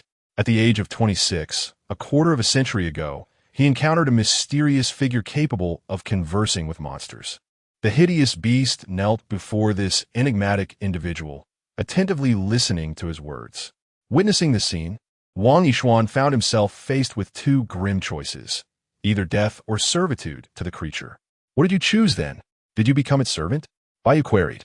To his astonishment, Wang Yishuan clutched his head in terror. How could I have made a choice? I was so frightened that I could hardly speak. I cowered on the ground, overwhelmed with fear. I fainted and did not make a choice at all. When I regained consciousness, I was alive, but I had acquired the ability to transform into a monster. That person was merely a demon cloaked in human skin. Those eyes were certainly not human. They were demonic. Now, after 25 years, Wang Yishuan trembled as he recalled the vivid image of that mysterious figure, the piercing gaze still haunting him. In retrospect, the reason he had survived without making a choice was perhaps due to his pitiful, terrified state as he lay prostrate. He had answered the question, yet he was unwilling to acknowledge that the wretched creature on the ground was indeed himself. He had even chosen to forget that part of his memory.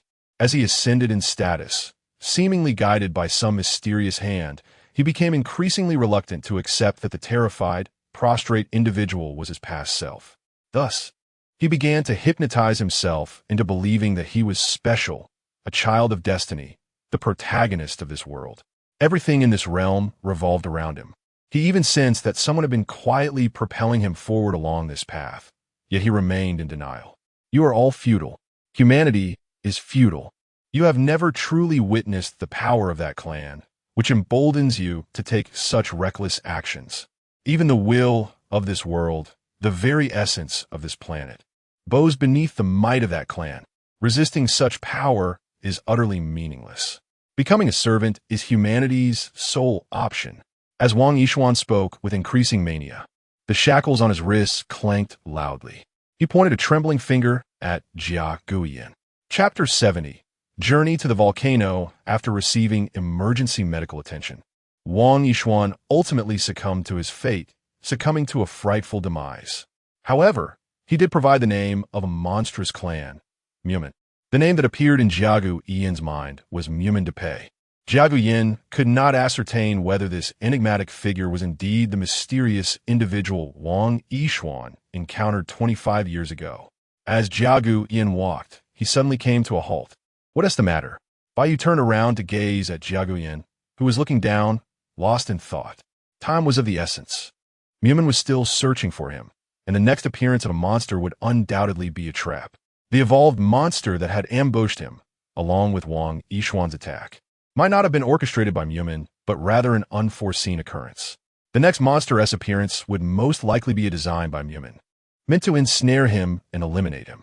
You have the option to refrain from fighting, Baiyu remarked, turning her head away. to watch innocents perish because of my actions. Baiyu did not respond verbally, but her silence spoke volumes. If she were to commit such an act, she would likely never be able to transform again, as she could not accept that version of herself. At that moment, Jiagu Yin, still bandaged, felt his muscles tense in resolve. I must go to that volcano. I need to obtain that natural card. This was the only strategy that Jiagu Yin could conceive to break the deadlock. He had inherited the power and armor of the first generation and had experienced personal growth. He possessed the water attribute natural card, Storm, which countered fire, as well as the monkey E card, qualifying him to pursue a natural card. No, Baiyu swiftly rejected Jiagu Yin's plan. That volcano is too conspicuous. Do you think the monsters are oblivious to the commotion there? Mumin has likely deduced the connection between the celestial phenomenon and the natural cards. If I were Mumin, I would certainly set a meticulous trap at that volcano and monitor everyone heading there, searching for the summoner of the fire sparrow. Then, they would come directly for you. They were, indeed, at a significant disadvantage, their power incomparable to that of the monsters. Their only recourse was to conceal their identities, act with utmost caution, and erase all traces of their presence. The moment even the slightest clue was exposed, Mumin would follow the trail and strike with lethal precision. Though it appeared he had options, Jiagu Yin was left with only two choices: to wait for Mumin to orchestrate the next monster attack, and then walk into the trap, or to rush into the volcano's elaborate snare to acquire the card hidden within the celestial phenomenon. You understand that there's only one path forward, Miss Bai, he insisted. At the very least, wait until your injuries have healed further. Baiyu clenched the folder in her hands. She was aware that her thoughts were misguided. Yet she regretted handing the summoner device to Jiagu Yin that day, realizing the weight of the burden she had placed upon him. I will assist you in forging a new identity. To confuse their judgment, she finally declared, feeling as though she had returned to that fateful day when she entrusted the summoner device to Jiagu Yin. Rest assured, there will be no danger. I will surely perish out there, and then I shall never have to endure your vexatious face again. What more can I say? Should I proclaim, wait for my return, and then marry this beautiful nurse? Jiagu Yin casually addressed a passing nurse. The lovely nurse merely smiled politely, maintaining her composure. After such declarations, not only the volcano, but even the journey would be fraught with peril. Thus, it was crucial to establish a counter-narrative. Do not wait for my return. Under no circumstances should you wait for me, Jiagu Yin concluded, stepping ahead of Baiyu. With a sigh, she followed suit. The volcano, where the celestial phenomenon occurred, lay within the archipelago in the southeastern sea of the continent. To reach it, one must fly or take a train to Haizhou City on the southeastern coast, then board a ship to Wanzhou Island. Finally, one would need to hire a fishing boat or other sailing vessel to reach the volcanic island. The motor F could fly, but doing so required entering combat mode, necessitating Jiagu Yin's transformation, which would be immensely taxing on his stamina. In its regular state, Motor F could not fly. It merely surpassed ordinary modes of transportation in speed. Thus, for extensive travel, it remained essential to utilize planes, trains, or ships. To be realistic, motorcycles were not permitted on highways. For instance, the Fire Sparrow Armored Warrior would be subject to traffic laws prohibiting motorcycles on highways. Moreover, did you even register your motorcycle? Could you present your driver's license? From the sound of it, your motorcycle seems to have undergone illegal modifications. While he understood the reasoning, the monsters would be on the highway. Jiagu Yin changed into his attire, adjusted his collar, and donned a knitted beret. Beneath his clothing, his chest, arms, and legs were still bound in bandages, though the sutures had been removed. The card storage device was fastened to his waist, while the summoner device was tucked securely in his pocket. The remaining injuries were trivial, with the aid of the Misty Rain technique and a few injections. He would soon recover. Baiyu had already helped him craft a false identity. After passing through security, he boarded the plane. Although the summoner device and card storage device appear metallic, their detection results would reveal otherwise. Any security apparatus would fail to acknowledge their existence. Grasping the suitcase that had cleared security, Jiagu Yin regarded his forged identification. He was now identified as a young entrepreneur named Yang Wenyu, traveling for leisure. While his physique was somewhat more robust than other entrepreneurs, it was entirely reasonable for a young businessman to be passionate about fitness.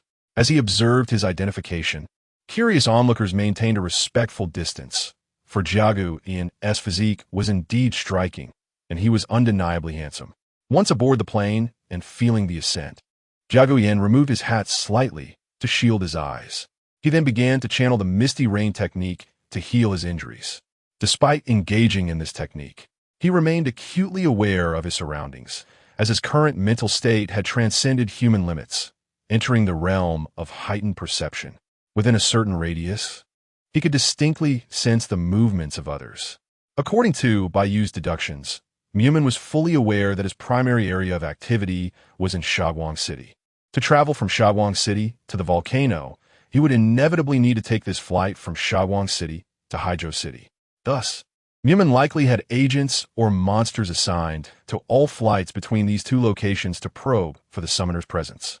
Should he be discovered and the monsters and agents dealt with, Mumin would narrow down the summoner's potential identities to all passengers on this flight, thereby pinpointing Jiagu Yan's true identity.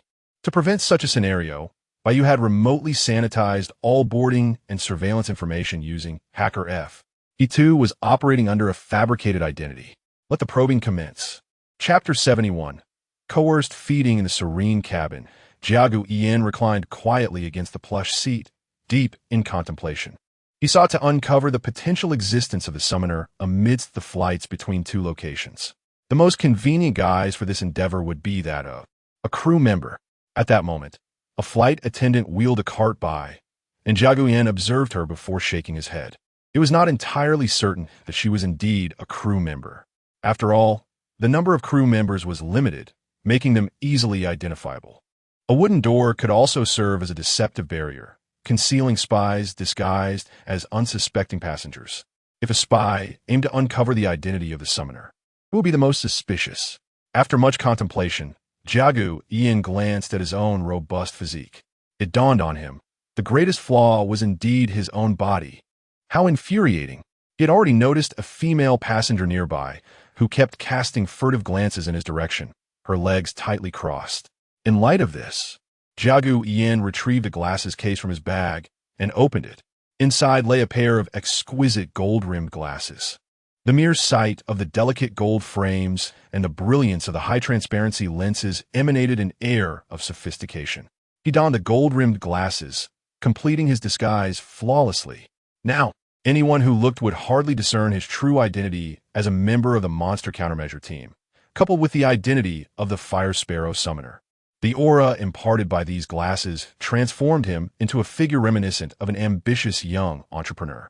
That guy is undoubtedly the most summoner-like individual I have encountered thus far.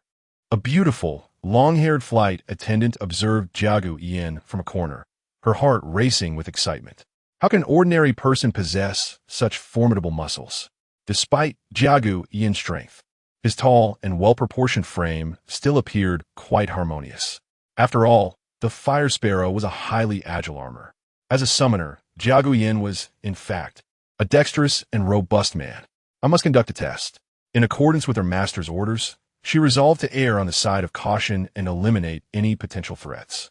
As for the unfortunate souls who might fall victim, her master would ensure that all traces of them vanished from this world, leaving human society oblivious to any issues. The flight from Seiko City to Haizhou City took a total of 6 hours, from 9:30 a.m. to 3:30 p.m. The crew was required to serve a lunch, and she could easily poison it to ascertain whether this man was indeed the armored summoner. Before lunch, she would first investigate the identity of the individual. The long-haired flight attendant began accessing data to examine the passenger list for this flight, soon locating Jiagu Yan's details. Young Wenyan. Simultaneously, Jiagu Yan received a message from the monster countermeasure team on the ground. Someone had accessed the airline's user data to investigate his information. The suspect's identity could be narrowed down to the crew members, so he had to tread carefully. Bayu was vigilantly monitoring Jiagu Yan's movements through Hacker F to prevent any unforeseen circumstances. Damn, my disguise is flawless. Jiagu Yan removed the gold-rimmed glasses and returned them to the case. They were rather expensive. He needed to keep them safe. Who could it be? After pondering for a moment, Jiagu Yin ultimately gave up on the thought and remained vigilant of his surroundings. Since he had already been marked as a target, it was only a matter of time before they would come test him. Thus, he resolved to quietly await their approach. Moreover, the anticipated test. Jiagu Yin glanced at his watch. Is it lunchtime already? Time passed, and Jiagu Yin tirelessly activated the Mianyu Ju, healing the remaining injuries on his body. Simultaneously, the summoning device nestled in his arms continued to amplify his physical prowess and perception. Coupled with his already superhuman sensory abilities, he remained acutely aware of the happenings around him. Yet to the casual observer, he appeared to be lounging comfortably in his plush seat, hat tilted over his eyes, entirely devoid of any sense of impending danger. The woman beside him had scrutinized him countless times. Finally, lunchtime arrived. Being in business class, the service was commendable. A beautiful flight attendant with curly hair first presented warm towels for hand cleansing, followed by laying out a tablecloth. Ultimately, she served a pre-ordered lunch on the table. Jiagu Yin picked up his chopsticks and reached for the food. The flight attendant then turned and gracefully departed, a subtle smile gracing her lips. Go on, eat up. This meal was specially prepared for you. Whether you're the armored summoner or not, you must perish. If you must blame someone, blame your unfortunate fate for boarding this flight. At that moment, she fantasized about the prospect of eliminating a summoner and presenting the summoning device to her master. How much affection would her master bestow upon her? As a mere fringe figure, she would gain greater favor and enhance her power, transcending humanity to become a high-ranking subordinate of her master. While the woman contemplated these thoughts, the man spoke up. Damn it, there's a fly in this food, he exclaimed, visibly disgusted. This is utterly revolting. I can't eat this. Jiagu Yin picked up the fly that had soaked in the broth with his chopsticks and, covering his mouth, expressed his disdain. This bastard man. The woman nearly erupted with rage, wanting to strangle him, but was forced to muster a smile as she approached Jiagu Yin once more. Our company's meals adhere to strict culinary standards. It is impossible for there to be a fly. This passenger, please. Wait. Jiagu Yin slammed his hand on the table and stood up, instantly attracting the attention of those around him. Are you questioning my eyesight? If you believe there's no issue. Jiagu Yin scooped up a spoonful of rice drenched in broth. Then you eat it first. You bastard man. I want to strangle you.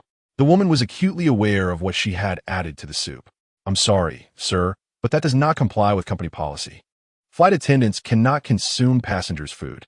Jiagu Yin disregarded her protest, intent on shoving the food into the flight attendant's mouth. Hey, stop making a scene. A man seated nearby stood up to intervene, halting Jiagu Yin's actions. Jiagu Yin paused, and the flight attendant breathed a sigh of relief. The hope of poisoning the lunch was now out of the question. She would have to devise another plan. In a swift motion, Jiagu Yin stepped forward, blocking her path. He pried open her mouth and precisely shoved the spoonful of rice in her throat. She widened her eyes, frantically pushing Jiagu Yin away, and coughing vile. The beautiful flight attendant's skin began to darken and harden at an alarming rate. Her once smooth visage was now incessantly secreting a white, viscous substance, which accumulated in layers, solidifying into a formidable exoskeleton. Her eyes enlarged, bulging outward. The hair atop her head rapidly retracted into her body, while a pair of jet-black horns emerged, crackling with electricity. A piercing scream escaped her lips as she desperately attempted to flee. In her frantic rush past the passenger, she snarled, "Get out of the way, don't block my path." Following this, as if igniting a chain reaction, more and more individuals rose in panic, shrieking in a fervent desire to escape the vicinity. There's a monster on the plane. Help, please. Chapter 72. The Battle on the Airplane. How dare you? At that moment, the flight attendant had completely shed her human guise. Her entire body was covered in a hard skin, adorned with a layer of sturdy exoskeleton. Silver currents of electricity danced around the horns atop her head. Compared to typical monsters, her stature was relatively petite, with sharp but short claws. At this moment, she spoke in human language, her gaze fixed firmly on Jiagu Yin, her claws digging into the floor beneath her. Truly, she was a monster, and not just any monster. but an intelligent being transformed by the wooden door selection. One could only wonder how many such creatures existed. Jiagu Yin retrieved his summoning device, pressing it to his waist before swiftly drawing the Fire Sparrow card. "It's you." The creature turned her attention toward Jiagu Yin, showing no intention of allowing him the opportunity to transform. She was enveloped in electricity, darting toward him like a bolt of lightning. "Fire Sparrow, merge!" With a cry akin to a bird's song, searing flames erupted from beneath Jiagu Yin's feet. The approaching monster was scorched by the intense fire, flinging her against a row of seats. Whether it was light or Fire Sparrow, the transformation principle involved the summoning device projecting Lin Nuo's power from a higher dimension into reality. The moment of projection unleashed tremendous force, rendering one invincible. "You despicable creature!" The monster roared in fury, her body once again cloaked in electricity as she charged towards Jiagu Yin. Her speed was so rapid that she seemed to vanish in a flash of electric light. "I am not some mindless lowly beast. Though I know not how you acquired the surname of Lord Mumen, I am indeed a servant of Lord Mumen." The electric currents collided with Jiagu Yin's flames, filling the cabin with a tempest of electricity and fire. Jiagu Yin dodged the attacks while evading the surging currents around him, determined to protect the airplane structure. After all, countless passengers were aboard, and a crash would spell disaster. "Servant? You mean mere thrall?" Jiagu Yin activated his basic breathing technique, swiftly entering a burning state. He kicked the monster away and drew another card. "You foul creature! How dare you hold me in such contempt?" The monster, seething with rage, grasped the surrounding metal cabin with her claws, her electricity becoming more dazzling. It seemed as if her entire being was transforming into pure electricity. "Let me show you true speed." In an instant, the monster's form vanished, and the smoke-filled cabin became alive with crackling currents. "Fire Sparrow Blade." Jiagu Yin summoned the Fire Sparrow Blade, gripping the hilt firmly while maintaining his burning form, vigilant of his surroundings. "Open the eye of insight." The smoke behind him suddenly parted, revealing the lightning-enshrouded monster lunging forward. Jiagu Yin swiftly slashed with his blade. The monster swiped with her right claw, aiming for the Fire Sparrow Blade, and electricity surged along its edge. Her other claw lunged toward Jiagu Yin's neck. The claw pierced Jiagu Yin's neck. However, before the monster could revel in her apparent victory, she witnessed Jiagu Yin dissipating like embers in the wind. Then, she felt a wave of heat radiating from behind. Before she could turn, the Fire Sparrow Blade, enveloped in scorching flames, slashed toward her backside. In an instant, a Darchar mark was etched into her exoskeleton. She was thrown backward by the immense force, crashing into row after row of seats. "Impossible! Impossible!" Jiagu Yin landed gracefully, his armor glowing a fiery red, the Fire Sparrow Blade resting upon his shoulder. "What did you just say about true speed? I seem to have missed that." "Foul creature!" With an enraged roar, the monster was once again engulfed in electricity, charging at Jiagu Yin. At that moment, she was consumed by profound shame and fury. Jiagu Yin held the Fire Sparrow Blade with one hand, positioning it against the other hand's palm, aimed at the oncoming beast. The basic breathing technique surged to its zenith. In an instant, a wave of blazing red flames coalesced before Jiagu Yin, which he inhaled. With a thrust of the blade, Jiagu Yin's speed shattered all limits. Flames erupted from his legs, enveloping his entire being, as he surged toward the charging monster. The electric currents were rendered utterly ineffective as Jiagu Yin's blade and flames pierced through. The monster's exoskeleton was instantly penetrated, flames engulfing its body from within. "No! Stop!"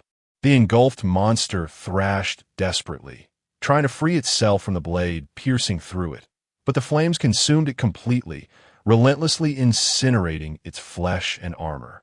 "You will regret this." The monster's final curse echoed as she exploded into a cloud of smoke and a crystallized monster core. Gazing at the floating monster core, Jiagu Yin produced a blank card and tossed it toward the core. The blank card swiftly absorbed the core, transforming into a red background monster card, depicting the creature's image. Defeated an F-rank monster. Energy points 50. Jiagu Yin felt a notable increase in strength compared to before.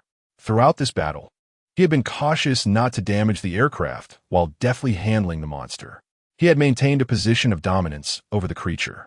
He pocketed the monster card and surveyed the smoke-filled environment before drawing. Chilling rain cascaded, extinguishing the remaining flames, which did not dissipate but instead transformed into streams of water that ascended.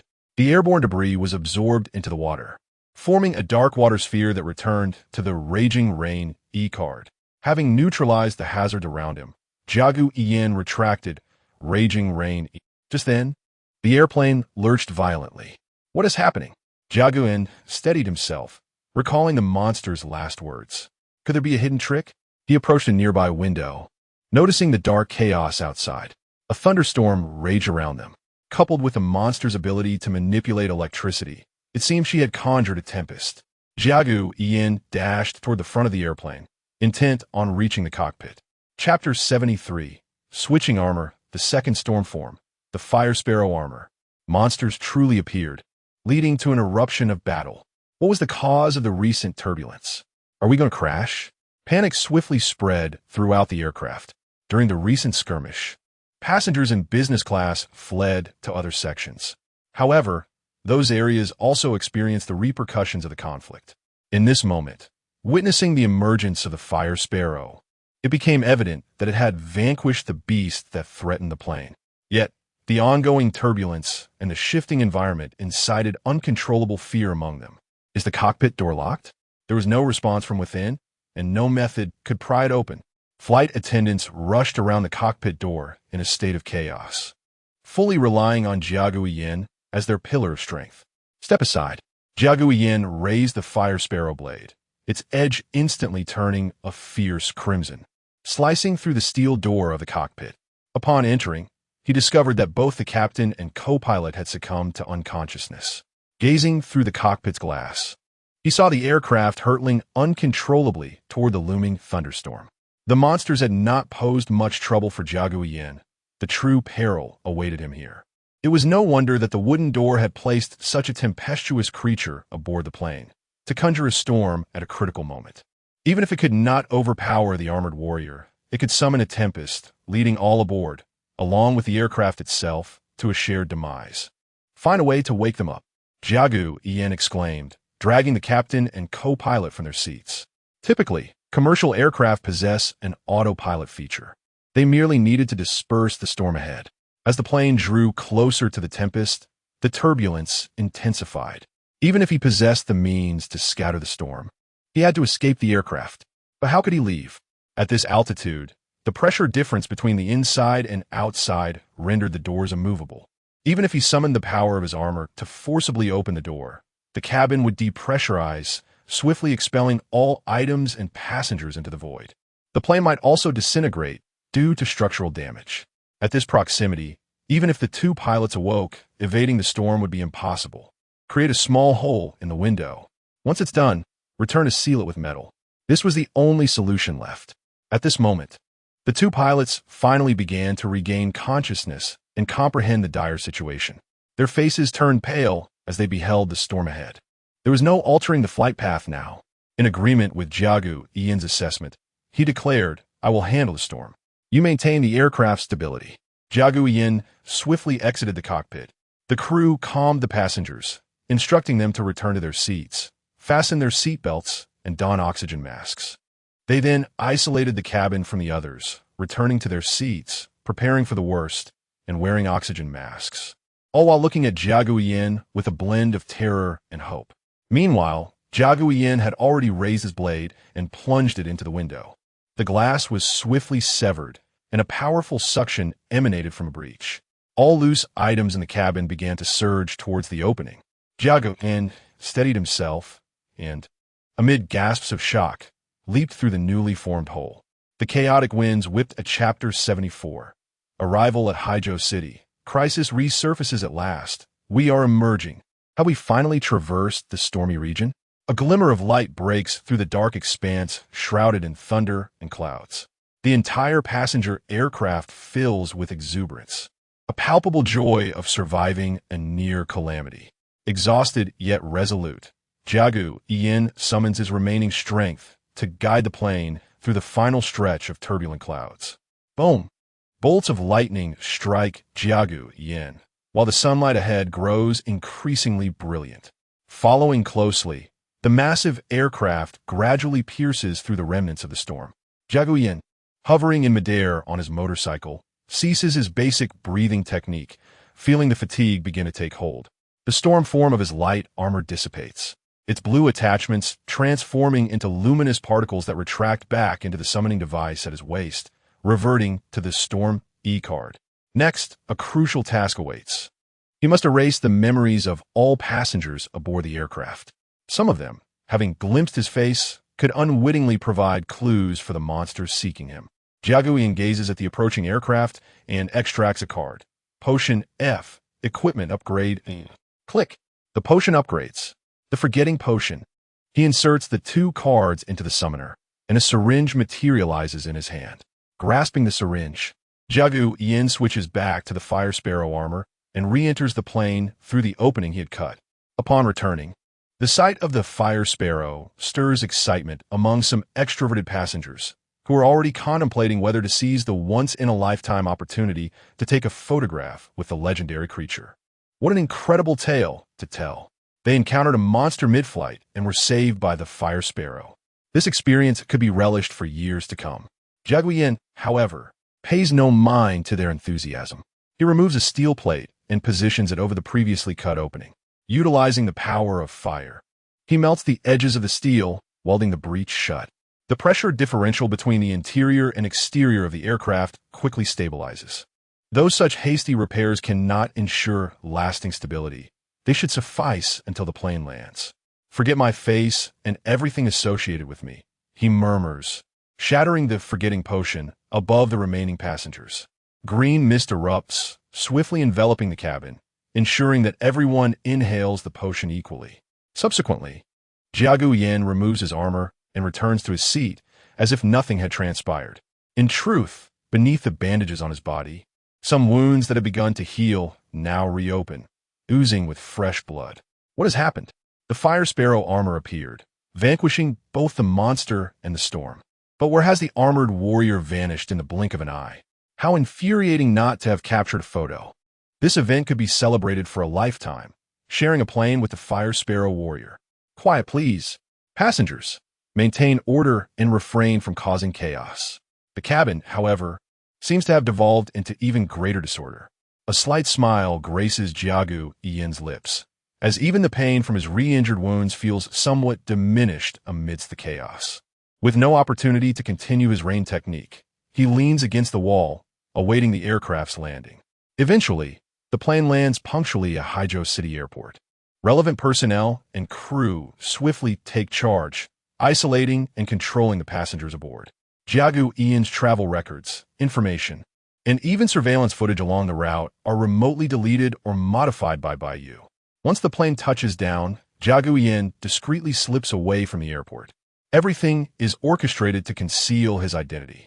Nonetheless, the demise of the monster and the collective witnessing of the passengers will undoubtedly relay a message to the monsters lurking here. Turning his back to the airport, Jiagu Yin adjusts the brim of his hat against the roaring ascent of the aircraft. The armored warrior has indeed arrived in Haizhou City, and his objective lies with the volcano that has manifested extraordinary phenomena. Regardless of whether Mu Mend is present, the monsters here will devise a trap based on this intelligence, weaving a net to ensnare him. As he gazes at the towering buildings lining the streets, Jiagu Yin hails a taxi, instructing the driver to take him to the Blue Melody Hotel. Certainly, sir. The Blue Melody Hotel, a luxurious establishment along the coastal region of Haizhou City, features floor-to-ceiling windows that offer stunning views of the scenic coastline. Jiagu Yin's ferry to Wanzhou Island departs at 4 in the morning, and the hotel's proximity ensures convenience. Though pressed for time, he is not so oblivious to the need for rest. After the exhausting battle aboard the plane, his physical condition has deteriorated, and his injuries are trending towards worsening. It is unwise to rush blindly. Haste makes waste. Are you here for leisure or business? The driver inquires, seemingly eager to engage. Haizhou boasts many beautiful sights such as. However, Jiagu Yin, overwhelmed with fatigue, merely lowers his hat's brim and closes his eyes, initiating the misty rain technique to mend his injuries. Noticing Jiagu Ian's disinterest in conversation, the driver turns on the radio, humming along cheerfully. The proficiency of the misty rain technique has significantly improved. At that moment, as Jiagu Ian activates the misty rain technique, he unexpectedly discovers that his mastery is rapidly ascending. It seems some energy within him harmonizes with the technique, undergoing swift refinement. Could this phenomenon be attributed to the relentless lightning and torrential rain from the storm? By connecting the misty rain technique with storm, Jiagu easily deduces that the storm's fury might accelerate his training. So it continues until they arrive at the hotel. Jiagu Ian exits the taxi, collects his room key based on his prior reservation, and enters his designated room. Only then does he remove his clothing, replacing the blood-soaked bandages. After swiftly cleaning his wounds and adorning fresh bandages, he incinerates the old ones with fire sparrow flames, flushing them away. As a summoner, his blood and bodily tissues must be meticulously disposed of. Should they fall into the hands of monsters, they could be subjected to research and exploitation. Once the cleanup is complete, Jiagu Ian grasps the Storm E card and resumes the Misty Rain technique. Should he reach the 3rd level, his combat prowess will receive a significant boost. Meanwhile, a ferry transporting passengers and goods between Wanzhou Island and Haizhou City has successfully docked at the port. 2 robust men disembark from the ferry. One, with brown hair and wide eyes, grinds his teeth incessantly. The other, with black hair and wearing a mask, possesses hands that are disproportionately large, nearly double that of an average person, with notably thick knuckles. As the crowd observes the 2 men, they instinctively part, creating a pathway for them. A short-sighted, yellow-haired ruffian, adorned with a lip piercing, was animatedly discussing something with his companions when he unexpectedly collided with 2 individuals. "Are you blind?" he exclaimed in irritation. However, as he turned around and caught sight of the figures before him, his voice dwindled to a mere whisper. The 2 men slightly bent forward, scrutinizing the ruffian intently, their noses drawing closer as they inhaled the scent emanating from his disheveled head. The ruffian instinctively held his breath, overwhelmed by a primal fear that rendered his legs weak, as if he were on the verge of being devoured. Fortunately for him, the towering men did not feast upon him. They merely sniffed and then departed, seemingly unimpressed by his flavor. Chapter 75. The darkness hidden beneath the gang Wang Yishuan had vanished. On the 2nd day, following his disappearance, the entire Yixuantang was engulfed in chaos, with its members in disarray and its operations in turmoil. Bai Lingniao made a decisive choice to flee. Bai Lingniao was not her true name. She had long since abandoned the use of her real name, Li Kuling. This name felt too mundane, too ordinary. Thus, to appeal to her clientele, she had been given a nickname, Bai Lingniao. Once a university student who had bravely transitioned from a remote, rural area to the city, she had worked diligently, relying on part-time jobs and scholarships to cover her tuition and living expenses. A naive girl from the countryside, she had never encountered the harsher realities of life. Perhaps it was her own foolishness that led to her downfall. She had been deceived. Her teacher had introduced her to a part-time job, and in her gratitude, she believed she had encountered a benevolent figure in this vast city, someone who would look after her without prejudice. Her simplistic worldview had fostered an unwavering trust in her teacher, failing to recognize that while professions may vary, the nature of humanity does not. Thus began her descent into a nightmarish existence, trafficked, beaten, imprisoned, starved, and violated. No gallant knight arrived to rescue her, nor did any righteous hero come forth to punish the wrongdoers. Instead, she was treated as an object, her will and dignity systematically extinguished. Ultimately, she was rendered incapable of resistance, her dignity cast aside as she became a mere slave. Once molded into a compliant product, she was dispatched to the underground operations of Yixuantang, where she entertained various patrons. The rationale behind her selection was simple. A naive girl from the countryside, honest and unassuming, was deemed easy to manipulate. Additionally, her lack of connections, her parents being mere farmers, rendered her vulnerable. Coupled with her physical beauty, despite her unflattering attire and lack of makeup, She was deemed a suitable choice. Should one mock those with such discerning tastes? Li Kuling had always been obedient. Initially, she had resisted, but after enduring unimaginable brutality and humiliation, she ceased to fight back. She became more compliant than anyone else, suppressing thoughts of suicide, forcing herself to endure the abhorrent circumstances. Now, however, an opportunity had arisen. With Wang Yishuan's disappearance and the ensuing chaos, her historical compliance had left her less scrutinized, concealing a sharpened iron spike. She acted without hesitation, taking the life of her captor. She then dragged the body into her room, donning his clothing and hiding his corpse beneath the bed. The man's attire was somewhat oversized for her, yet it was a necessity in her current plight. Yet this was merely the beginning. Her list of intended victims was extensive. The despicable teacher, the members of Yixuantang, those who had abducted, harmed, and brought her to this wretched state. She yearned to annihilate them, to dismember them, to consume their hearts and gnaw on their bones. The thought of alerting the authorities was utterly unappealing. After all she had endured, her naivety had long since evaporated. The once docile and compliant visage now twisted with fury. She could rely solely on herself, as the only trustworthy entity in her life was herself. However, as a woman, her strength felt exceedingly feeble.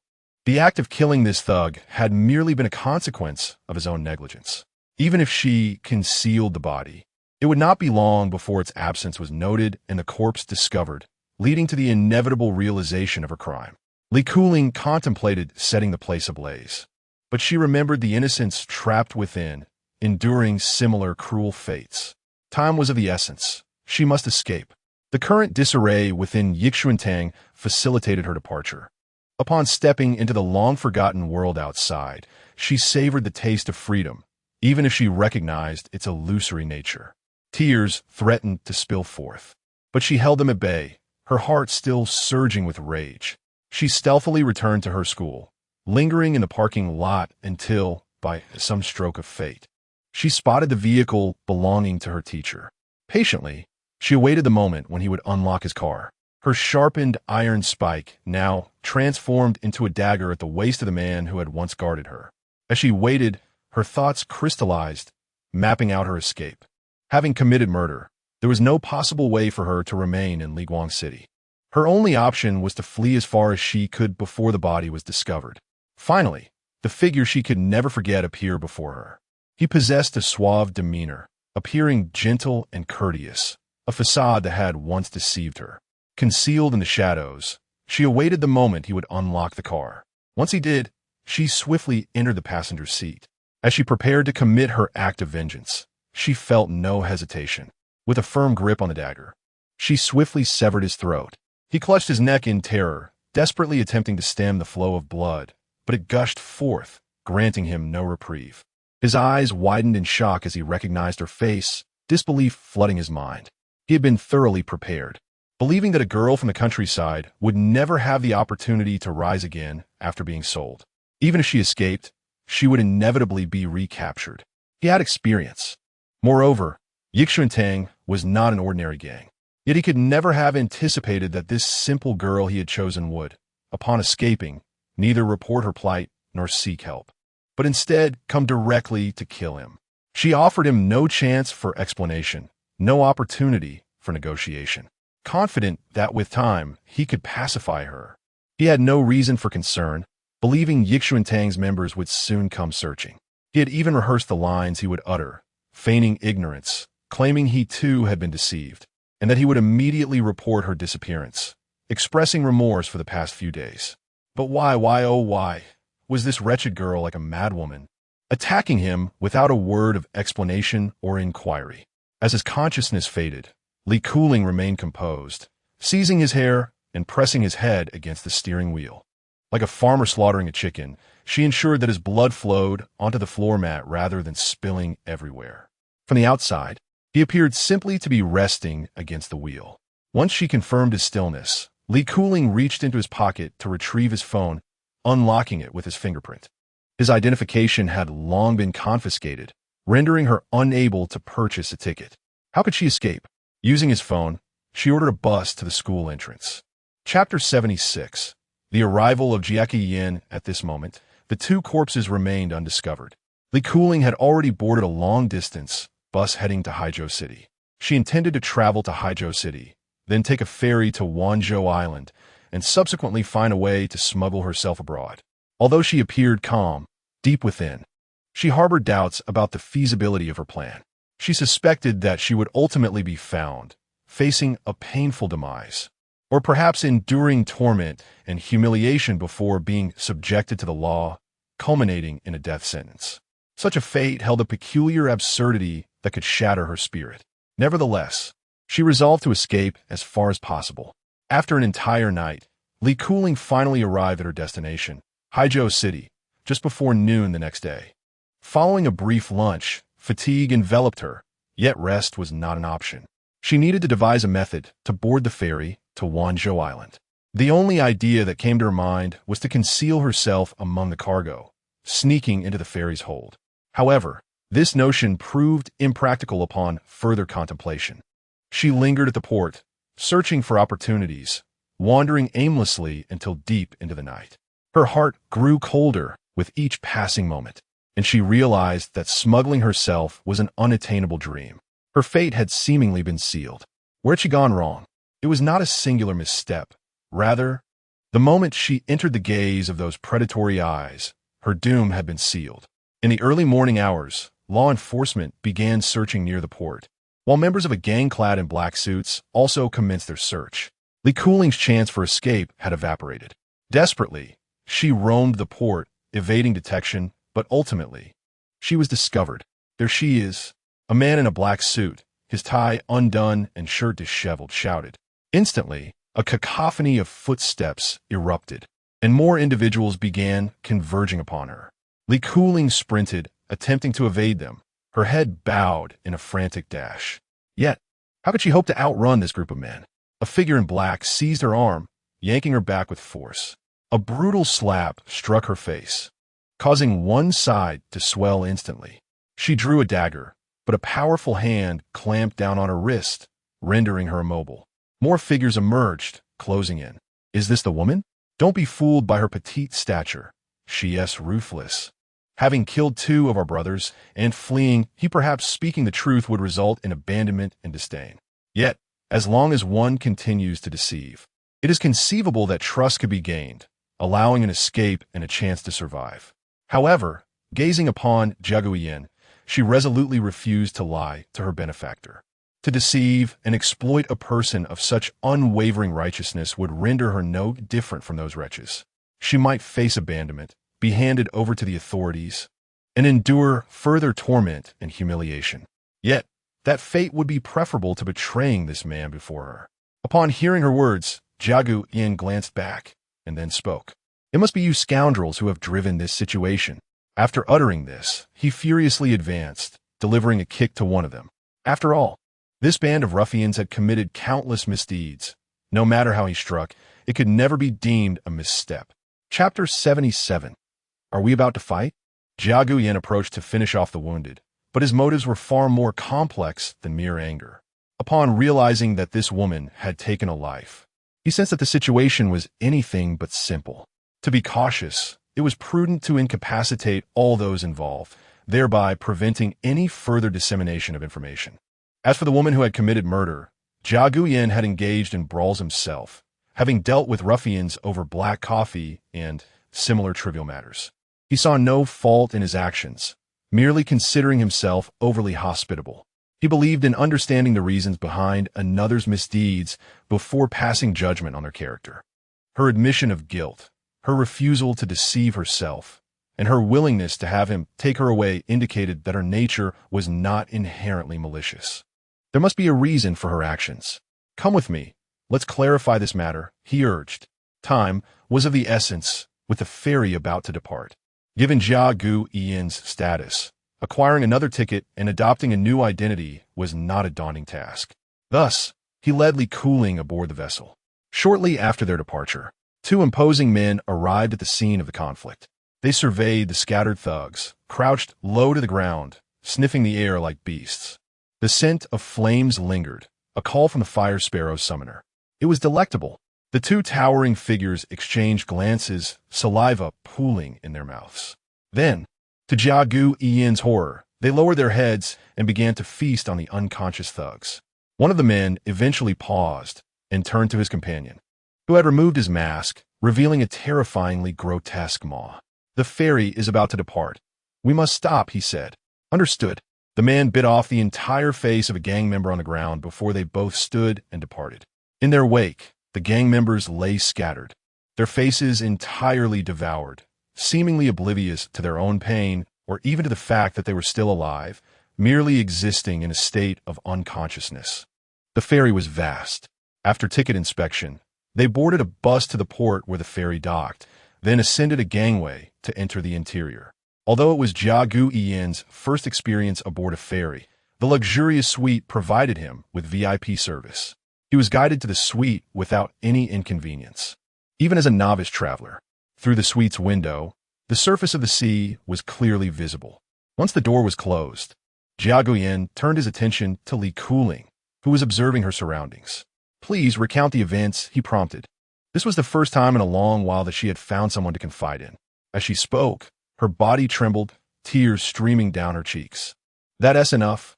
You needn't continue," he reassured her. "You bear no blame. Those individuals deserve their fate. You did nothing wrong. It is they who are beyond redemption. Do not carry this burden. View it as a nightmare that never truly occurred. It is over now, and no one will come to reclaim you." Jia Gu Yin stood, gently patting Li Kuling's head, and she, overwhelmed by her pent-up anguish, embraced him and wept. When she had regained her composure, he continued, "What are your plans moving forward? Do not dwell on this incident. You must learn to look ahead. Do not seek revenge. Allow me to handle this matter."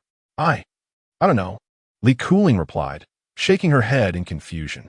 The calm she had maintained before seemed to have activated her body's instinctual defenses, but after releasing her emotions, she returned to a state of normalcy. She felt lost, as though her actions had rendered her unable to reintegrate into society.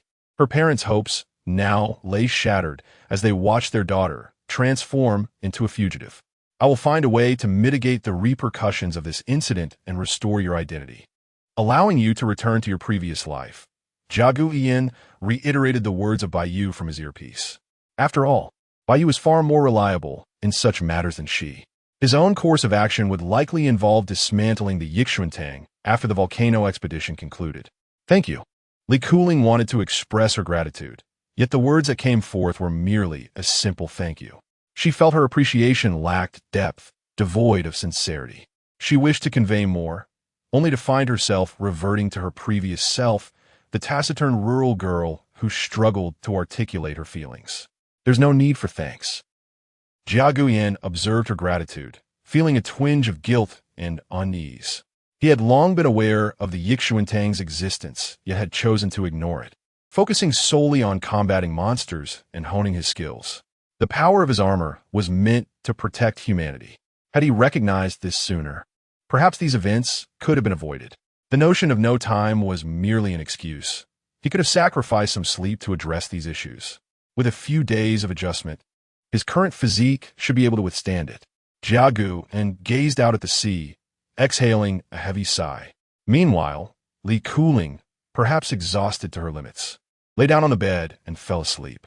He sat cross-legged, extracting the storm E and continuing to practice the Mianyuju. He was determined to seize every moment, leaving no second wasted. Jia Gu Yin did not find this lifestyle exhausting.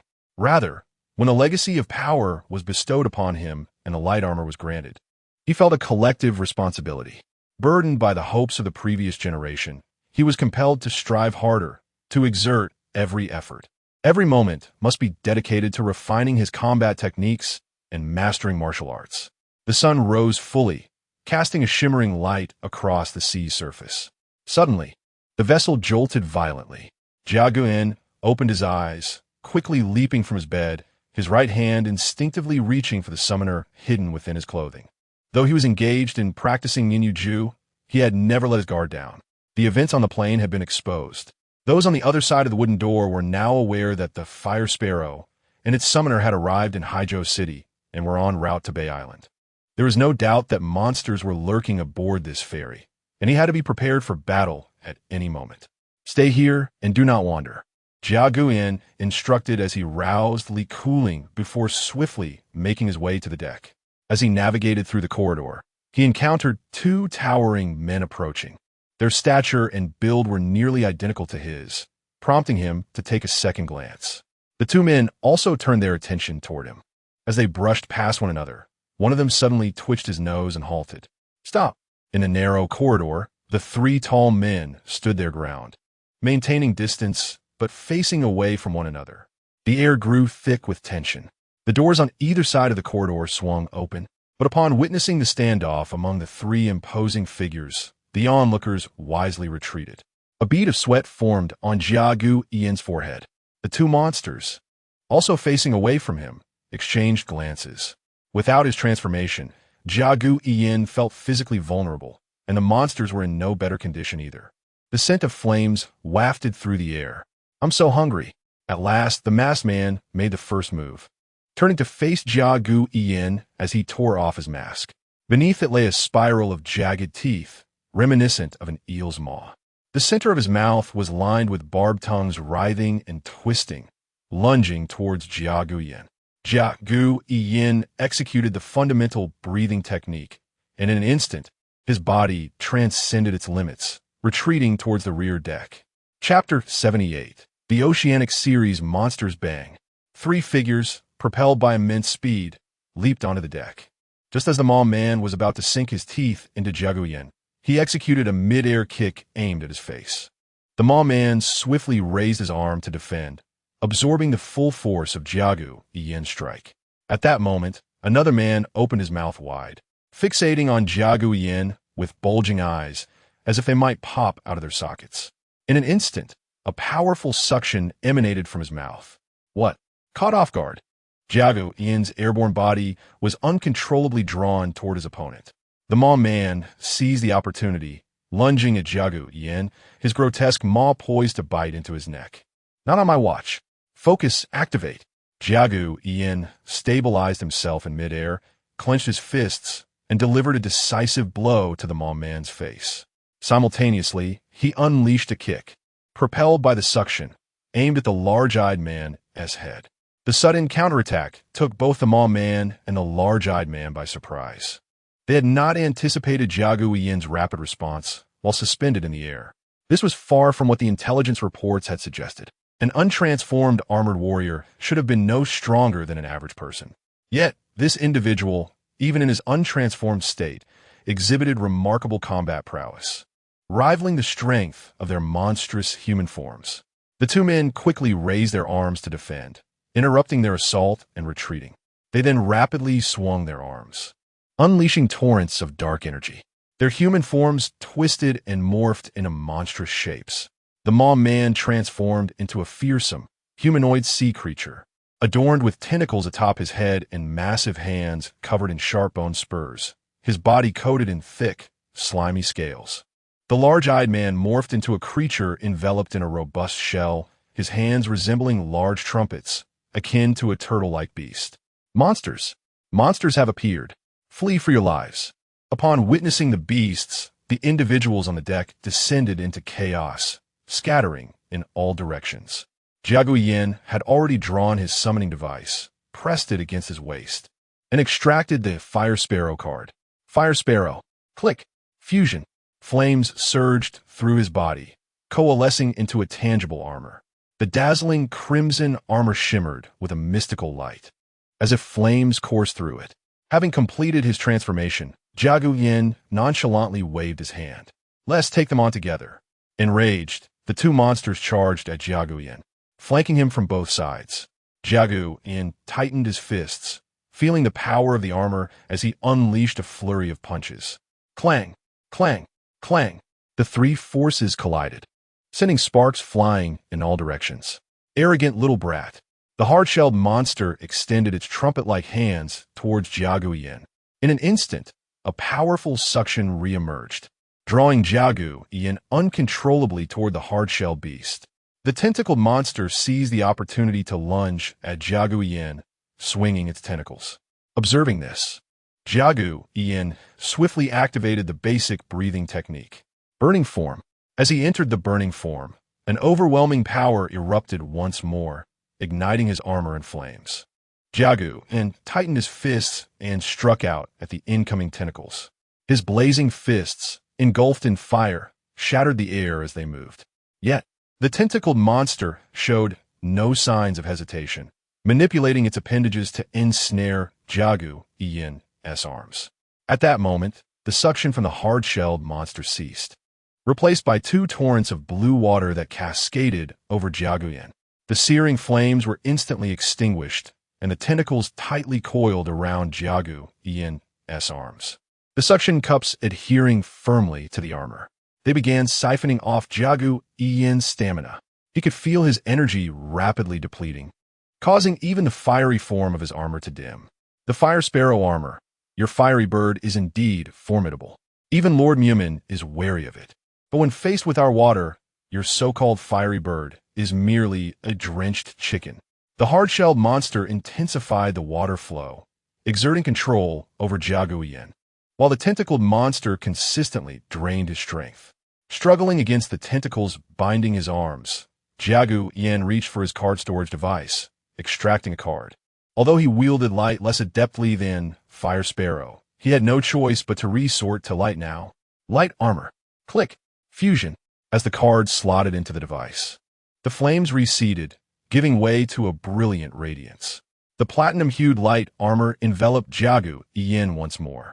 Clearly, the two monsters were unaware of Jiagu Yin's ability to transform into light armor. They stared, bewildered, as Jiagu Yin switched armors without warning. Seizing their moment of confusion, Jiagu Yin surged forward. Activating the basic breathing technique, he instantly transitioned into radiant form. Gripping the tentacles tightly, he summoned his strength and yanked them forcefully. Ha! With a resounding shout, the tentacled monster was hurled away. Boom! A deafening crash echoed as the tentacled monster smashed through a shipping container, crashing onto the deck. You scoundrel! The hard-shell monster increased the intensity of the water jets, but it had no effect on Jiagu Yin. He extended one arm to shield against the oncoming water, while his other hand drew a card. Light Shadow Spear F. Equipment Upgrade E. Click. Click. Light Shadow Gun E. Radiance flowed through his palm, transforming into a platinum-hued, broad-bladed spear as he swung it to pierce through the surging water, striking the hard-shelled monster in the chest. The hard-shelled monster halted, raising its arms to shield its hardened chest. Clang! A crisp sound resonated as the tip of the light shadow gun struck the hard shell, sending brilliant sparks flying. It was deflected. The hard-shelled monster, undeterred, stepped forward, pushing its chest outward once again. The tremendous force of the attack was completely rebuffed, bending the shaft of the light shadow gun, and Jiagu Yin was propelled high into the air. The hard-shelled monster gazed at Jiagu Yin as he ascended, extending its trumpet-like hands once more. A powerful suction erupted anew. The tentacled monster, now enraged, charged at Jiagu Yin, its tentacles twisting like countless serpents. In that case, realizing he could not resist the overwhelming suction, Jiagu Yin swiftly drew another card. Light Shadow Thrust F. Click. The card slotted into the summoning device, causing the spear in his hand to tremble and manifest numerous golden spear phantoms. As Jiagu Yin thrust the spear forward, a multitude of golden spear images surged towards the monsters on the deck. Allow me to show you what true defense looks like. The hard-shelled monster stepped forward, positioning itself in front of the tentacled monster, its entire shell suddenly radiating with brilliance. Chapter 79. Fire Sparrow Lava Monkey Form. Clang, clang, clang, clang, clang. Countless gunfire shadows struck against the formidable shell of the creature, shattering into a cascade of golden fragments. Jiagu Yin's pupils constricted as he fixed his gaze upon the armored beast on the ground. The power of light was utterly incapable of breaching the defenses of this monster. Yet, Fire Sparrow was at a disadvantage against the opponent's water-based abilities. Before the adversary could summon the power of water, he must utilize the swiftness of Fire Sparrow to resolve the situation. However, the overwhelming suction rendered Fire Sparrow as speed ineffective, allowing the tentacled beast to absorb his stamina. Was this pair of monsters specifically prepared by Mugendep for the purpose of countering Fire Sparrow? Jie Yin reached for his storage device and withdrew a card. Fire Sparrow. Click. Fusion. As the Fire Sparrow was inserted into the summoner, a torrent of flames enveloped him once more. The platinum armor was replaced by a vibrant red armor. Did he still wish to use Fire Sparrow? Indeed, even if he could summon light, the most fitting match was still Fire Sparrow. The armored creature gazed at Jie Yin in midair, raising its hands. Neither Fire Sparrow nor light instilled fear in him, as long as they combined their strengths. No matter how formidable the armor, it would be of little consequence. Within the scope of their coordination, they were invincible. The powerful suction surged again, and at the moment of its eruption, Jie Yin's figure in the air transformed into an afterimage. The unique speed of Fire Sparrow. Your techniques have long been thoroughly understood and researched by Lord Mugendep. The armored beast swiftly closed in on the tentacled creature, its trumpet-shaped hands ever vigilant.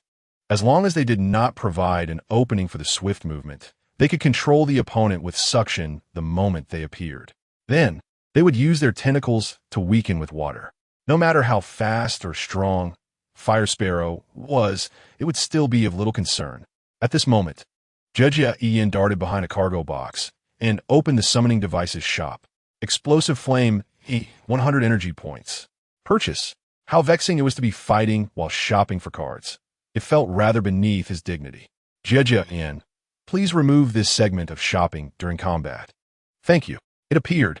The tentacled creature quickly opened its mouth, and the armored beast swiftly adjusted its hands, pointing toward the emerging Jie Yin.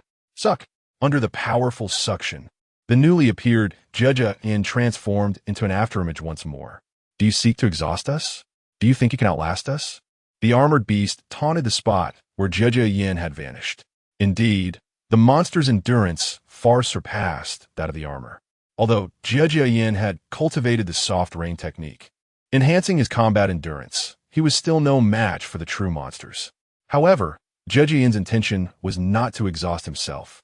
Concealed behind a cargo box, he drew another card. Fire Sparrow Manifestation E. Click. With the insertion of the card into the summoner, a chirp echoed. The Fire Sparrow within his chest burst forth like a liberated soul, transforming into a red afterimage that darted away.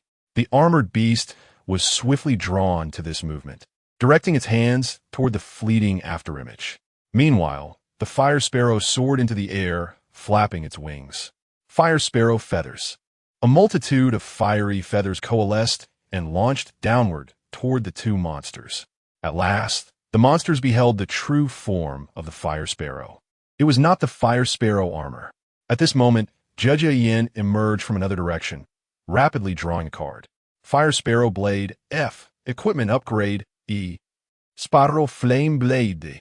Flames swiftly coalesced into a blade, solidifying in Jie Yin's grasp. With one hand wielding the blade, he continued his motions without pause, quickly drawing a black back card. The black backing indicated a nature-type card, while the front displayed a pitch-black monkey with the letter E in the upper right corner.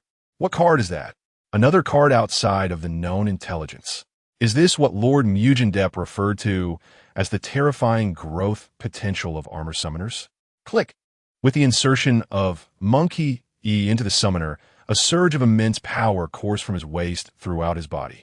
Compatibility 60. Armor enhancement. In an instant, obsidian patterns spread from his waist. Bathed in the red flames, it resembled molten rock. The crimson eyes of the Fire Sparrow armor appeared to ignite. The pitch-black, lava-like gauntlets enveloped his arms. The Fire Sparrow at his chest shook its feathers, transforming into a color akin to molten rock. The right shoulder armor morphed into a fully open-beaked Fire Sparrow head, while the left shoulder armor transformed into a lava-like monkey head. Between the two shoulder armors and the neck, black and red fur swayed and enveloped him. Behind him, a complete black armor covered his back between the shoulder plates. The gauntlets tightened, becoming thicker, adorned with rivets resembling molten rock. Fire Sparrow armor lava a monkey form, feeling the immense power of the armor. Jie Yin dashed toward the armored beast at lightning speed. Flames surged relentlessly throughout his body, and the potent force swelled like fire within him, coursing toward his arms. Jia Yin felt an inexhaustible strength in his arms. What sorcery is this? An upgraded form of the armor, achieved through a nature-type card. Who would have thought Fire Sparrow possessed such potential? The armored beast, evidently well-studied, recognized this as the upgraded form of Fire Sparrow armor. Boom! The fiery figure roared as Jia Yin gripped the Sparrow Flame Blade and struck fiercely. The tentacled beast instinctively recoiled. After all, its defensive capabilities were not its strong suit. I'll take it. The armored beast, understanding the mutual weaknesses, swiftly advanced, extending its hands. A column of water surged toward the rushing Jia Yin. Flames filled Jia Yin's eyes, and the mouthpiece of his mask ignited with two blazing flames being drawn into his mouth. It appeared as though he had taken a deep breath of fire. This was the hallmark of the Fire Sparrow, this operation of its inhalation technique, reaching its zenith in an instant. In that moment, searing flames erupted from Jia Yin's legs, melting the deck beneath him. How could this be? I cannot see. His speed is utterly untraceable. This upgraded form not only enhanced his strength, but also his agility and speed. The armored beast's pupils constricted as it struggled to capture Jia Yin once more, only to find him standing directly before it. With a swift slash of his blade, whoosh. Boom! In an instant, flames poured forth, striking against its armor, followed by an explosion of fire. Its body was hurled into the air by the violent blast. The searing flames relentlessly scorched its shell. It withstood it. It endured the assault. It could withstand the attack from this form.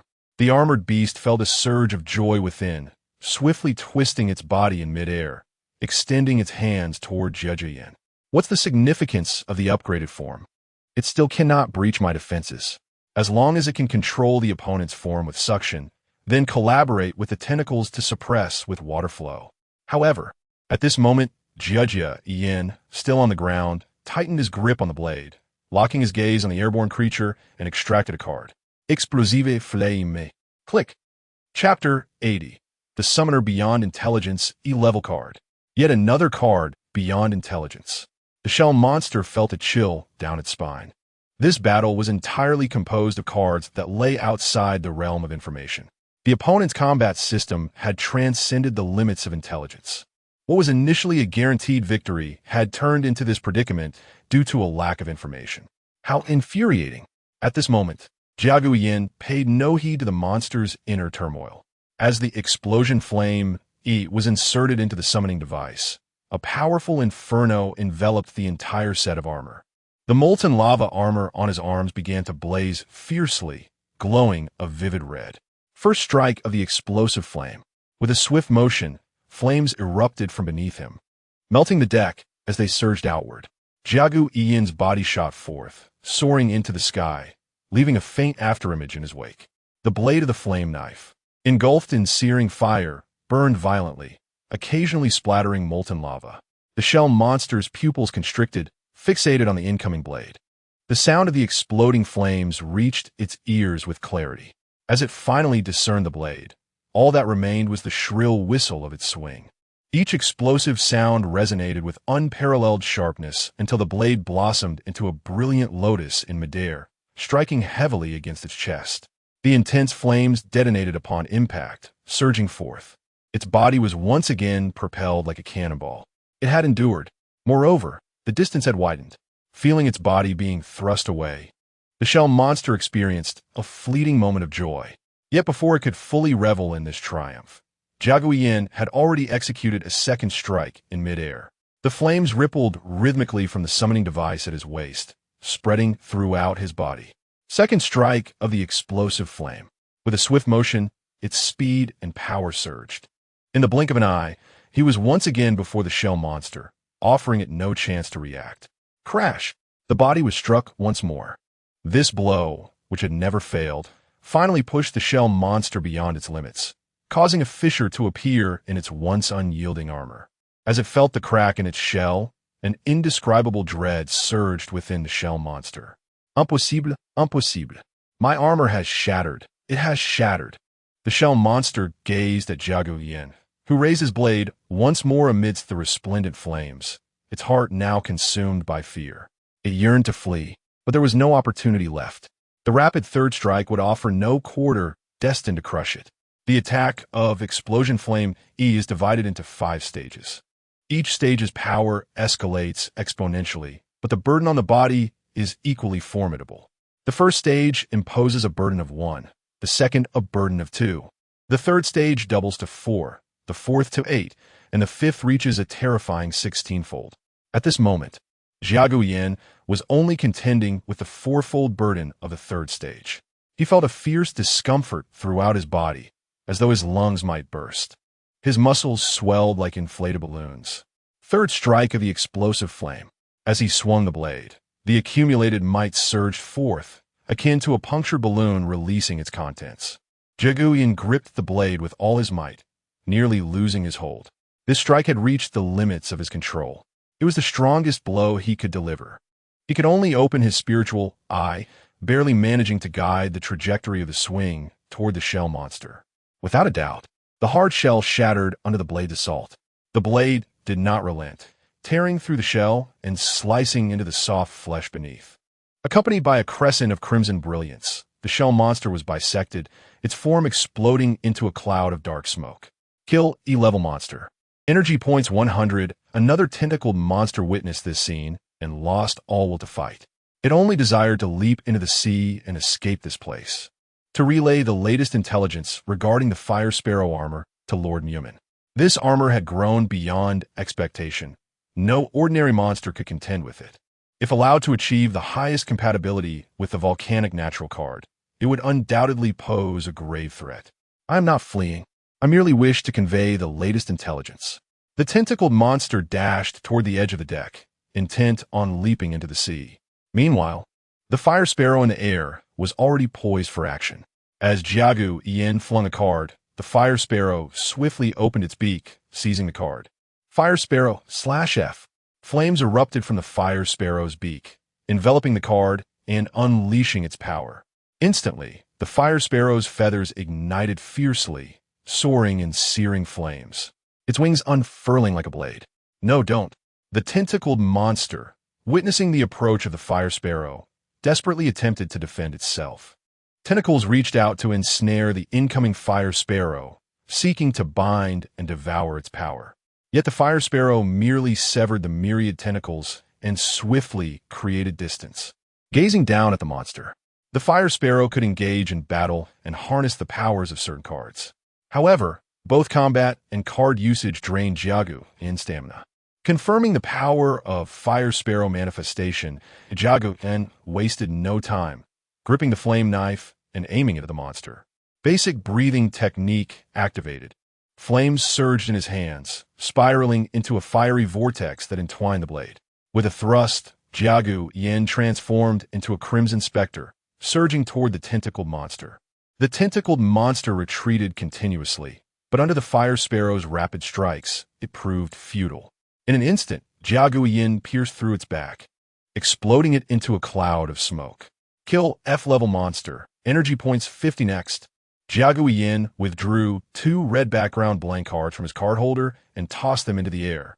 The crystals of the 2 monsters were rapidly absorbed by the cards, transforming into 2 monster cards, 1 monster E card and 1 monster F card. The front displayed images of the 2 monsters. Glimpsing at the 2 monster cards, Jiagu Yan felt a flicker of anticipation for what combat cards they might become before retrieving them back into his card holder. He then turned his gaze toward the cabin. With the battle concluded and the monsters eradicated, the passengers collectively exhaled in relief, followed by a wave of cheers. Having witnessed an exhilarating display of monster versus armored warrior, the passengers were now bursting with excitement, their eyes fervently fixed on Jiagu Yan. Fire Sparrow warrior, look here, capture this moment. Fire Sparrow armor. Can you perform that move again, the one you just did? Can we take a photo together? I would do anything for a snapshot. Observing the ecstatic crowd, who were nearly upon him, Jiagu Yan sighed. Alas, today's Potion F was once again a lost cause. He pulled out Potion F, equipment upgrade. Clack, clack. Chapter 81. Arrival at Bay State Island. The ferry slowly approached the harbor of Bay State Island. After disembarking, follow the instructions I provided earlier, and no one will pursue you any further. After Jiaqiu Yin advised Li Kuling, Baiyu deleted all the information related to his boarding. He quietly evaded inspections and successfully arrived at Bay State Island.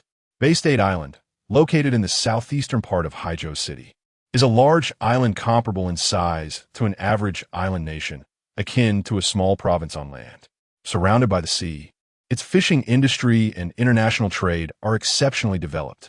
Walking through the coastal cities on the island, one frequently encounters foreign tourists and traders.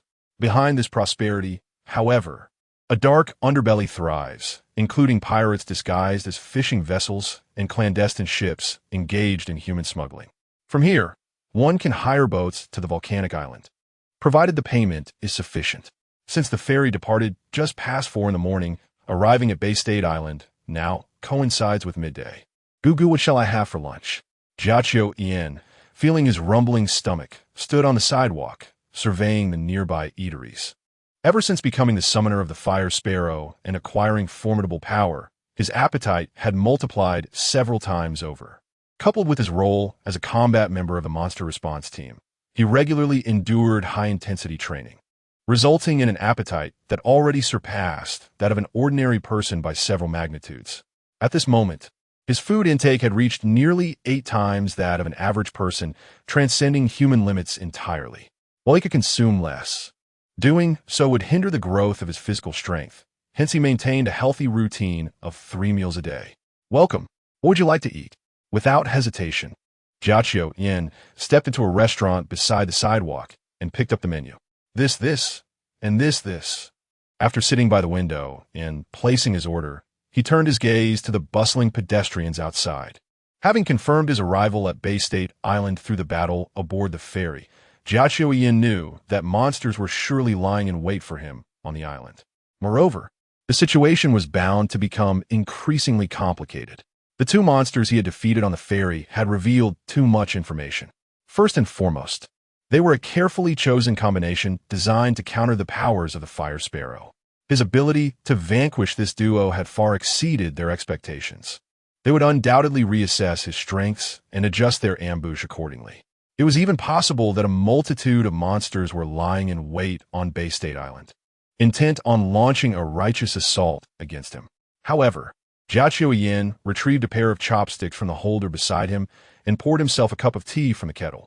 The number of monsters his adversaries possessed might not be as extensive as he imagined. The intelligent monsters under the command of Mumin Depei were likely rarer than anticipated. Mumin Depei was undoubtedly a true, purebred monster, a genuine member of a monster race. All the monsters he had thus far defeated were merely the transformed minions of Mumin Depei. If Mumin Depei had the autonomy to transform humans into his minions freely, humanity would have long since been overrun by monsters. Jiaqiu Yin speculated that the number of humans qualified for transformation into monsters was inherently limited. Furthermore, the transformation into intelligent monsters was even more uncommon. The quantity of minions Mumin Depei could command was also capped. Thus, it was not merely a matter of Mumin Depei's unwillingness to mobilize all his minions against him, but rather due to the finite number of minions he possessed, each spread across various locations managing different tasks. There could even be deeper reasons behind his reluctance to gather too many minions together. A sudden insight struck Jiaqiu Yin, causing the teacup in his hand to tremble. Could it be that Mumin Depei feared his own minions? Intelligent minions might harbor ambitions of their own. If too many were summoned close together, Mumin Depei might worry that they would conspire against him, dividing his power. The larger the number of minions under his control, the weaker his own power would become. An increase in the number of minions could lead to a greater likelihood of them breaking free from his dominion. While Jiaqiu Yin entertained this possibility, he knew that purebred monsters were not limited to Mumin Depei alone. There were likely others, perhaps even stronger ones.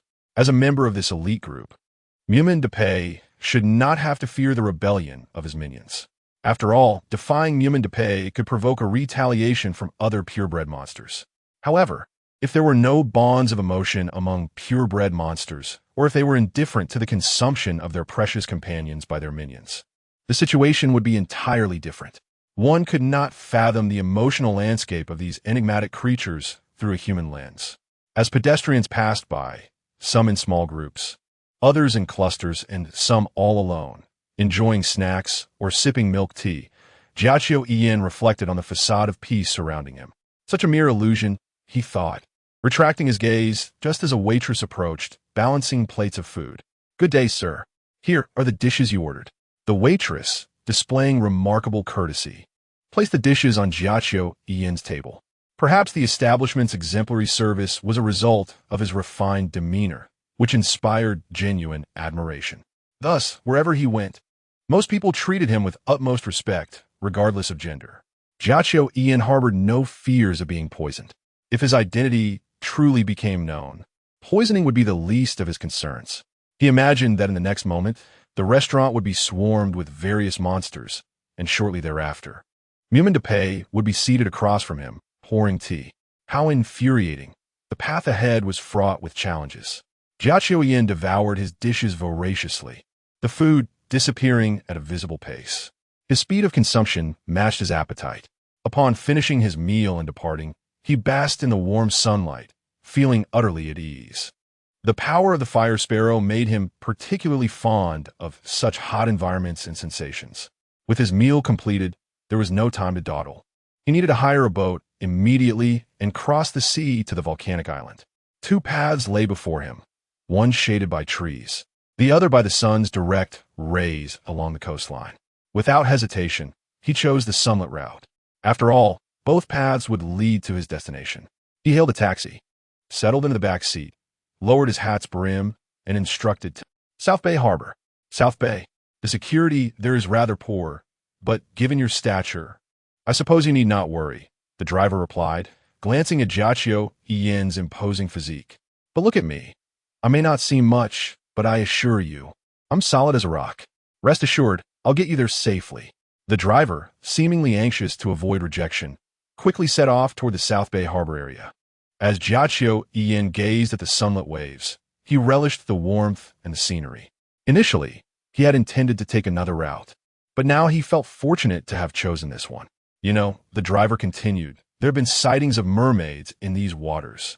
Dear guest, do not doubt my words. This is a sight that has been witnessed since ancient times. My grandfather, who fished in these waters, saw one with his own eyes when he was a child. In modern times, they are referred to as mermaids, but in antiquity, they were known as the Jiao people. Chapter 82.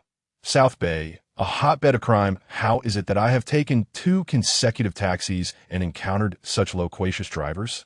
Under ordinary circumstances, Jiagu Yin would be more than willing to engage in conversations about ideals and politics with such drivers. However, at this moment, all Jiagu Yin longs for is to cultivate the Mianyu Ju to heal his wounds. The frequency of battles during this period has been excessive, leaving him with little time to rest. Each time he utilizes the Mianyu Ju to mend a bit of his injury, he finds himself embroiled in yet another skirmish, exacerbating his condition. Consequently, his physical injuries remain far from fully healed. The driver continues to regale him with tales of merfolk and sirens. He has transitioned from ancient legends of the mermaids to recounting events from over 100 years ago when foreigners first arrived here, employing military vessels in search of the elusive sirens. His narrative is so vivid that Jiagu Yin finds himself genuinely intrigued. It seems that choosing this route was indeed a prudent decision. Gazing at the boundless, undulating sea, shimmering under the sunlight, even the pain from his old injuries seems to fade into the background. We've arrived, young man. Do take care. This place is no playground. You appear to be from Haizhou. Should you encounter any insurmountable danger, remember to swiftly carry your identification to the local police station. They should offer you protection. Jiagu Yin settled the fare, opened the car door, and waved goodbye to the driver. The driver, however, did not linger, seemingly uninterested in waiting for a fare returning from South Bay to the urban district. He swiftly turned the vehicle around and departed, as if eager to distance himself from the area. With the vast straits separating them, the mainland finds it challenging to exert control over the affairs of Wanzhou Island. Furthermore, Wanzhou Island is a refuge for an array of smugglers and criminals from all corners of the globe, rendering certain locales into havens of crime and darkness. Much like the port of South Bay, upon entering the South Bay area, It is evident that the architecture here is markedly inferior to that of the recently disembarked port. Only a few scattered high-rises are visible. The majority appear to be dilapidated buildings from the last century. The walls beside the sidewalks and the utility poles are plastered with an assortment of advertisements. Jia Guyan cast a cursory glance. Cures for psoriasis, call now. Miss XX, make an appointment at XX, call 1XX. Traditional Chinese medicine for male issues, rejuvenate your vitality. It exudes a nostalgic charm reminiscent of the Wanzhou films from the last century. As Jiagu Yan observed the dimly flickering neon lights above, he sighed inwardly. He attempted to listen to the conversations around him. However, the passers-by were conversing in the local dialect of Wanzhou Island, rendering it nearly incomprehensible to him. He lowered the brim of his hat and continued deeper into South Bay, intending to hire a boat at the port on the opposite side. The entire South Bay resembles a long, slender city skimming the surface of the sea, appearing like a worm stretching from east to west when viewed from above. Jiagu Yan had arrived from the north, heading southward, so traversing the entirety of South Bay was not a lengthy endeavor. However, matters did not proceed smoothly. As he delved further, he noticed that the people around him began to cast lingering glances his way. A tail had begun to form behind him. Yet, perhaps due to Jiagu Yan's imposing stature, those following him refrained from making any rash moves, instead opting to linger in the background, drawing in more individuals. Jiagu Yan soon realized that the crowd had thinned considerably, leaving behind a number of men leaning against the walls, their gazes fixed intently upon him. It appeared that they were all part of the tale that had been following him. Was his attire too ostentatious? Jiagu Yan mused, tugging at his clothing. At that moment, a man approached, head bowed, and was on the verge of colliding with Jiagu Yan. He sidestepped just in time, causing the man to stumble and nearly fall. The man turned, livid, and glared at Jiagu Yan. "Watch where you're going, kid." "My apologies, I didn't see you," Jiagu Yan replied, casting a glance around him. As anticipated, the gathered ruffians seemed to have received a signal, halting their movements and conversations, their eyes locking onto him with unwavering intensity. "Kid, if apologies were worth anything, I wouldn't have spent over a decade behind bars."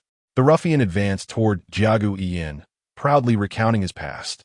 "Now, you'd better grovel and compensate for my losses. I can ensure you leave South Bay in one piece." As he spoke, the ruffian brandished a dagger, pointing it menacingly at Jiagu Yan's face while stepping closer. "This is South Bay Port." Jiagu Yan sighed, reaching into his pocket. Such a big fellow, yet a coward at heart, the ruffian thought, initially feeling some trepidation due to Jiagu Yan's imposing build. But as he observed Jiagu Yan's demeanor, his confidence surged, and he stepped even closer, becoming increasingly brazen. "Kid, I've changed my mind. Hand over everything, and take off that designer outfit," the ruffian commanded, lifting his chin to look at Jiagu Yan, the dagger inching closer. "Wait, what I'm about to pull out might change your mind about taking anything else," Jiagu Yan said, slowly retrieving something from his pocket. The ruffian swallowed hard. Indeed, he had stumbled upon a hefty prize, but what did it matter? No one would ever refuse more wealth. Watching the ruffian's eyes gleam with greed, Jiagu Yan's hand emerged from his pocket, clenched tightly. The ruffian fixated on Jiagu Yan's hand, envisioning the treasures it might conceal. Precious gems, colossal diamonds, or perhaps some rare metal. And then, with a swift motion, Jiagu Yan unleashed a powerful punch, landing squarely on the ruffian's face.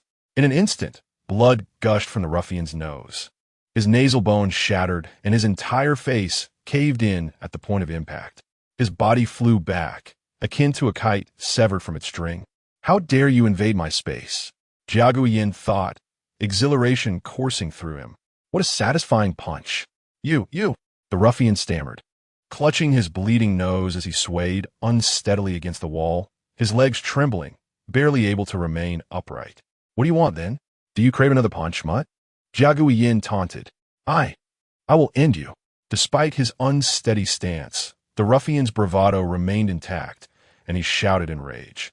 The surrounding thugs drew their daggers, closing in on Jiagu Yan, their murderous intent palpable. While they might not actually kill him, their eyes revealed their intentions to torment him, to teach him a harsh lesson. Truly, A gathering of scum. Chapter 83. Identity exposed. Jia Guiyin never shows mercy toward scoundrels. While he does not resort to killing these wretches, he invariably strips them of their capacity to continue their misdeeds. You are finished. No one on Bay State Island can save you. Spend the rest of your life regretting while burdened with disgrace. The thugs advanced relentlessly, effectively blocking the street in both directions. Some wielded daggers, while others brandished baseball bats.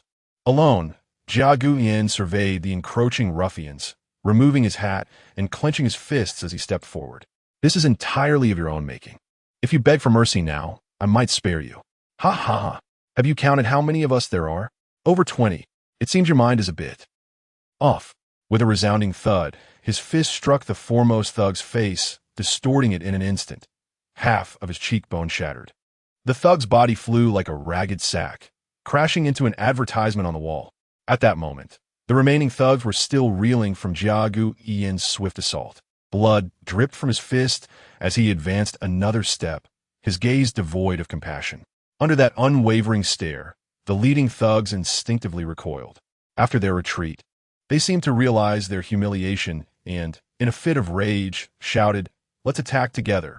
Jia Guiyin tightened his fists, his instincts sharpening in an instant.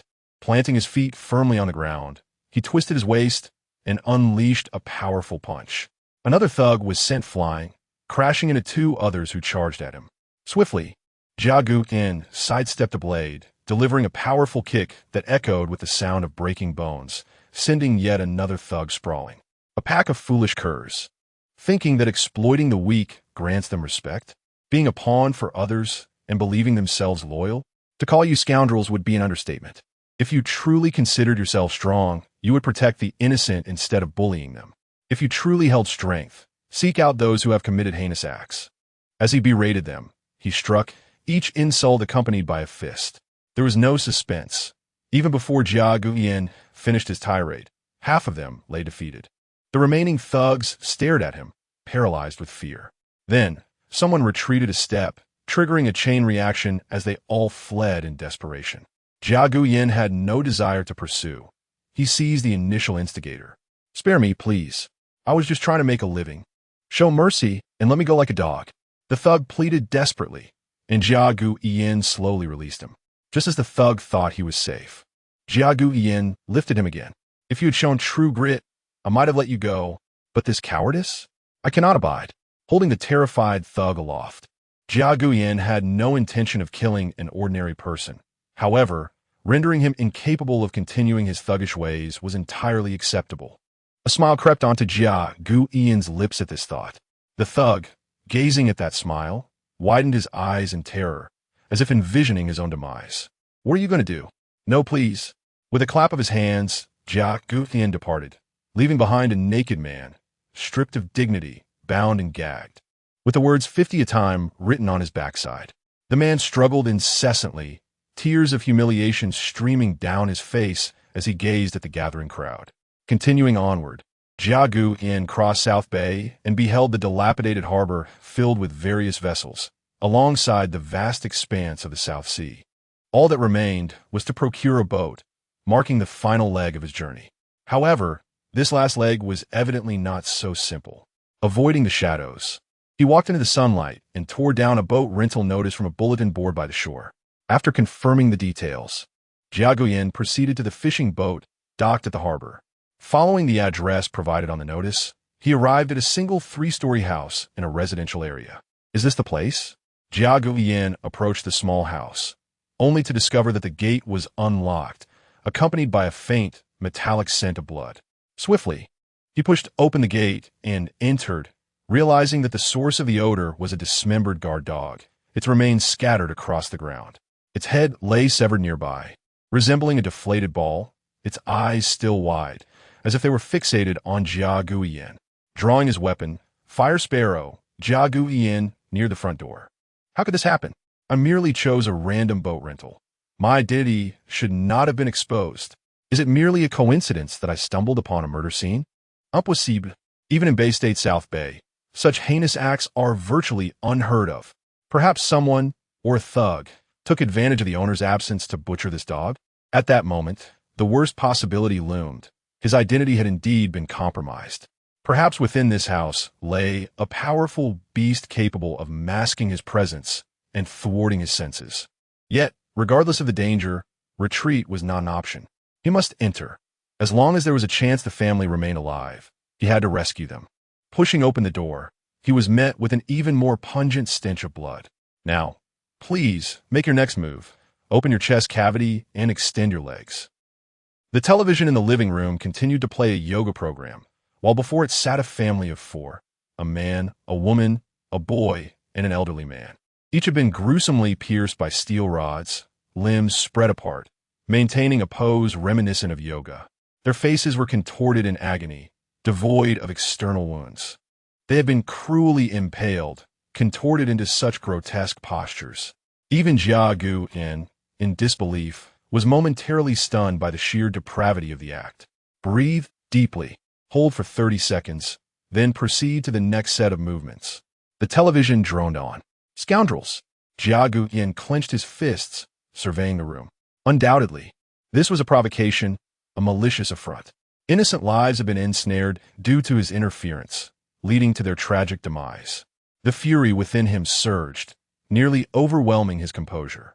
He struggled to regulate his breathing, reminding himself to think rationally. First and foremost, had his identity truly been exposed? This situation was rife with anomalies. He had randomly selected a family for boat rental. Even if his identity had been revealed, it was implausible that they could have reached this family before he did. What was the truth? The beast's capabilities? When had this occurred?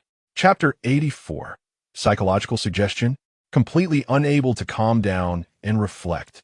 The scent of blood lingered in the air, and the gruesome image of the family's tragic demise filled Jia Gu's mind, igniting a fierce desire to extract the assailants behind him and exact 100-fold vengeance. He had no intention of harming innocent bystanders. He had no desire for this. Found you. The abrupt voice rang out. Who?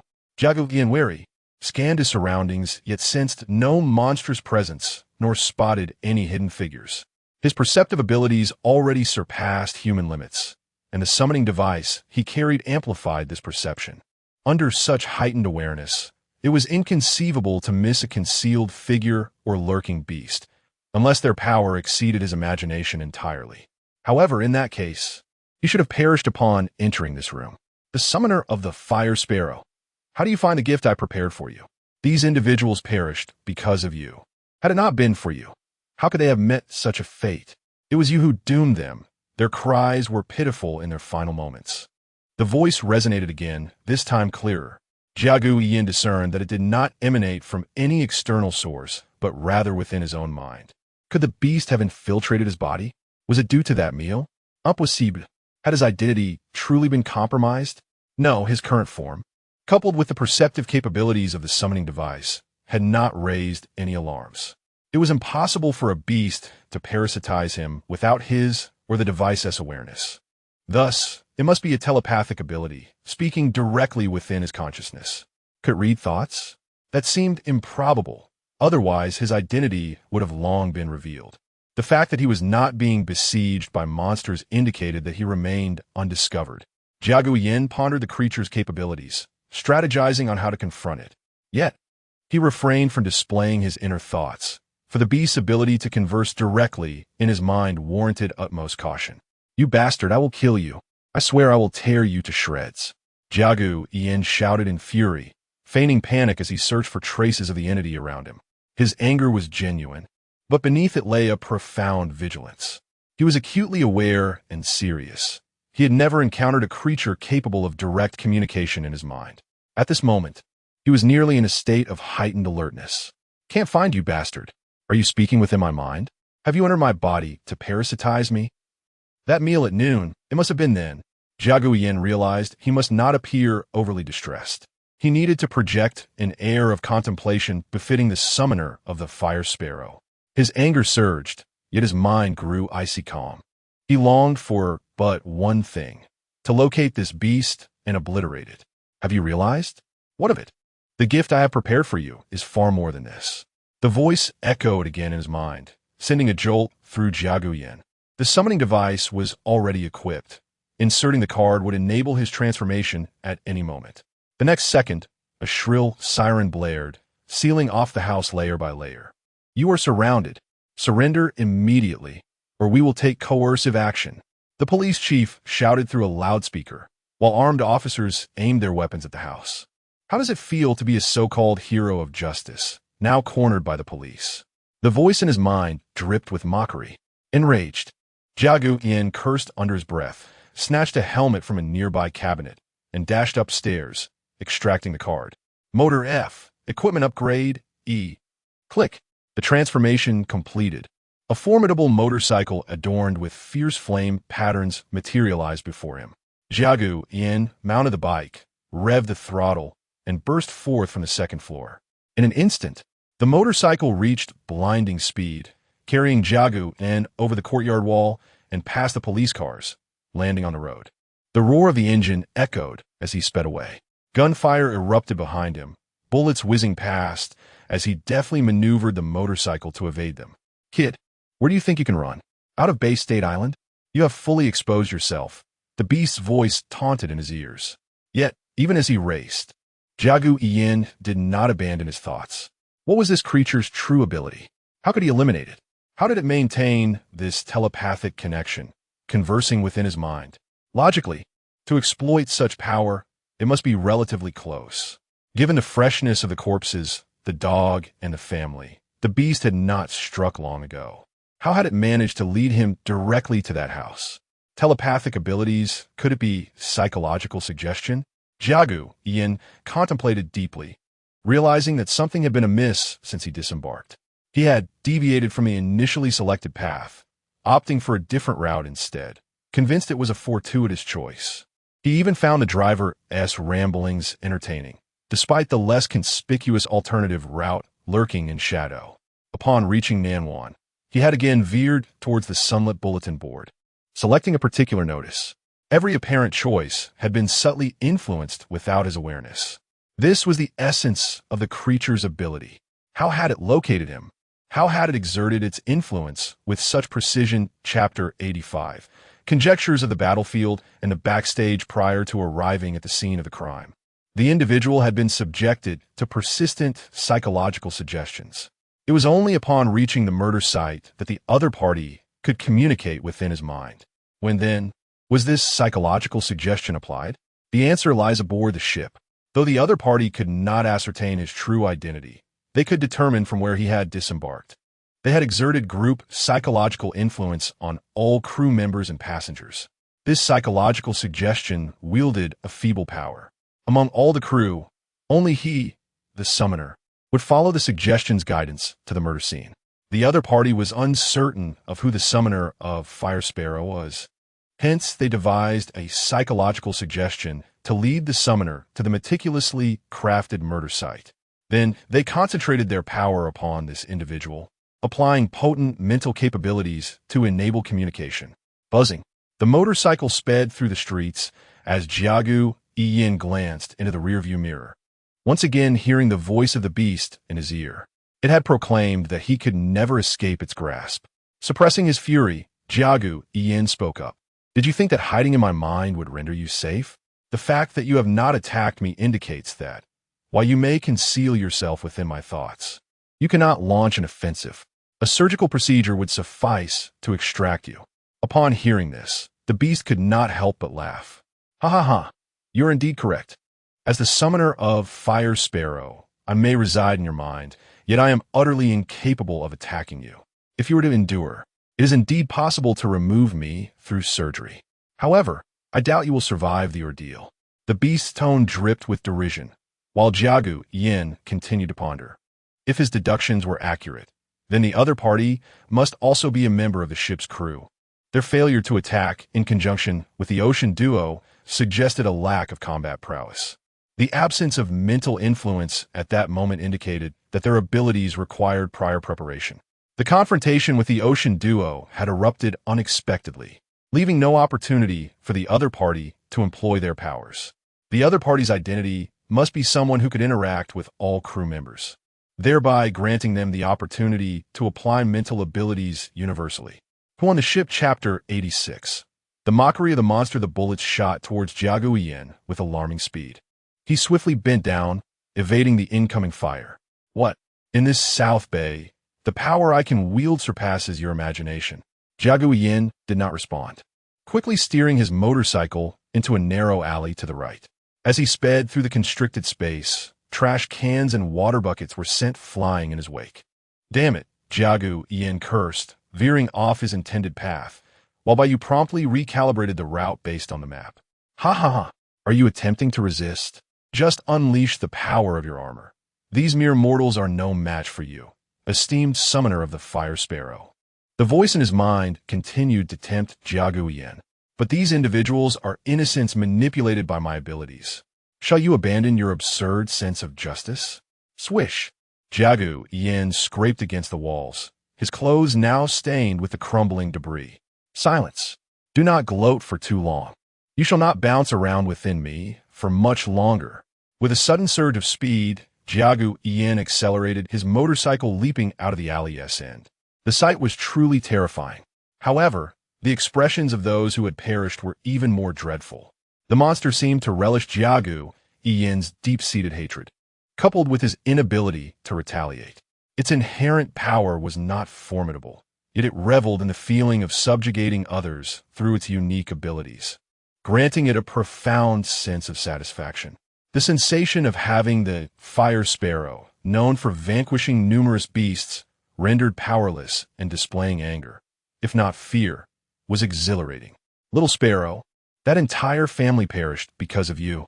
The first to die was the matriarch. Amid her terrified wails, I methodically pierced a steel bar through her throat. The remaining 3 trembled in sheer horror, especially the child, who shook and wept incessantly. Truly adorable. Then, before his father, I slowly pierced through his son.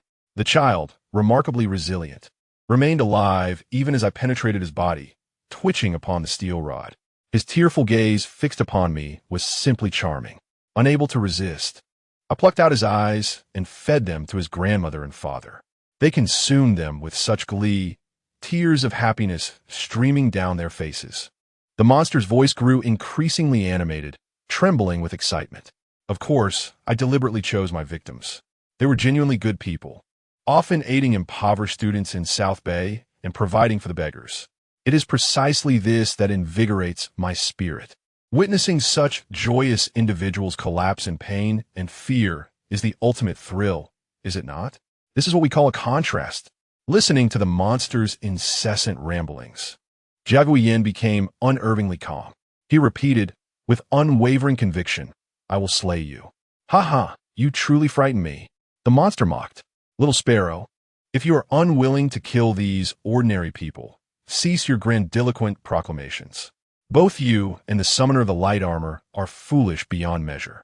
Not only are you foolish, but you are also weak and unaware of it. The downfall of a previous summoner lay in their ignorance of their own inadequacies. And you dare emulate them? How laughable. Both of you are foolish and weak, attempting to challenge the inevitable. The monster leisurely continued, brazenly critiquing Cheng Yang and Jiagu Yin. Before becoming a slave to monstrosity, were you not human? Do you not possess a shred of moral consciousness as a human being? Ha ha ha. Do you feeble humans truly think you can compare yourselves to a noble beast like me? You shall never comprehend the grandeur of monsters, nor their might. I have long since shed my human identity to embrace the nobility of beasthood. How dare you, a mere human, judge me? We exist on entirely different planes. I have embraced evolution and am now a superior being. The mental beast appeared to shy away from associating with humanity, deeming human rights unworthy of comparison to their esteemed kind. The chasm between their species was akin to that between humans and apes. Can humans afford to bestow rights upon apes, considering them their kin? I have no words left. I will slay you. Ha ha, do come and try. What a ridiculous jester.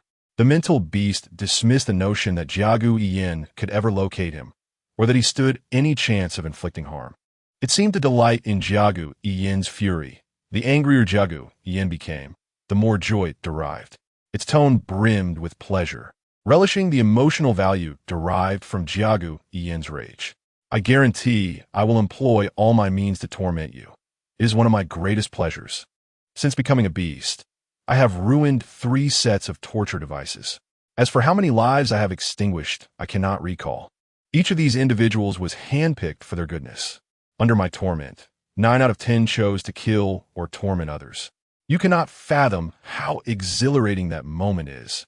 Humanity is a despicable race. Their so-called virtues are merely the result of their masquerade. At their core, humans are far more vile than monsters. My achievements stand as testament to this. The monster continued to expound upon its so-called research accomplishments. Countless carefully chosen good individuals had succumbed to its torment, perpetuating harm upon others.